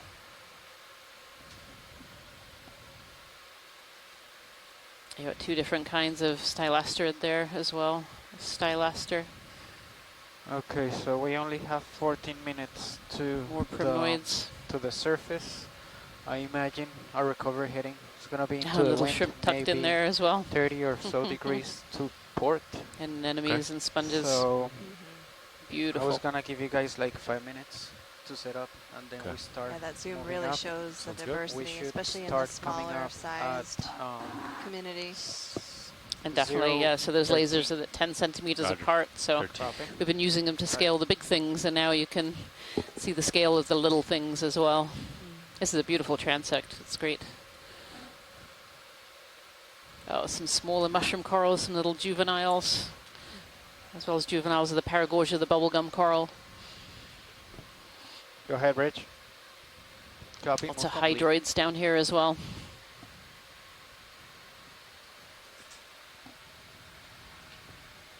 Calyptophora, Paracalyptophora, maybe some Thurorella as well, and Plumerella. What a great shot. Look at that.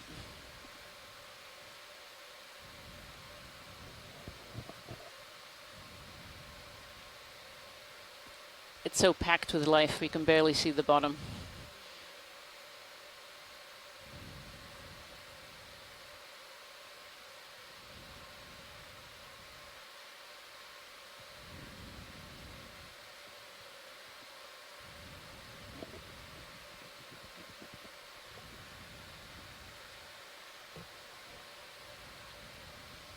More sea stars as well. I've seen a couple of different species and lots of these little brittle stars that we actually hadn't seen many of so far, but they were probably there, just closer to the bottom, hidden away with all this life. Tons of these shrimp.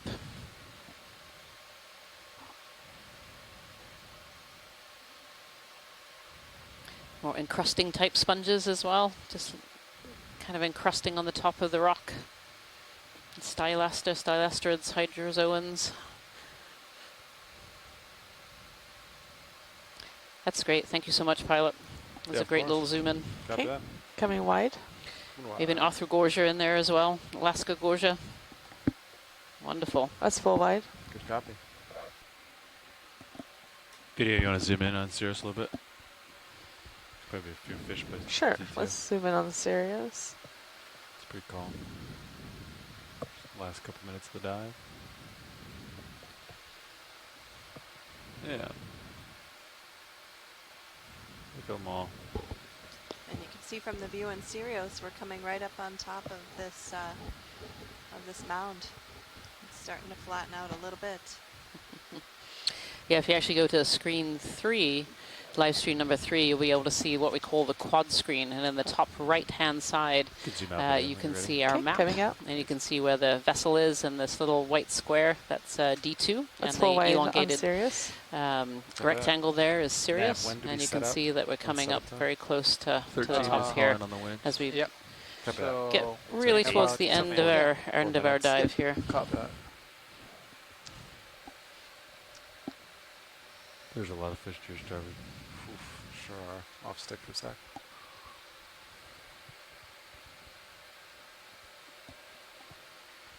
This might be the most fish I've seen. I don't know pretty every dense, dive. yeah. It's pretty shallow.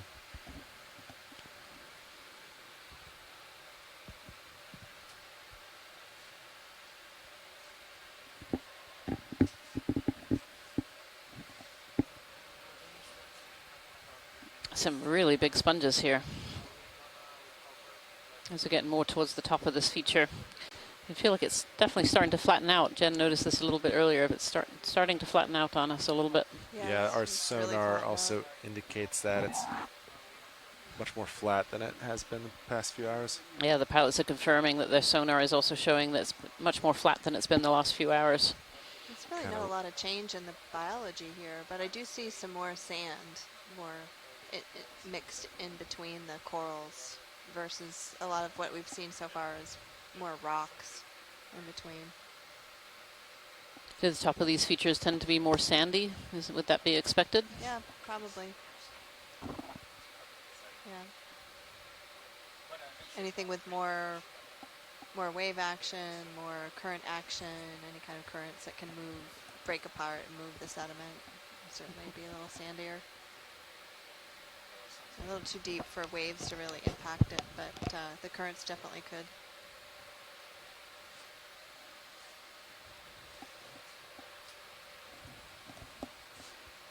So it's interesting, you know, the seafloor is still covered like it was at the very beginning of our dive, but I'm betting when scientists go through this video and start to look at the individual species, count the number of what we call morphotypes, the different types of corals and sponges and other animals that we have here, I'm wondering if we will see a bit of a diversity change as we've come up this little bit shallower. You know, we've noticed that Paragorgia, that bubblegum coral is, you know, there's still little ones in here, but there are no big ones like we were seeing further down. And now I'm starting to see just more of these massive sponges, these really big, kind of arched, almost like amphitheaters sponges. Yeah, they're more of a frond type of sponge here, and just stretch out a little bit instead of the barrels. Okay. Yeah, maybe a little bit different. All right, watch leads. We have about 1 minute left before we have to set up. Let's see. Doesn't look like we quite made it to the top, but according to HiPAC, it listed the highest depth at 530, and we are at that depth now. So I think we're pretty close. If that's any use to you? Yes, pilot. I think we're very close to the top. I think that's great. So just before we leave the bottom, it would be great to take another eDNA sample. There's a So flatfish we have one for the center. end of the transect. Copy that. Co-pilot will make sure survey's ready, and we'll get that sample going. Can I zoom in on the flatfish? Oh, she's ready. Pilot? All right, here we go. For co-pilot video, yeah, go for it. I'll do it at the top of the minute. 08. Okay, watch lead. Resetting. The co-pilot will do the Niskin at the top of the minute. All right. Everybody's ready, co-pilot. 10, 9, 8, 7, 6, 5, 4, 3, 2, 1. Mark. There it is. Bottle sealed. Okay. Thank you so much. All right, Sean. Stow everything and let's go. All right.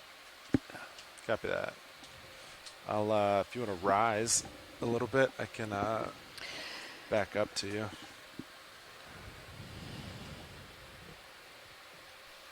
Actually, I'll just stay center and let you situate. Sound good? 1 second. Almost there. Yeah, no. Okay. Stay put until you're ready. I'm ready now.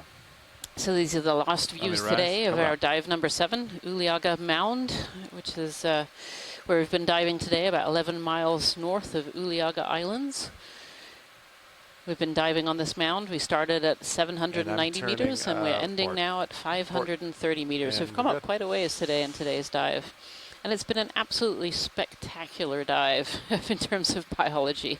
There's just been a massive species of corals and sponges, associated species, mobile fauna like fish as well. So just a really high biodiversity site, a very characteristic high biodiversity site. So this has been really exciting for me to see today. It's also a geologically interesting location given it's this mound-like feature and its presence on the north side of the Aleutian volcanic arc, and also with its position sitting on oceanic crust on the overriding plate at the subduction zone. So I was excited to get a sample, especially a very big one. Yeah, so what a great dive today, and a great one to be able to document. So just as we finish this dive, we'd like to just acknowledge in the area in which we have been working. So as we proceed to explore the deep waters off the Aleutian Islands, we respectfully acknowledge that we are working within and around the traditional Alaskan native homelands of the Sukpiaq, Alutiiq, and Unongan. We acknowledge their native homelands and honor the indigenous knowledge and heritage of these coastal communities and their relationship with the ocean. We will work with care not to disturb Alaskan native uses of the ocean environment, and we look forward to building upon this indigenous knowledge to add to our collective understanding of the oceans. I want to say thank you so much for joining us today. Thank you everyone at home for watching. Thank you for all the scientists on shore who've been helping us today. We've had a great suite of scientists on shore, particularly since it was a Sunday, their weekend. And of course, a thank you to the ROV crew, to the video team, to everybody else who has been helping us today on board the Okeanos Explorer. And we hope to see you tomorrow for another dive. Thank you so much. That is going over top of me. That looks... I think it's on your port side a little bit, but if you push... Yeah, try to rise a little more. It just really wants to be there. I think if you push forward, it should clear. All right. We'll keep an eye on it.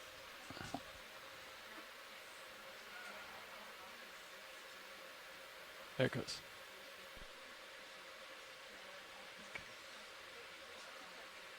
What, it's not over yet? It's on his port side. I think it's okay so far, but I wish it kind of came up and out. How much your altitude? Can you go down a little bit? I can go down a little bit. Yeah.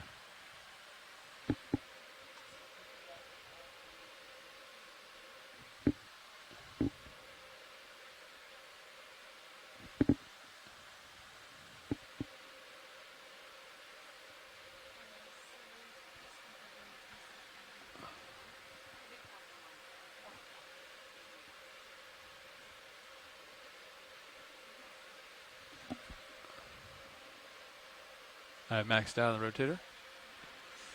Copy. I think it's over top, Dewberry. Yeah. I think so. It seems like it's going up from your aft cam, but it does look strange. It doesn't look normal. Like it's going way... Turn more port, maybe. Turn more port? Yeah. Let me back up. Yeah, and get my view, turn more port. All right, backing up, stand by. We'll get it cleared out.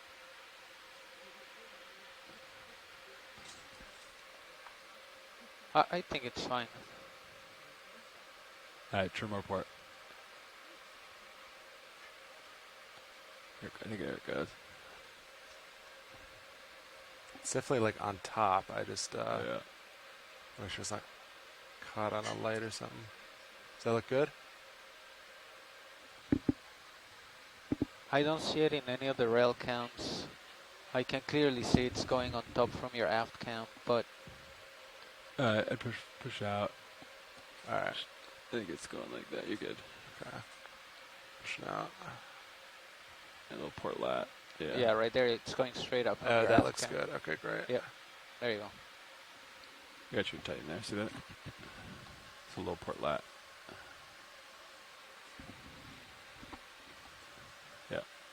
Feeling good. You see my light pool in your tail cam. It's nice too. Yeah. I'm just going to center and rise a little bit. Roger. You can bring your heading inverse of mine if you want. A little bit more starboard. I was just angling it to center up, but yeah. All right. Sorry, Fernando. It's all good. Cost you a little time, but it's worth it. Okay.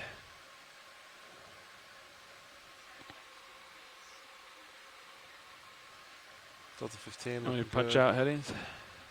Not yet. Not yet. It's not tight. All right.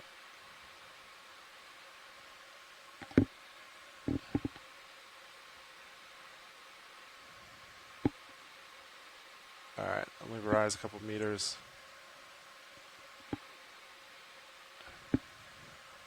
All right.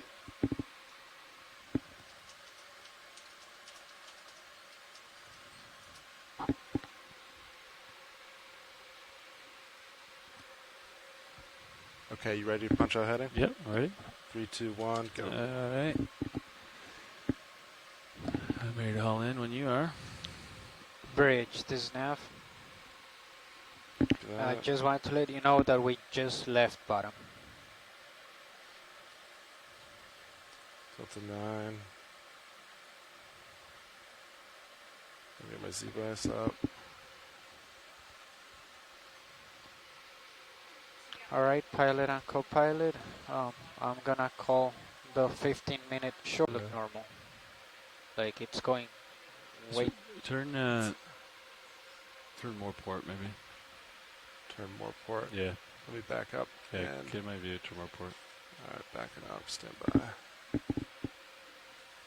We'll get it cleared out.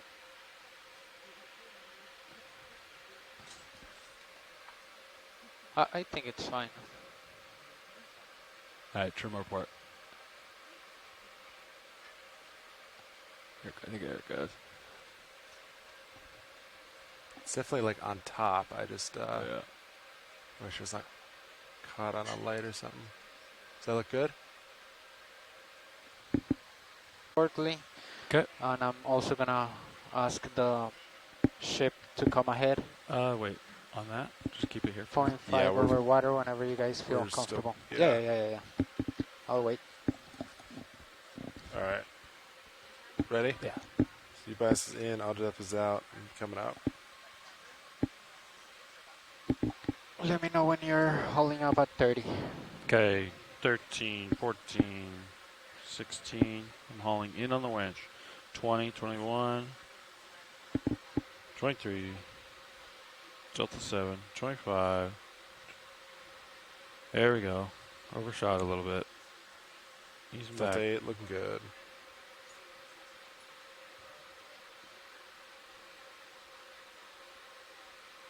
Twenty-six, 27. Bridge, 28. this is nav. We're ready down here for the 15-minute call out.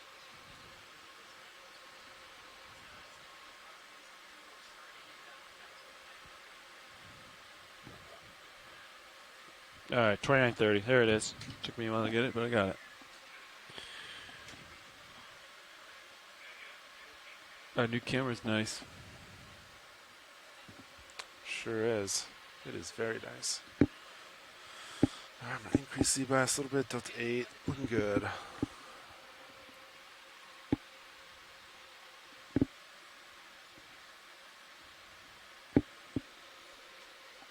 Okay, port manip looks okay, right? Starboard manip looks good. Yeah. I'll just nudge everything in once we get to 50. Sounds good. Let's see. Nav, is there any What's the highest? Are we at the highest point nearby? Yeah, from what I can see, it is. Okay, sounds good. 5:30. I think I'm at past 100-meter altitude. Copy. So I think if So co-pilot's you feel ready, I think comfortable? we could start coming ahead. What do you think? Yeah. So we disengage auto search and just start coming ahead at 0.5 through the water, correct? Yeah. That sounds right. Bridge, Well, this nav. do everything, port prop, rudder, and everything. So we are about 100 meters off the bottom. I would ask you to please disengage auto search and start coming ahead. Try to match 0.5 knots through the water, please.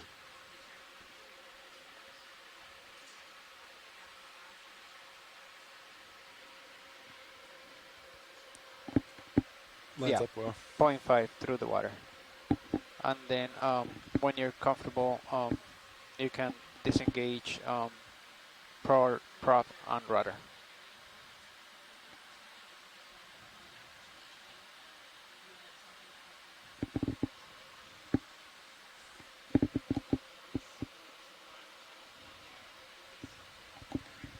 Go ahead.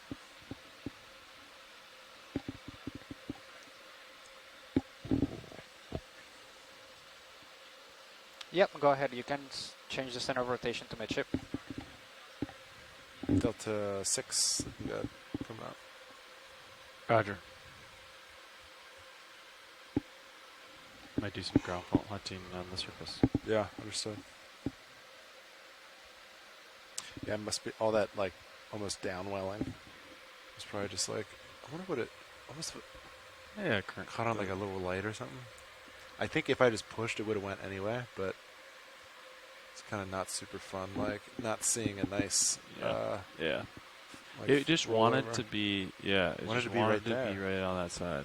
And we had to do a big delta to get it to come up. Yeah.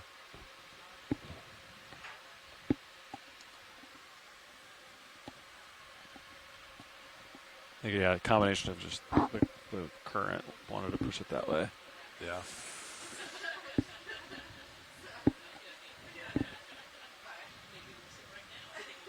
I secured your altimeter. Thank you. So yeah, Fernando, the autos, every time I used them, okay. Go ahead, Bridge.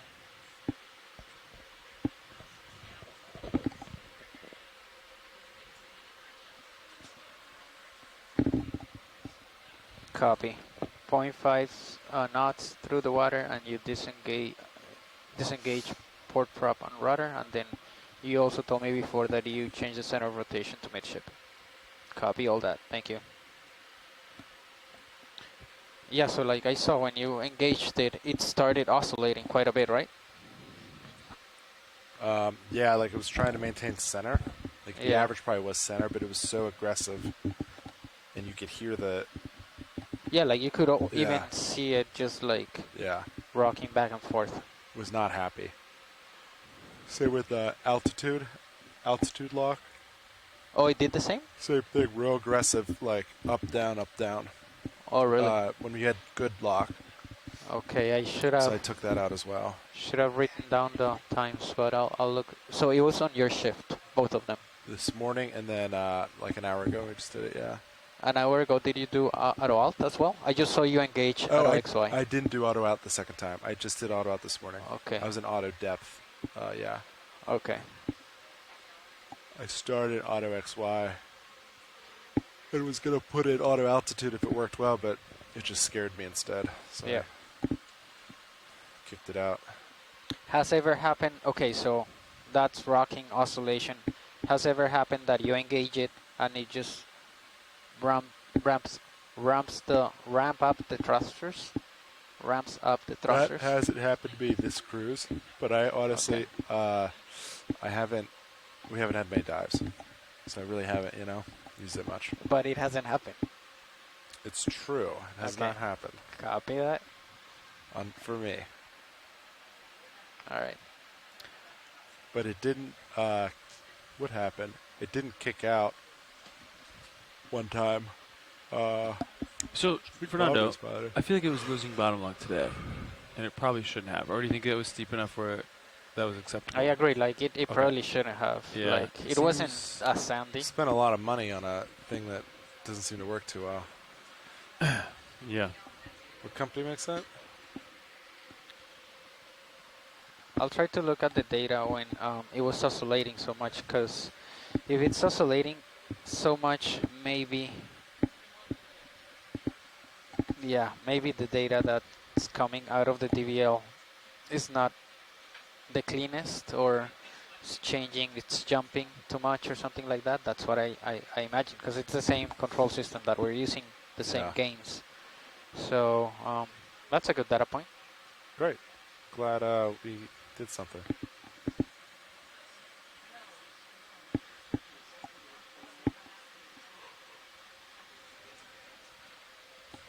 Man, only maybe 2 people listening, huh?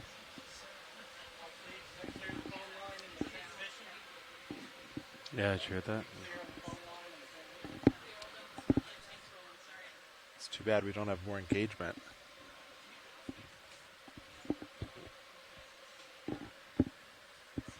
Huh.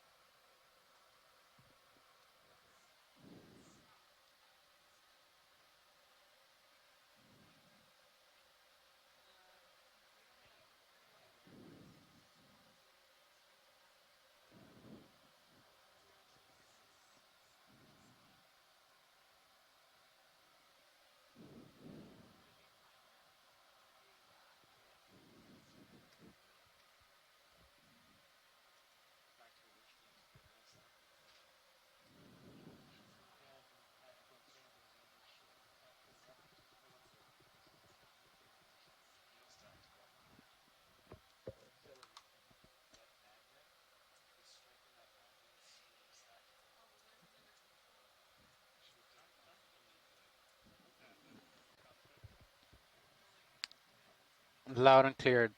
Loud and clear, Dive Soup.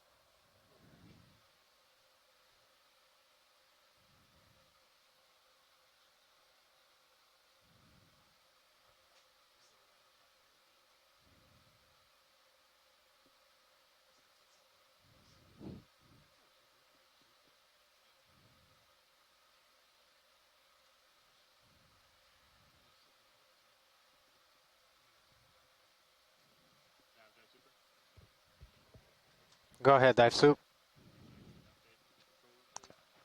Sure. The ship is coming ahead. Point 4 through the water. Streaming looks perfect. Auto sway still engaged.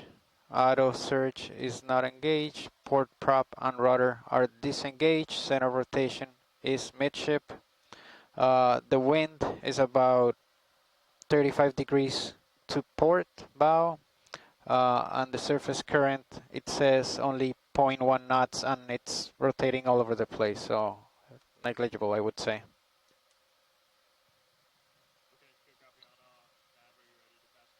Dive soup has comms.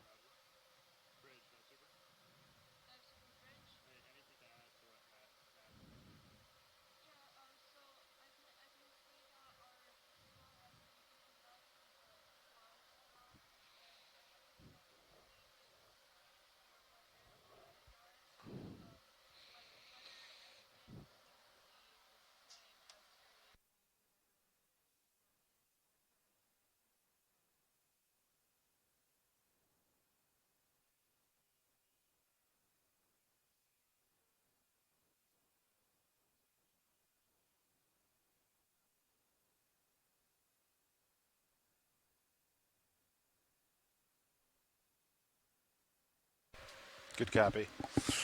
Stopping in 50 meters. Dive soup, Stop. this is nav. Vehicles are passing 105.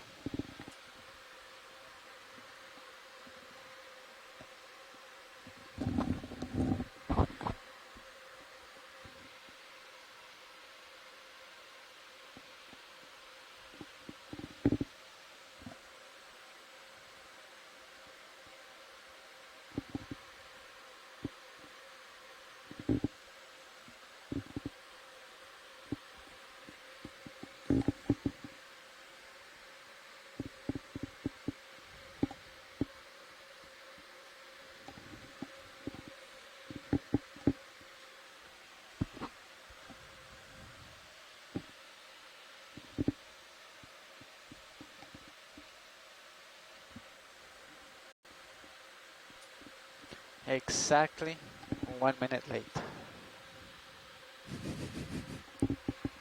Sorry, Fernando. It's on us. It's all good, it's all good. That was the tether. Yeah.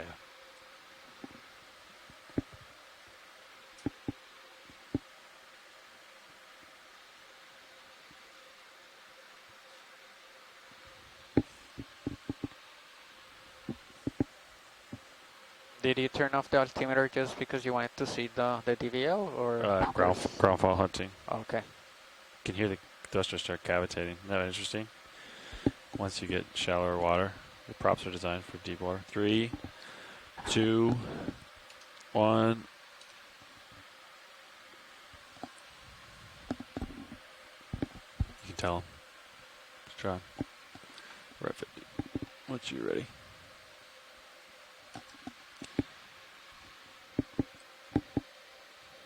Dive super vehicles all stop 50 meters.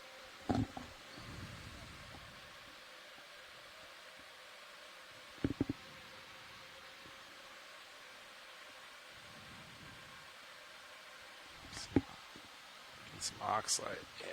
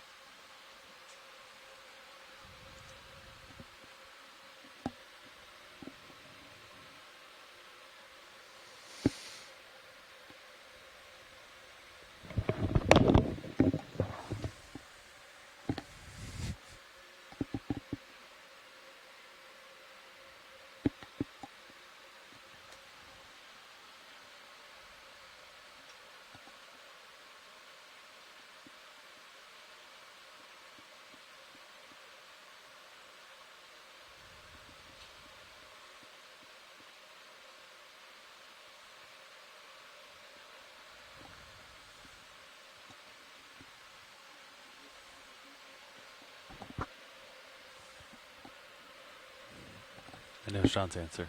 Now you're speaking our language. Oh. What do you think my answer was? The picture he has is... Oh, I can't see that far. Roland? What are we streaming? 21 degrees? Go ahead, Dive Soup.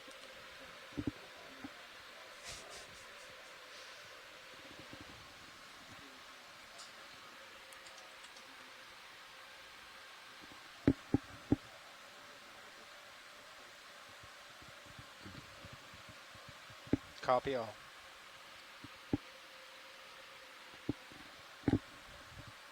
They could do a big turn real quick. Tell them pretty quick where the rotation's at.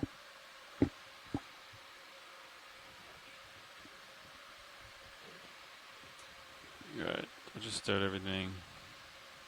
I'll reset the Niskin one more time. What else I gotta do? Shilling's good, right? Sure. You're gonna bring it off the box more. You could bump it if we're looking stuff to do. Alright. Shoulder up. Yep. Then you want wrist right? Yeah. Like that? Yeah, I do. I really do. Raj. Alright, here we go. Hydraulics are off. I believe everything's stowed. Make sure we get the drawer one time. So we have 2 jars, 1 and 2. I agree. For samples. Go ahead, Dive Soup.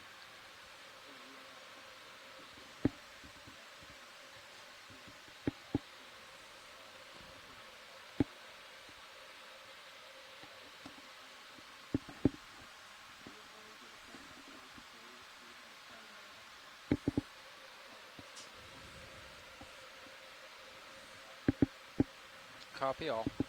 Pilots are aware. Got a line streaming right up. Sure will. Fernando, can I kill the compass, Fernando? D2 compass. I'll keep the fins yes, on. Yes, that's fine. We're gonna start turning to port. What if the fins fails? We'll pay attention.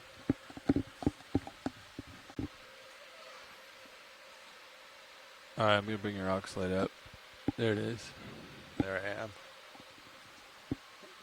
I'm gonna bring my rotator up and kill my lights, okay?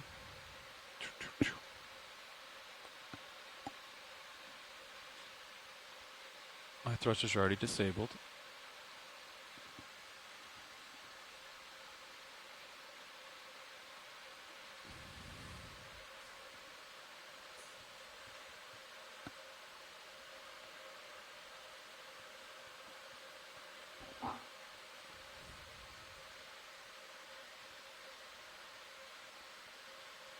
Can I kill your Zeus tilt?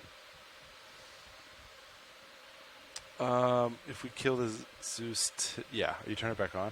Sure. I guess this is a question for you. If we kill the Zeus tilt, will it sag at all? It didn't sag the whole time we left it off last time, remember? Can't remember. Whatever you think. I guess we'll find out. I need to test this. It's a good data point. I just turned it off, so look at it. Look at it there. It's not the best. I said it tilts enough for now. Yeah, I'm gonna kill the Panda tilt system. Copy. P&T's going offline. It still works. It just is slower because it's not homed. I really like the cut and suction samples. So efficient. Yeah, seems like a good workflow. Doesn't it? Sure does. Winch, Dive Super. Go for winch. Hey, can we pass control to the app station, please? Control passed.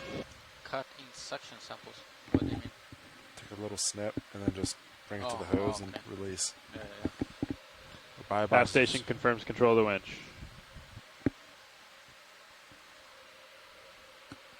Bio boxes can be sometimes too big for like small samples, you know? Yeah, like with all those canisters and bottles, like there's so many samples. We get to the, like 15 samples, 16 samples, and it's hard to keep track of over Sure here. is. Looks And like if we've a little people bit, forget to like click these little things, you have to like go through them and make sure that they counted them correctly. It's a whole thing. Sure is. What lights do you want on? You want to kill them all except docks? Keep the. I like the ox on, but I think anything forward, just in case we see like a shark. You know. Okay. Right, Roland? Do you confirm? Roger. I'd be pretty bummed if there was like an orca and we missed it. You know. When would you increase thrust right here, Sean? When I would say like when Sirius starts like moving offline from from when D2 starts moving offline from Sirius, like the tether's not So tight. I mean, the biggest thing, you want to see if your tether is. See, how it's like a straight line. Yeah. That makes me like pretty happy. If it's like if D2 and Sirius are doing like this a lot. Yeah. You know, and you kind of see that whip action. Yeah, that was happening a lot. The day that the winch maintenance day. Yeah, that was happening quite a lot.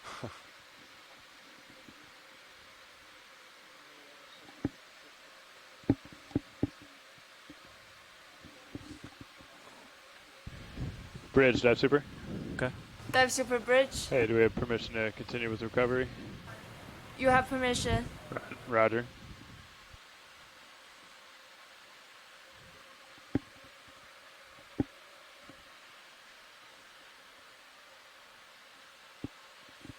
Somebody doesn't remember their password.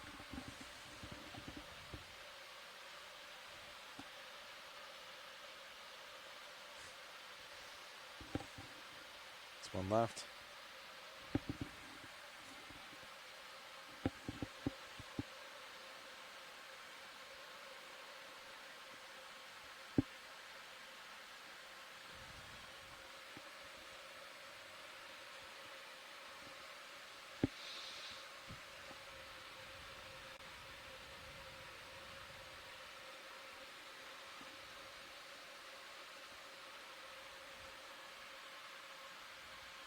I think with craft practice, we need to practice deployment of the secondary camera, action cam. How about that? Secondary camera.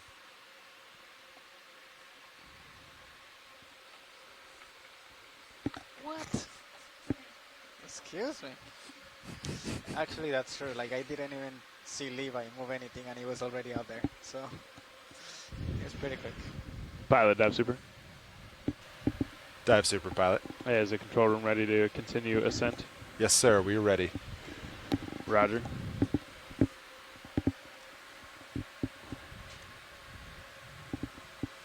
Okay, pilot.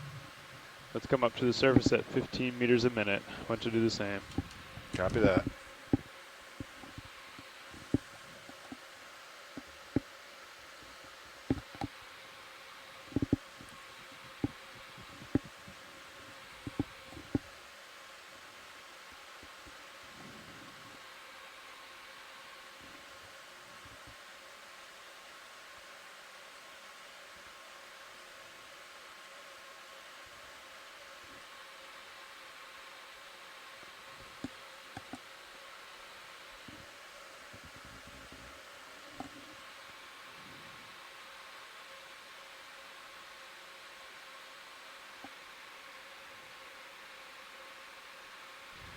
Four 0 meters, wire out.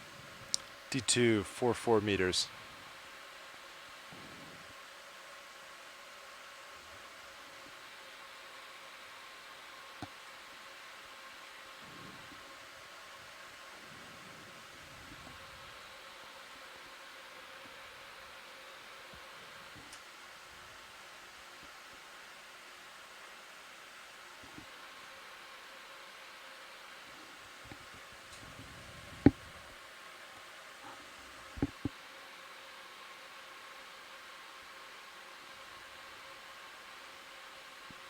Three 0 meters, wire out. D2, 4 meters.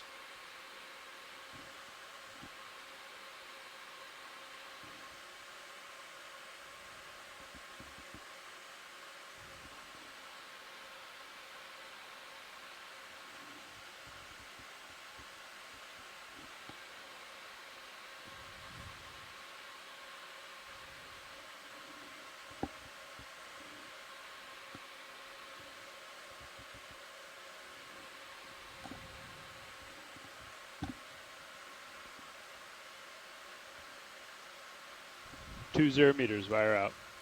D2, 23 meters.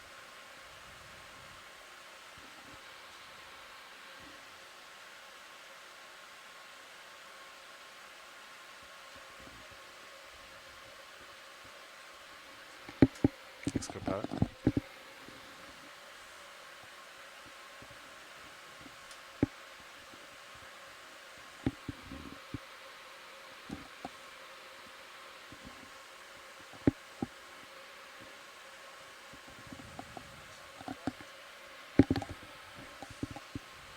D2 Zeus is a little hot.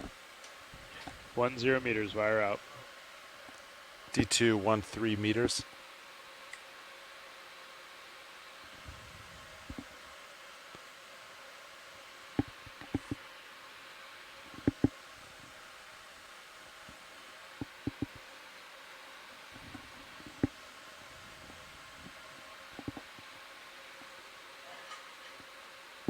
How those props look? How those props look? Eyes on D2 pilot. Looks like it's coming up pretty close to center line. Copy. I'll stop on the winch. All right, video. Ready for camera switch. Yeah, nice. Yeah, got it dialed pretty good here. Okay. Copy. Pilot has visual at surface. Auto heading is engaged. D2's on the surface. Oh. Sorry, Dive Super. I did not have you latched. Yes, I have good visual. Auto heading is engaged. Okay, great. We'll stand by for a minute. Check streaming. Copy that.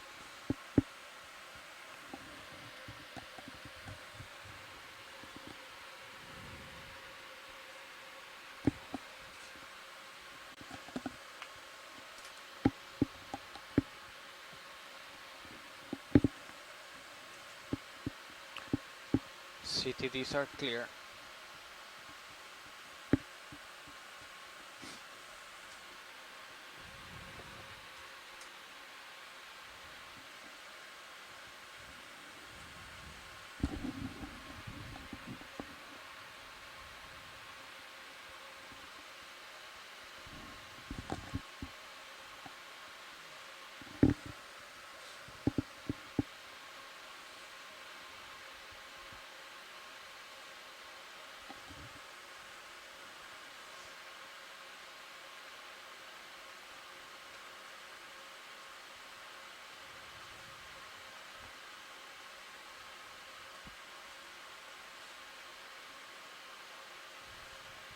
Okay, deck. Our streaming looks good. Let's recover Sirius.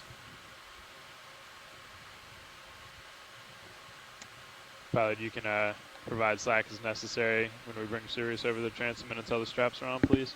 Understood.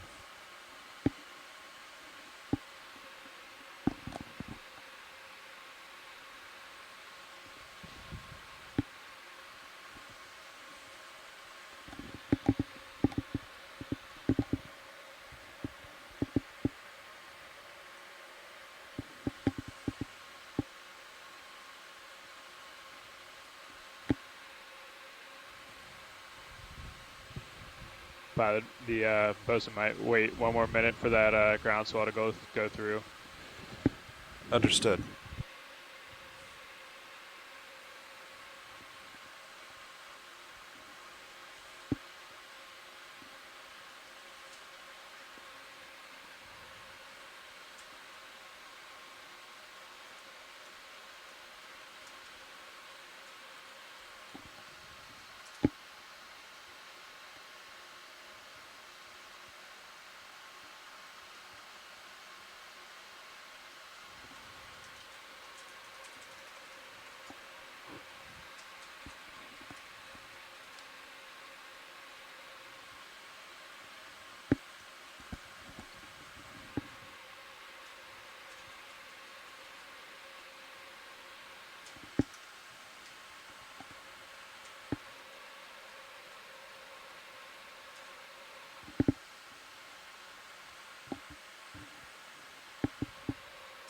Pilot has about 5-0 at this time backing.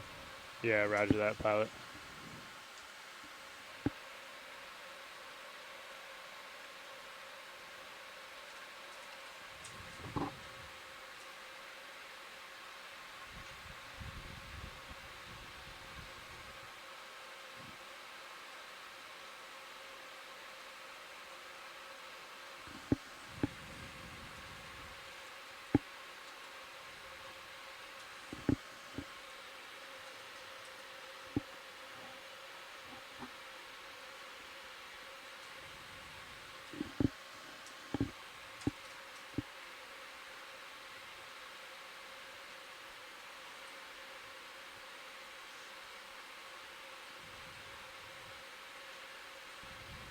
It's looking good, pilot. We're bringing you back to center line now. I think maintain what you have until the Copy straps that. are on. Good copy.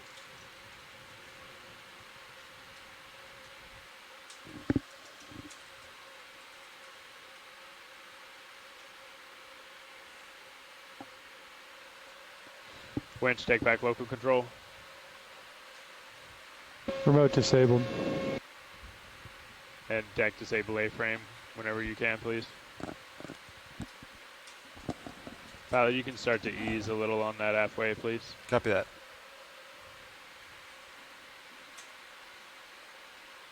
Thank you, deck. Yeah, I see straps are on. I'm all off stick at this time, so Okay. it's auto heading. Okay, great. Thanks, pilot.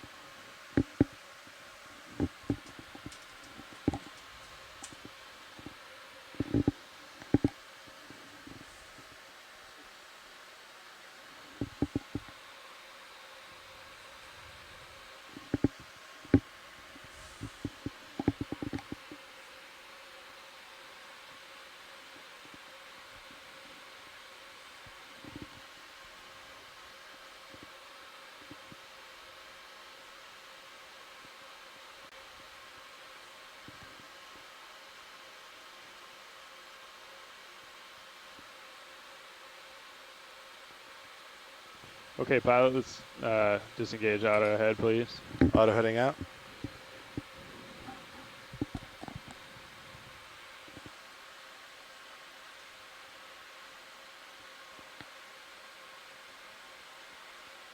Looks like there's one piece of tape, and it looks free from our end. Yep, looks free from up here as well.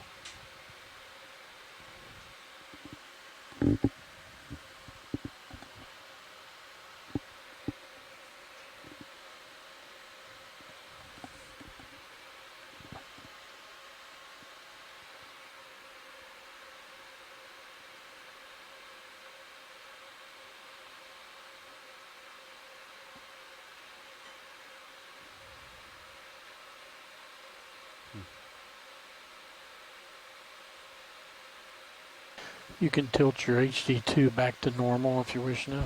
I killed it.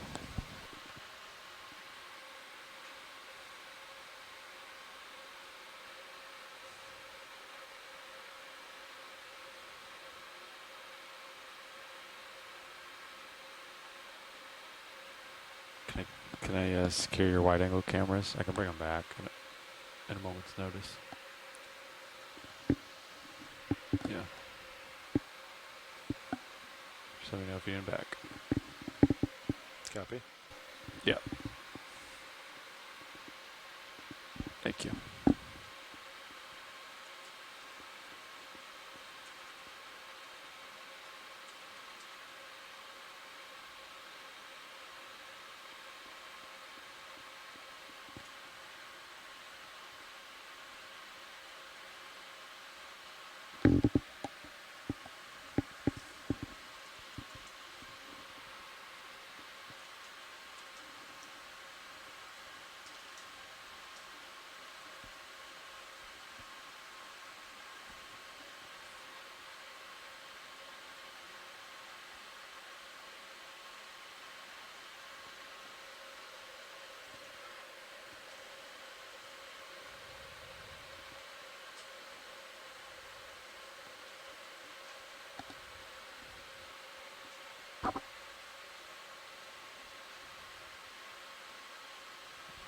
Okay, pilot, you're coming tight on the line.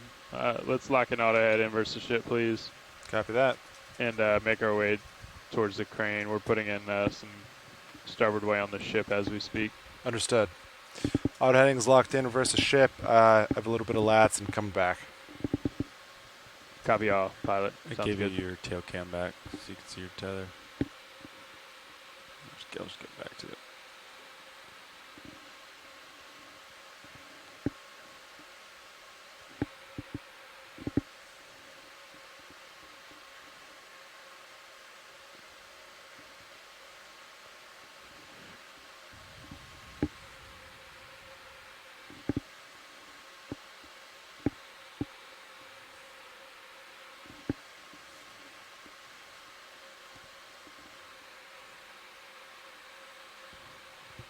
Are you ready for me to come off lats? No, I think keep him in, please, pilot. Copy that.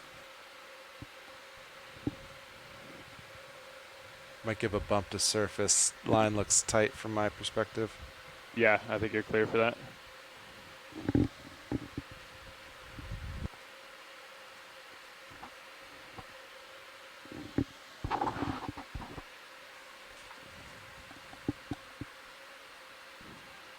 Okay, pilot, we're going to increase our starboard way, but I think keep doing what you're doing there. Copy that. Maintaining.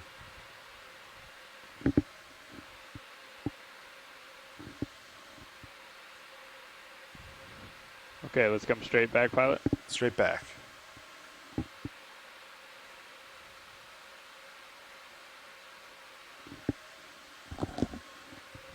And just do what you need to get under the crane, pilot. It's looking good.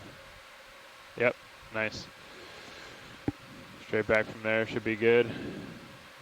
And keep Roger, coming up. Keep auto head in, I think, as long as you can, pilot. Copy that. And it is out. Copy that. Nice work, pilot.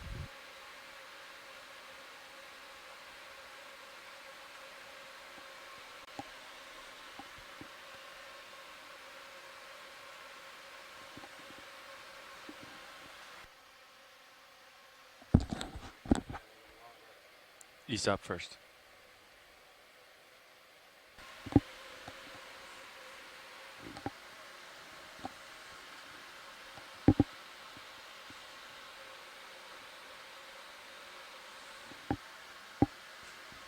I'm doing thruster tests. Ignore any faults.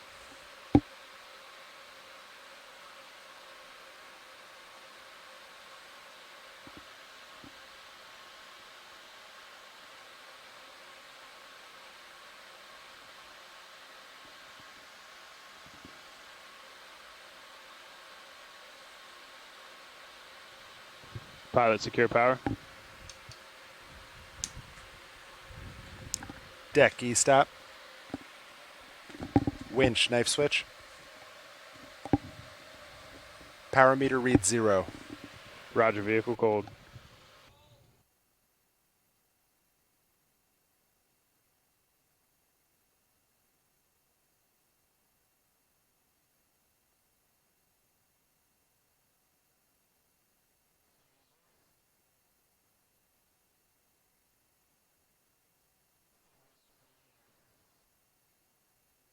How's the...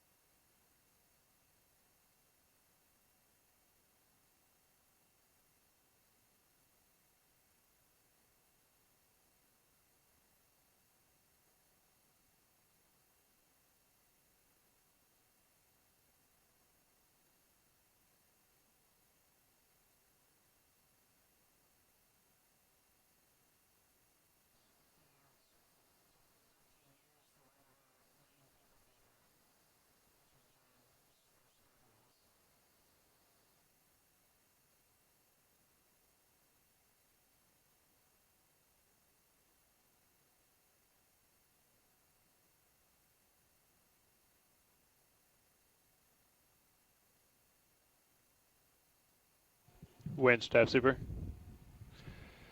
Go for winch. Hey, you can go ahead and shut down the HPU. Maybe just hold off on fans till we're down on the fan tail, please. Copy.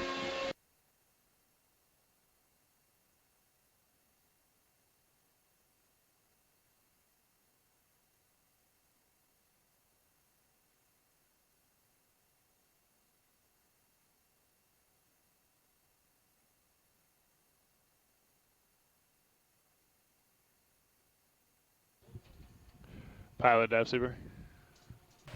Dive super pilot. Yeah, nice work in there. Control room, you guys want to come down and help out with post dives? Yes, sir. Nice job. See you back here.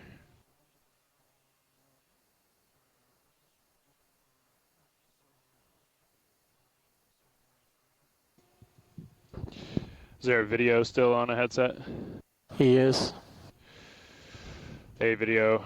Could we please troubleshoot that winch headset before our dive tomorrow? Copy, will do. Thank you, Roland.